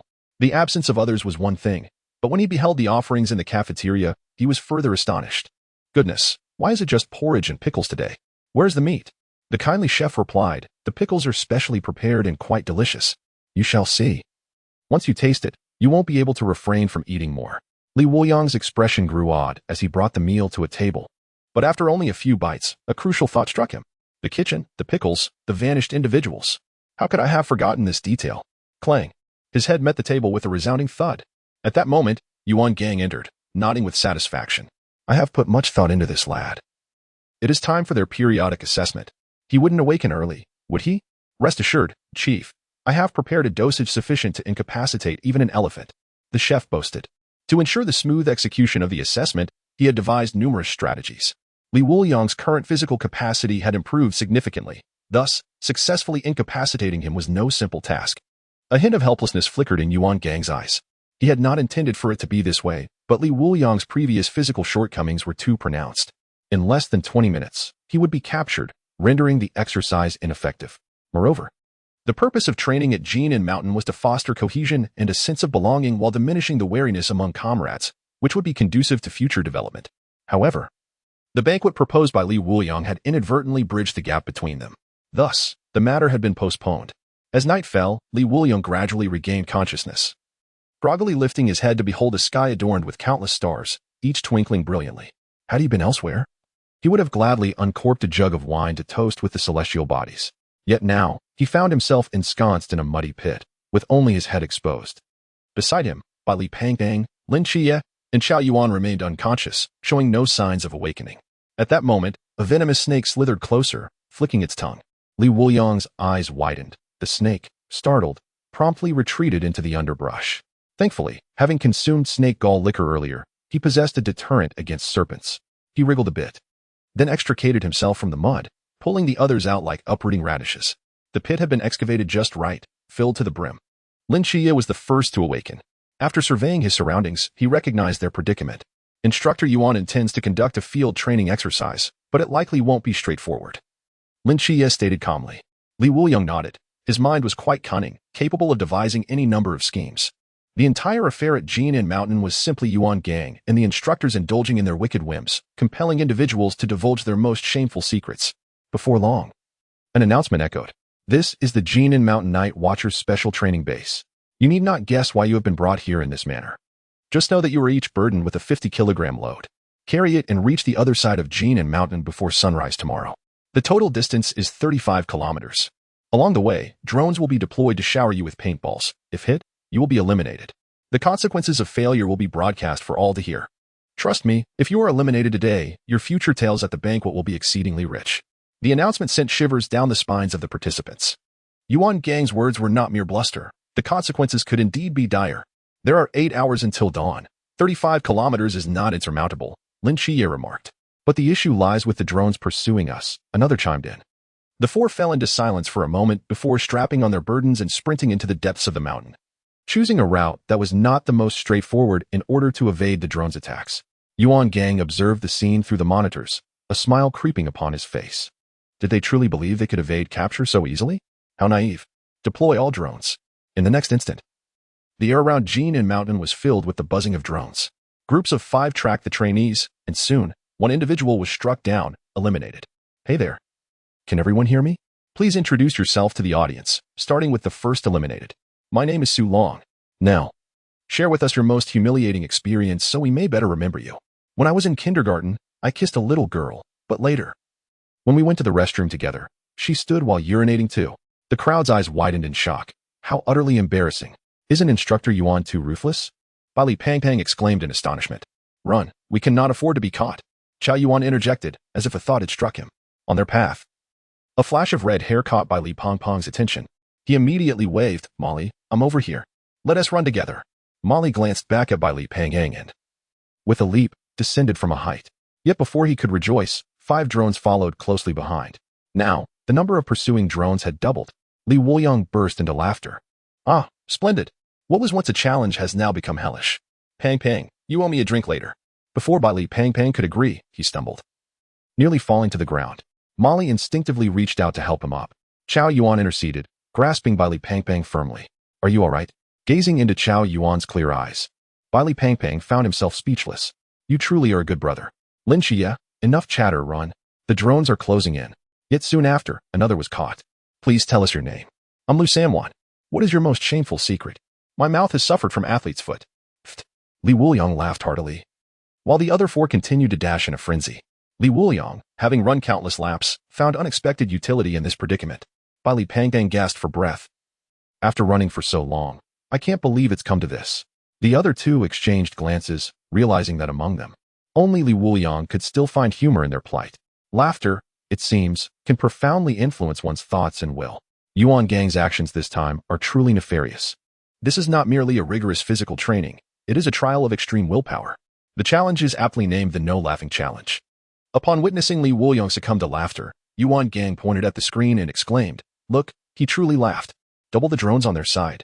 Before long, 20 drones caught up with them, swiftly cornering the 5 individuals into a dead end. I suspect he has no friends. This is too ruthless. Li Wuliang gritted his teeth and remarked, taking out a bottle of liquor from his spatial storage. It was elegant and refreshing. However, something was amiss. He had never tasted this drink before. Qiyue, after spending considerable time in the training camp, everyone knew of his prowess, which resulted in no one daring to challenge him, leading to his supplies dwindling gradually. He had completely forgotten that his stock of first-tier peach blossom brew had run out, leaving only these second-tier and above spirit liquors. Chapter 57, still slaying you within 100 steps. Unlike the name Qiyue, this liquor caused Li Wuliang to feel an unbearable heat coursing through his body. His muscles tightened and swelled, akin to a shrimp in boiling water. His skin flushed and hot to the touch. Li Wuliang, what is wrong with you? Chao Yuan exclaimed anxiously. His worry was palpable, but upon touching Li Wuliang, he recoiled from the intense heat. Why is it so hot? Chao Yuan's words prompted Lin Qiyee to furrow his brow. It must be that his liquor has special properties. After consumption, his body undergoes some changes. Don't worry, this has occurred before in Team 136, Lin Qiyee explained. Yet, was this transformation suitable at this moment? Molly interjected. Lin Qiyee, feeling helpless, pinched the bridge of his nose. Just then, the sound of drones outside intensified. Lin Qiyee frowned. They truly were relentless. Molly, keep an eye on Li Wuliang here. I will draw the drones away. At that moment, Bai Li, the plump one, chimed in. Qiyee, let me handle it. With this bulk, I can't run far anyway. I might as well be eliminated. Besides, I have nothing shameful to disclose. Just then, Li Wuliang regained his composure and said, Everyone pause. Qiyee and I will lure them away. You 3 lack the stamina and speed to divert them far enough. Additionally, Yuan Gang's target has always been the 2 of us. If they must choose, they will undoubtedly select us. Lin Qiyee concurred and rose to his feet. Wuliang is correct. We are the most suitable targets. You 3 rest here and then head directly to the finish line. Chao Yuan wished to protest, but Li Wuliang interjected. Our best option is to disperse. We will regroup at the finish line. Now, let us 3 not hinder the 2 of them. Their solo actions are when they can utilize their powers. Molly glanced at Lin Qiyee and Li Wuliang and urged, be careful. The 2 exchanged a glance and soared into the air. The drones, upon spotting them, unleashed a deluge of firepower, paintballs raining down in pursuit. A trainer inquired of Yuan Gang. There are still 3 individuals in that cave. Should we send drones over? Yuan Gang scoffed. Send 5. Our targets are these 2. Deploy all available drones. He saw through their intentions. However, it was contingent upon whether they could bear the cost of heroism. Yet soon, they realized something was amiss. Sir, these 2 have clearly deviated far from their path, yet they are heading straight for the finish line. Yuan Gang was taken aback. At that moment, he recalled the Dark Goddess. The night was her domain. Perhaps she was involved. Ignore it. Continue monitoring, Yuan Gang commanded. But suddenly, a red alarm blared. His pupils constricted as he turned to check. Numerous surveillance cameras shattered in an instant. This is bad. There is an excessive fluctuation in the forbidden void. The cameras have been destroyed, and those drones were obliterated by some force. Li Wuliang and Lin Qiyee's locations have vanished. What? Yuan Gang was utterly shocked. Quickly send someone to investigate what happened. Meanwhile, oh, how fortunate to encounter 2 individuals. One person stood ahead, fiddling with a coin, a smirk playing on his lips as he gazed at them. Upon the sudden appearance of this individual, Lin Qiyee's demeanor turned icy. This person was certainly not from the Watchers. Who are you? Lin Qiyee asked coldly. From the ancient god church, one of the Whispering Lord's disciples, seated 16th. You may call me Luye. Wuliang regarded the two with disdain. In his eyes, they were merely insignificant beings, not worth his effort. Dog food? Wuliang paused, his expression shifting to one of fury. What did you call me? Wuliang straightened his posture and sincerely reiterated, dog food. Are you satisfied now? If not, I can provide you with 3 brand new variations of the term. Wuliang was incensed to the point of laughter. As a disciple of the ancient god church, he was at the pinnacle of the river domain, yet this was the first time he had faced such humiliation. No wonder the Whispering Lord had repeatedly instructed him to bring back Wuliang's head, even prioritizing it over capturing Lin Qiyee. Your tongue is quite audacious. In the next instant, he flashed forward, reaching for Wuliang's neck. Lin Qiyee attempted to intervene, but was ensnared by numerous vines and bound to a stone pillar. I will deal with him first, then attend to you. Wuliang wasted no time questioning whether they wished to join the ancient god church. As their expressions clearly indicated they were not interested in joining, Wuliang swiftly evaded, executing a swift kick to Wuliang's back, sending him crashing to the ground.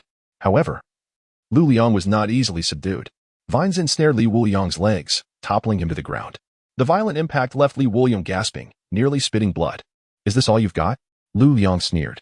At that moment, Lin Qiyee broke free from the vines and landed a punch on Wuliang's face. Don't forget, I'm still here. Yet, Wuliang merely sent Lin Qiyee flying again, enveloping him in vines once more. Lin Qiyee, you stay put. Once I finish him, I'll deal with you. Meanwhile, Wuliang took advantage of the moment to rise from the ground. He retrieved the remaining Qiyue and gulped it down.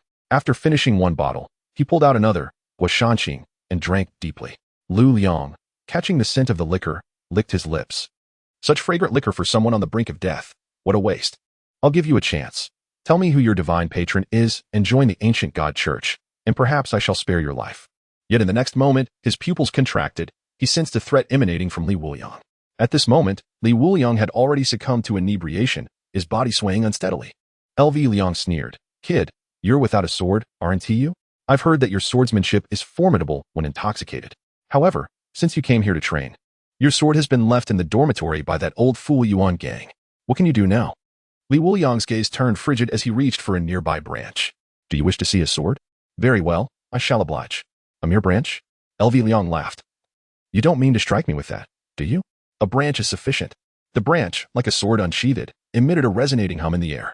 Wuliang surged forward. Didn't your master teach you? With the intent of the sword, anything can become a weapon. 100 steps flying sword. At that moment, the branch in Wuliang's eyes transformed, resembling an unparalleled sword, aimed directly at his brow. 100 steps? You're so close. Are you quite intoxicated? He did not cease his actions, promptly conjuring a wall of vines to block. In an instant, Wuliang appeared behind Wuliang, the branch shattering instantly. He slowly turned around, his voice cold. 100 steps flying sword does not necessitate 100 paces. 100 steps merely signifies the moment of greatest sword intent. Even from less than 100 steps, I can still sever you. Do you yield, dog food? Chapter 58. Here, there are only enemies. You discern that I am but a projection. How intriguing, Wuliang said coldly. At this moment, his form became ethereal. Just then, Wuliang's figure began to flicker as well. Lin Qiyee's pupils constricted as he lunged towards Wuliang, attempting to seize him, but only grasped at emptiness. Wuliang, the ancient god church. Within the ancient cathedral, followers of the ancient god gathered, all awaiting the arrival of a pivotal moment. Wuliang's figure slowly materialized in the center. Qiyue gazed in surprise at the figure that emerged, but soon, an unmistakable fury surfaced in his eyes. Wuliang, how dare you show yourself? He turned to Wuliang, demanding an explanation. Wuliang, somewhat helpless, replied, originally, I was targeting Lin Qiyee, but it was Wuliang who defeated the projection. Hence, he was transported here. The internal vote of the ancient god church to lure Lin Qiyee into the fold passed unanimously. Conversely, Wuliang was marked for extermination by unanimous decree. Wuliang had nearly eradicated all the hidden forces in Songnan City, resulting in the church having no contact with Lin Qiyee thus far and suffered immense losses. Particularly, the explosives placed in the sewers had led to the destruction of many supply routes by the Night Watchers. All connections among the faithful in Songnan City were rendered utterly inoperative. Wuliang shook his arm, casting a glance at Wuliang. You truly are the embodiment of dog food. What have you brought me here for? Unperturbed, he discreetly produced another bottle of liquor and drank it down. Having arrived at the enemy's lair, there was no way he would simply depart. Wuliang's forehead was soon lined with veins. Qiyue, let me kill him. Yet Qiyue approached Li Wuliang. It's been a while. You still love your drink, don't you? With white hair and a feminine demeanor, Li Wuliang recognized him. Ernyo, I owe you an apology.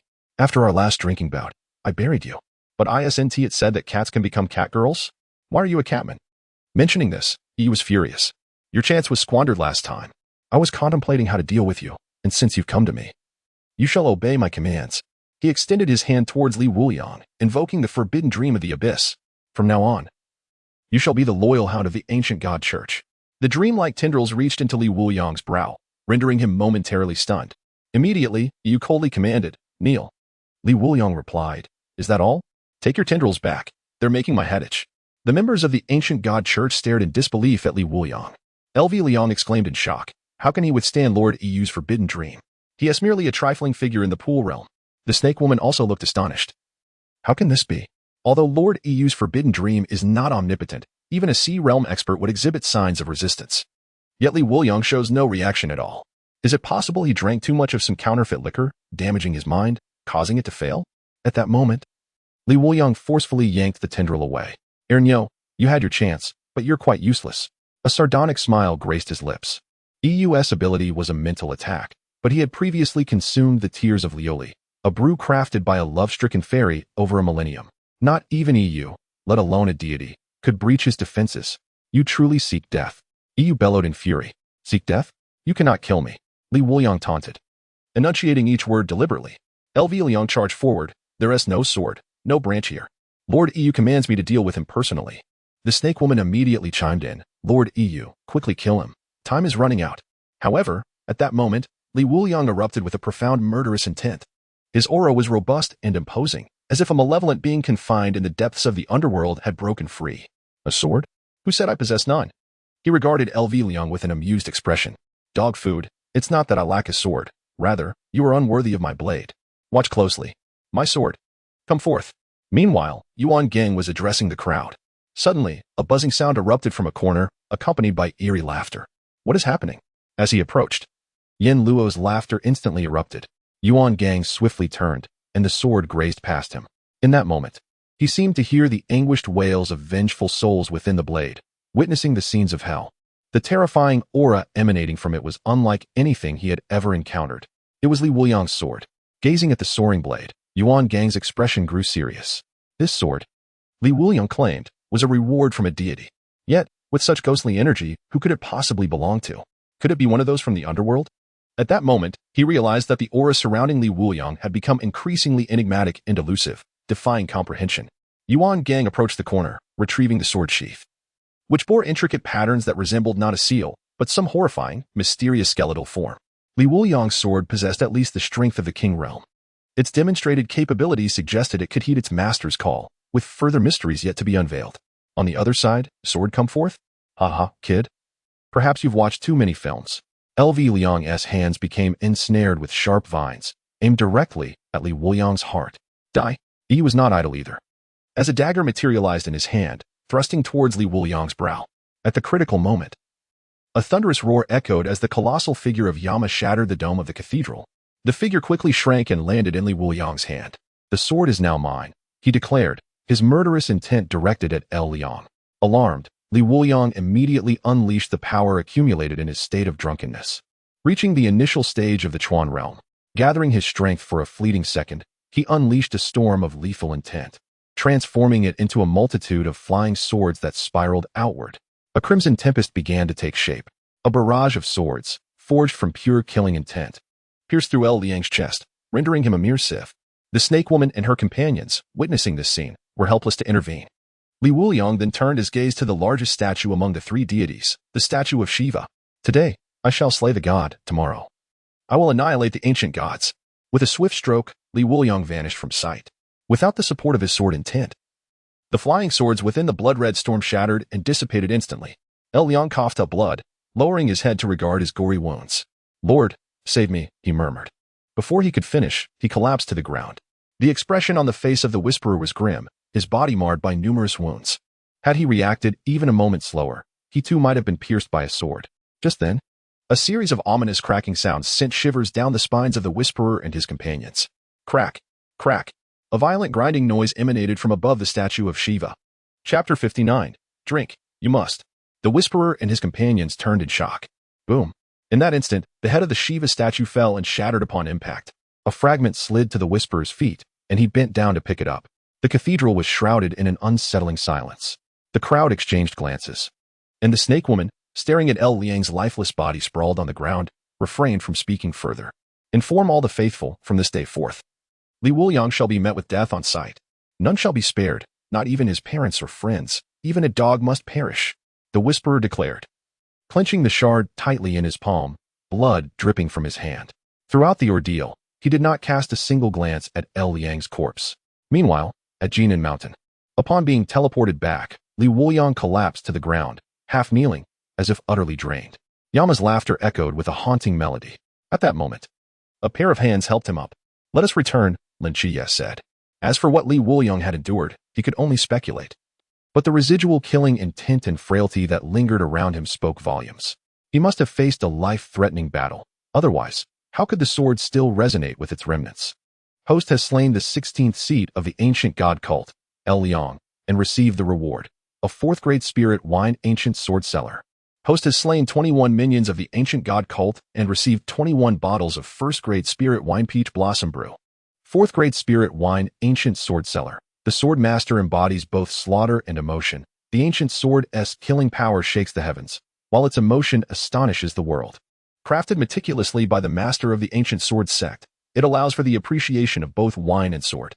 Unique effect. Swordsmanship proficiency increases by 30. Host has triggered the Living Yama Achievement Series, receiving the reward. 10-year-age 3rd-grade Spirit Wine Yama Laughing Soup. 3rd-grade Spirit Wine Yama Laughing Soup, exclusively for feeding swords. Not for human consumption. Host's current agent progress has increased to 97. Wuliang was oblivious to the system's announcements, only hearing the continuous sound of snoring. Lin Qiyee carried him to a significant location on Jinan Mountain. At that moment, the sun was rising, casting its early light upon the two. Yuan Gang dismounted from a vehicle and approached. You've won. Leave the rest to me. Lin Qiyee nodded and promptly lay down flat on the ground. After a night of arduous travel and the strain from Liang's attack, while carrying Wuliang, he was utterly exhausted. Yuan Gang hurriedly pulled him up. What are you all staring at? Come help. That night, within the hot springs, Lin Qiyee submerged half of his head, finding some relief from his fatigue. Is Wuliang all right? Zhao Yuan inquired as he sat beside him. He just drank too much and is a bit worn out. A couple of days of rest should suffice, Lin Qiyee replied. However, a shadow of concern flickered in his eyes.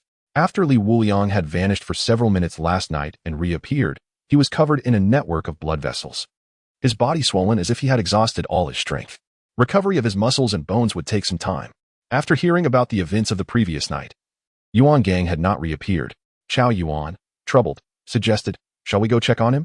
Li Pang perked up, adding, I think that's a great idea. Let us bring Wuliang some wine. Maybe it will wake him.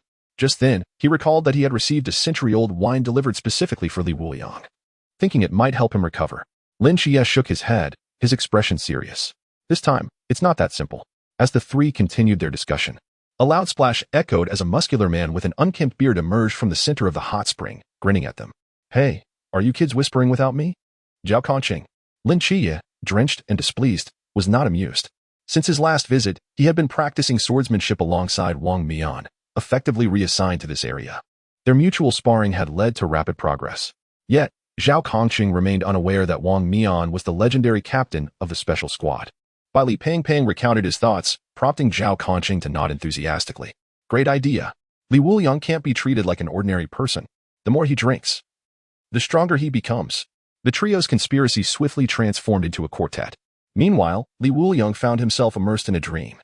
Arriving at a frozen expanse where swirling winds and snow mingled, surrounded by ice. Could this be an ice mountain? Wuliang pondered. Strangely, he felt warm, unaffected by the cold.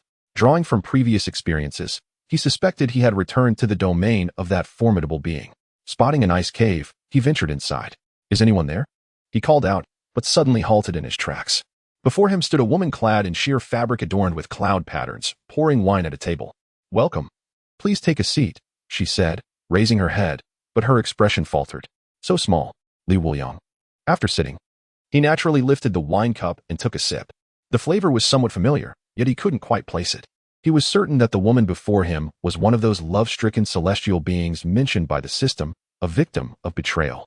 This wine made him hesitant to drink, fearing he might succumb to its effects. "Do you find me beautiful?" the Celestial asked. Wuliang studied her seriously. Her skin was as smooth as cream, and her figure was enchanting, truly breathtaking. The Celestial laughed. "Excellent. After this cup, I will teach you the art of sword control. It's easy to learn. You'll master it in no time." The art of sword control? Wuliang suddenly recalled the immortal cultivators from various films and dramas, who would simply gesture with their fingers, causing their swords to soar into the sky. "Can they really fly?" he immediately inquired. The female immortal appeared somewhat puzzled. "Who told you that sword control means flying? What you refer to as flying with a sword is merely an advanced version of sword control, which you are not yet capable of mastering. At least, not at this moment. What level of mastery is required to fly?" Wuliang continued to press, unwilling to accept defeat. "At least the perfection of sword intent. Your sword intent is nearing completion, so perhaps by the next time you visit me, you will be able to achieve it," the female immortal replied softly. After speaking, she rose, bringing her fingers together, and a sword flew into the air. "Watch closely. Your time is limited. Whether you can learn this depends on you." In reality, Bai Li Pangpang and his 3 companions stealthily entered the medical room, behaving as if they were thieves. "I told you, Yuan Gang doesn't care about Wuliang. There's not a soul here," Bai Li Pangpang complained. "Forget that, bring out the wine," Zhao Kongcheng hastily urged. Buzz, what's that sound?" Qiao Yuan queried. "It must be some kind of instrument." Bai Li Pangpang quickly sealed the wine and opened it, the aroma wafting through the air as he hurriedly poured a glass and brought it to Li Wuliang's side. "Who has cotton swabs?" "What do you need cotton swabs for? Aren't we supposed to use them to dip in water to feed him?" Qiao Yuan responded in astonishment. Zhao Kongcheng disregarded the confusion and directly poured the wine into Li Wuliang's mouth. "That's water. This is wine. They are not the same. You need to pour it like this. Only a forceful gulp will have any effect." At that moment, the buzzing sound echoed again. Qiao Yuan froze. "It's ringing again. It seems to be coming from under the bed." Chapter 60. Is your sword also a drunken fool? Lin Qiyee frowned, bending down to look under the bed, her eyes widening in surprise. A backflip launched Yin Luo Shao flying out from beneath the bed, the sharp glint of the sword's tip sending a shiver down their spines. "What the hell? How did Li Wuliang's sword end up here, and why is it moving?" Bai Li Pangpang exclaimed in shock. "No, we need to run," Zhao Kongcheng urged hastily.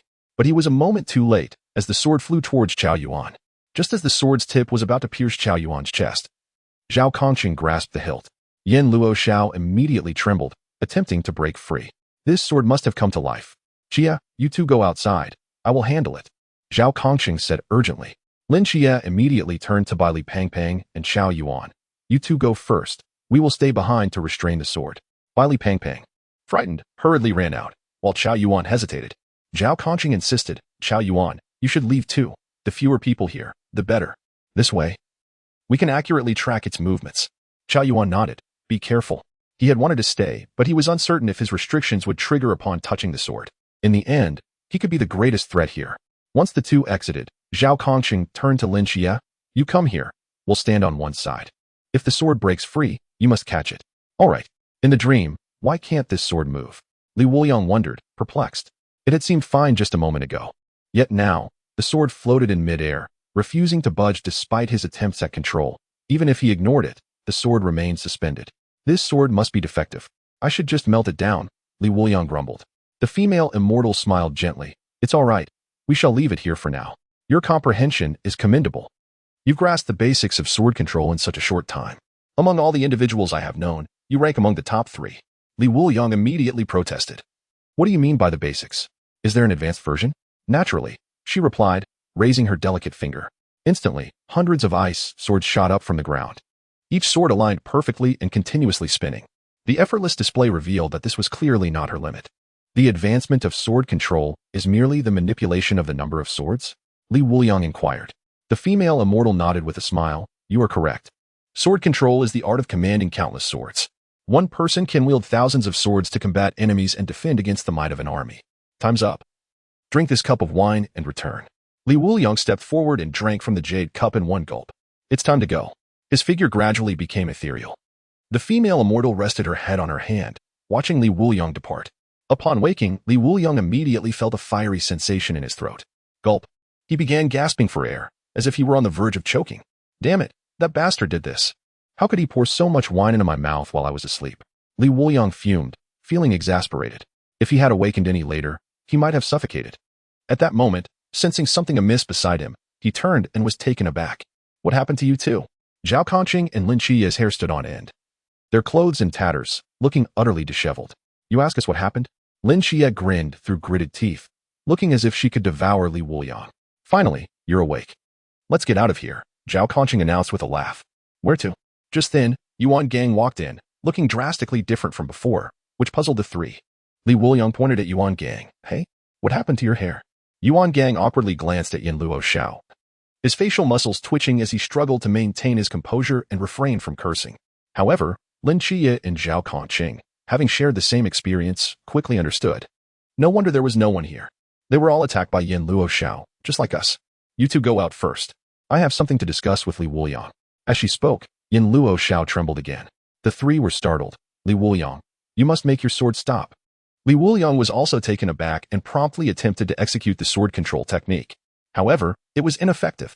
Yin Luo Xiao behaved erratically, darting around chaotically, appearing extremely agitated. What is happening? Yuan Gang exclaimed in shock. What kind of sword is this? It's a ghost sword, Yin Luo Xiao. A ghost sword. Quickly. Summon some death row inmates to offer as sacrifices for the sword. Yuan Gang ordered immediately. Li Wuliang, do you realize that when a ghost sword is drawn and kills, it absorbs the opponent's soul? If the sword is not pacified, it will go out of control. Offering sacrifices is a means of appeasement. Yuan Gang's explanation left Li Wuliang feeling a headache. Appease the sword? How would I know how to do that? Zhao Kongcheng seized the sword. I'll control it. You all think of a way to handle it. Don't come back until there's a solution. He felt helpless. If a sacrifice had to be made, it could only be him. This was his responsibility. At that moment, purple veins began to spread across Zhao Kongcheng's arm, as if some force was corroding his body through the sword. Li Wuliang's mind was in turmoil.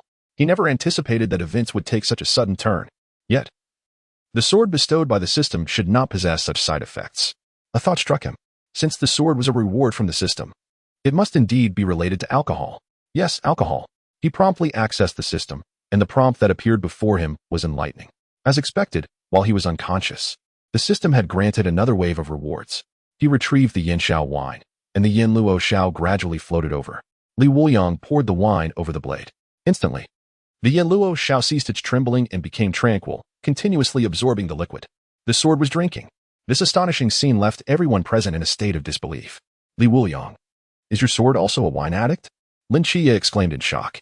Yuan Gang was equally astonished, never expecting it would be pacified in such a manner. Was this truly the ghostly sword he understood? After a small amount of wine was poured from the wine jar, Li Wuliang quickly withdrew it. Uncertain whether other wines could also soothe the sword, it was better to use it sparingly. The Yin Luo Xiao, dissatisfied, shook and flicked a droplet of wine right into Li Wuliang's face. Is it too much? If you keep being naughty, I won't give you a single drop next time. Li Wuliang scolded immediately. At this moment, Chao Yuan returned. Li Wuliang, you finally awakened, he exclaimed excitedly, just as he smiled. A few drops of wine from the Yin Luo Xiao splashed into his mouth. In an instant, Chao Yuan exploded. Without a blade, his black king slash resisted the pressure of the Jinshu steel and erupted once more. What the hell? Why are you causing trouble? Li Wuliang swiftly grabbed the Yin Luo Xiao and struck it against Chao Yuan's head, instantly dissipating his armor into thin air. At that moment, Chao Yuan's hands trembled. He was utterly stunned. I didn't even touch the blade. What is happening? He lamented, on the verge of tears. Li Wuliang immediately retracted the Yin Xiao wine. He needed to keep this wine away from Chao Yuan in the future.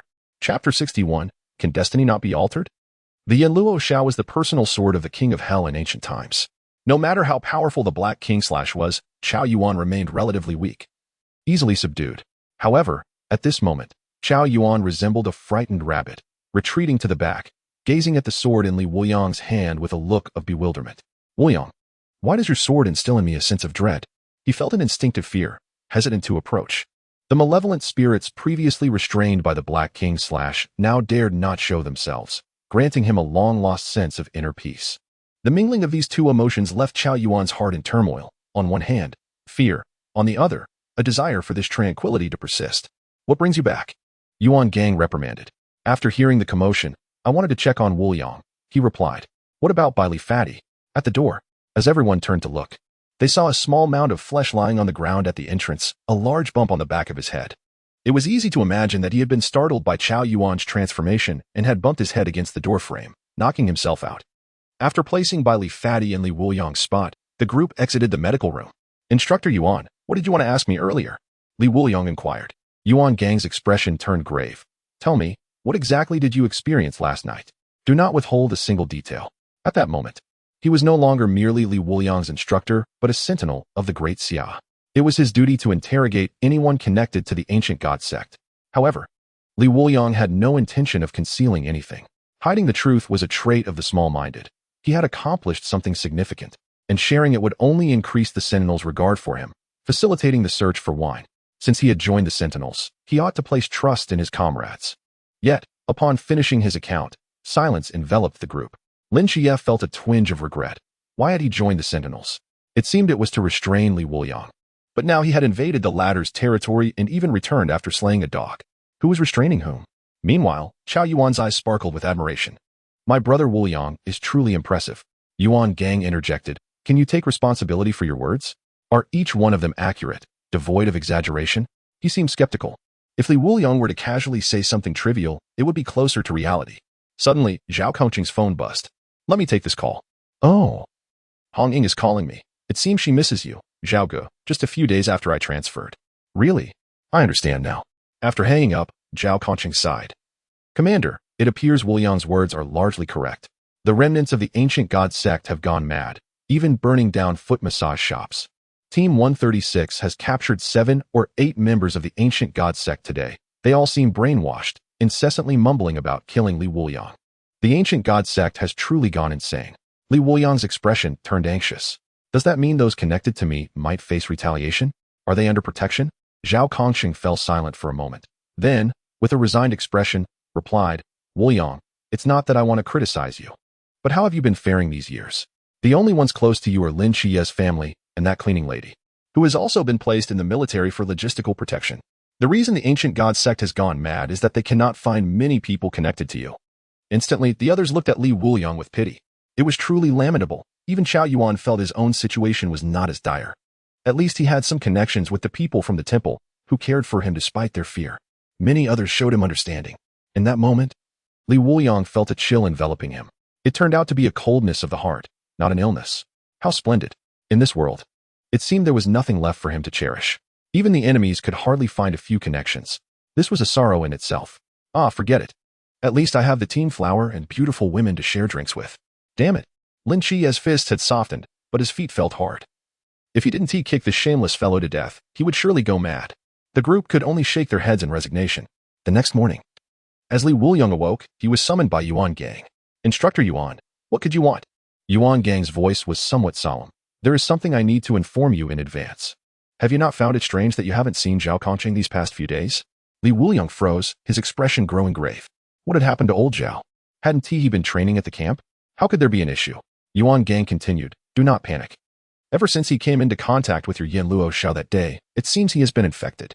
The power of the Yin Luo Xiao has now eroded his heart's pulse. I fear that in the coming days, a sudden ill omen struck Li Wuliang, causing his pupils to constrict. He had thought that helping Zhao Kongcheng escape from the Ghost-Face King would ensure his safety. Unexpectedly, he had become yet another calamity for him. Could it be that old Zhao's fate was immutable? Take me to see him, Li Wuliang said in a solemn tone. Yuan Gang nodded in agreement. Soon, the two arrived at a secluded room in the training camp. Instead of breathing machines, the room was filled with fitness equipment. Zhao Kongcheng was lifting weights. And upon hearing the sound of the door, he smiled. Commander, you're delivering food so early today. Just in time, I'm hungry. However, upon turning around, he was taken aback. Wuliang, why are you here?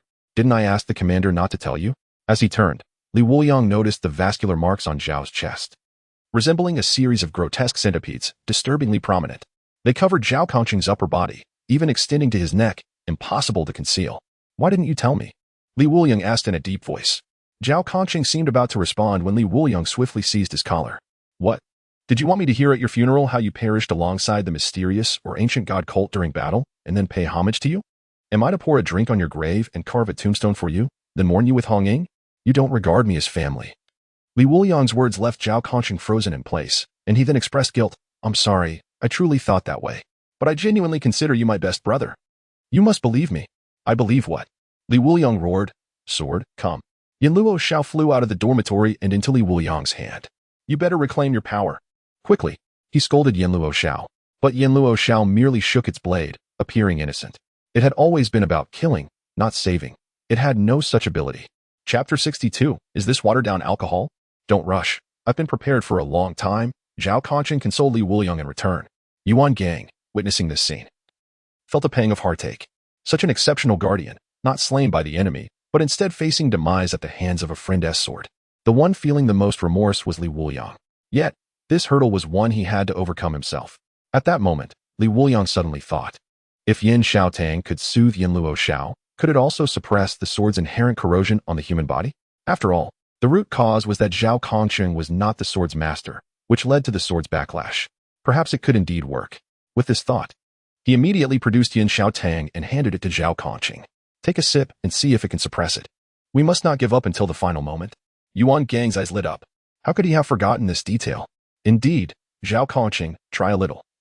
It might actually work. But at the same time, both you and Wuliang must be prepared that drinking it might lead to immediate death, leaving no chance to bid farewell to others. Even if there were ways to save you afterward, it would be futile. Wuliang's expression changed, and he attempted to retract it. Old Zhao, perhaps you should say goodbye to your mother. The members of Team 136 probably still don't know your news. Just then, Zhao Kongcheng snatched the bowl.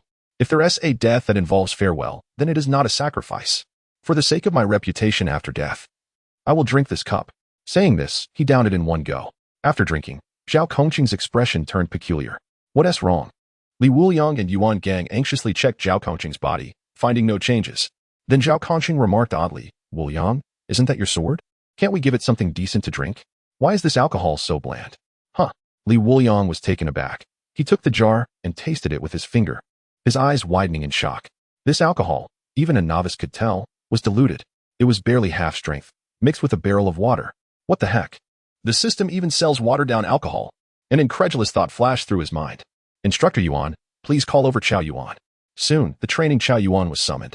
Upon seeing Zhao Kongcheng's condition, he exclaimed in astonishment, Brother Kongcheng, how did you end up like this?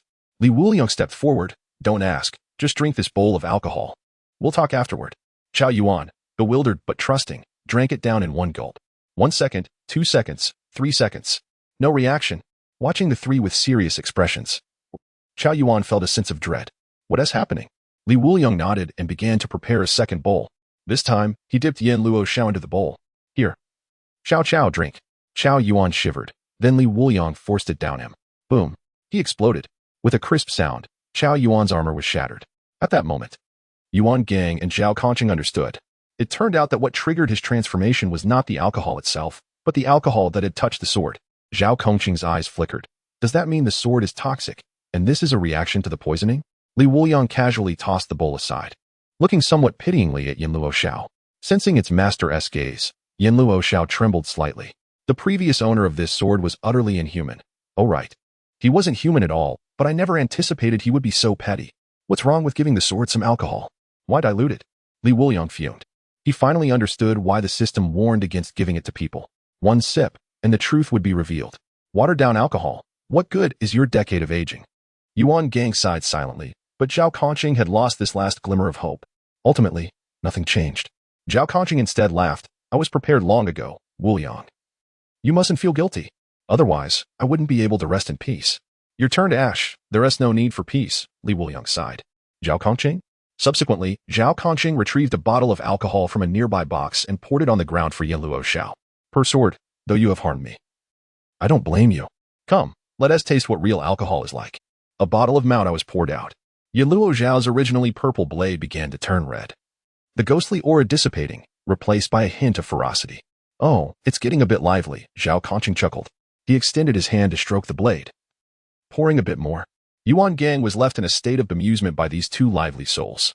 He understood that Zhao Kongcheng was trying to keep the atmosphere from becoming oppressive. All right, you two, hurry back to training. Yuan Gang resumed his stern demeanor. At this moment, Wuliang spoke. Instructor Yuan, with the new year approaching, I have a small request. I hope you can fulfill it. Yuan Gang's brows furrowed in suspicion. What are you up to now? It's training time. Collective drunkenness is strictly prohibited. I wish to challenge everyone. Wuliang declared directly. This notion had been brewing in his mind for quite some time, yet he lacked the opportune moment to act. Moreover, he entertained the belief that perhaps Zhao Kongcheng could survive, but he was hesitant to test this theory without guidance from those who possessed greater wisdom. Such audacity. Yuan Gang retorted angrily. This is a blatant disregard for my authority as your instructor. He had dedicated nearly half a year to training these individuals. Achieving the initial training objectives, Wuliang's challenge seemed not only a slight against him, but also an affront to all participants in the training. If he were to prevail, what would be the significance of their rigorous months of preparation?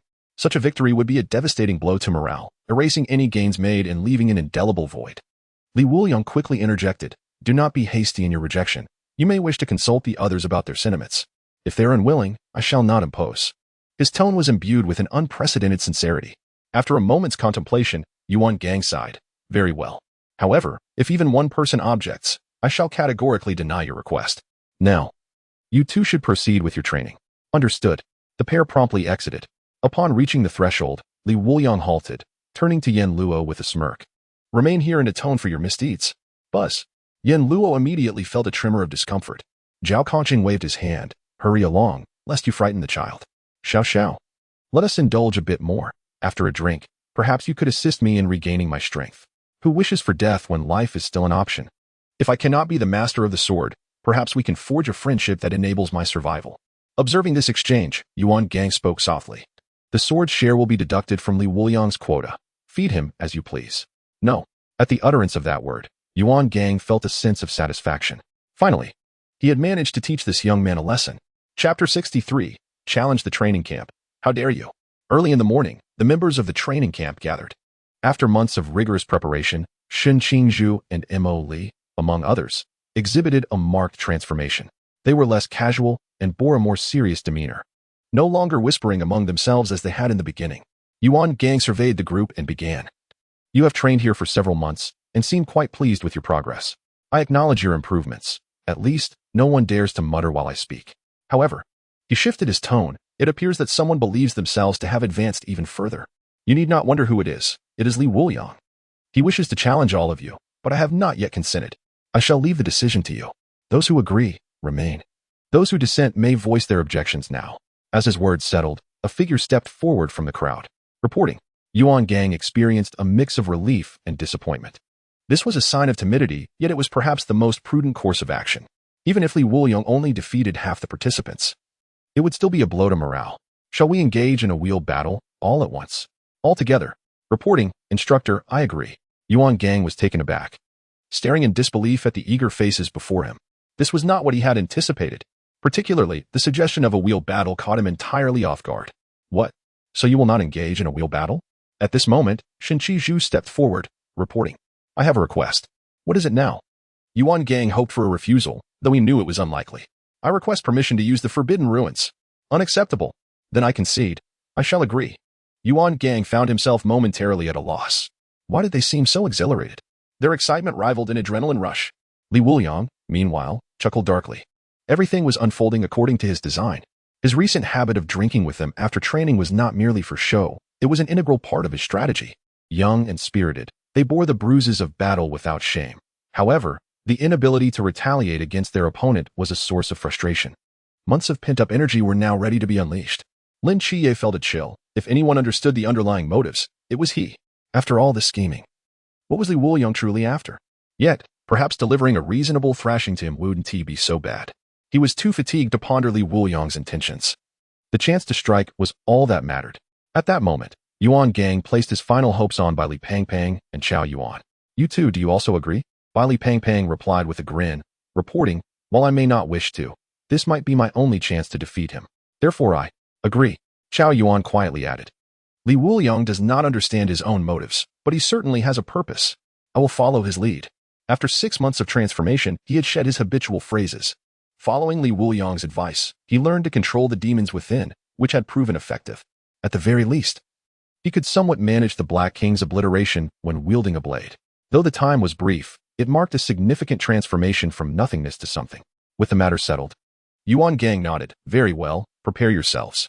Everyone except Lin Qiyee, proceed to the armory to gather weapons." Lin Qiyee, taken aback, quickly protested, "Instructor Yuan, I wish to participate." "Denied. You will remain here." Wuliang disregarded any further argument. Unlike the others, Lin Qiyee was the divine agent of Michael. The entire realm of Daxia was observing him. And in the eyes of some, he was even more significant than Wuliang. After all, the hopes resting on the shoulders of a mysterious divine agent were unknown. Michael's status as a being of the mundane realm, designated as Sequence 03, ensured Lin Qiyee's extraordinary future. The anticipated clash between the two would draw considerable attention.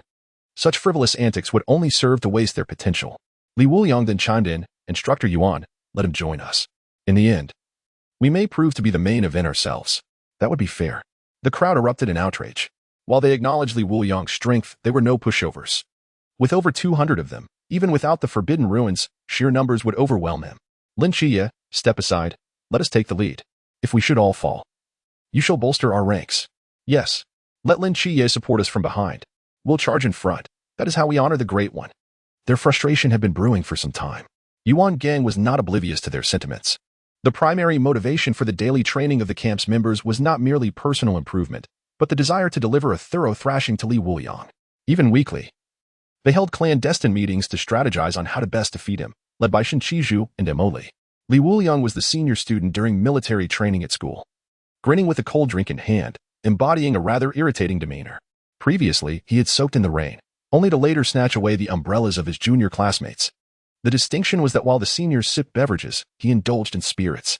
Even if Li Wuliang did not mention it, they would inevitably suggest this tactic before the stage concluded, albeit still intending to exhaust Li Wuliang's stamina through a contest of strength, until someone could land a blow on him. Yuan Gang did not anticipate that Li Wuliang would further fuel the flames. "Since you say so, I would seem remiss if I did not respond. Lin Qiyee, go fetch a weapon from the armory and teach him a lesson. Let him understand the magnitude of reality." The crowd erupted in excitement, scattering towards the armory as if it were a festive occasion. Shortly after, the group returned to the training ground, armed and ready. At that moment, Li Wuliang wielded 2 swords. In addition to Yin Luo Xiao, he brandished the specially crafted sword gifted to him by Chen Mai. "Dual swords?" Molly exclaimed in surprise.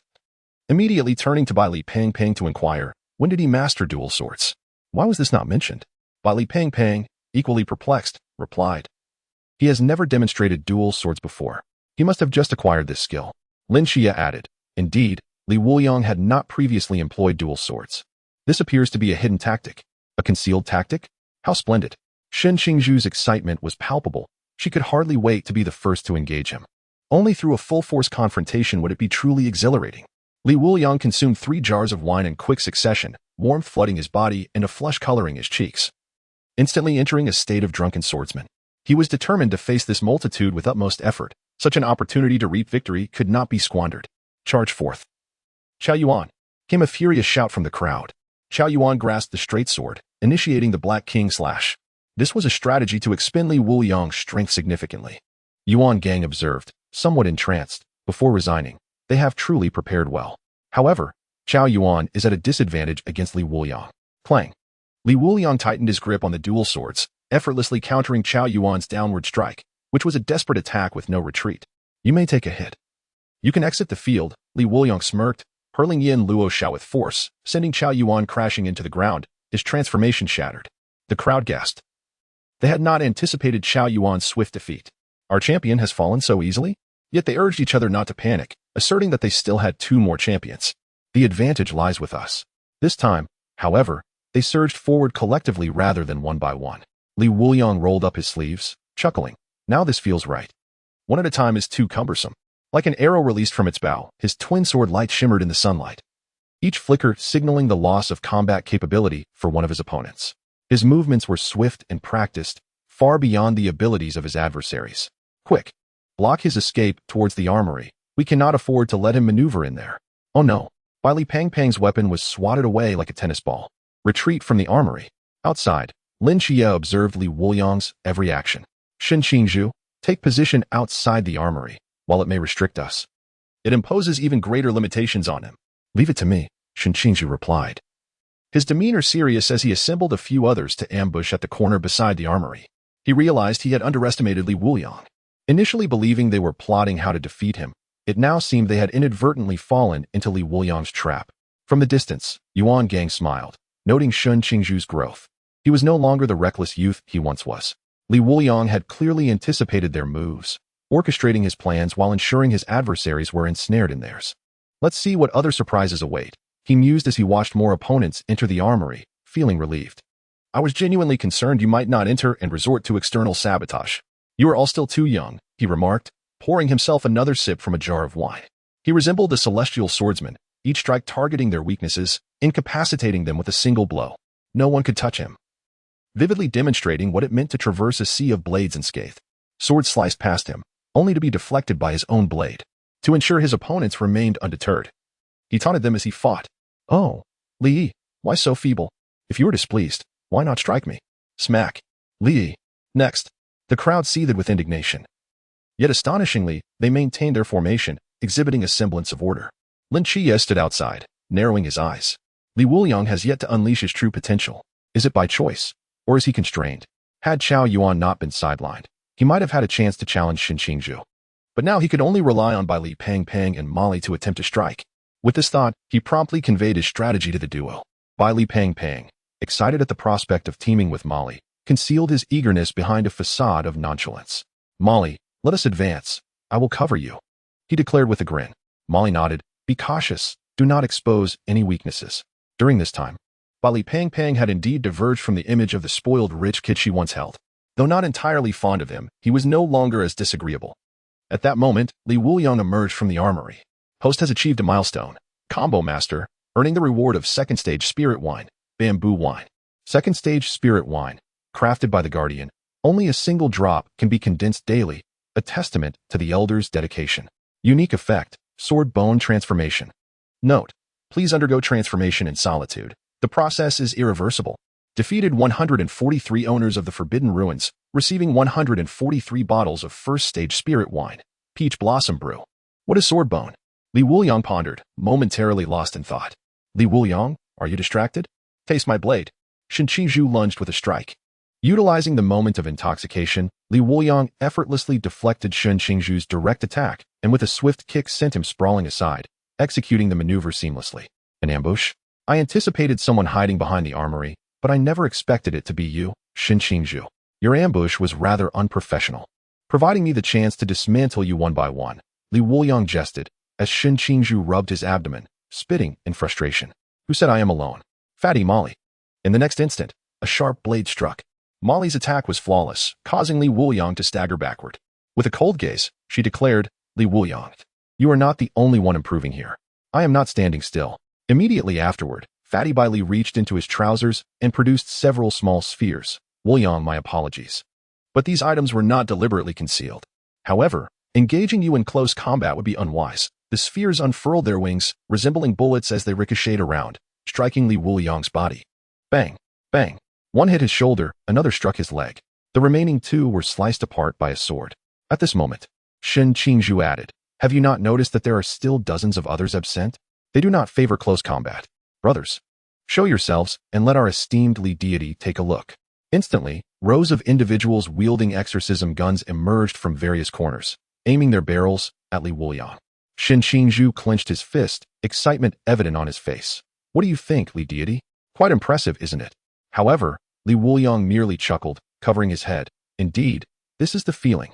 You have truly gone to great lengths to deal with me, but it is still insufficient." Qingju was taken aback and exclaimed, "Fire!" Bang! Bang! Bang!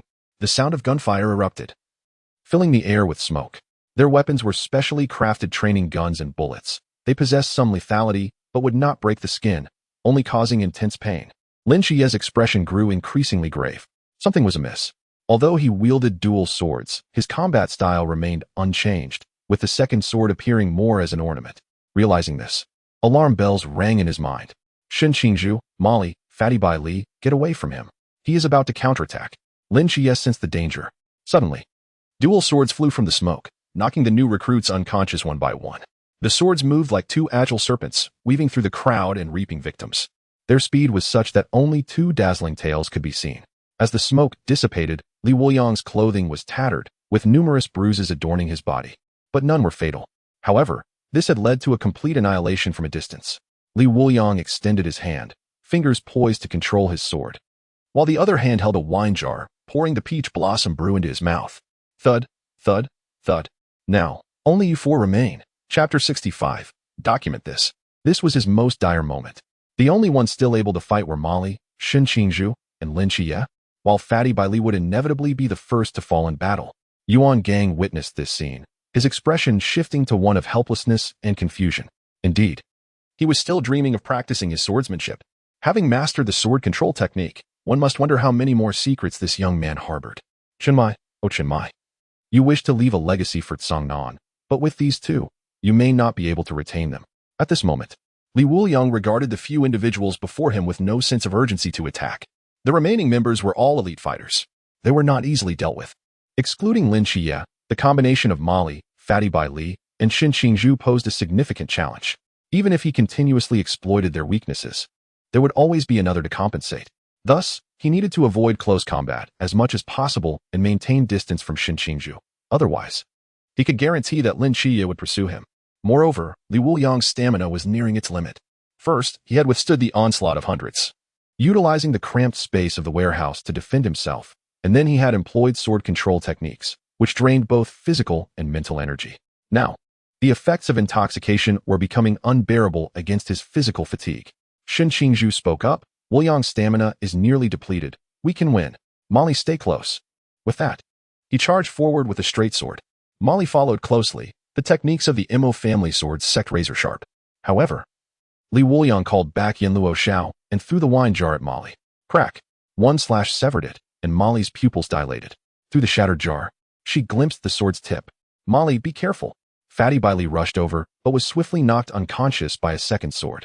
In the next moment, both Xin Qingzhu and Mali found swords pressed against their throats. You have lost. Wuliang, inebriated, struggled to speak, his tongue slurring and his strength waning. Xin Qingzhu and Mali sighed. Relinquishing their swords, we have lost. Wuliang, you truly are a monster, Mali lamented, a hint of resentment in her voice. For others, it may not matter, but today, this is undoubtedly the darkest day of my life. The heir of the Imo family sword sect has failed even with assistance.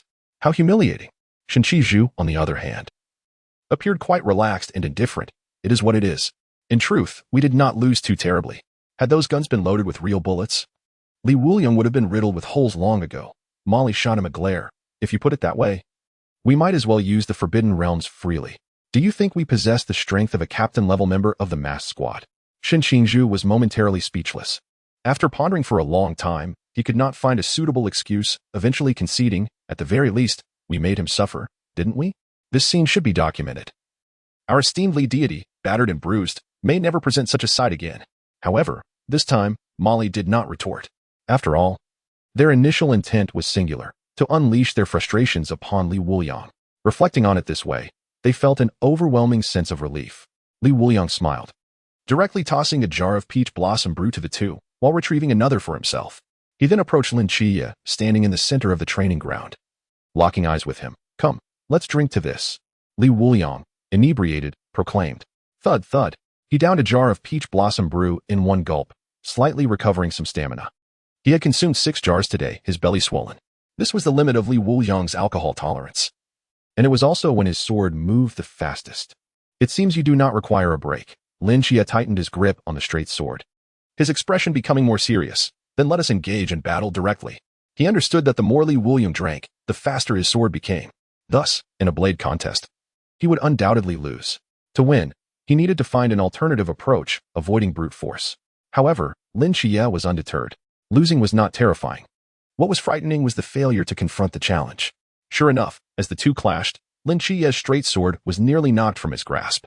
Yet, in a swift motion, Lin Qiyee drew his exorcism gun and fired several rounds at Wuliang, attempting to control his movement and create distance. After deflecting a few bullets with his sword, Wuliang braced himself against one shot, cleaving the exorcism gun in half, and then thrusting his sword toward Lin Qiyee's back. However, this strike was countered by Lin Qiyee, who spun and deflected the blade. Why have you ceased using your Qingyan sword technique? Is it that you do not wish to? Or are you unable? Lin Qiyee inquired. Wuliang's breath suddenly shifted, his steps became steady, and an ethereal aura emerged. The sword seemed to awaken from the muddy depths. Like a lotus rising to the surface on a summer night, breaking free from its mire. This sword was unstoppable. Clang. The tip of the sword severed Lin Qiyee's straight blade, aiming directly at his throat. I concede, Lin Qiyee sighed in resignation. I truly cannot comprehend how you have become so formidable so swiftly. His expression remained ordinary, devoid of gloom. No, it is a draw. At that moment, Yuan Gang approached, effortlessly lifting the unconscious Wuliang. The reason it did not strike you is that you refrained from counterattacking at the last moment. This sword only harms the ignoble. sparing the honorable. Lin Qiyee shook his head. Winning does not grant one pride. Besides, we only intended to give him a beating, nothing more. At this moment, the defeated recruits gathered around. Each one rubbed their hands together, saying, Instructor Yuan, put him down. We cannot miss this opportunity. Yuan Gang understood and gently set Li Wuliang down. Cough, cough. Remember, do not go overboard. He then promptly left, not wishing to intrude upon their camaraderie. When he was a recruit, those who received such treatment were always the most cherished in the unit. In a sense, it was an honor. Wang Mian was also supposed to receive such treatment, but ultimately, he hid in the restroom due to social anxiety. After Yuan Gang departed, the group immediately surrounded Li Wuliang. Li Pangpang quickly retrieved several markers from his spatial pocket, distributing them among the crowd. One for each, and then a group photo, but do not crowd. Hey, do not draw anything inappropriate down there. This size, draw it for me. Keep the female team members at bay. They are trying to take advantage. We cannot let them succeed. The deity belongs to us men.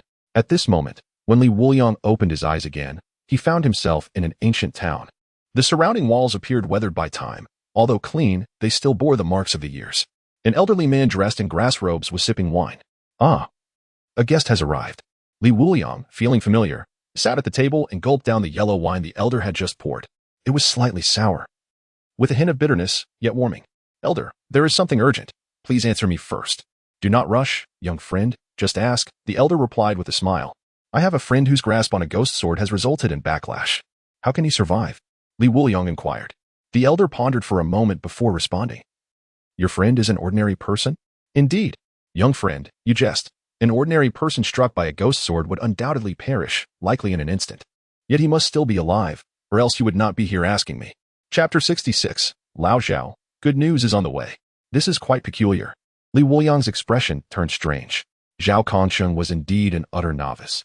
In his previous life, he only used the Forbidden Realm in his final moments, and in this life, he likely would not utilize any divine powers. My friend indeed bears the marks of being eroded by a ghost sword, with evidence spread across his chest and back. The elder chuckled, Young friend, you are jesting again. The ghost sword is forged by hellish demons as a sword spirit, while it may corrode the soul. How could it leave physical traces? Upon hearing this, Li Wuliang's eyes widened. It turns out the true culprit is not my sword. I have wronged it. Yet another question emerged. What were those things on Zhao Kongcheng's body that triggered this condition? I shall return now. Elder, I will come to find you another day. Li Wuliang said as he attempted to leave. However, time passed, and 3 minutes later, he glanced at himself, realizing he showed no signs of departing. The elder even poured him another cup of warm yellow wine. This place was not one where one could come and go as they pleased. Li Wuliang sighed deeply. His mind was in disarray, unsure of what to do. At that moment, the elder remarked, The symptoms you describe resemble another condition. What? Li Wuliang asked eagerly. However, the elder sighed, I have been here for quite some time, and no one has come to chat with me. I am but an old recluse. My son is gone. And my first and second disciples are embroiled in conflict over my inheritance. For years, no one has shared heartfelt words with me. Li Wuliang asked, So, what condition? Alas. If someone could just talk with me, perhaps I might recall. Li Wuliang's expression became somewhat peculiar. He seemed to grasp the elder's intention. He poured a cup of wine for the elder. Elder, please speak. I am all ears. Oh, what now? I have so much to say that I do not know where to begin. Li Wuliang inhaled sharply. At this moment, for Lao Zhao's life, he had to endure. Shall we start from the beginning? Very well, it is rare to find someone so patient. Time passed, and Li Wuliang realized he had not yet returned. This was the longest dream he had ever experienced. Surely, he was simply exhausted. Thinking this, he poured himself another cup of yellow wine. Thankfully, one would not get drunk in this place. Otherwise, he would have to endure a drunken episode in his dream. The elder spoke tirelessly, and suddenly he paused. Turning to Li Wuliang, I remember now. Your friend likely possesses a force within trying to break free, yet it is being suppressed by another force. This causes the meridians to become blocked, with one force trying to escape while the other restrains it, resulting in a visible manifestation on the surface. Li Wuliang's eyes widened in realization. So that is what I had forgotten. However, I have indeed gleaned an answer. The elder's explanation led him to consider a possibility. It was difficult to guess what force sought to emerge, but he was well aware of what could suppress it. The town guardian's monument that Yuan Gang retrieved from the night watchman's headquarters. Within its range, no one could utilize the Forbidden Realm. This meant that for some reason, Zhao Kongcheng's Forbidden Realm had awakened, yet it was fortuitously suppressed by the monument. This was the cause of the situation. Thank you, Elder. I must think of how to return before it explodes. Li Wuliang expressed his gratitude. The elder then placed a small, unopened jar of yellow wine on the table. Take this jar back to share with your friend. It is not the finest wine, but it is good for the stomach. Wuliang respectfully bowed and gradually disappeared with the yellow wine. The host received a gift from a drinking companion, acquiring 4th-tier spirit wine, ancient yellow wine. 4th-tier spirit wine, brewed by the respected of Heaven's suspended city, nurtured daily with its own sword intent, abundant and satisfying, it purifies the stomach. Unique effect, increases swordsmanship comprehension. The host's proxy value is full. Would you like to draw new abilities? Draw Ding. Congratulations to the host for drawing the Divine Ruin level ability. Sword Qiyee Great Wall. Sword Qiyee Great Wall. The energy stirs the universe. Swords forge a great wall. One person, one sword, becomes an insurmountable barrier. Wuliang gradually awakened. As soon as he opened his eyes, he felt a chill. What the hell? Where are my clothes? At this moment, he was clad only in a piece of cloth covering his modesty, with marker drawings adorning his body. One need not guess to know who is behind this. It is undoubtedly a coordinated effort. As darkness enveloped the outside world, he stealthily considered slipping away to the bathhouse to wash away his traces. Just as he stepped outside, an unsettling chill ran down his spine. There stood a group, neatly lined up together. At that moment, the voice of Yuan Gang echoed over the loudspeaker. Wuliang, return to the team. Yes.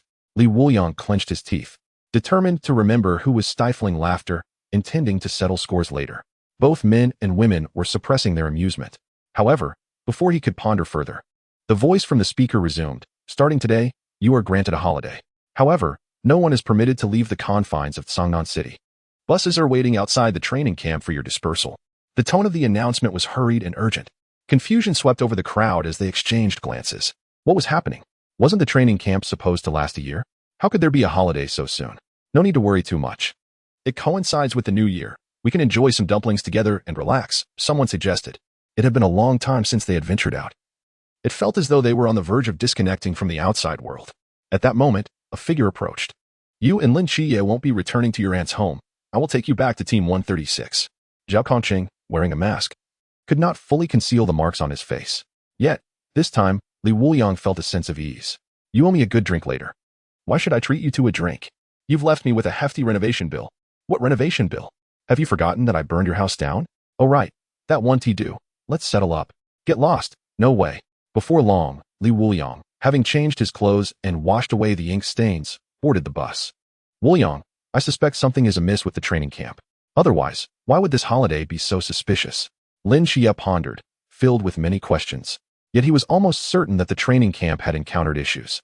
They were no longer safe here. Otherwise, they wouldn't be allowed to disperse throughout Songnan City. Perhaps someone was targeting the training camp. Why overthink it? Right now, we should be congratulating Zhao Kongcheng. Wuliang smiled. What do you mean? I'm practically on the brink of death. What is there to celebrate? Zhao Kongcheng replied, puzzled. It seemed ENT had much luck in the past 6 months.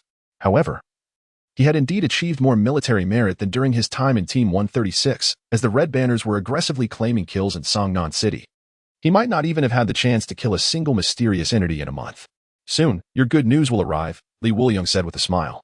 In the next moment, as the bus burst through a thin veil, everyone's spiritual energy began to surge. I have actually broken through to the late stage of the Lantern Realm. Me too. I feel like I'm just a step away from breaking into the Pool Realm. You all are so weak. I have already reached the early stage of the Pool Realm. Meanwhile, Wuliang's aura was also skyrocketing, unexpectedly reaching the late stage of the Pool Realm. Chapter 67, Zhao Kongcheng Awakens. Alas, only the late stage of the Pool Realm. I thought I could reach the River Realm.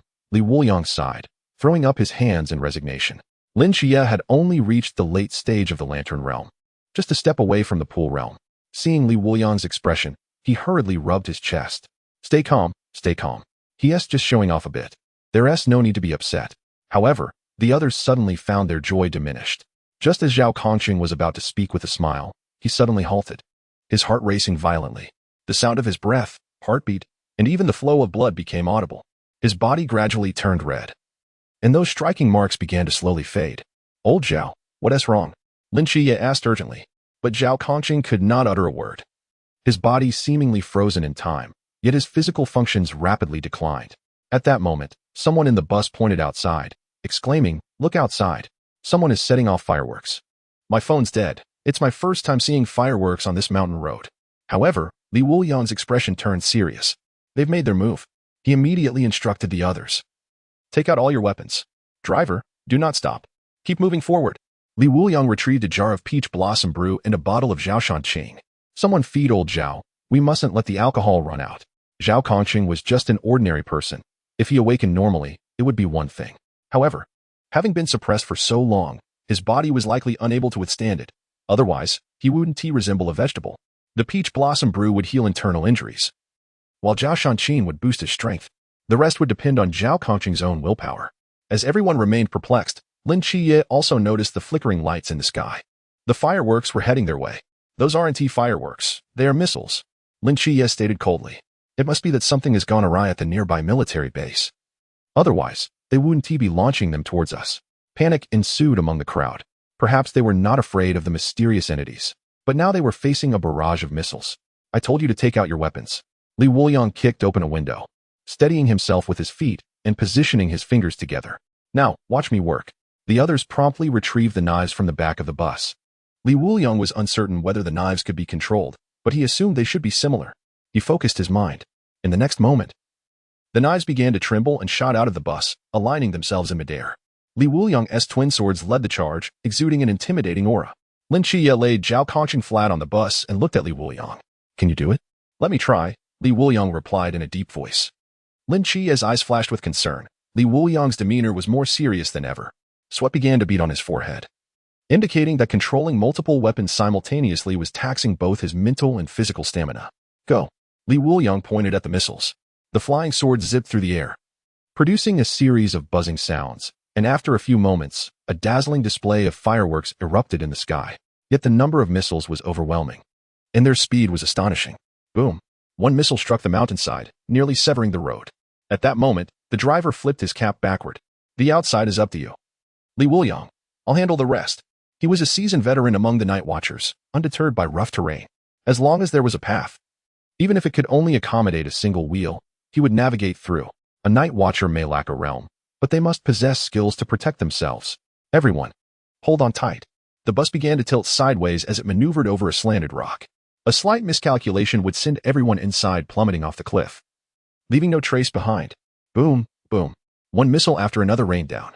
In the back of several other buses were Shen Qizhu, Bai Li Pangbang, and a few others. Bai Li Pangbang pulled out a flying forbidden object and placed it on the bus. Although it was not particularly fast, it successfully steered clear of the perilous mountain road. Shen Qizhu skillfully utilized the chi of men to diminish the explosive force, significantly reducing its speed, and then Molly cleaved it apart with a single stroke. The new recruits began to seize the opportunity to employ their own forbidden ruins to intercept the missiles that slipped through the defenses. Following the initial wave of attack, a second wave emerged. Lin Qiyee hastily glanced at Wuliang, only to have his pupils constrict in alarm. Blood seeped from Wuliang's nose and ears. Yet his gaze remained steadfastly fixed outside. He immediately activated the divine ruins and, with the starry night dancer, leaped out of the window, grasping the exorcism gun and aiming it at the incoming missiles. Wuliang gritted his teeth. Host is currently facing extreme danger. Shall we activate the drunk mode to accumulate power? Activate. He had initially wished to conserve this stored power until reaching Songnan City, where the ancient god cult would prove even more formidable. However, if he didn't act now, it was likely that they would never reach Songnan. Wuliang's aura surged violently, reaching the mid-stage of the Chuan realm, astonishing those around him. Following this elevation in realm, both his mental and physical strength experienced considerable restoration. A flurry of flying swords swiftly traversed the sky, and the number of missiles evading capture dwindled rapidly. Ultimately, the last missile erupted in a spectacular display of sparks in the heavens, marking the complete cessation of the missile assault. Wuliang's aura swiftly diminished. The sword summoning technique was indeed not to be employed lightly with so many blades. It was exceedingly taxing.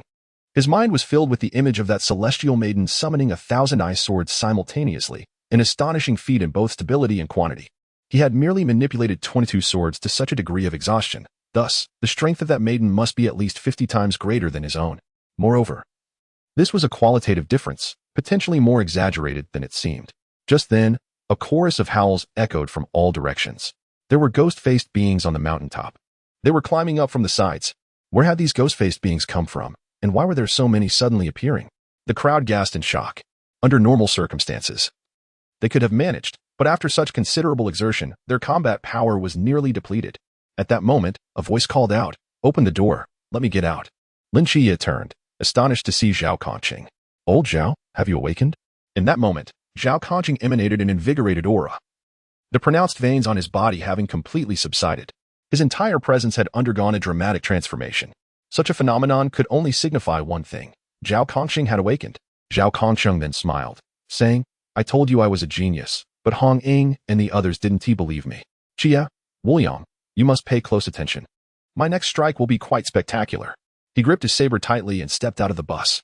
Facing the approaching ghost-faced beings, he narrowed his eyes and coldly commanded. Oblivion Flash Moon. A cerulean aura coalesced upon the blade. In an instant, the black crescent blade was unleashed, and the ghost-faced beings were cleaved in two, as easily as slicing through vegetables. Stunned, Li Wuliang, having regained some vitality, casually retrieved a jar of peach blossom brew and took a hearty swig. Indeed, this has surpassed my expectations, Lin Qiyee remarked. Before he awakened his forbidden ruins, Zhao Kongcheng had already been able to contend with the ghost-faced king of the Chuan realm. After acquiring the forbidden ruins, his power had skyrocketed to an almost ludicrous extent. A smile played on Li Wuliang's lips as he gazed at Zhao Kongcheng outside the bus. Breaking free from shackles, today General Zhao has truly returned to his rightful place. Chapter 68, Escaping Danger. By the time they returned to Tsangnan, the moonlight was deepening. Zhao Kongcheng felt invigorated throughout the journey. Having never experienced this before, he now understood the immense difference awakening the forbidden ruins and possessing the realm brought. Meanwhile, Hong Ying and Shenmai had arrived at a certain base, their demeanor fierce, causing those around them to hesitate to intervene. It was immediately apparent that they came with ill intentions. I will go in, you stay outside, Shenmai declared before kicking open the door. Outside, Hong Ying chewed gum, her gaze icy, her long legs leaning against the wall, strikingly noticeable. Inside, Yuan Gang regarded Shenmai with a frown. What is this attitude? I am, after all, your superior. A modicum of respect is warranted. Shenmai, arms crossed, coldly retorted, you speak of respect? I would like to know how the missile base fell, and how. After its fall, 2 rounds of missiles were still launched. Are your men merely there to eat and do nothing? His emotions flared, causing him to become quite agitated. Yuan Gang's brow twitched slightly before he softened his tone. After the incident with Li Wuliang, I initiated a thorough internal investigation. I apprehended a few traitors, but the results were minimal. This time, I have cleaned out all the traitors. I hadn't anticipated that the ancient god cult would send divine agents. None of my men returned alive, not even the infiltrators on that side. Upon hearing this, Shenmai found it difficult to say anything further. If they were discussing losses, Yuan Gang had suffered the most this time, with several trusted subordinates revealed to be traitors. The missile base had also experienced catastrophic losses. Thankfully, Li Wuliang and Lin Qiyee had emerged unscathed. Shenmai continued, I need more precise information regarding the ancient god cult to prepare adequately. Yuan Gang nodded, agreed. And from now on, our information will be mutually shared. Upon hearing this, Shenmai's expression shifted slightly. Are you implying that the ancient god cult might take action in Songnan City? It is not a possibility, but a certainty, Yuan Gang responded solemnly. Inside a restaurant in Songnan City, Bai Li Pang plopped down and complained, today truly terrified me. Zhao Yuan, do you think Zhao Kongcheng can awaken the forbidden ruins? Could I as well? Zhao Yuan replied candidly, I don't think so. His honesty struck Bai Li Pang like a dagger to the heart. At that moment, Lin Qiyee and Li Wuliang also took their seats. My heavens! Bai Li Pang exclaimed, witnessing Li Wuliang's half-dreamy state. Wuliang, you just escaped danger. And you've already consumed an entire jar. Who do you look down upon? Li Wuliang proudly held up 3 fingers, declaring, I can gulp down 3 jars in one go. As he spoke, he produced a small jar of liquor, a piercing aura emanating from it. Merely the scent of the alcohol could induce a feeling of inebriation. 4th-tier spirit wine from the ancient sword secret vault. Li Wuliang had initially intended to save this for when he hit a bottleneck. However, he could no longer afford such considerations. With the accumulated power from the drunk mode entirely expended, it was crucial to enhance his strength to adequately confront the impending dangers. Wow, this liquor seems rather extraordinary. Bai Li Pang remarked, somewhat astonished. I haven't even drunk any, and I feel as though I'm about to get drunk. Li Wuliang promptly uncorked the bottle and took a deep swig, immediately collapsing onto the table as his hands began to tremble once more. The veins on his arms throbbed like serpents in motion. In the dream, Li Wuliang once again stood atop that mountain peak, tirelessly wielding his sword day after day, his body and blade becoming one. This left the 3 individuals beside him feeling somewhat embarrassed. The effects of the alcohol had been rather overwhelming, causing him to collapse into slumber. Zhao Yuan picked up a bottle, sniffed it, and poured a drop into his mouth. His eyes widened instantly, followed by a flush of color spreading across his face. I feel as if I've just taken a sip of pure alcohol. Crash. Well then, Another one. Bai Li Pangpang shrugged helplessly. Here it comes. Huh? Why is this young man passed out? The innkeeper remarked in astonishment. Lin Qiyee noticed Li Wuliang's trembling hand. And he understood the situation. Let's not mind him. We shall enjoy our meal. At that moment, Shen Qizhu and his subordinate entered. Lin Qiyee, Li Wuliang? Upon seeing the two, he expressed his confusion. I recall your family resides here. Why not return home? It's a matter of confidentiality, hence our absence, Lin Qiyee replied. His gaze dimmed. He longed to see Li Jin and his aunt, yet returning now would leave him unable to explain. Shen Qizhu nodded in agreement. Innkeeper. 5 bowls of plain noodles and 4 bowls with extra pork. I'm not hungry. A simple bowl of noodles suffices, he added, noticing the large portions in Lin Qiyee's bowl. And he ordered an additional serving for his subordinates, though he was short on funds and still needed to address their accommodation. At that moment, Bai Li Pangpang flashed a smile and approached Shen Qizhu. Where will you be staying tonight? Shen Qizhu had not considered this, but it was likely that they would all crowd into one room. What does it matter to you? We have our own arrangements. However, Bai Li Pangpang did not take his leave and continued. Li Wuliang and Lin Qiyee have their own places. It would be rather dull for Zhao Yuan and me alone. Would you care to join us? Of course. Accompanying me, Pang Pang. If you so much as contribute a penny, it would be an affront to my character. Given our half-year acquaintance, I hope you will not decline. Upon hearing this, Shen Qingzhu's companions became somewhat excited. They were already aware of Bai Li Pangpang's background. He was indeed the legendary brother who slept in the lower bunk. Wealthy and generous. Shen Qizhu crossed his arms, his expression displeased. I have never relied on others in these years. At this moment, Lin Qiyee spoke up. The ancient god sect has already made an attempt against us, which failed. There may very well be further actions. It would be prudent to stay together for mutual support, would it not? With this, Shen Qingzhu no longer refused. Very well. But I am not one to frivolously spend others' money. You all must contribute to Bai Li Pangpang as accommodation and meal expenses. After the group pooled their money, Shen Qingzhu awkwardly handed over the amount to Bai Li Pangpang. $434.50. A mix of bills and coins. Let us just say they barely make it to the new year. Even a week would be a struggle. Bai Li Pangpang pocketed the sum without a second thought. Unconcerned about the money, what mattered was that Shen Qizhu agreed to accompany them. Innkeeper, add another serving of pork for my brothers.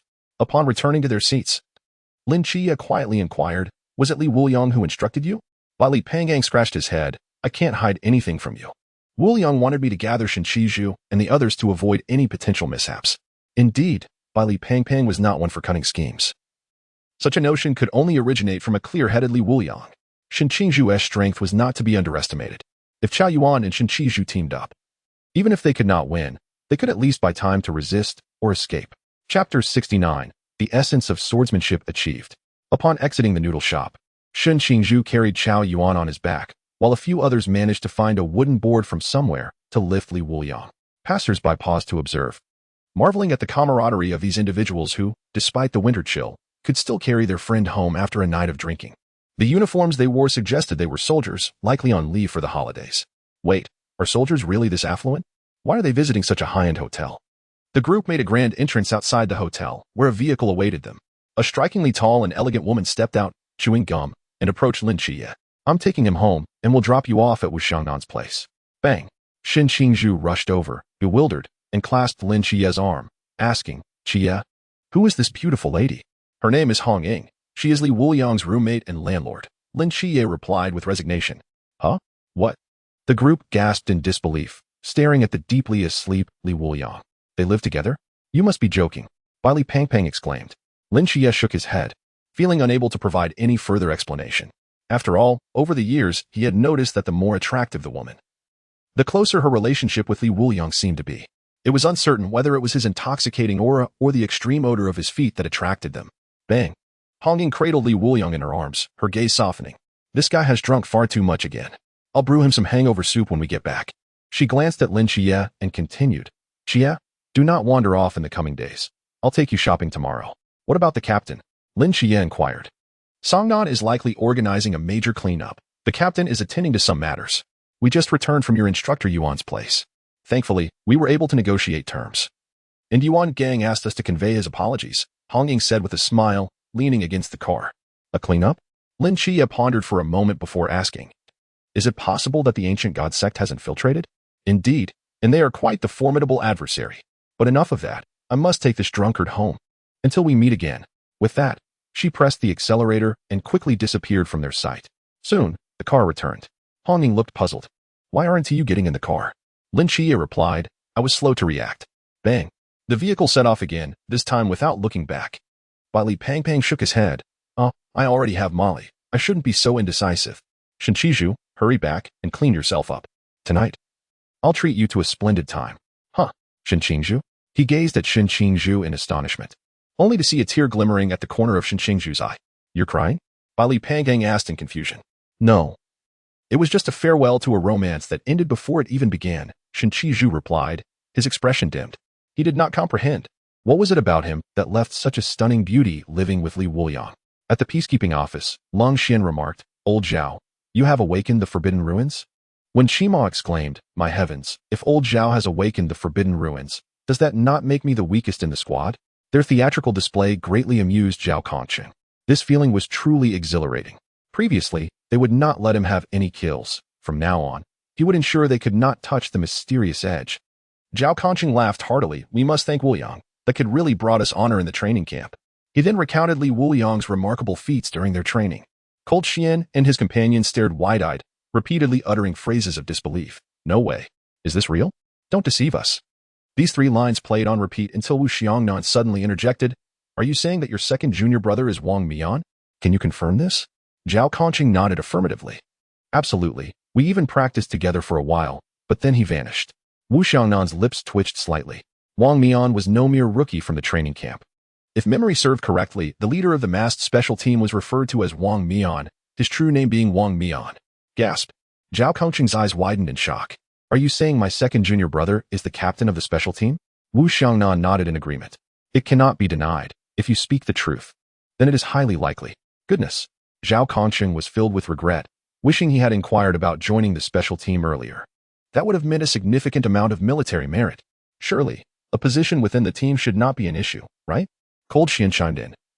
The key point is that the captain of the special team has become Li Wuliang's disciple. Does that not seem absurd to you? Wu Xiangnan replied.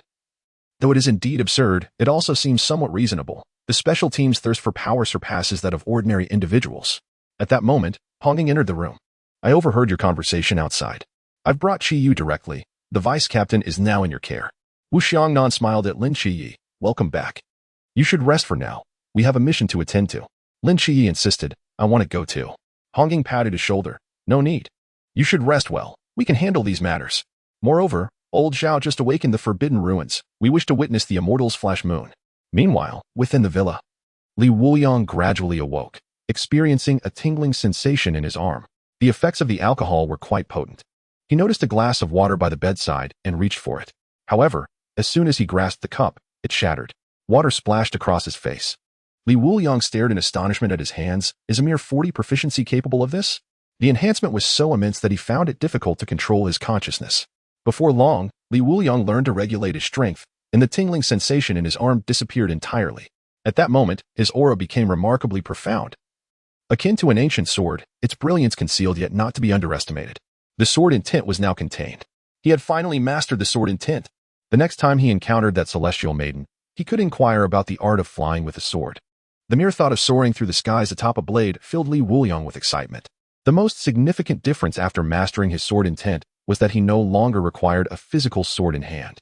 Even a drop of water could now be imbued with his sword intent. His power had undergone a qualitative transformation. At that moment, Li Wuliang accessed the system. Li Wuliang mid-level pool realm. Abilities. Flame Blade, Poison Blade, Sword Control, Magnification, 100 Steps Flying Sword, Qinglian Sword Technique. Proxy Techniques. One Sword Opens Heaven. 10,000 Paths Erased. Sword Qi Great Wall. Activated Mode. Hangover Mode. Proxy Progress. 9 So. The 4th tier Spirit Wine only increased the progress by this much? A new 3rd tier Spirit Wine previously yielded 15 proxy points, yet now the 4th tier only provided 9 points. It seemed he could not afford to be complacent. Glancing at the sky outside, he promptly removed the pink leopard pajamas Honging had given him and donned a set of sportswear before exiting the villa. If memory served him correctly, the initial assault had begun at by Li Pangpang's location. The disciples of the ancient god sect were known for their fine wine. Chapter 70, Year-End Cleanup. Hotel. This is life, comfortable and enjoyable. Do you see anything unusual outside? What's wrong?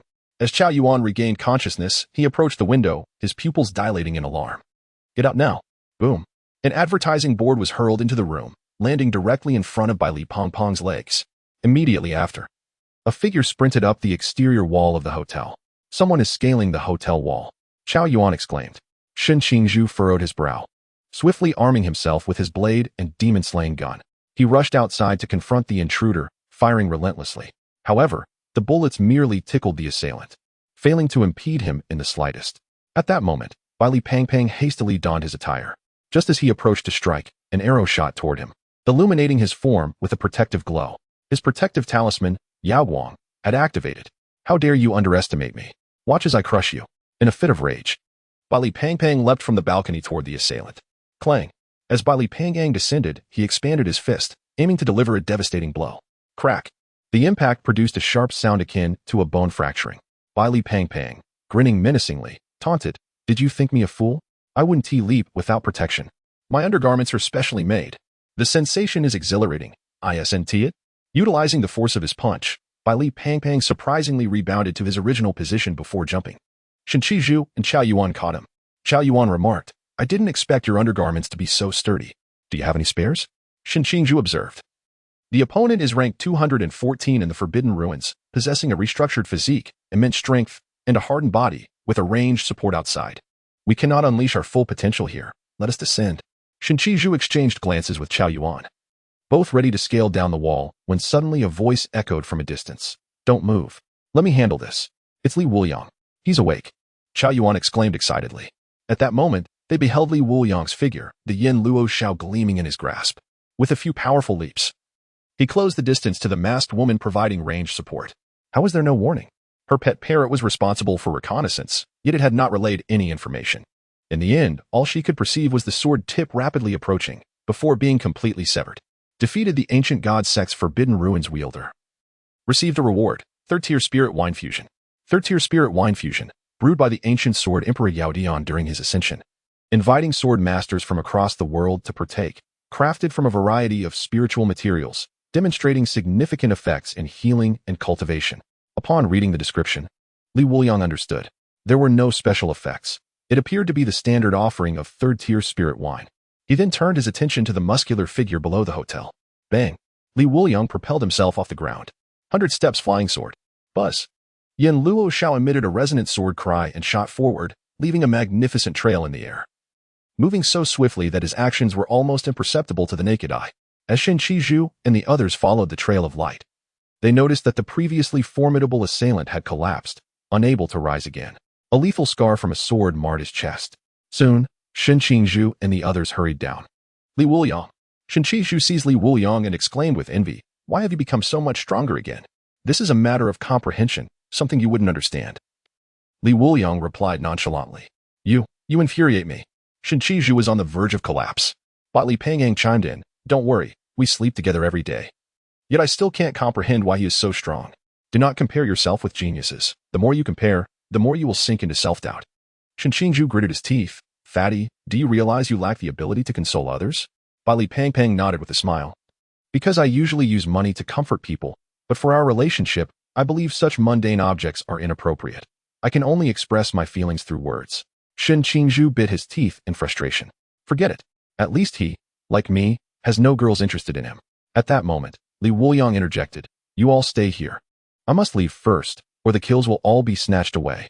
With that, he dashed off again. Li Pangpang was taken aback. Is the culture of Songnan City truly this simple? Zhao Kongcheng also mentioned he is often robbed of kills. How strange. Meanwhile, in a narrow alley, Wu Xiangnan and Wen Qima had prepared for combat. Between them stood a masked figure. "Qima, be cautious. He wields a forbidden item," Wu Xiangnan urged anxiously. When Qima shook his neck and activated the forbidden realm, manifesting his inner demons. Watch closely. The three locked eyes and engaged in battle. The alley echoed with the sounds of clashing weapons.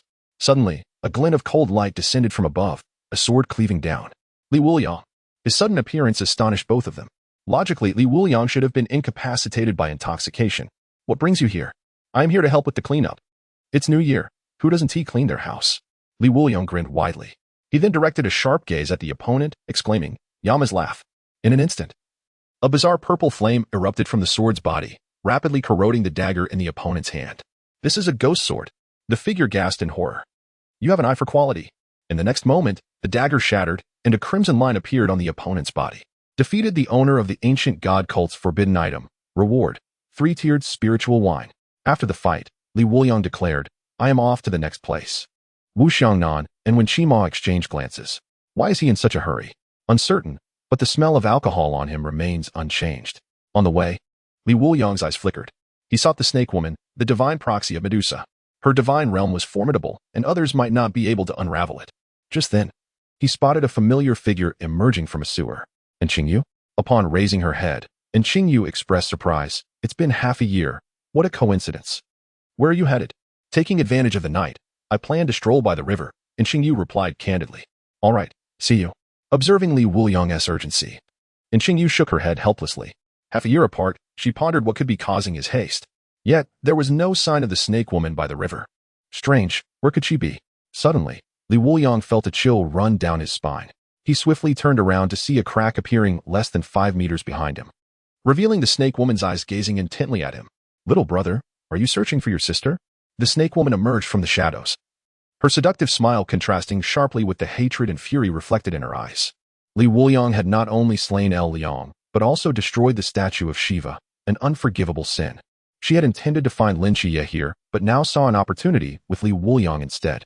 The ground was soon covered with snake scales, and numerous snake eyes opened. Did you enjoy the missile baptism earlier? Thanks, sister. I loved it far too much, Wuliang replied coldly. I knew you would. Your sister is quite fond of you. Sending you 2 rounds.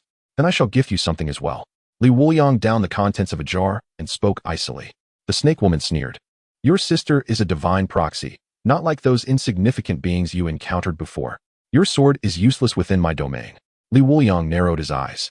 The snake woman's forbidden realm was challenging to breach, akin to a labyrinth. One misstep could lead to petrification. He needed to precisely strike the snake eyes emerging from the ground.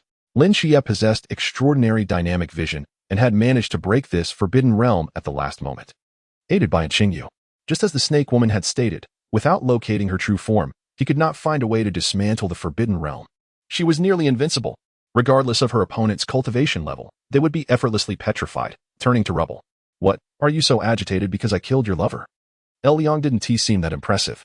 Here is a suggestion. A wise bird chooses a good tree to nest in. I have a better option for you. Would you consider it? But after Wuliang finished speaking, a tongue emerged from the wall. Little brother, at this point, do you wish to have your sister join you? Ha ha ha. I didn't expect you to be a little lecher as well. Clearly, the snake woman was intrigued. It's not me. It's Lin Qiyee's little black dog. He needs a wife. Little black? The snake woman suddenly recalled information about Lin Qiyee, noting he had 2 people and a black dog at home. You're deceiving me. What the heck? Only now do you realize.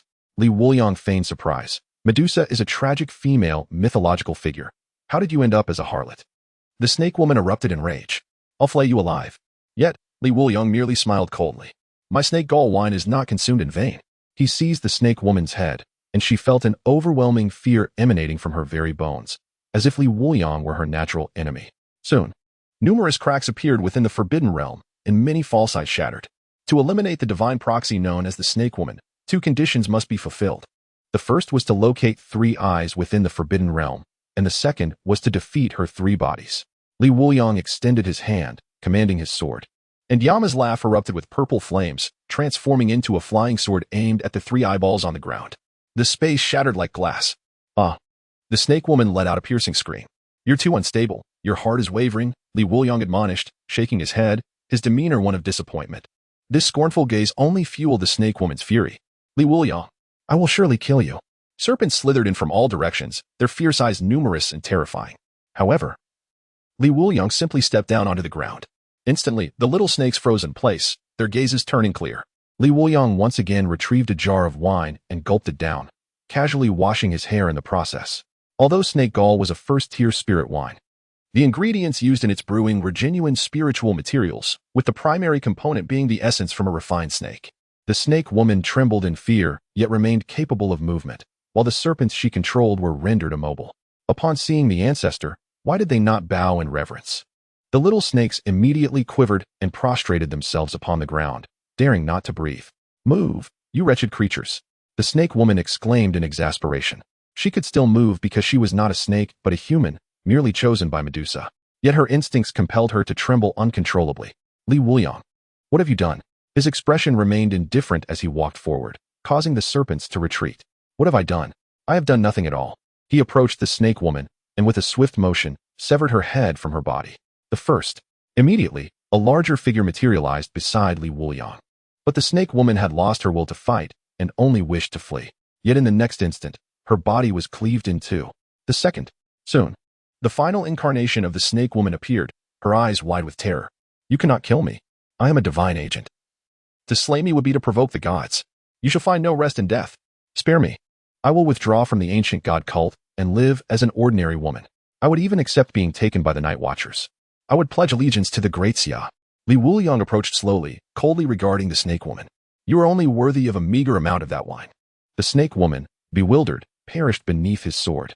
Host has slain the snake woman of the ancient god cult, acquiring third-tier spirit wine, walking mountain green. TCH. How lackluster. Merely a special variant. Is this what qualifies as a divine agent? Wuliang expressed disdain. His eagerness to search for the snake woman had stemmed from a desire to uncover fine wines. Alas, only walking mountain green was obtained. However, there was still a big catch remaining. In the next moment, Medusa's projection emerged above the snake woman's corpse. The divine aura she emitted was unmistakable, causing all night watchers in Songnan City to feel a chill. At Lin Qiyee's residence, should we go lend a hand? The little black dog inquired gravely. Li Jin shook his head, stating, the time is not yet right. This is merely a projection of a deity. Surely they will have their means. There is no need for undue anxiety. The little black dog nodded, about to speak when suddenly he caught a whiff of something. His aunt emerged with a platter of bones. Li Jin, come eat some ribs. Your brother's troops have sent over more than 10 pounds. The little black dog ceased speaking, barking twice before lying beside the table, wagging his tail in anticipation of a meal. Elsewhere, Chen Mai's gaze was icy. How dare even a deity appear so casually? Do they truly believe there is no one in Great Xia? The ancient god cult. He hurried towards the scene, hoping to arrive in time. At this moment, Wuliang regarded Medusa, his eyes flickering. The snake woman was not particularly formidable, thus this projection likely possessed only the strength of the Chuan realm. It was worth a try? Human, you dare to provoke the majesty of the divine? What awaits you is a fate worse than death. Medusa glared at Wuliang, her serpents hissing menacingly above her head. No, therefore, I do not intend to suffer such a fate. Moreover, I plan to test my sword against you. Having consumed several jars of wine, Wuliang felt a rush of exhilaration. The newly acquired ability, the Sword Qi Great Wall, had yet to be unleashed. Medusa, being a deity, was a fitting target. In the next moment, Wuliang held his sword before him. A powerful aura and sword intent surged forth, resonating. The Sword Qi Great Wall. The sword intent enveloped the surroundings, as if creating an impassable chasm. But then, it vanished. At that moment, the air was eerily still. Wuliang maintained his stance, while Medusa prepared her defenses. Neither moved. What is happening? Wuliang was bewildered. Subsequently, the sword intent dissipated, and the chasm faded away. You tricked me. Medusa roared in fury. But the most innocent party was Wuliang. He merely wished to dispatch Medusa with the utmost respect, never anticipating that the Sword Qi Great Wall would vanish so abruptly. With no time to ponder, Wuliang swiftly adjusted his sword stance to gather its energy. My apologies. I miscalculated earlier. Moving forward, I shall not err again. One sword to open the heavens. At this moment, Wuliang had achieved mastery over his sword intent. The release strike seemed to carry the power to obliterate the heavens and earth. One sword traversing 1,000 miles. The entire Songnan city trembled in response. Chapter 72. Confrontation in the Sea Realm. No escape. Wuliang was astonished by the might of his own strike after achieving mastery. Following this sword, a distinct rift appeared in the sky. Medusa's projection began to disintegrate, her expression one of utter horror. How is this possible? Yet she was a deity, and even a formidable sword intent struggled to truly vanquish her. Medusa was swept towards the rift in the sky. Her scales shattered, divine blood poured forth. Yet she still attempted to resist. But this only lasted a few seconds. Medusa realized the tide had turned. This descent would yield no results. She then glared with hatred, bellowing, Wuliang, I curse you with the blood of the divine. But before she could articulate the curse, the rift restored itself completely. Medusa's body appeared as if it had been cleaved in two, with less than a third of her form plummeting and gradually reverting to that of the snake woman. Enough with the idle threats. Many have cursed me before. Even the old lady next door curses me to drink myself to death. Wuliang scoffed at the curse. Such words are only uttered when one is incapable of defeating their foe.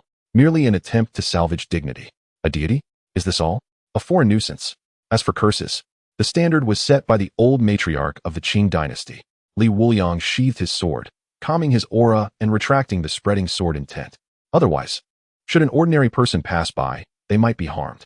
Host has defeated the divine projection of Medusa and received a special reward, the ability to borrow the consciousness of any wine friend for 10 minutes. Upon hearing this reward, Wuliang's eyes sparkled. Wine friends? He had several of those, and each was quite amenable. Even summoning that white-clad fairy for assistance would not pose a significant issue. A hangover. How he longed for a hangover. Wuliang stood by the river, shouting at the frozen surface. It had been quite a while since he had experienced one, and Nix likely wished to indulge in a bit of wine as well. Ever since Lin Qiyee had witnessed Nix's intentions towards Wuliang after a previous bout of drunkenness, he had seldom allowed Nix to emerge. Moreover, there was a hint of resentment towards Wuliang. Nonetheless, Wuliang understood. After much effort, I finally found a godmother for myself, only to discover that my close friend has become a godfather in the blink of an eye. This is indeed somewhat difficult to accept. However, Wuliang does not mind waiting patiently. One day, Lin Qiyee will willingly call him father. At that time, he will invite Hong Ying and the others to join. They need to recharge after a night of revelry. Having finished the task, he heard a gentle applause drawing near. Wuliang, you truly are a continuous source of surprise. Even the divine projection of Medusa was vanquished by your sword. At just under 20 years of age, you have already achieved mastery of sword intent. You are indeed a heroic youth. Wuliang turned towards the source of the voice. The newcomer donned a beige coat, his handsome face tinged with a hint of coldness, his hair cascading over his shoulders. He glanced at the lifeless serpent woman beside him, his expression betraying little surprise. It seems I have arrived a moment too late. Your strength has exceeded my expectations. In merely 10 minutes, the serpent woman fell beneath your blade. Allow me to introduce myself. I am Han Xiaoyan, a disciple of the ancient god sect's whispering seat, holding the 13th seat among the followers. Han Xiaoyan's countenance bore a chilling demeanor, appearing rather carefree and unconventional. The murderous intent in his tone sent shivers down one's spine. Initially, their plan was to ambush the divine agent of Michael, Lin Qiyee. Wuliang's sudden intervention was utterly unforeseen. They had devised a strategy targeting Wuliang, intending to eliminate him at any cost. The serpent woman had indeed planned to retreat at first, but was provoked by Wuliang's words, compelling her to remain. Otherwise, given her strength, escaping would have proven difficult for Wuliang. Gazing intently at Han Xiaoyan, Wuliang promptly retrieved a flask of wine, striving to regain his strength. I have heard of you. You were the captain of the Night Watch team in Gusa City, a peak of the River Realm. Later, you betrayed the Night Watch, causing significant casualties in the Great Xia due to your attacks for the ancient god sect. Many innocents were affected by your onslaught, their bodies strewn about. In response to Wuliang's taunt, Han Xiaoyan remained unfazed, his expression scarcely shifting. These are facts he has long accepted. To be honest, I initially could not comprehend why the serpent woman chose to stay, even waiting for my support. Now I understand. Aside from your immense potential, you possess a sharp tongue. The serpent woman, during her physiological cycle, is quite volatile and naturally could not endure your provocations. He then twirled his long spear, aiming it at Wuliang. Let me correct you. I am not at the peak of the river realm. I am of the sea realm. Wuliang's gaze sharpened. While he might manage to contend with those of the river realm, facing someone of the sea realm would leave him with no choice but to flee. The problem was, it appeared he could not escape. An invisible aura had already locked onto him. The sea realm was incomparably stronger than the river realm, an entirely different echelon. To attempt escape would open him up to a fatal strike. Thus, it would be wiser to remain and fight to the death.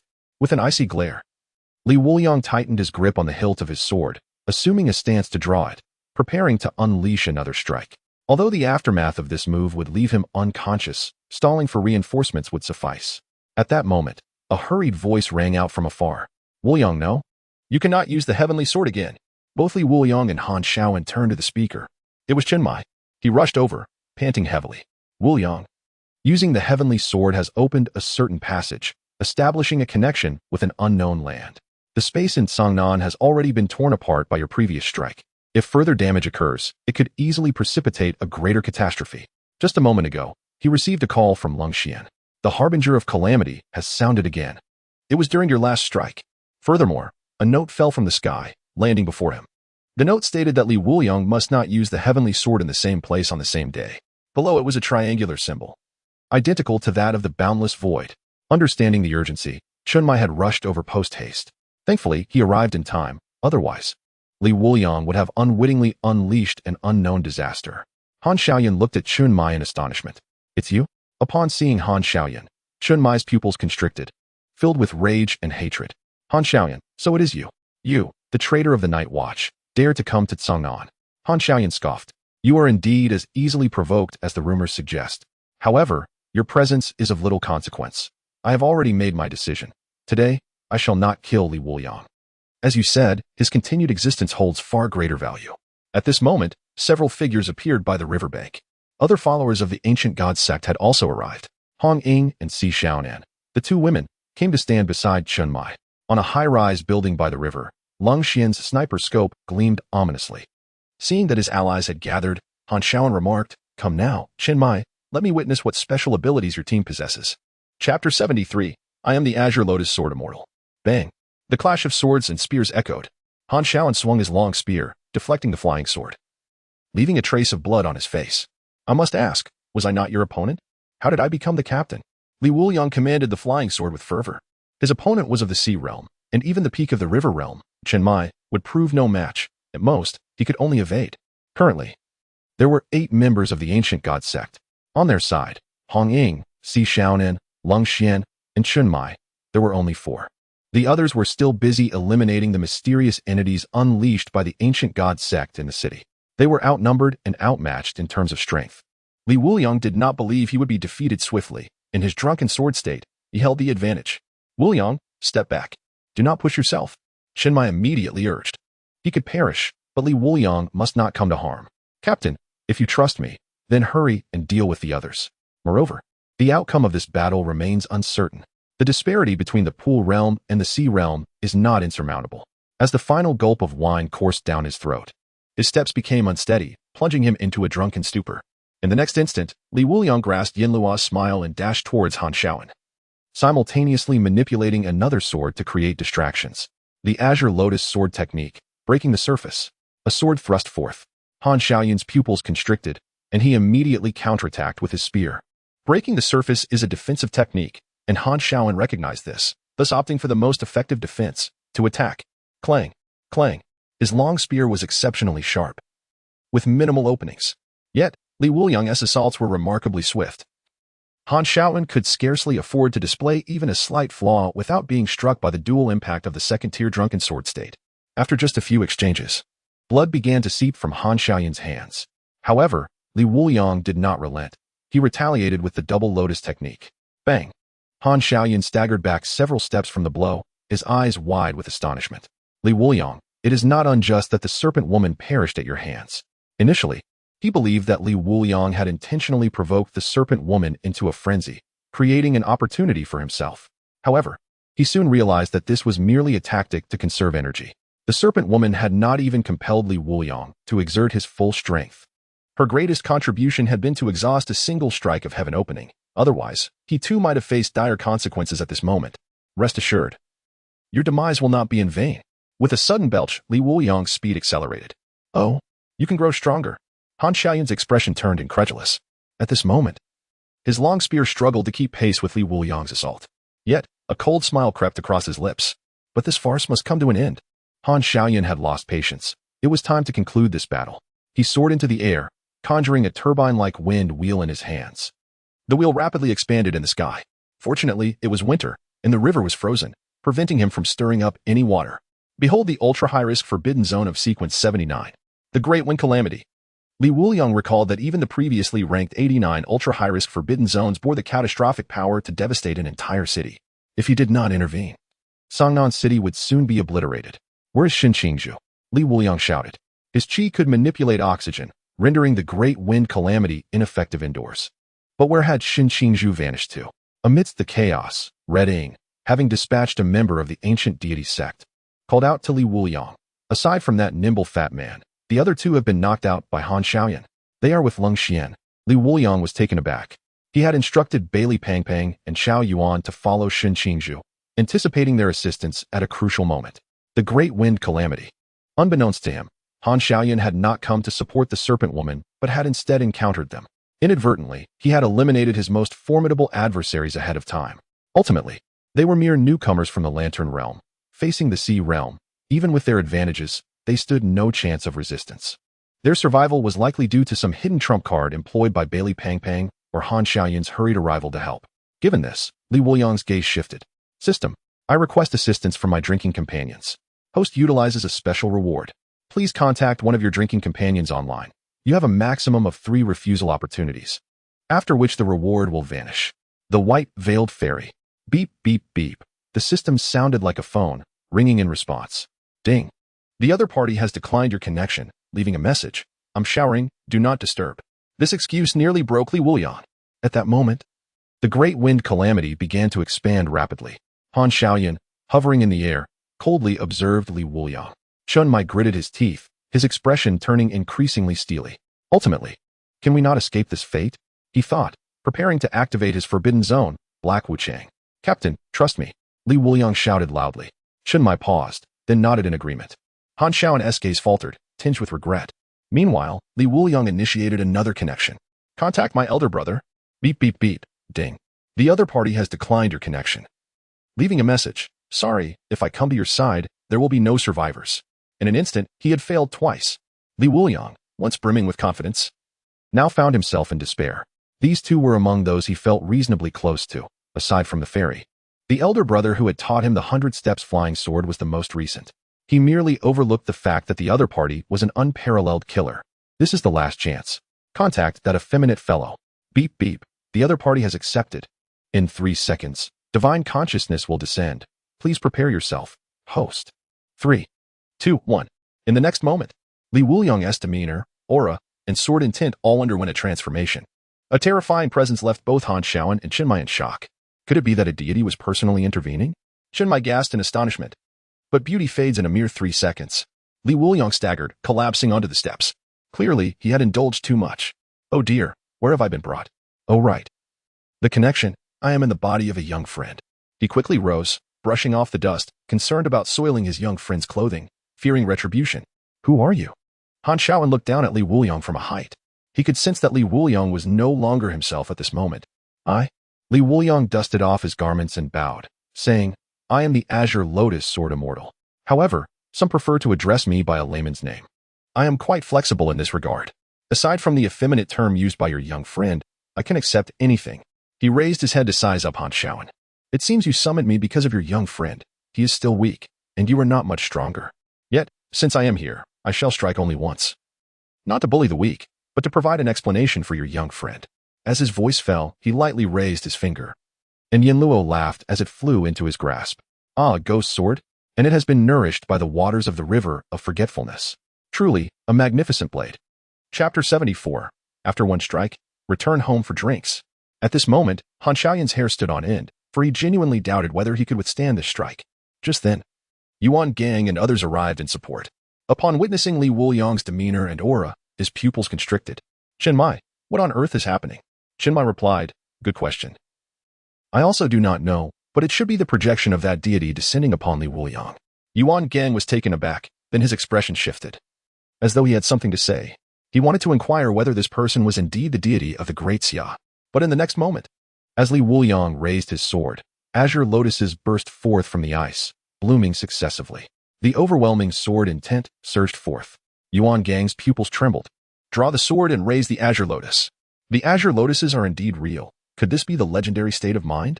The ability to manifest one's martial will into reality. It would not be an exaggeration to call it divine power. The deity behind Li Wuliang was, in fact, the legendary state of mind. His expression was one of uncontainable excitement. Were it not for Qin Mai holding him back with all his strength, Yuan Gang might have charged forward. At this moment, the Li Wuliang was surrounded by extreme danger. The sword chi enveloped him, capable of instantly shredding anything that approached. Han Xiaoyan, at this moment, unleashed all his mental power into the great wind calamity, leaving no escape route. A deity? So what? Li Wuliang is merely a body of the pond realm, incapable of containing excessive mental power. To seek my demise, you are merely dreaming. He roared in fury. Li Wuliang chuckled. Mental power? What is that? I said I would strike you with a sword. Naturally, I shall wield only the sword. Prepare yourself well. Do not tarnish my azure lotuses. Buzz. With the sound of a sword's whistle, the blade descended. In an instant, the tempest of devastation was cleaved asunder. The frozen river shattered, revealing a sudden chasm. After executing the strike, it was time to return and indulge in wine. Ah, this world is indeed a joyous place. Li Wuliang's imposing aura abruptly diminished. Soon after, He spat forth a mouthful of dark blood. Signs of internal rupture appeared throughout his body, and, more alarmingly, his essence was dwindling rapidly. Li Wuliang. Chun Mai disregarded everything else. He knew that Li Wuliang must not come to harm. At that moment, Li Wuliang extended a hand to halt Chen Mai. Wait, it is not over yet. He promptly retrieved a jar of Zhoushan Qing and drank deeply. Yet blood froth flowed from the corners of his mouth. The sword strike from the Qinglian sword immortal was formidable. Yet it had exceeded the limits of what his body could withstand. However, he understood that without such intensity, he could never hope to unravel the tempest of devastation. If he waited another half a minute, the tempest would fully manifest, demanding an even greater sacrifice to dismantle it. The outcome at present was not unfavorable. Li Wuliang staggered forward to stand before Han Xiaoyan. At that moment, Han Xiaoyan bore a bloodied mark upon his face, his aura depleted, rendered incapable of any movement. Here to seize me? He mused bitterly. Who would have imagined that I would meet such a dire defeat, devoid of even the strength to end my own life? Capturing me alive would be a grand achievement, likely earning a star badge, he reflected with self-deprecation. Li Wuliang placed the Yinluo Shao upon Han Xiaoyan's shoulder and said, "Though this is not your desire, the deeds you have committed are blood-soaked and grievous. I can extend forgiveness, for you have not wronged me personally. Sending you to the penitentiary would suffice. Yet for those who perished at your hands, I cannot ascertain their sentiments. Therefore, you shall inquire whether they grant you forgiveness." As Li Wuliang prepared to act, Chen Mai grasped the Yinluo Shao, blood seeping from his palm. "One moment, allow me to pose a question. Han Xiaoyan, why did you betray the Night Watchers, betray the Great Xia?" Han Xiaoyan suddenly let out a hollow laugh, tinged with sorrow. "What would you choose? When faced with your comrades falling one by one before you, Chen Mai, tell me. Hong Ying, Leng Xian, Wen Qimo, Li Wuliang, Lin Qiyee, they were all cruelly slaughtered before your eyes. What would you do?" In that moment, the depths of his despair were unfathomable to anyone else. Chen Mai released his grip on the sword, his gaze dimming. "Captain Chen is far too kind to voice his thoughts. I shall speak for him. He would choose to die alongside them." Li Wuliang's words shattered Han Xiaoyan's psychological defenses, yet there was no time to ponder further. A chill enveloped his neck, and darkness consumed him as he lost consciousness. Defeated an ancient cult's ocean realm follower, rewards granted. 4th tier spirit wine, Fengshi Chun. 4th tier spirit wine. Fengshi Chun, brewed from the essence of the Wind Sword Saint, who faced rejection in youth, exile in middle age, and guarded the Wind Demon domain in later years. It can shield against the lonesome cold wind. Unique effect, wind avoidance. How tragic. I wager my fortune this person will be reborn. Li Wuliang exclaimed within his mind upon hearing the system's voice. Yet, he soon felt dizzy, his complexion paling to a ghostly white. Just as he was about to collapse, Chen Mai caught him in his arms. "Rest well." Chen Mai's words seemed to exhaust his tenderness. He then turned to shout at Hong Ying and the others. "What are you all staring at? If we don't clear all the mysteries and ancient cult followers from Cangnan City in the coming days, the new year will be upon us. Your holidays are cancelled, and your year-end bonuses." Hong Ying expressed concern, but after examining Li Wuliang's injuries, she sighed in relief. "It's merely excessive blood loss. A minor issue." "Understood, Captain. We shall depart at once." Xiaoyan pouted in defiance. "Captain, you always deduct pay. Some of us can't afford new clothes anymore." Yet she was met with Chen Mai's cold glare. Playfully, she stuck out her tongue and dashed away. "Let us temporarily leave the team pet to Li Wuliang. I refuse to believe the captain will cut his bonus." Yuan Gang approached to observe Li Wuliang, then sighed. "I will arrange for others to assist you in dealing with these mysteries. After the new year, there may not be any peaceful days ahead." At that moment, a figure stood before them, seemingly bewildered and filled with questions, as if just awakened from slumber. It was Lin Qiyee. Have I missed something significant? Earlier, he had conversed for quite some time with Mailin behind the second door in the mental hospital. Time had slipped away unnoticed, and the outside world was eerily silent. Had he not suddenly noticed bats being drawn away by some force in the sky, he might have remained indoors indefinitely. Chen Mai felt a sense of relief. Everything is fine. All is well.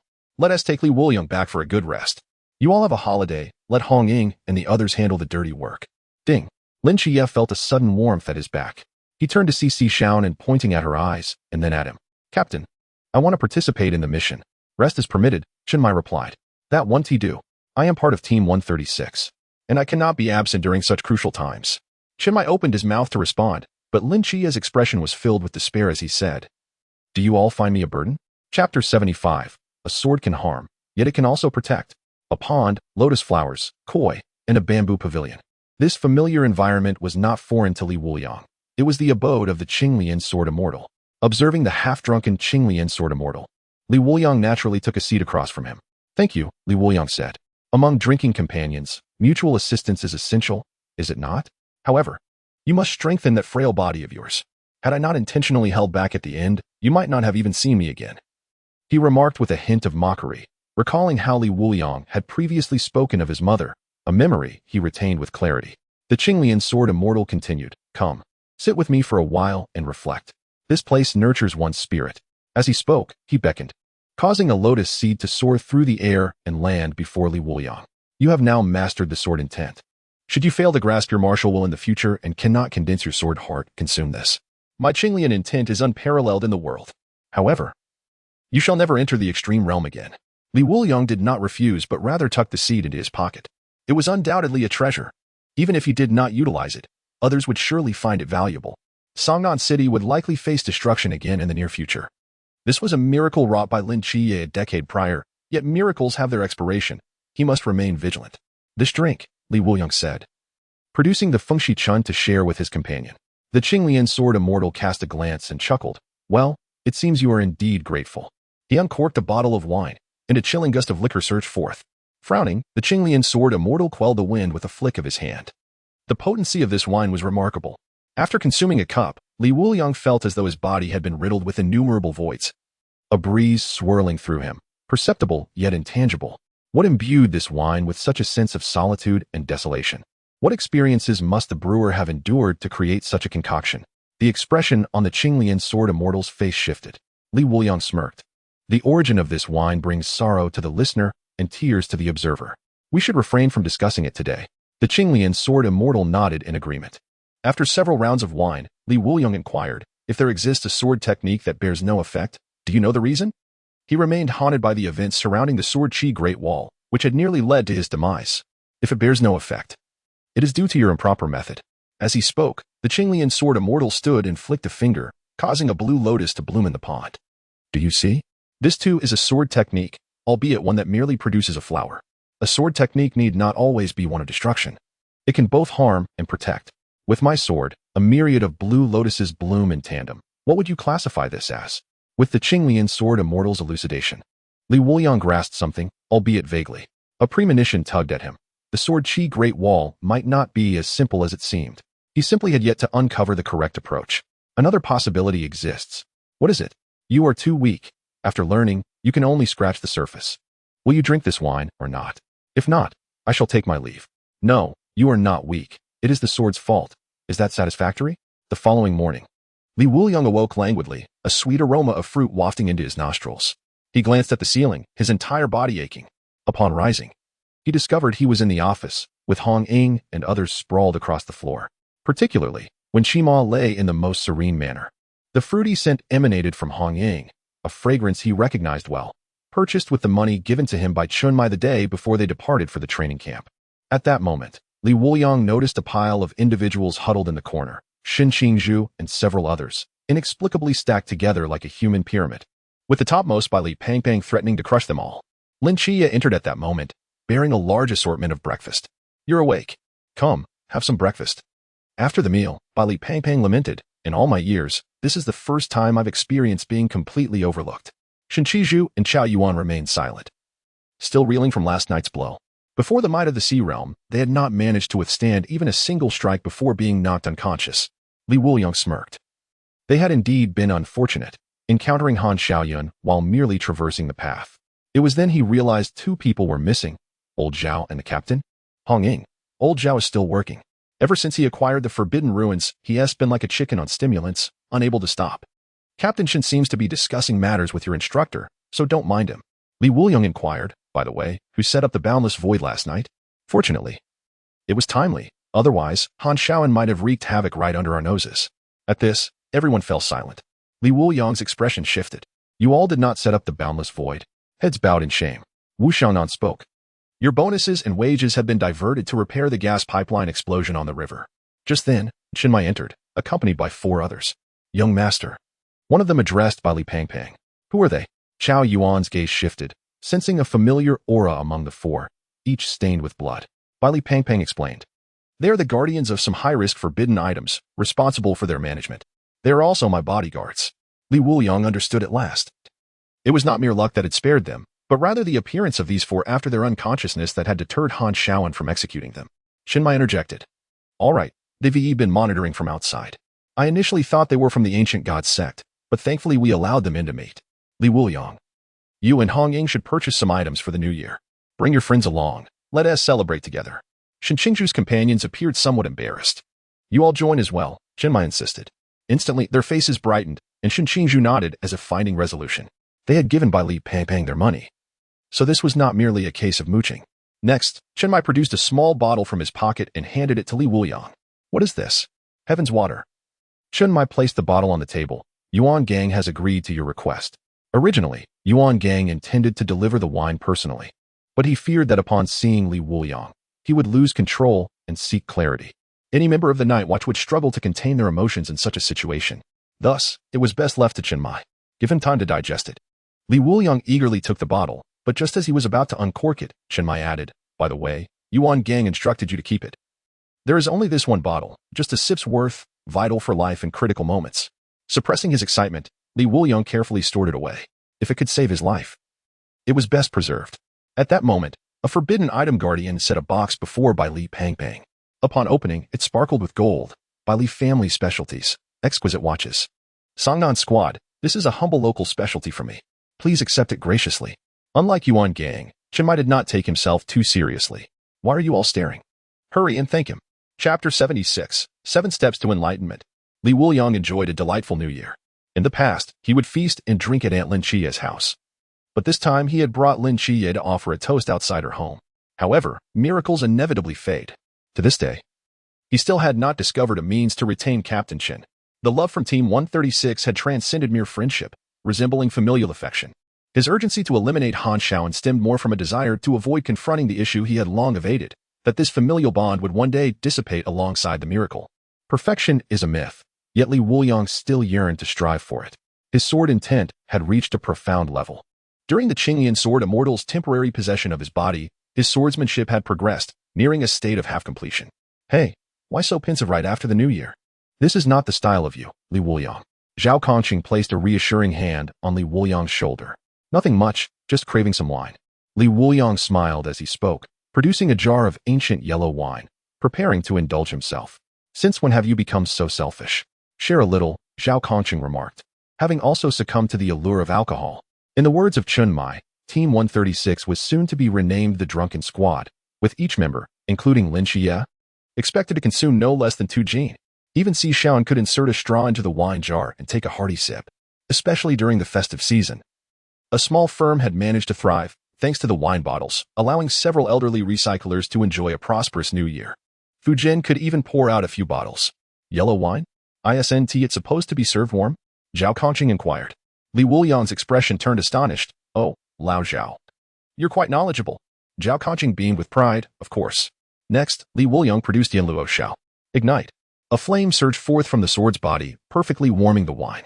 Moreover, Yin Luo Shao possessed consciousness, ensuring the optimal temperature. It quivered slightly as Li Wuliang poured a little into it, causing the sword's body to emanate a crimson hue. Yin Luo Shao mused, in the past, it was all hardship. Master, I shall follow you for life. It cared not whether its usage was correct. Having wine was sufficient. With a cup of yellow wine consumed, a torrent of heat rushed to Li Wuliang's mind. His consciousness felt as though it were being scorched by fierce flames, the agony causing his body to spasm. However, swiftly, it felt as though a hand had penetrated his hair, resting upon his consciousness. A cooling sensation dispelled the fervor. Li Wuliang, what's wrong? Zhao Kongcheng exclaimed, startled by his friend. It's just a drink. Why are you acting this way? Struggling. Li Wuliang grasped Zhao Kongcheng's collar to lift himself. His awareness gradually returned. This process felt akin to someone burning his brain and consciousness from within, while a hammer relentlessly struck. All around him was pitch darkness. The cooling sensation merely sustained a flicker of clarity in Li Wuliang's will, utterly incapable of alleviating the pain. In what felt like mere minutes, Li Wuliang emerged as if from another realm. Upon reopening his eyes, the glaring sunlight appeared almost foreign. I'm fine. Just felt a sudden surge. Zhao Kongcheng raised an eyebrow in confusion. Li Wuliang's gaze now shimmered with newfound brilliance. His mind had never been so lucid. Clutching Yin Luo Shao, he gazed ahead, taking a step forward, then gently swung his sword. Instantly, a surge of sword intent and power erupted. The sword intent was unrestrained, the sword's momentum was wild. At that moment, Figures hurriedly ascended to the rooftop. Shinmai turned to Zhao Kongcheng, inquiring, "What is happening with him?" Zhao Kongcheng shrugged. "We were just drinking, and suddenly he acted this way, claiming he has become stronger." Unable to glean the desired answer, the onlookers turned their attention to Li Wuliang, who seemed to have entered a profound state, poised to take the final step. Li Wuliang moved with deliberate slowness. With his second step, a grand door materialized before him. Around him, the rooftop vanished, replaced by an ethereal sea of clouds. With each step forward, clouds rose beneath his feet to support his ascent. So far, he mused, gazing at the door that felt miles away. He hesitated for a moment, yet remained resolute. Not far now, just within reach. Each subsequent step felt as though he were traversing 1,000 miles, steadily closing the distance to the door. Before the divine presence, he bowed with each stride, and with every step, he carved his own path with the sword. At last, he stood before the door. 6 steps down, only 1 more to go. It was then that he observed the door's appearance, devoid of a knocker, adorned only with 108 golden studs, looking somewhat bare. As if something were missing. In the depths of his intuition, he sensed that he had but a single chance to knock. This moment was of utmost significance.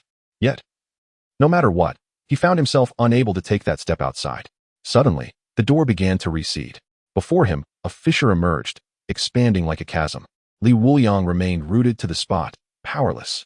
Just like Zhao Kongcheng, who, when troubled, would reach for a drink, he too felt a yearning for wine.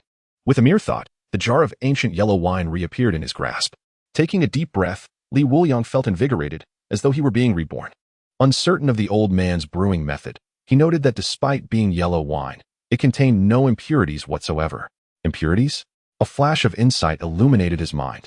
It dawned on him. It was his own mindset that had been clouded, preventing him from making that final knock. Even yellow wine could cleanse all impurities. Transforming into spiritual wine, he recognized the root of his concerns. Fear that a decade's worth of miracles would dissolve into mere illusions. Mastery of the sword demands a pure heart. Yaluo Shao erupted with a sharp, resonant sound, echoing throughout the space. A smile graced Li Wuliang's lips. The chasm vanished in an instant. He stood once more before the door, but this time, he raised his sword. Now, Li Wuliang possessed the unwavering confidence to succeed. His formidable aura surged. The sword intent brimming with uncontainable energy, yearning to burst forth. This strike would be called unlimited. With a resounding knock, the sound reverberated like a colossal bell, echoing endlessly. The might of the strike showed no signs of waning, the sword's power boundless, its essence enduring. Standing before the door, Li Wuliang exhaled a breath of stale air, feeling an exhilarating satisfaction from this strike. It was also the first sword technique he had crafted himself, paving his own path. At that moment, the door swung open.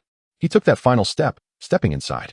The world that unfolded before him was precisely as he had envisioned, a boundless sea of wine. Yinluo Shao resonated in joyous celebration of this moment's birth. Meanwhile, in reality, Li Wuliang's pupils gradually returned to clarity, his consciousness restored. He looked up at the sun in the sky, which remained unmoved, indicating that not much time had passed. Yet he was astonished to find the surroundings enveloped in silence. Am I in the boundless void? Li Wuliang mused in disbelief. What else could it be? Chapter 77, Returning to the Training Camp, Award Ceremony.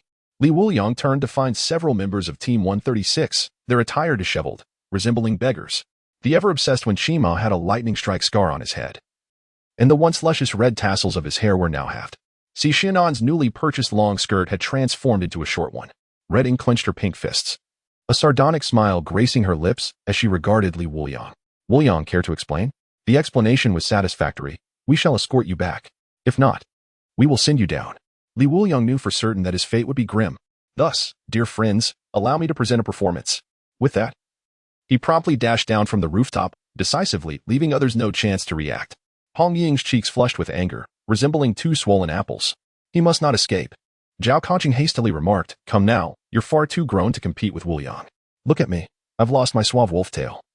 I'll have to settle for a buzzcut like Team Leaderchin. I'm not complaining, so try to lighten up." As he spoke, he pulled out a bundle of cigarettes from his pocket, scattering them across the ground. 19 sticks turned into 38. Zhao Kongcheng's expression remained calm, before he swiftly drew his knife and charged forward. This lad is simply asking for a beating. I shall give him a taste of his own medicine.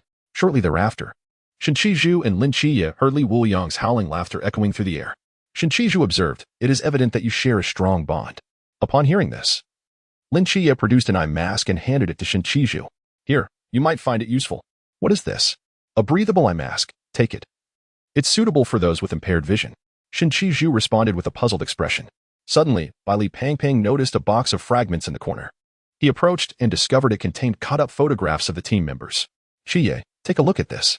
Lin Qiyee merely glanced at it, his eyes widening in shock. He quickly shouted to Chen Mai, hurry and find Lang Xian. Wuliang just had his vital parts severed into pieces. Chen Mai was taken aback. But upon seeing the box of fragments, he sighed in relief. Thankfully, he had misinterpreted the situation. Just a moment ago, he had been marveling at Wuliang's rapid growth. And now he felt the countdown was imminent. Find Lang Xian. Save Wuliang. Gunfire and shouts echoed in the boundless void, refusing to subside for days. Days later. At the Jin Mountain training camp, a chorus of sighs resonated through the dormitory. It felt as if ages had passed, and we had returned once more. I cannot fathom how it was achieved. The past year was filled with joy, yet it bore a sense of fragmentation. Li Pangpang felt an overwhelming wave of emotion. He had hoped to see Molly, but unexpectedly, she had vanished without a trace. There was no sign of her. Do not dwell on it. You can find the Molly you missed downstairs, Wuliang chuckled. Lin Qiyee was at a loss for words. It seemed everyone else was thriving, while he felt rather dull. After conversing with Nikes, he received the unexpected advice to pursue a romantic relationship. What about Zhao Kongcheng? Lin Qiyee casually inquired. Just arrived at the playground for assembly. Everyone soon noticed several peculiar occurrences. Some instructors were missing. Yet, one individual stood proudly on the platform, for reasons unknown. Wuliang, caught off guard, spilled his drink as he gaped at the stage. He could deduce the reasons behind the absence of the few instructors. But why was Zhao Kongcheng up there wearing an instructor's uniform? What a jest! Zhao Kongcheng shot Wuliang a smug glance, urging him to savor the moment. At that moment, Yuan Gang stepped forward. Welcome back, new Night Watchers. It is admirable that none of you have chosen to abandon your path, but have instead persevered through the trials of the past 6 months. You have grown into competent guardians. However, you must strive for greater excellence. For the next 6 months will be the most unforgettable of your lives.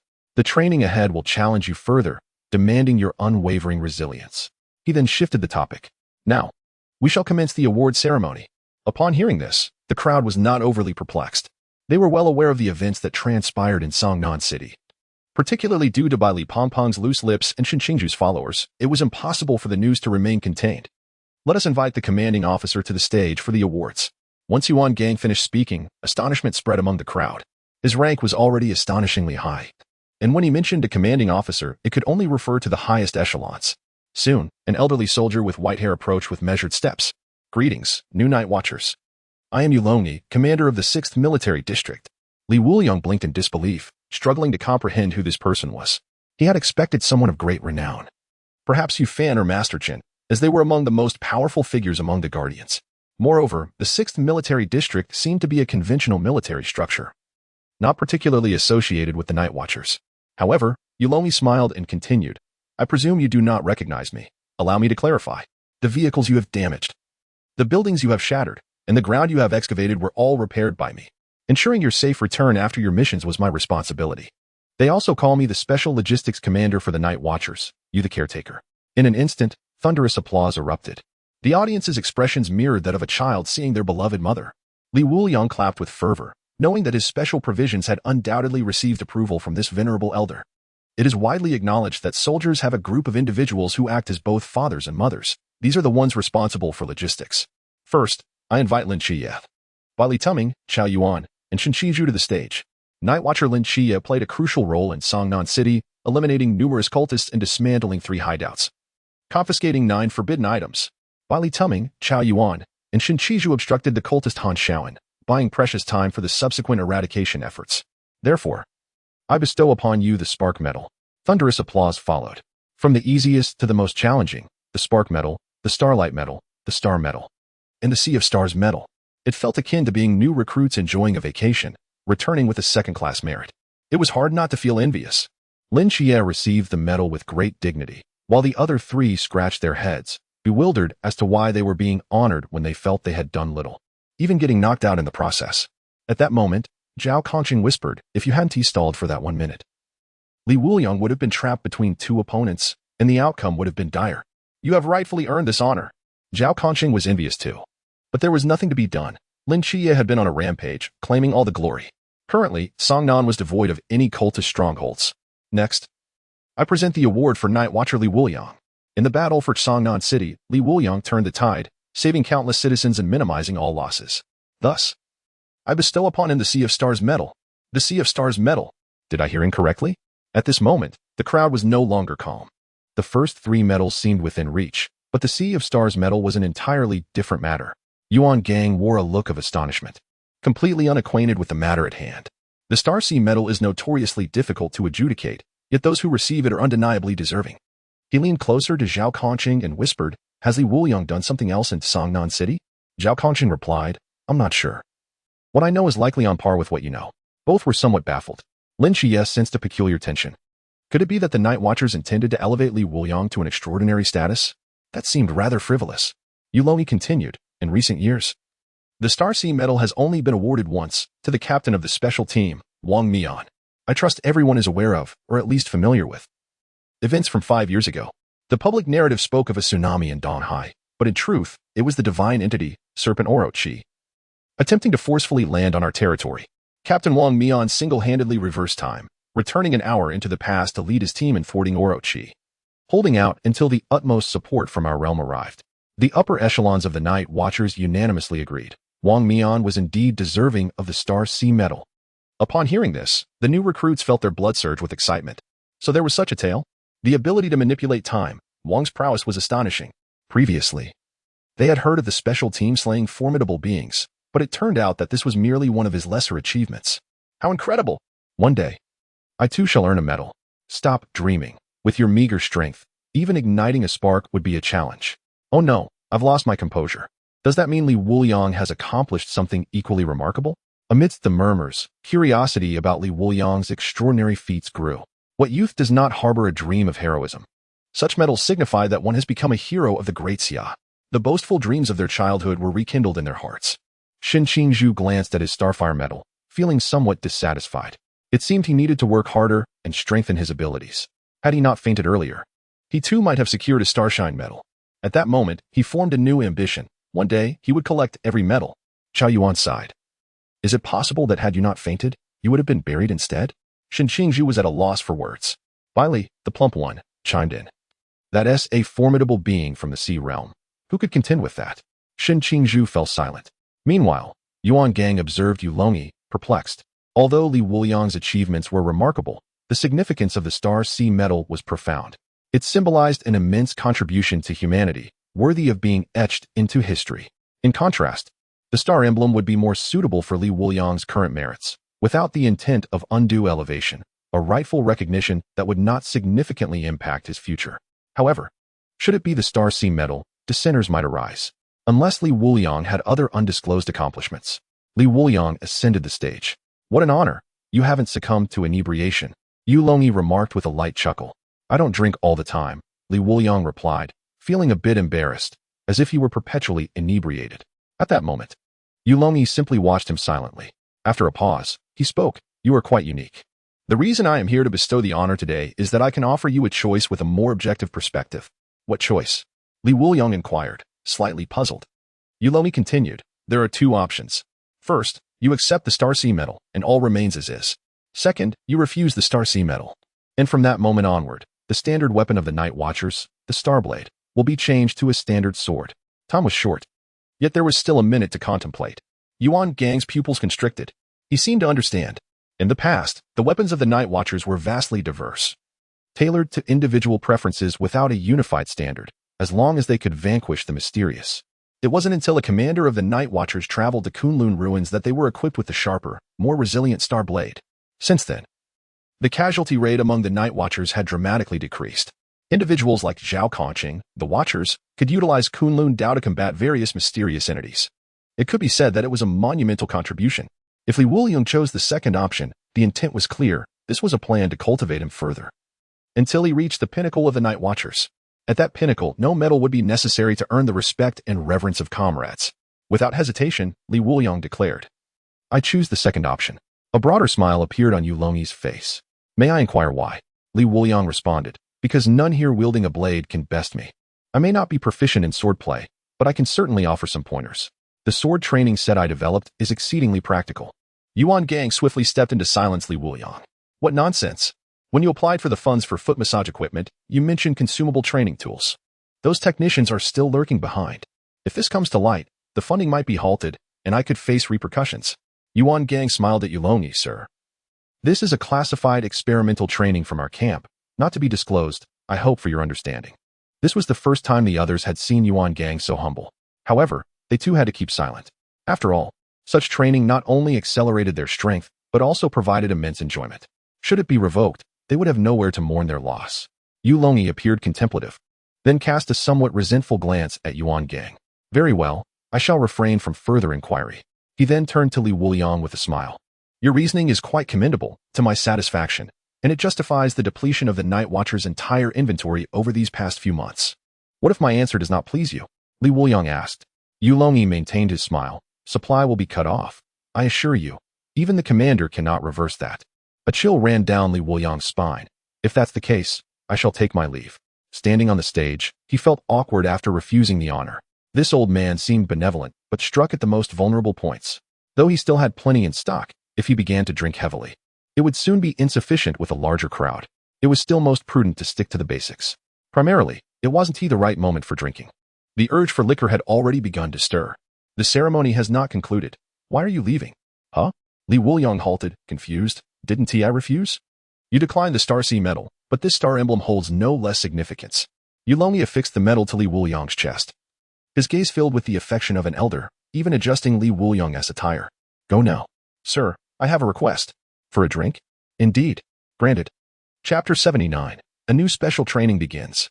The latter half of the training camp does not primarily focus on enhancing physical abilities or tempering willpower, but rather on mental fortitude and the Forbidden Ruins. In essence, the previous objective was to ensure the survival of this group of novices. Now, the focus shifts to empowering them to retaliate. Mastering the Forbidden Realm and wielding control over it is paramount. The following morning in the cafeteria, Bai Li, appearing rather dejected, lamented, I can't take it anymore. I have never been fond of theoretical learning. I can hardly retain anything from the lectures. Shinqingju retorted, Oh, is that why I am so formidable now? Bai Li replied, Because you were reckless. Shinqingju shook his head, stating, It's because I disdain attending class, which leads me to engage in brawls every day. In my neighborhood, I have already vanquished all challengers. Bai Li acknowledged, So, you admit you are reckless? Zhao Yuan, seated nearby, sipped his porridge, exuding an air of tranquility as he mused. Classes are splendid. There's no need for fighting. I do hope these peaceful days persist. Bai Li dismissed this notion. I still believe skipping class is preferable. My head feels swollen from listening. Lin Qiyee interjected, I find school rather enjoyable. My classmates are quite fascinating. Shinqingju snapped back to reality. Never mind. Wuliang mentioned you barely attended a week of school before being recruited into the Night Watchman. Your opinion holds no weight. Lin Qiyee, visibly vexed but uncertain how to express it, remained silent. At that moment, the familiar scent of liquor wafted through the cafeteria. Wuliang had arrived. Bai Li reached for his nose, exclaiming, I bet 100 he has been drinking all night. Shinqingju, skeptical, countered, I wager he just had a drink. Wuliang, having just taken a bowl of porridge, sat amidst them, his countenance weary and devoid of vigor. Shinqingju immediately inquired, Wuliang, did you just have a drink or have you been at it all night? Wuliang raised one finger. All night? Wuliang nodded. Shinqingju reluctantly handed Bai Li 100. Consider yourself the victor. Molly then asked, You've been absent for the past 2 days. What have you been up to? Curiosity piqued. The others turned their attention towards Wuliang, who had been mysteriously disappearing of late and rarely returning to the dormitory. Wuliang looked up pensively. What is the point of drinking? Instantly, the group turned to him in alarm. Bai Li exclaimed, Don't frighten me, Wuliang. You may forfeit your life, but never your liquor. Lin Qiyee added earnestly, If something troubles you, share it with me. I'll help you find a solution, but don't speak like that. Zhao Yuan's expression grew serious. Is someone bullying you? I'll take care of them. It is well known that Wuliang's supply of liquor is never-ending. Yet, now he claims drinking holds no allure. What could he have endured? Wuliang revealed. Wuliang took me to his small room and insisted I compile a sword manual for future training. Knowing I can't sleep without liquor, he relentlessly forced it upon me. Gasp. They collectively inhaled sharply. The cruelty of it was overwhelming. What began as a passion was manipulated by Wuliang to compel Wuliang into labor. This was akin to a devilish tormentor. Sympathy flooded their gazes towards Wuliang. Yet it seemed there was little they could do. He appeared dazed, but fortunately he had activated his hangover mode early on, recharging himself. The 2 days of drinking were not in vain. The instructors who had partaken with him had succumbed to fatigue after 2 rounds. The reason they hadn't tea joined for breakfast was that they had reached a point where the mere scent of liquor made them nauseous. At this moment, Wuliang accessed his panel. Late stage of the pool realm. Abilities: Flame Blade, Poison Blade, Sword Control, Enlargement, 100 Steps Flying Sword, Green Lotus Sword Technique, Infinite Sword Style. Proxy Techniques: One sword opens the sky, Vanishing Footprints, Sword Chi Great Wall, Activated Mode, Hangover Mode, Agent Progress, 45, with progress stagnating at 45. He sighed and finished his porridge, preparing to depart.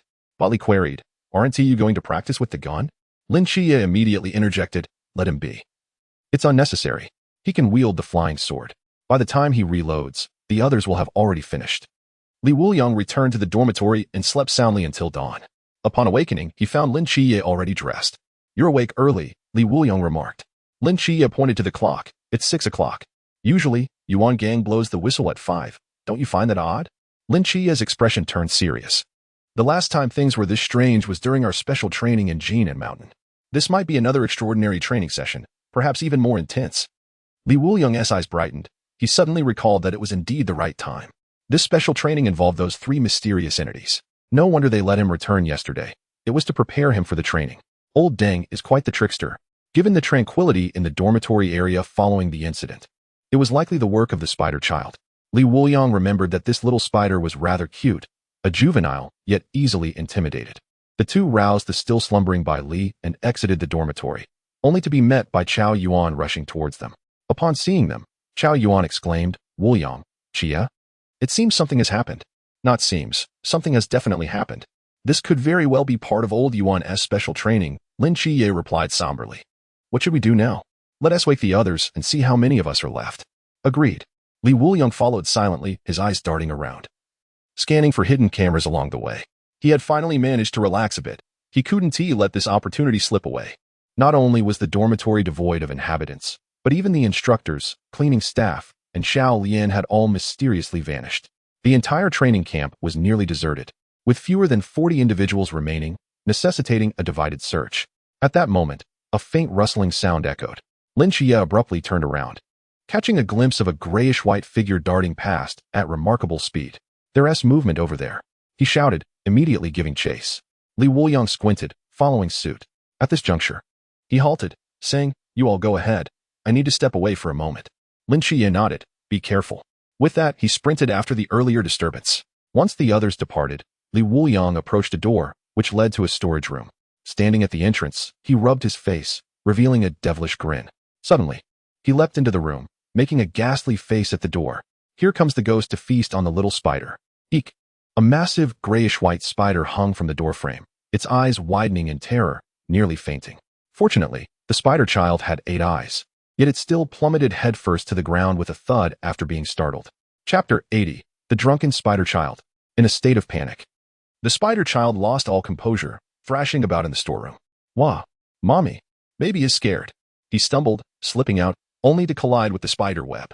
The sensation of the web slightly alleviated his fear. Had it not been for those wicked individuals who deceived him with traps, he would never have found himself in this predicament. The spider child paused, lifting his gaze to find Wuliang standing before him, followed by an exaggerated shout. "Well, don't eat the little spider." "Eh? Fainted? What a weakling, and I haven't even had my fun yet."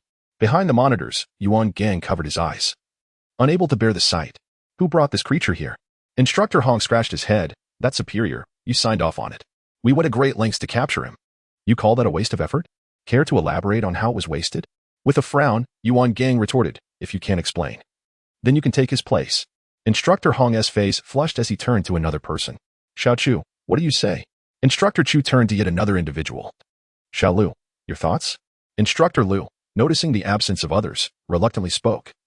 "I was squatting under a tree enjoying my lunch when it came over and spat silk all over my face, then captured me." Yuan Gang was about to erupt in frustration, but Instructor Hong interjected, "Trust me, I've spoken with it. As long as it makes these people sleep, it's simple enough, and it has executed it quite well."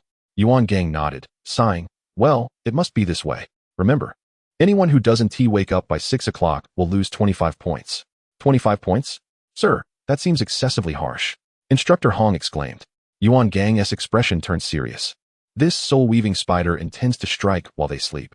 They would be utterly defenseless. Is 25 points too much? Not at all.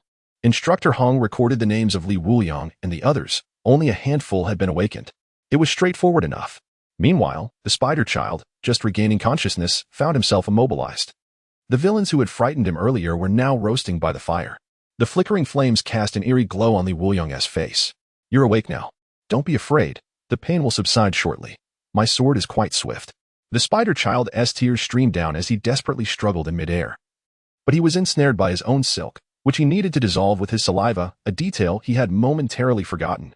There are so many bad people outside. First, they tricked the spider with delicious food, and now they want to roast him. How pitiful the spider is. He longed to escape, yet he found himself trapped. Li Wuliang casually picked up a sword, grinning. Shall I slice off your little spider claws first, or should I cut your little spider legs for a drink? The spider child gasped. His little claws bore little flesh, and the spider legs were dry and tasteless. He began to thrash about incessantly. Li Wuliang, however, merely tapped the spider child's belly with the sword. Such a robust build, perfect for spider ribs. Noticing the spider child's terror, he crouched before him and smiled. Do you wish to live? The spider child nodded fervently. Will you obey my commands? He nodded even more vigorously. Withdraw your abilities and find a safe place to hide. Do not let anyone find you. Others will not be as kind as I. The spider child trembled with fear. So, among humans, this is considered kindness? How terrifying. His life is so hard. He longs to return home. Seeing the spider child's increasing panic, Li Wuliang shook his head in exasperation. Look at you. So cowardly and utterly useless. A thought struck him. If the spider child was this timid, he might be reclaimed by Yuan Gang's group. That would be an unexpected turn of events. No, he absolutely could not let him leave. After sipping his drink, Li Wuliang narrowed his eyes and turned to the spider child, smiling. Can you drink? The spider child shook his head. That's all right. I'll teach you. Li Wuliang smiled. What's this?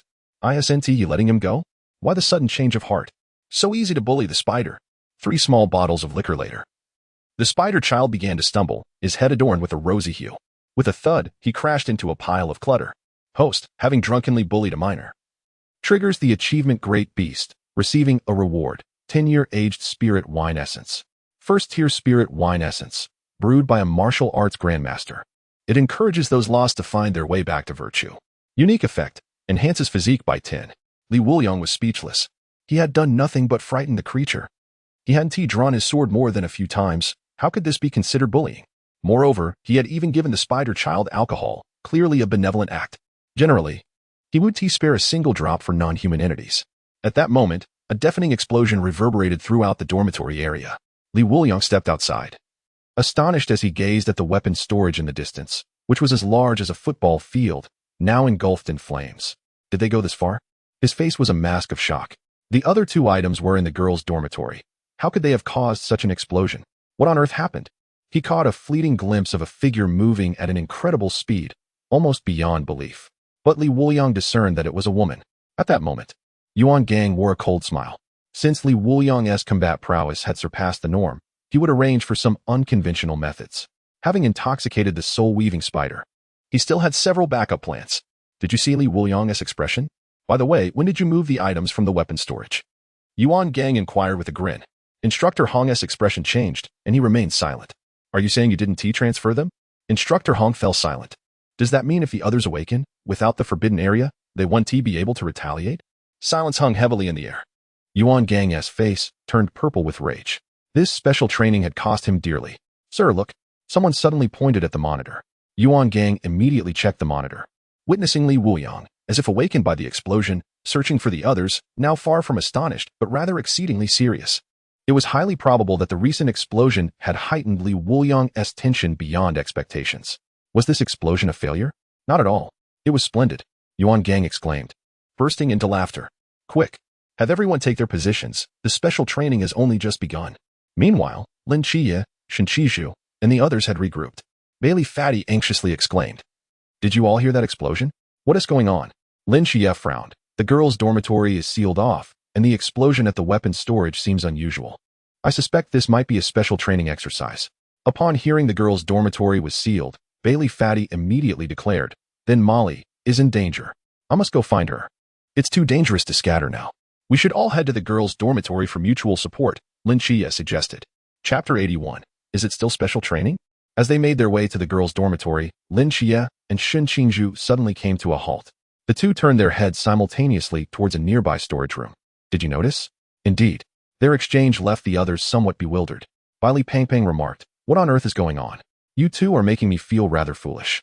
Lin Qiyee pointed towards the storage room, exclaiming, can't you smell the strong scent of alcohol? The aroma had wafted out as they passed by. No wonder they couldn't find Li Wuliang. He must be hiding in their drinking. Li Pangpang immediately declared, let me go in and bring him out, with him around. We'll be safe. He strode inside with a determined air but soon fell silent. Zhao Yuan said, he hasn't been dragged into drink, has he? I'll go check on them. He followed suit into the room. After 2 minutes passed without any sound, Qiyue, wearing a puzzled expression, ventured in as well. Goodness! A spider. The moment he entered, he saw the spider child swaying unsteadily inside. Its 8 red eyes glimmered ominously in the darkness. Lin Qiyee raised an eyebrow. What spider? Why are you so frightened? But in the next moment, his pupils constricted. A blue aura flickered around him. The Azure Guardian had been triggered. He too spotted those 8 red eyes in the shadows. What a massive spider! Lin Qiyee had never encountered such a gigantic creature before and quickly warned, be careful. Qiyue, it possesses psychic abilities. At that moment, the spider child wobbled, muttering, I can't drink anymore. I feel awful. Right, I need to hide. Yes, hide. Suddenly, its eyes lit up, and its long legs took off running. Crash! The spider child scuttled sideways like a crab, colliding with the wall.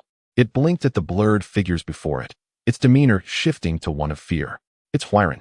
It then barreled through the wall, racing towards the dormitory. This scene left Lin Qiyee in a state of shock. Why did this enormous spider have the demeanor of a crab? Yet, the spider showed no inclination to attack, prompting him to rush inside with Qiyue's subordinates. Upon entering, they found Li Pangpang and Zhao Yuan sprawled on the ground, clearly affected. Soon, both regained consciousness. A spider! Li Pangpang shouted as he awoke. Upon seeing Lin Qiyee, he broke down. I've never seen such a large spider in my life. It's terrifying.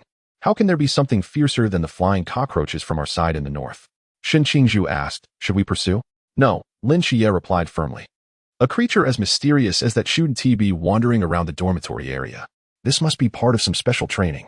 Li Wuliang likely realized this, which is why he chose to intoxicate the spider rather than slay it outright. Everyone nodded in agreement.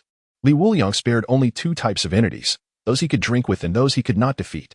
The gray-furred spider belonged to the former category. Just then, a dark figure flashed past. Warm liquid splattered onto Lin Qiyee and the others. Their earlier smiles froze as a metallic scent filled the air. Qiyue's eyes widened in fury. Li Liang. In an instant, Li Liang's body shattered completely, leaving only a heap of debris and blood splattered on Lin Qiyee. Li Pangpang wiped the liquid from his face, his pupils dilating. Blood. It's warm, hot. Qiyee, it's blood. His panicked demeanor made Lin Qiyee's hands tremble. Qiyue knelt, tears streaming down his face. I'm so sorry, Li Liang. Rest assured, I will take care of your brother. We grew up together in the orphanage, and I promised that if I brought you out, I would bring you back safely. Wait for me. I will avenge you. He wrapped the fragments in his clothing and then turned to Lin Qiyee, his eyes blazing with rage. Qiyee, can you still call this special training? My brother Li Liang is dead. In the monitoring room, Yuan Gang watched Lin Qiyee, who was questioning his very existence, with satisfaction. These little brats need a harsh lesson. Otherwise, they won't take us instructors seriously. Killing enemies is merely the basics. But having a comrade die before your eyes and still persevering is what truly matters in advanced courses. He was pleased with Lin Qiyee's reaction, though he lamented Li Wuliang's absence. I must find a way to arrange something for him as well. Instructor Hong nodded, wiping the cold sweat from his forehead. Finally, some satisfaction. I thought the previous reaction from the Weaver Spider would provoke Yuan Gang's ire, but fortunately, it was remedied in time. Meanwhile, Lin Qiyee was now thoroughly doubtful. The blood was real, and a life had indeed been extinguished before their eyes. But what exactly was that creature? Just then, Lin Qiyee activated the barrier. A dark figure swiftly darted across his vision, heading straight for Qiyue. Lin Qiyee drew his blade to intercept the attack. Only then did they realize what had attacked Li Liang. It was a puppet, covered in strange patterns, seemingly crafted from some unyielding material. But its speed was so swift that it eluded the naked eye. This puppet possessed strength comparable to the realm of Chuan, yet it exuded no life force. Lin Qiyee remarked, it seems our foe isn't alive. Qiyue nodded. Psychic energy is ineffective against it. But now we know how Li Liang met his end. I will avenge him. You all head to the girls' dormitory. I will pursue that puppet. Lin Qiyee countered, we move as one. No one can guarantee that you 1T encounter the spider again, nor that the puppet 1T appear alongside it. Being together facilitates our actions. His calm demeanor gradually steadied Qingju's expression. I understand. The greatest taboo for a night watchman is impulsiveness. The mysteries of the unknown are perilous. One rash move could lead to doom. Lin Qiyee's expression grew serious. Wuliang would not simply vanish. He must have discovered something significant, which is why he pursued. For now, we will focus on dealing with the black puppet. Meanwhile, on the other side, Wuliang followed the woman into a corner. He swiftly raised his hand, and the Yinluo sword flew out of its sheath, tracing a beautiful arc in the air as it intercepted her. Hold on, don't run so fast. Who are you? Wuliang asked coldly, taking a sip from a flask while controlling the flying sword to prevent her escape. When the woman turned, Wuliang's gaze sharpened. It's you. The woman was none other than Qiyue, the spy from the ancient god sect who had been captured previously. How did you escape? Qiyue sneered. Want to know? At that moment, a new recruit staggered over, clutching his chest. Save me. Qiyue's palm crackled with electric energy as she struck his chest. And then she immediately fled. Wuliang rushed to support the recruit, but by then, the young man's chest had caved in, and he had already lost his life. Chapter 82. The Black Puppet, unlocking the third level of intoxication. Wuliang placed his hand on the recruit's chest. The warmth of the touch left him momentarily dazed. Is this real? Is this not the special training, or has something gone awry during the process? Indeed, there were traitors from the ancient god sect among the night watchmen's upper echelons, undoubtedly taking advantage of this opportunity to silently eliminate other recruits. His gaze turned icy. Since the ancient god sect had come to deliver wine, it would be exceedingly rude of him to refuse. Wuliang laid the young man flat and promptly pursued the direction in which Qiyue had departed, a traitor with mid-level strength from the Chuan realm. The ancient god sect had indeed invested heavily in him and Lin Qiyee. Not long after he left, the figure on the ground rubbed its chest and sat up. How did you train this hand? It feels so good to hit someone. No wonder the commander transferred me here. This kid is indeed not easy to fool. At that moment, the voice of Yuan Gang crackled through his intercom. You've worked hard, you can return now. The others were using counterfeit materials made from simulation substances. And if there were time for a thorough examination, discrepancies could be discovered. But Wuliang was different. He was genuinely contemplating. Therefore, if one wished to create a convincing imitation, considerable investment was necessary. This person's ability to feign death was remarkably simple. He could impersonate various forms of demise, all yielding identical results. Even if a being from the sea realm arrived, they would have to wonder how a person had perished. Just as he was preparing to leave, he suddenly froze in place. A crab? No, it was a soul-weaving spider. The arachnid rushed toward him, swaying unsteadily. Bam! The two collided with a thud. The spiderling, with its 8 little eyes, scrutinized him. Oh, it's you. Go play somewhere else. I'm leaving. As he stood up, the spiderling abruptly embraced him and extracted a bottle of liquor from its web, forcing it into his mouth. Let's drink together. Hee. The spiderling, having inadvertently entered the storage room, had made off with a whole box of specially supplied liquor. The more one drank, the more intoxicated they became. Now, encountering a familiar face, it insisted on sharing. Hey, what are you doing? Do you believe I will turn you into roasted spider? However, after a bottle was forcibly downed, he began to lose his senses. Yuan Gang, witnessing this scene, gritted his teeth. You all, go bring him back. Had it not been for Wuliang's commendable performance, he would have genuinely considered kicking him out. Among the 240 new recruits in the training camp, there were none left who weren't drinking. Even the female soldiers could down half a gene of liquor. The 12 instructors had consumed more alcohol in the past 6 months than in over a decade of military service. Now even the soul-weaving spiders from the Chuan realm were led astray. What else could possibly go wrong? It was unimaginable if Wuliang truly grew to that level. The future of the Night Watchman was bleak. Commander, Qiyue is requesting to return. Wuliang has gone insane. Yuan Gang glanced at the surveillance monitor and promptly commanded. Get her back now. At this moment, Qiyue was in a state of sheer panic. Was she told to cooperate in the act? No one mentioned it was for Wuliang's eyes. Bang! A sword tip sliced past her back, leaving a gash deep enough to see bone. Qiyue's pupils constricted. Indeed. The Night Watchmen were all deceivers. Were they trying to have her perish at Wuliang's hands? She felt a deep sense of unwillingness after months of ideological education. She had genuinely severed ties with the ancient god sect and sincerely wished to integrate into the Night Watchman's family. Yet, it was merely a dream. How could the Night Watchman let her go? With a self-deprecating smile, Qiyue collapsed to the ground, just as Wuliang prepared to deliver a fatal blow. 2 black puppets appeared and collided with him. In that instant, it felt as though a vehicle had crashed into him, the force propelling him backward several steps. Pain surged through his chest, nearly fracturing his ribs. Gazing at the unfamiliar puppets, Li Wuliang gulped down a mouthful of peach blossom brew to recover from his injuries. Puppets? The ancient god sect is indeed full of surprises. Come, let me witness your capabilities. With 2 fingers gliding across the sword's blade, flames erupted. Flame blade. 100 steps flying sword. The blade soared through the air as Li Wuliang dashed forward, instantly positioning himself behind one of the puppets. Sizzle, sizzle, boom. A massive melted gap appeared in the puppet's body, followed by a violent explosion. Yuan Gang, watching this unfold, widened his eyes. A puppet forged from heavenly star steel was difficult to breach even at the peak of the Chuan realm, yet he had dispatched it in an instant.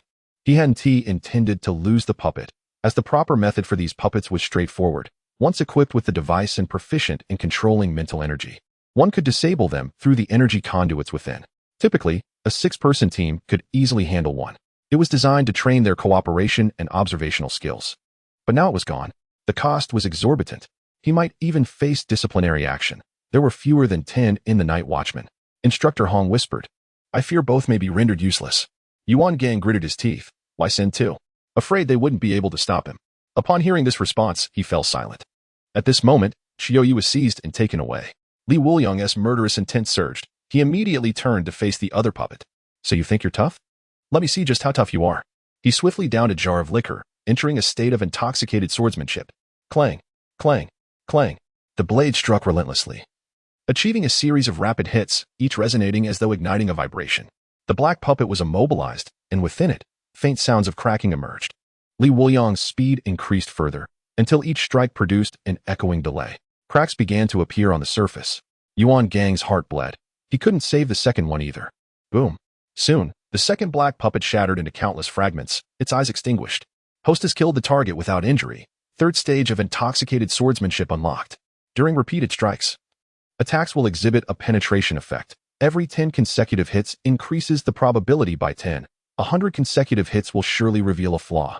Conditions for unlocking the 4th stage. Abandon attacks 3 times when a flaw occurs in the same concentration. Upon hearing the system's voice, Li Wuliang's intoxication diminished significantly. The 3rd stage was incredibly useful. As his realm elevated, flaws were no longer easily available. The higher the realm, the more concentrated the mind became, and the steadier the heart and hand. Just like when confronting Han Xiaoyan. Even if he exhibited minor flaws, he could effortlessly resolve them in an instant. Li Wuliang subsequently shook his neck. Upon witnessing Qiyue being taken away, a peculiar expression emerged on his face.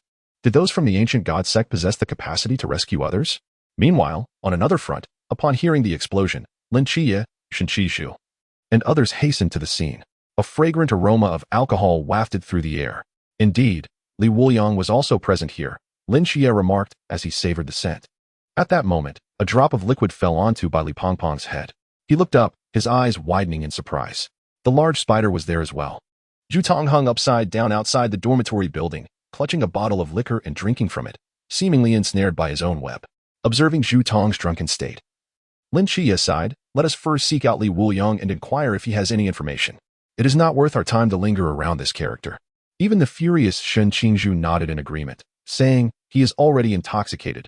We can deal with him later." Chapter 83, The Shattered Illusion. Zhu Tong was completely disregarded by the onlookers. Although he was in the Sichuan region, he had already hung himself on the southeastern branch. Venting their frustrations on him would seem inhumane. Ahead, Wuliang. Li Wuliang turned to see Lin Qiyee and the others. "Finally, I found you. Have you discovered something?" Shen Qizhu asked anxiously. Li Wuliang nodded. "I saw the ancient god sect's infiltrator, Qiyue, in the foot massage parlor. If it weren't for these 2 iron lumps blocking my way, I would have dealt with her." Lin Qiyee squatted down to examine the 2 shattered black puppets. They were of the same kind that had just killed Li Liang. It seemed the matters were interwoven.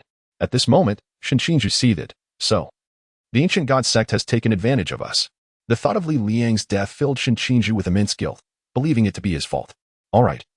Let us head to the girls' dormitory. They might be in even greater danger," Lin Qiyee suggested. Agreed. Li Wuliang sheathed Yin Luo with a smile. He faintly felt that something was amiss. Qiyue had vanished too swiftly. Was she not a master of foot massage? How could her leg techniques be so formidable? Perhaps she could also perform backstomping, but lacked the opportunity to showcase it? His eyes narrowed. There was a hidden agenda here. Passing by Zhu Tong, Li Wuliang glanced at him, their 10 eyes locking onto each other. The next moment, Zhu Tong shuddered, attempting to spit silk to obstruct his own path. But in his drunken state, he clumsily wrapped himself up tightly, leaving only his backside exposed. Li Wuliang used his sword to cut through the silk. freeing Xu Tong's little head. Otherwise, he would become the first mysterious figure in history to suffocate himself. Drinking without spitting silk, and spitting silk without drinking. Do you understand? Li Wuliang admonished. Xu Tong nodded tearfully. As long as you understand. Just hang there. Li Pangpang and Xiao Yuan exchanged glances. They must both be quite intoxicated. Xiao Yuan remarked seriously. The more Wuliang drinks, the more at ease I feel, he added. Soon, the group arrived at the girls' dormitory. Li Wuliang approached and touched it, sensing an invisible barrier separating the inside from the outside. Among the 3 mysteries arranged by Yuan Gang, the most perilous was the weaving soul spider. But due to its youth, it posed little threat. Yet one of the other 2 was a genuine high-risk mystery. The Sound Hunter. It could launch rapid attacks based on sound, making immediate counteractions or defenses exceedingly difficult. The 3rd mystery obstructing their entrance to the girls' dormitory was the Chaotic Cube, which possessed spatial restrictions, capable of blocking and disrupting this area. Who possesses spatial restrictions? Shen Qingzhu asked. Lin Qiyee replied helplessly. Spatial restrictions are quite rare. The few that exist either sleep too deeply to awaken or are already inside the girls' dormitory. Meanwhile, Li Pangpang appeared somewhat excited. Have you all been to the girls' rooms or dormitories? Shen Qingzhu and the others immediately blushed and shook their heads. At that moment, they all turned their gazes toward Li Wuliang. Li Wuliang responded, it's quite chaotic. For instance, Hong Ying's room is filled with firearms, and she walks around in a rabbit onesie every day. It's rather bothersome. As for Xiaonan, her room is even more cluttered with dolls, leaving no space to step. Mo Li should be similar to Hong Ying's, and she likely has a knife stashed away. He showed no concern for the feelings of the long-term single men present. In an instant, their desire to explore beautiful things was extinguished. Li Pangpang covered his head. Wuliang, please stop. Mo Li's room must be very tidy and clean. Shen Qingzhu shook his neck. Let's break through this barrier first. Since we lack spatial restrictions, we shall use sheer force to break through. His gaze hardened. Drawing his sword, he slashed, only to be flung backward by the rebound. Witnessing this, Li Wuliang immediately unsheathed his sword and approached. Watch me. He focused his mind, cultivating his sword intent. The first strike, Wuliang. The sword tip made contact, as if merely tapping, before Li Wuliang quickly retracted it. His movements were cautious, afraid of striking too hard and damaging the interior structure. The onlookers were momentarily speechless, but in the next instant, their eyes widened. The barrier began to tremble like waves. And then, astonishingly, it shattered, creating a large opening. Wuliang, that move is incredibly powerful. Just that little bit was enough to break such a large hole. Li Pangpang exclaimed in astonishment. Xiao Yuan and Shen Qingzhu looked on with admiration. Lin Qiyee approached to test the opening, then spoke. We'll take it from here. That sword must have consumed a lot of your energy, right? He noted that Li Wuliang's breath was somewhat unsteady. It was rare to see him expend such effort. Is this what the master meant by lifting heavy weights with ease? Xiao Yuan inquired. Li Wuliang shook his head. Controlling my strength is somewhat taxing. If I had lost control, the girls' dormitory would be no more. You wouldn't understand. Being too strong can sometimes be troublesome. The first strike is called Wuliang. It maintains a delicate balance of sword intent and momentum before releasing a single stroke. However, my proficiency is not yet adequate to control the power at will. Or rather, the lower limit of this move is absurdly high. Regardless, the group ignored Li Wuliang's self-aggrandizement and cautiously entered the girls' dormitory. Besides the urgency, there was also a sense of curiosity. The girls' dormitory always ignited the wildest imaginations of innocent young men. At that moment, Yuan Gang was somewhat perplexed. Was this truly the design for the training? Whatever, it will do. He turned to the still trembling Qiyue. You did well. Qiyue asked nervously. Can I really survive? You haven't committed any grave offenses since joining the ancient god sect. If you perform well, you might even gain more freedom. Yuan Gang replied coldly. Retaining Qiyue was a significant ideological struggle for him. He actually hoped Qiyue was feigning loyalty, which could draw out more troublemakers later on. Moreover, she was fitted with a proximity bomb. If she exceeded a certain distance, it would detonate, ensuring that even in the Sichuan region, survival would be impossible. Autumn Cloud's eyes glimmered with realization. I understand. At this moment, the group had already entered the girls' dormitory building. One individual opened a door and stepped inside, only to vanish in an instant. Lin Qiyee spoke gravely. The spatial dynamics here are chaotic. The chances of regrouping after separating are slim. Everyone, be cautious. Shen Qingzhu interjected. The girls' dormitory has 3 floors, each with 9 rooms, accommodating 2 to 3 individuals per room. With only about 40 of us here, they have likely banded together. Li Wuliang reminded them. Have you forgotten about the soul-weaving spider? It's quite possible that most of the girls are still in slumber. But Molly has likely awakened, and the awakened ones are the most perilous. Lin Qiyee asked. Are you implying that there is more than one mystery at play here? Wuliang nodded, casually stating, we are contending with two mysteries. It is likely the same on the girl's side. Furthermore, this chaotic space is non-lethal. It merely controls, which is ineffective. Li Pangpang immediately expressed concern for Molly, urging, what are we waiting for? Let us go find her. Wait. Before Li Wuliang could finish, Li Pangpang had already disappeared from sight. Clearly, even without opening the door, the dormitory S space remained chaotic, with different realms lining the corridor. You all stay here. I will handle the mystery controlling this space, Li Wuliang declared, casually opening a door and stepping inside. The hunter was still present, but Lin Qiyee, Zhao Yuan, and Shen Qingzhu could not solve the problem together. Only he could dismantle the chaotic cube. Chapter 84, Breaking the Deadlock. Although Li Wuliang had clearly instructed them to stick together, Shen Qingzhu, fueled by anger, could not simply wait. Roll up your sleeves, Qiyee, you stay here. I'm going in. But he was promptly pulled back by Zhao Yuan. Let go of me. Zhao Yuan insisted, since Li Wuliang said we should stick together. It is best we do so. Being alone in this disordered space is indeed quite dangerous.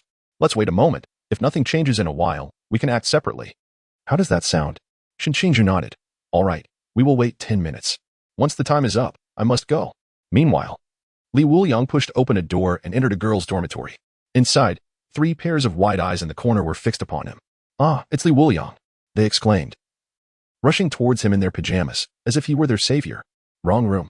Li Wuliang stepped back and found himself in another space. This time, it was the girls' washroom. One girl, seemingly relieved, exclaimed, Li Wuliang, what is going on? I just came out of my dorm and ended up here. Do not wonder or make noise. Li Wuliang instructed, offering no further explanation. The spatial shifts within the girls' dormitory were a result of the chaotic cube's incessant transformations, governed by certain patterns. Moreover, since there was no actual connection between the two spaces, attempting to break through with sword skills was futile. Most importantly, he was not adept at manipulating a cube, making it difficult to discern the patterns. However, an idea struck him. He needed to find a room occupied by girls wielding melee weapons to gather armaments. He soon arrived at a dormitory with only one occupant. Where are the others? Li Wuliang inquired. The girl rushed over to hush him, whispering, there's a monster. Don't make a sound. The other 2 were dragged away. Can you lead me out? She implored, her pale face betraying her fear. Li Wuliang firmly replied, stay here. You'll be able to leave shortly. First, hand me your weapons. Oh, the girl produced 3 daggers from the room. This cycle continued until he reached the 6th dormitory, where he encountered Molly. Surprised to see him, she warned, you made it inside. Be careful, there's a mystery that attacks by sound. I know. Now, hand me your weapons. What do you need them for? Molly asked, puzzled. To break the deadlock. Suddenly, a golden, plump figure flew in from outside, crashing against the wall and landing on the bed. Pang Pang? Li Wuliang exclaimed in astonishment. Hearing the commotion, Li Pangpang struggled to turn over and sit up. Thankfully, I had protective artifacts, or I would have been pierced through. And there you are, Wuliang. It's great to see you here, along with Molly. I finally found you. There's a terrifying mystery outside that attacks on sight. Li Wuliang rubbed his forehead. Stay here with Molly. Don't wander off. I must leave. At that moment, Molly added, there's a room in the dormitory filled with weapons. If you lack any, you might try your luck there. How many? At least 50. Do you girls have your own armory? Li Wuliang was taken aback. Do these women intend to revolt with so many weapons piled in one room? Molly rolled her eyes. Most girls use exorcism guns or have their own weapons, so the remaining starfall blades are just stored together. If it weren't for the spatial chaos, that room would be right next door. I've grown fond of those starfall blades due to my early exposure to them, so I can't bear to let them just sit in storage, hence I maintain them in my spare time. Right next door, Li Wuliang exclaimed, excitement surging through him. If it were indeed adjacent, he could simply shatter the wall, just as he did with the external spatial barriers. The chaotic cube could not immediately repair damaged spaces. He swiftly moved the beds aside and employed his sword techniques to demolish the wall, causing the entire dormitory building to tremble at that moment. Did it just shake? Zhao Yuan asked. What an intense tremor. Shen Qingzhu remarked as the ground continued to quiver. It's likely Li Wuliang is making a ruckus. All right. The 10 minutes are up. Let us move, Shen Qingzhu declared, glancing at the time, eager to find their companions. Just then, one of the previously displaced individuals was hurled back into the room, a grotesque mystery gnawing at his arm. Shen Qingzhu's pupils constricted. He immediately utilized his energy to halt the hunter's attack, but its gaze turned toward him. It seemed to have delivered itself right to them. In a flash, Zhao Yuan drew the starfall blade from behind and executed the Black King's annihilation, charging forward. After extensive training, his strength had significantly increased, and more importantly, he could now manipulate the Black King's annihilation for a much longer duration, 3 whole minutes. He swung his blade, akin to a demon unleashed. Aiming directly for the opponent's soul, blood sprayed forth as the hunter let out a pained wail, attempting to flee, but its escape route was blocked by Lin Qiyee. Lin Qiyee activated the Forbidden Void, successfully restraining it. The hunter lashed out with its claws, but Lin Qiyee narrowly avoided the strike, allowing Zhao Yuan to follow up with his attack. Their coordination was impeccable. Lin Qiyee's punches landed with a resounding impact. Under the influence of his formidable dynamic vision, the actions of the Hunter of Sound were decelerated to an extraordinary degree. Sensing impending danger, the hunter lunged directly towards Zhao Yuan, only to swiftly sidestep and vanish into a nearby door, escaping to another location. They fled. Pursue them. With a furious shout, Shen Qingzhu chased after the hunter. However, in the next moment, blood began to trickle from his nose as he found himself transported into a girl's dormitory, where the attire of the female occupants was rather unexpected. "Get out." One girl gritted her teeth and exclaimed. I'm here to protect you." Shen Qingzhu protested. "Leave." "Fine." Before departing, he stole a few lingering glances, only to hastily retreat when a fluffy bunny slipper was flung at his face. Meanwhile, Wuliang knocked on the wall and discovered dozens of weapons neatly arranged. His eyes gleaming with excitement. "This is convenient," he exclaimed as he approached. Clasping his hands together, he employed his sword control technique to manipulate all the weapons. Bailey Pang expressed his surprise. "Wuliang, can you truly control so many weapons at once?" Wuliang explained, "I intend to use the flying swords to locate that object, not to attack. Controlling them for a few seconds is not a problem."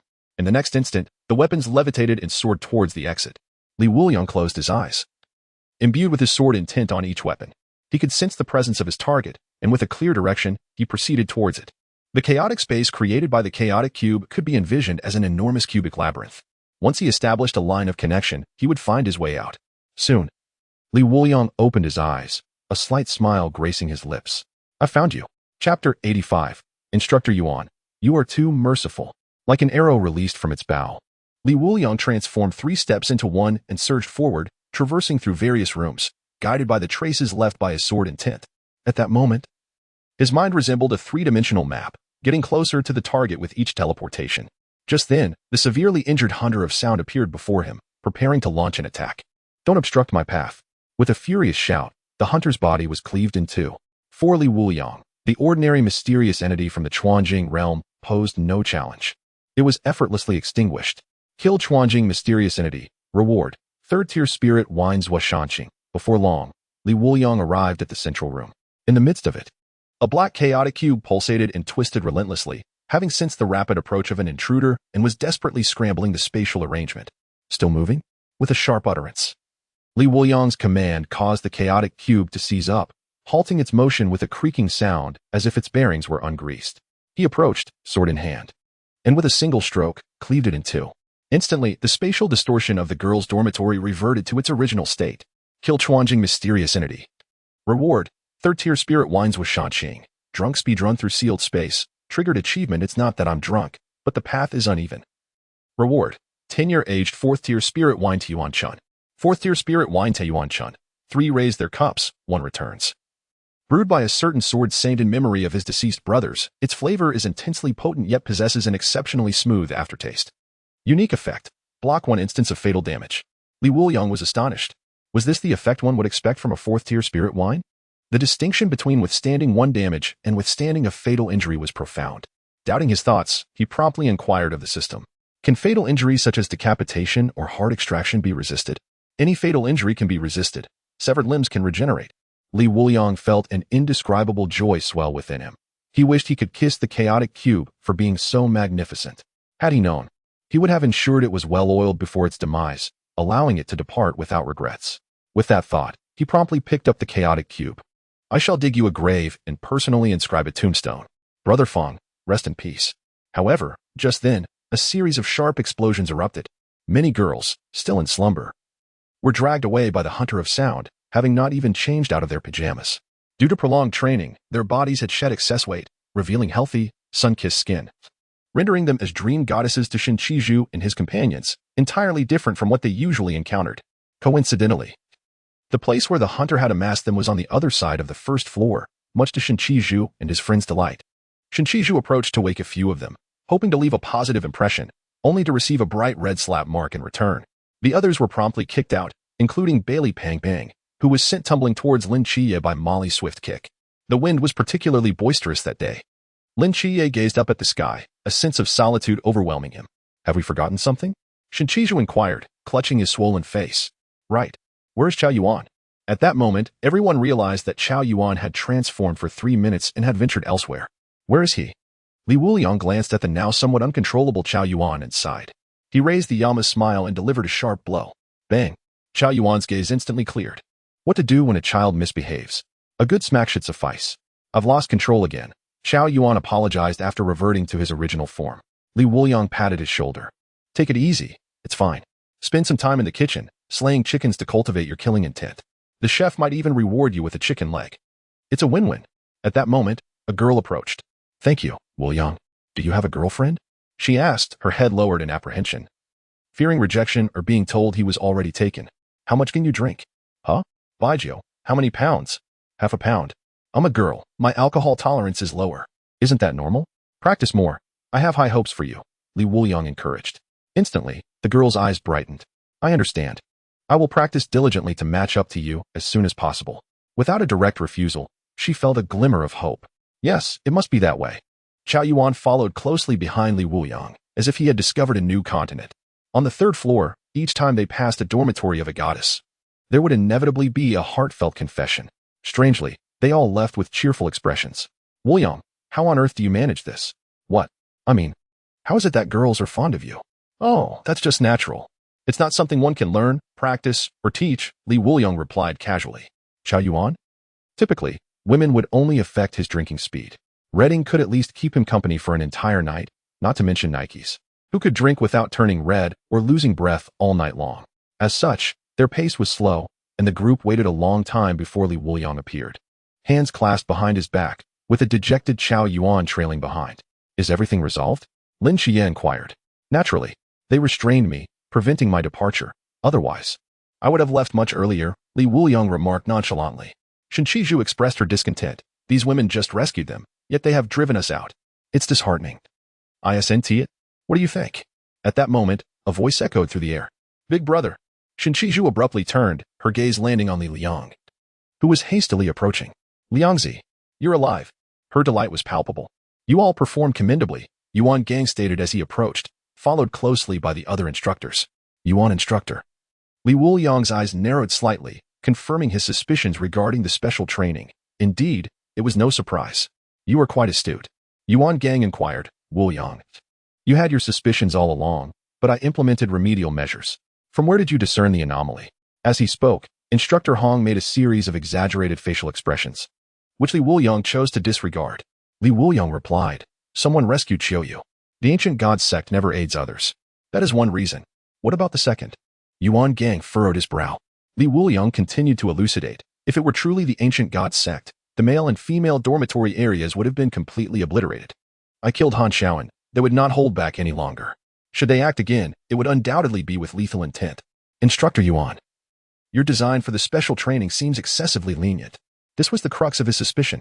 If the ancient god sect had infiltrated and sought chaos, the female dormitory, aside from Mo Li and a few others, would face annihilation. The chaotic magic cube serves as the perfect guise, ensuring that each room can be cleared without interruption. Yuan Gang nodded in agreement. He turned to Instructor Hong and remarked, did you hear that? Too lenient indeed. These youngsters have just endured a fierce battle in Songnan. What purpose does this serve? You'll face the consequences yourself. Instructor Hong felt a sense of helplessness. In previous instances of such special training, it sufficed to engage a few mysterious figures at the pool level, but he had already increased the intensity. Yet, did Wuliang and Lin Qiyee not possess any redeeming qualities? Moreover, this was entirely of your own accord.